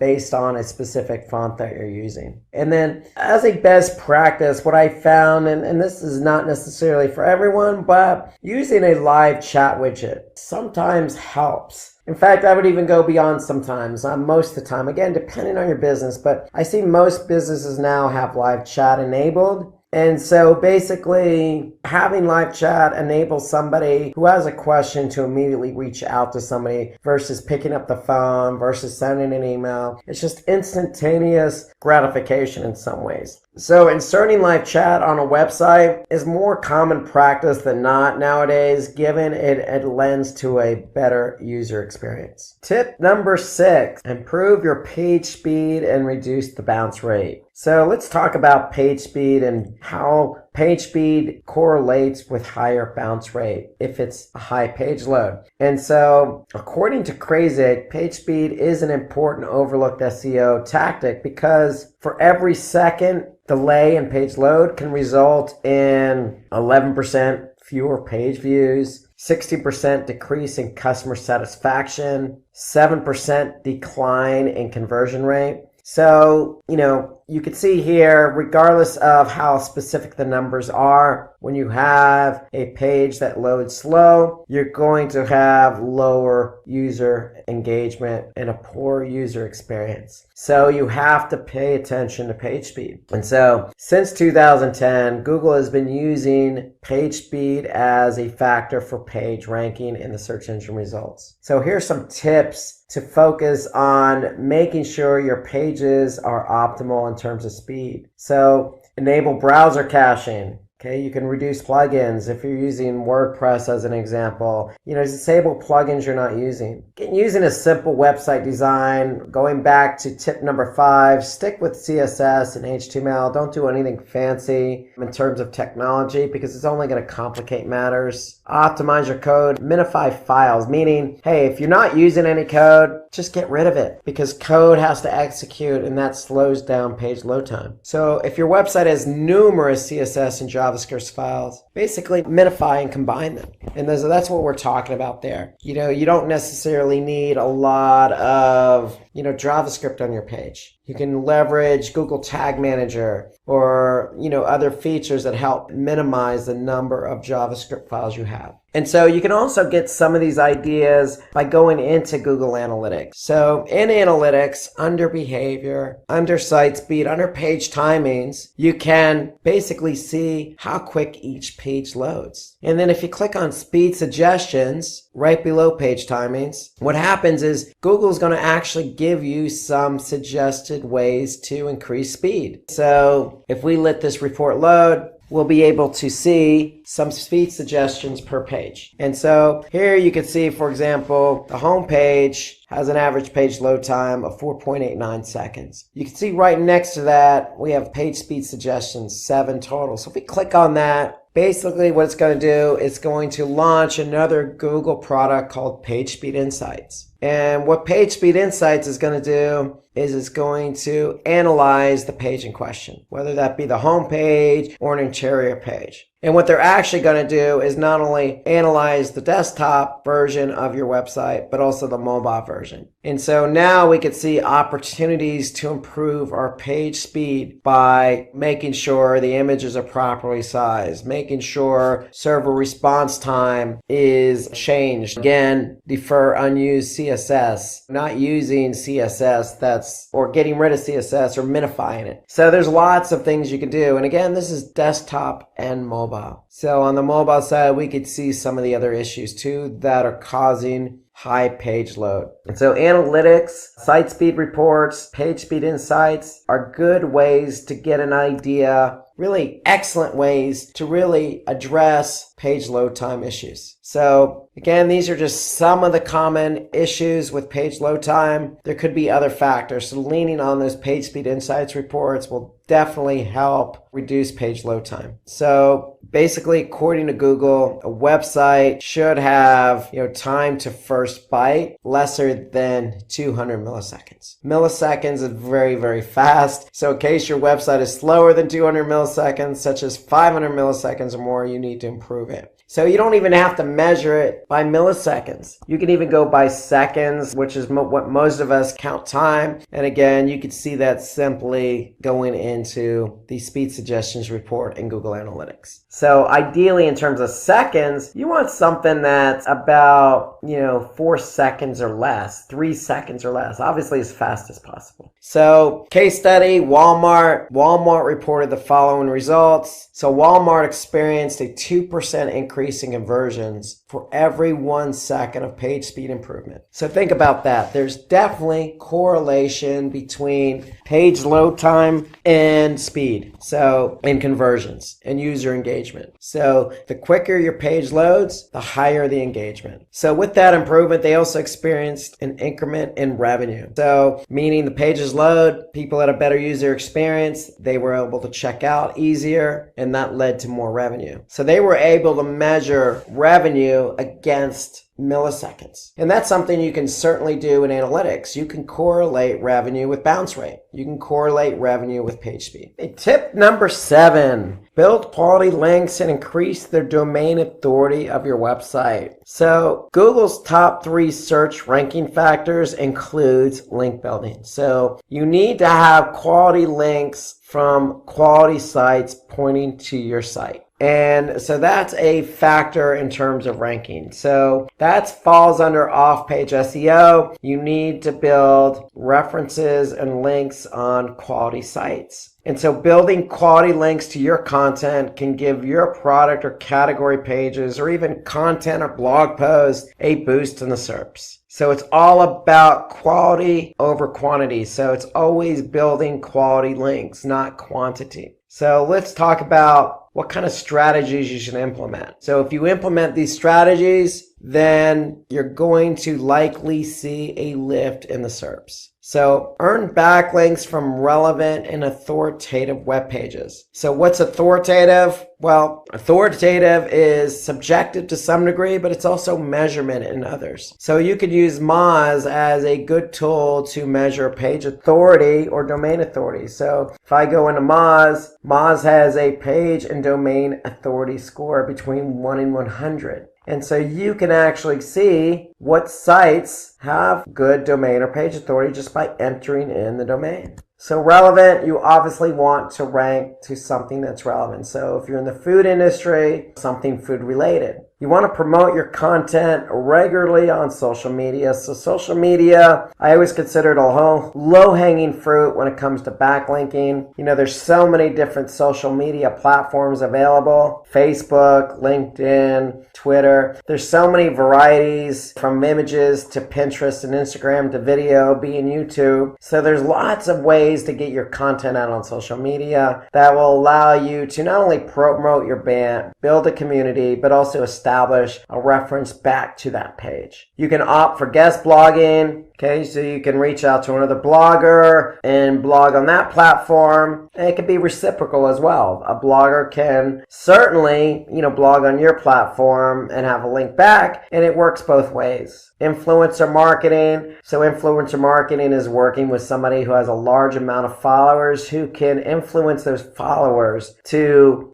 mention you in a hashtag, link to your particular product or brand, or even drive traffic to your site. So you want to take advantage of social media platforms and start your own page as well. So Facebook's a good example. It could be having a YouTube channel. If you're into video, you can certainly set up a YouTube channel, build a following around YouTube as well. So always start your own page if that's the platform of choice. The last thing you should do is set up a page on social media and not keep it updated. You could certainly participate in forums. You can participate in other websites like Quora or Reddit that's very, content-based, content-driven, user-driven. I always recommend starting your own blog. Blog is a good way to not only generate content, but it's a good way to incorporate different types of content. So you could set up different types of content and categories. It's a good way to incorporate different assets like images and video. It's a good way to get users engaged by having comments or having social share buttons. It's a good way to leverage that content onto other social media platforms. So there's lots of benefits to blogging, very few cons. The only con would be a time constraint. But it's better to have one blog post in 1 month consistently than not blogging at all. So getting listed on high quality link directories like Yahoo directory is still a way to add a link from a high quality site. And then make use of broken link building. So again, on the last tip, we mentioned Search Console. Search Console certainly has reports available for you that allow you to see what pages on your site are no longer there and allow you to see what pages they're linking from. Okay? You can also do testimonials. There's lots of ways to generate quality links. In a way, you almost have to get creative, but creative in a way that's going to generate quality, not quantity. Quality is the key. So even if it's one source, whether that be somebody else's blog, so be it. As long as it's quality, that's what counts. So let's talk about some of the key takeaways from today's tips. So remember, tip number 1, we want to opt for smarter ways to do keyword research. So remember, we want to look at volume. We want to look at competition. We want to create themes, put them in a spreadsheet. So we want to be smarter in the way in which we choose our keywords. Tip number 2, remember, publish high quality content to get more traffic. When we say high quality content, remember, break up the content, use different assets, organize it, structure it. Make sure it's answering somebody's questions. Then we talked about in tip number 3, analyzing your meta tags and URLs. So we want to make sure that title tag, meta descriptions are creative. Use modifiers like numbers or promotions. we don't want to go over character counts. We want to make them unique and distinct so that somebody clicks on them. Then we talked about rich snippets in tip number 4. Remember, rich snippets are just additional HTML that communicates to the search engines. So the search engines can understand exactly what's on your page. So if you have recipes, if you have reviews, if you have videos, if you have images, if you have ratings, all these things can be added to the SERPs just by communicating with the search engines via rich snippets. Tip 5, optimize your site structure. We want to make sure that you have good inbound links. You want to make sure you incorporate breadcrumbs. You want to make sure users can navigate your site more easily. And then in tip number 6, if your pages load fast, then it's going to enhance the user experience. It's going to increase user engagement and increase conversions. And then tip number 7, we want to build quality links, quality to increase the domain authority. So remember, we can use Moz to measure domain authority. It's all about quality, whether that be via influencer marketing, guest blogging, directories, social media, setting up a social media page. There's always something you could be doing to generate a quality link to your website. Thanks, Rob. With that, we've reached the end of this complete SEO tutorial. I hope you guys enjoyed this video. Do like and share it.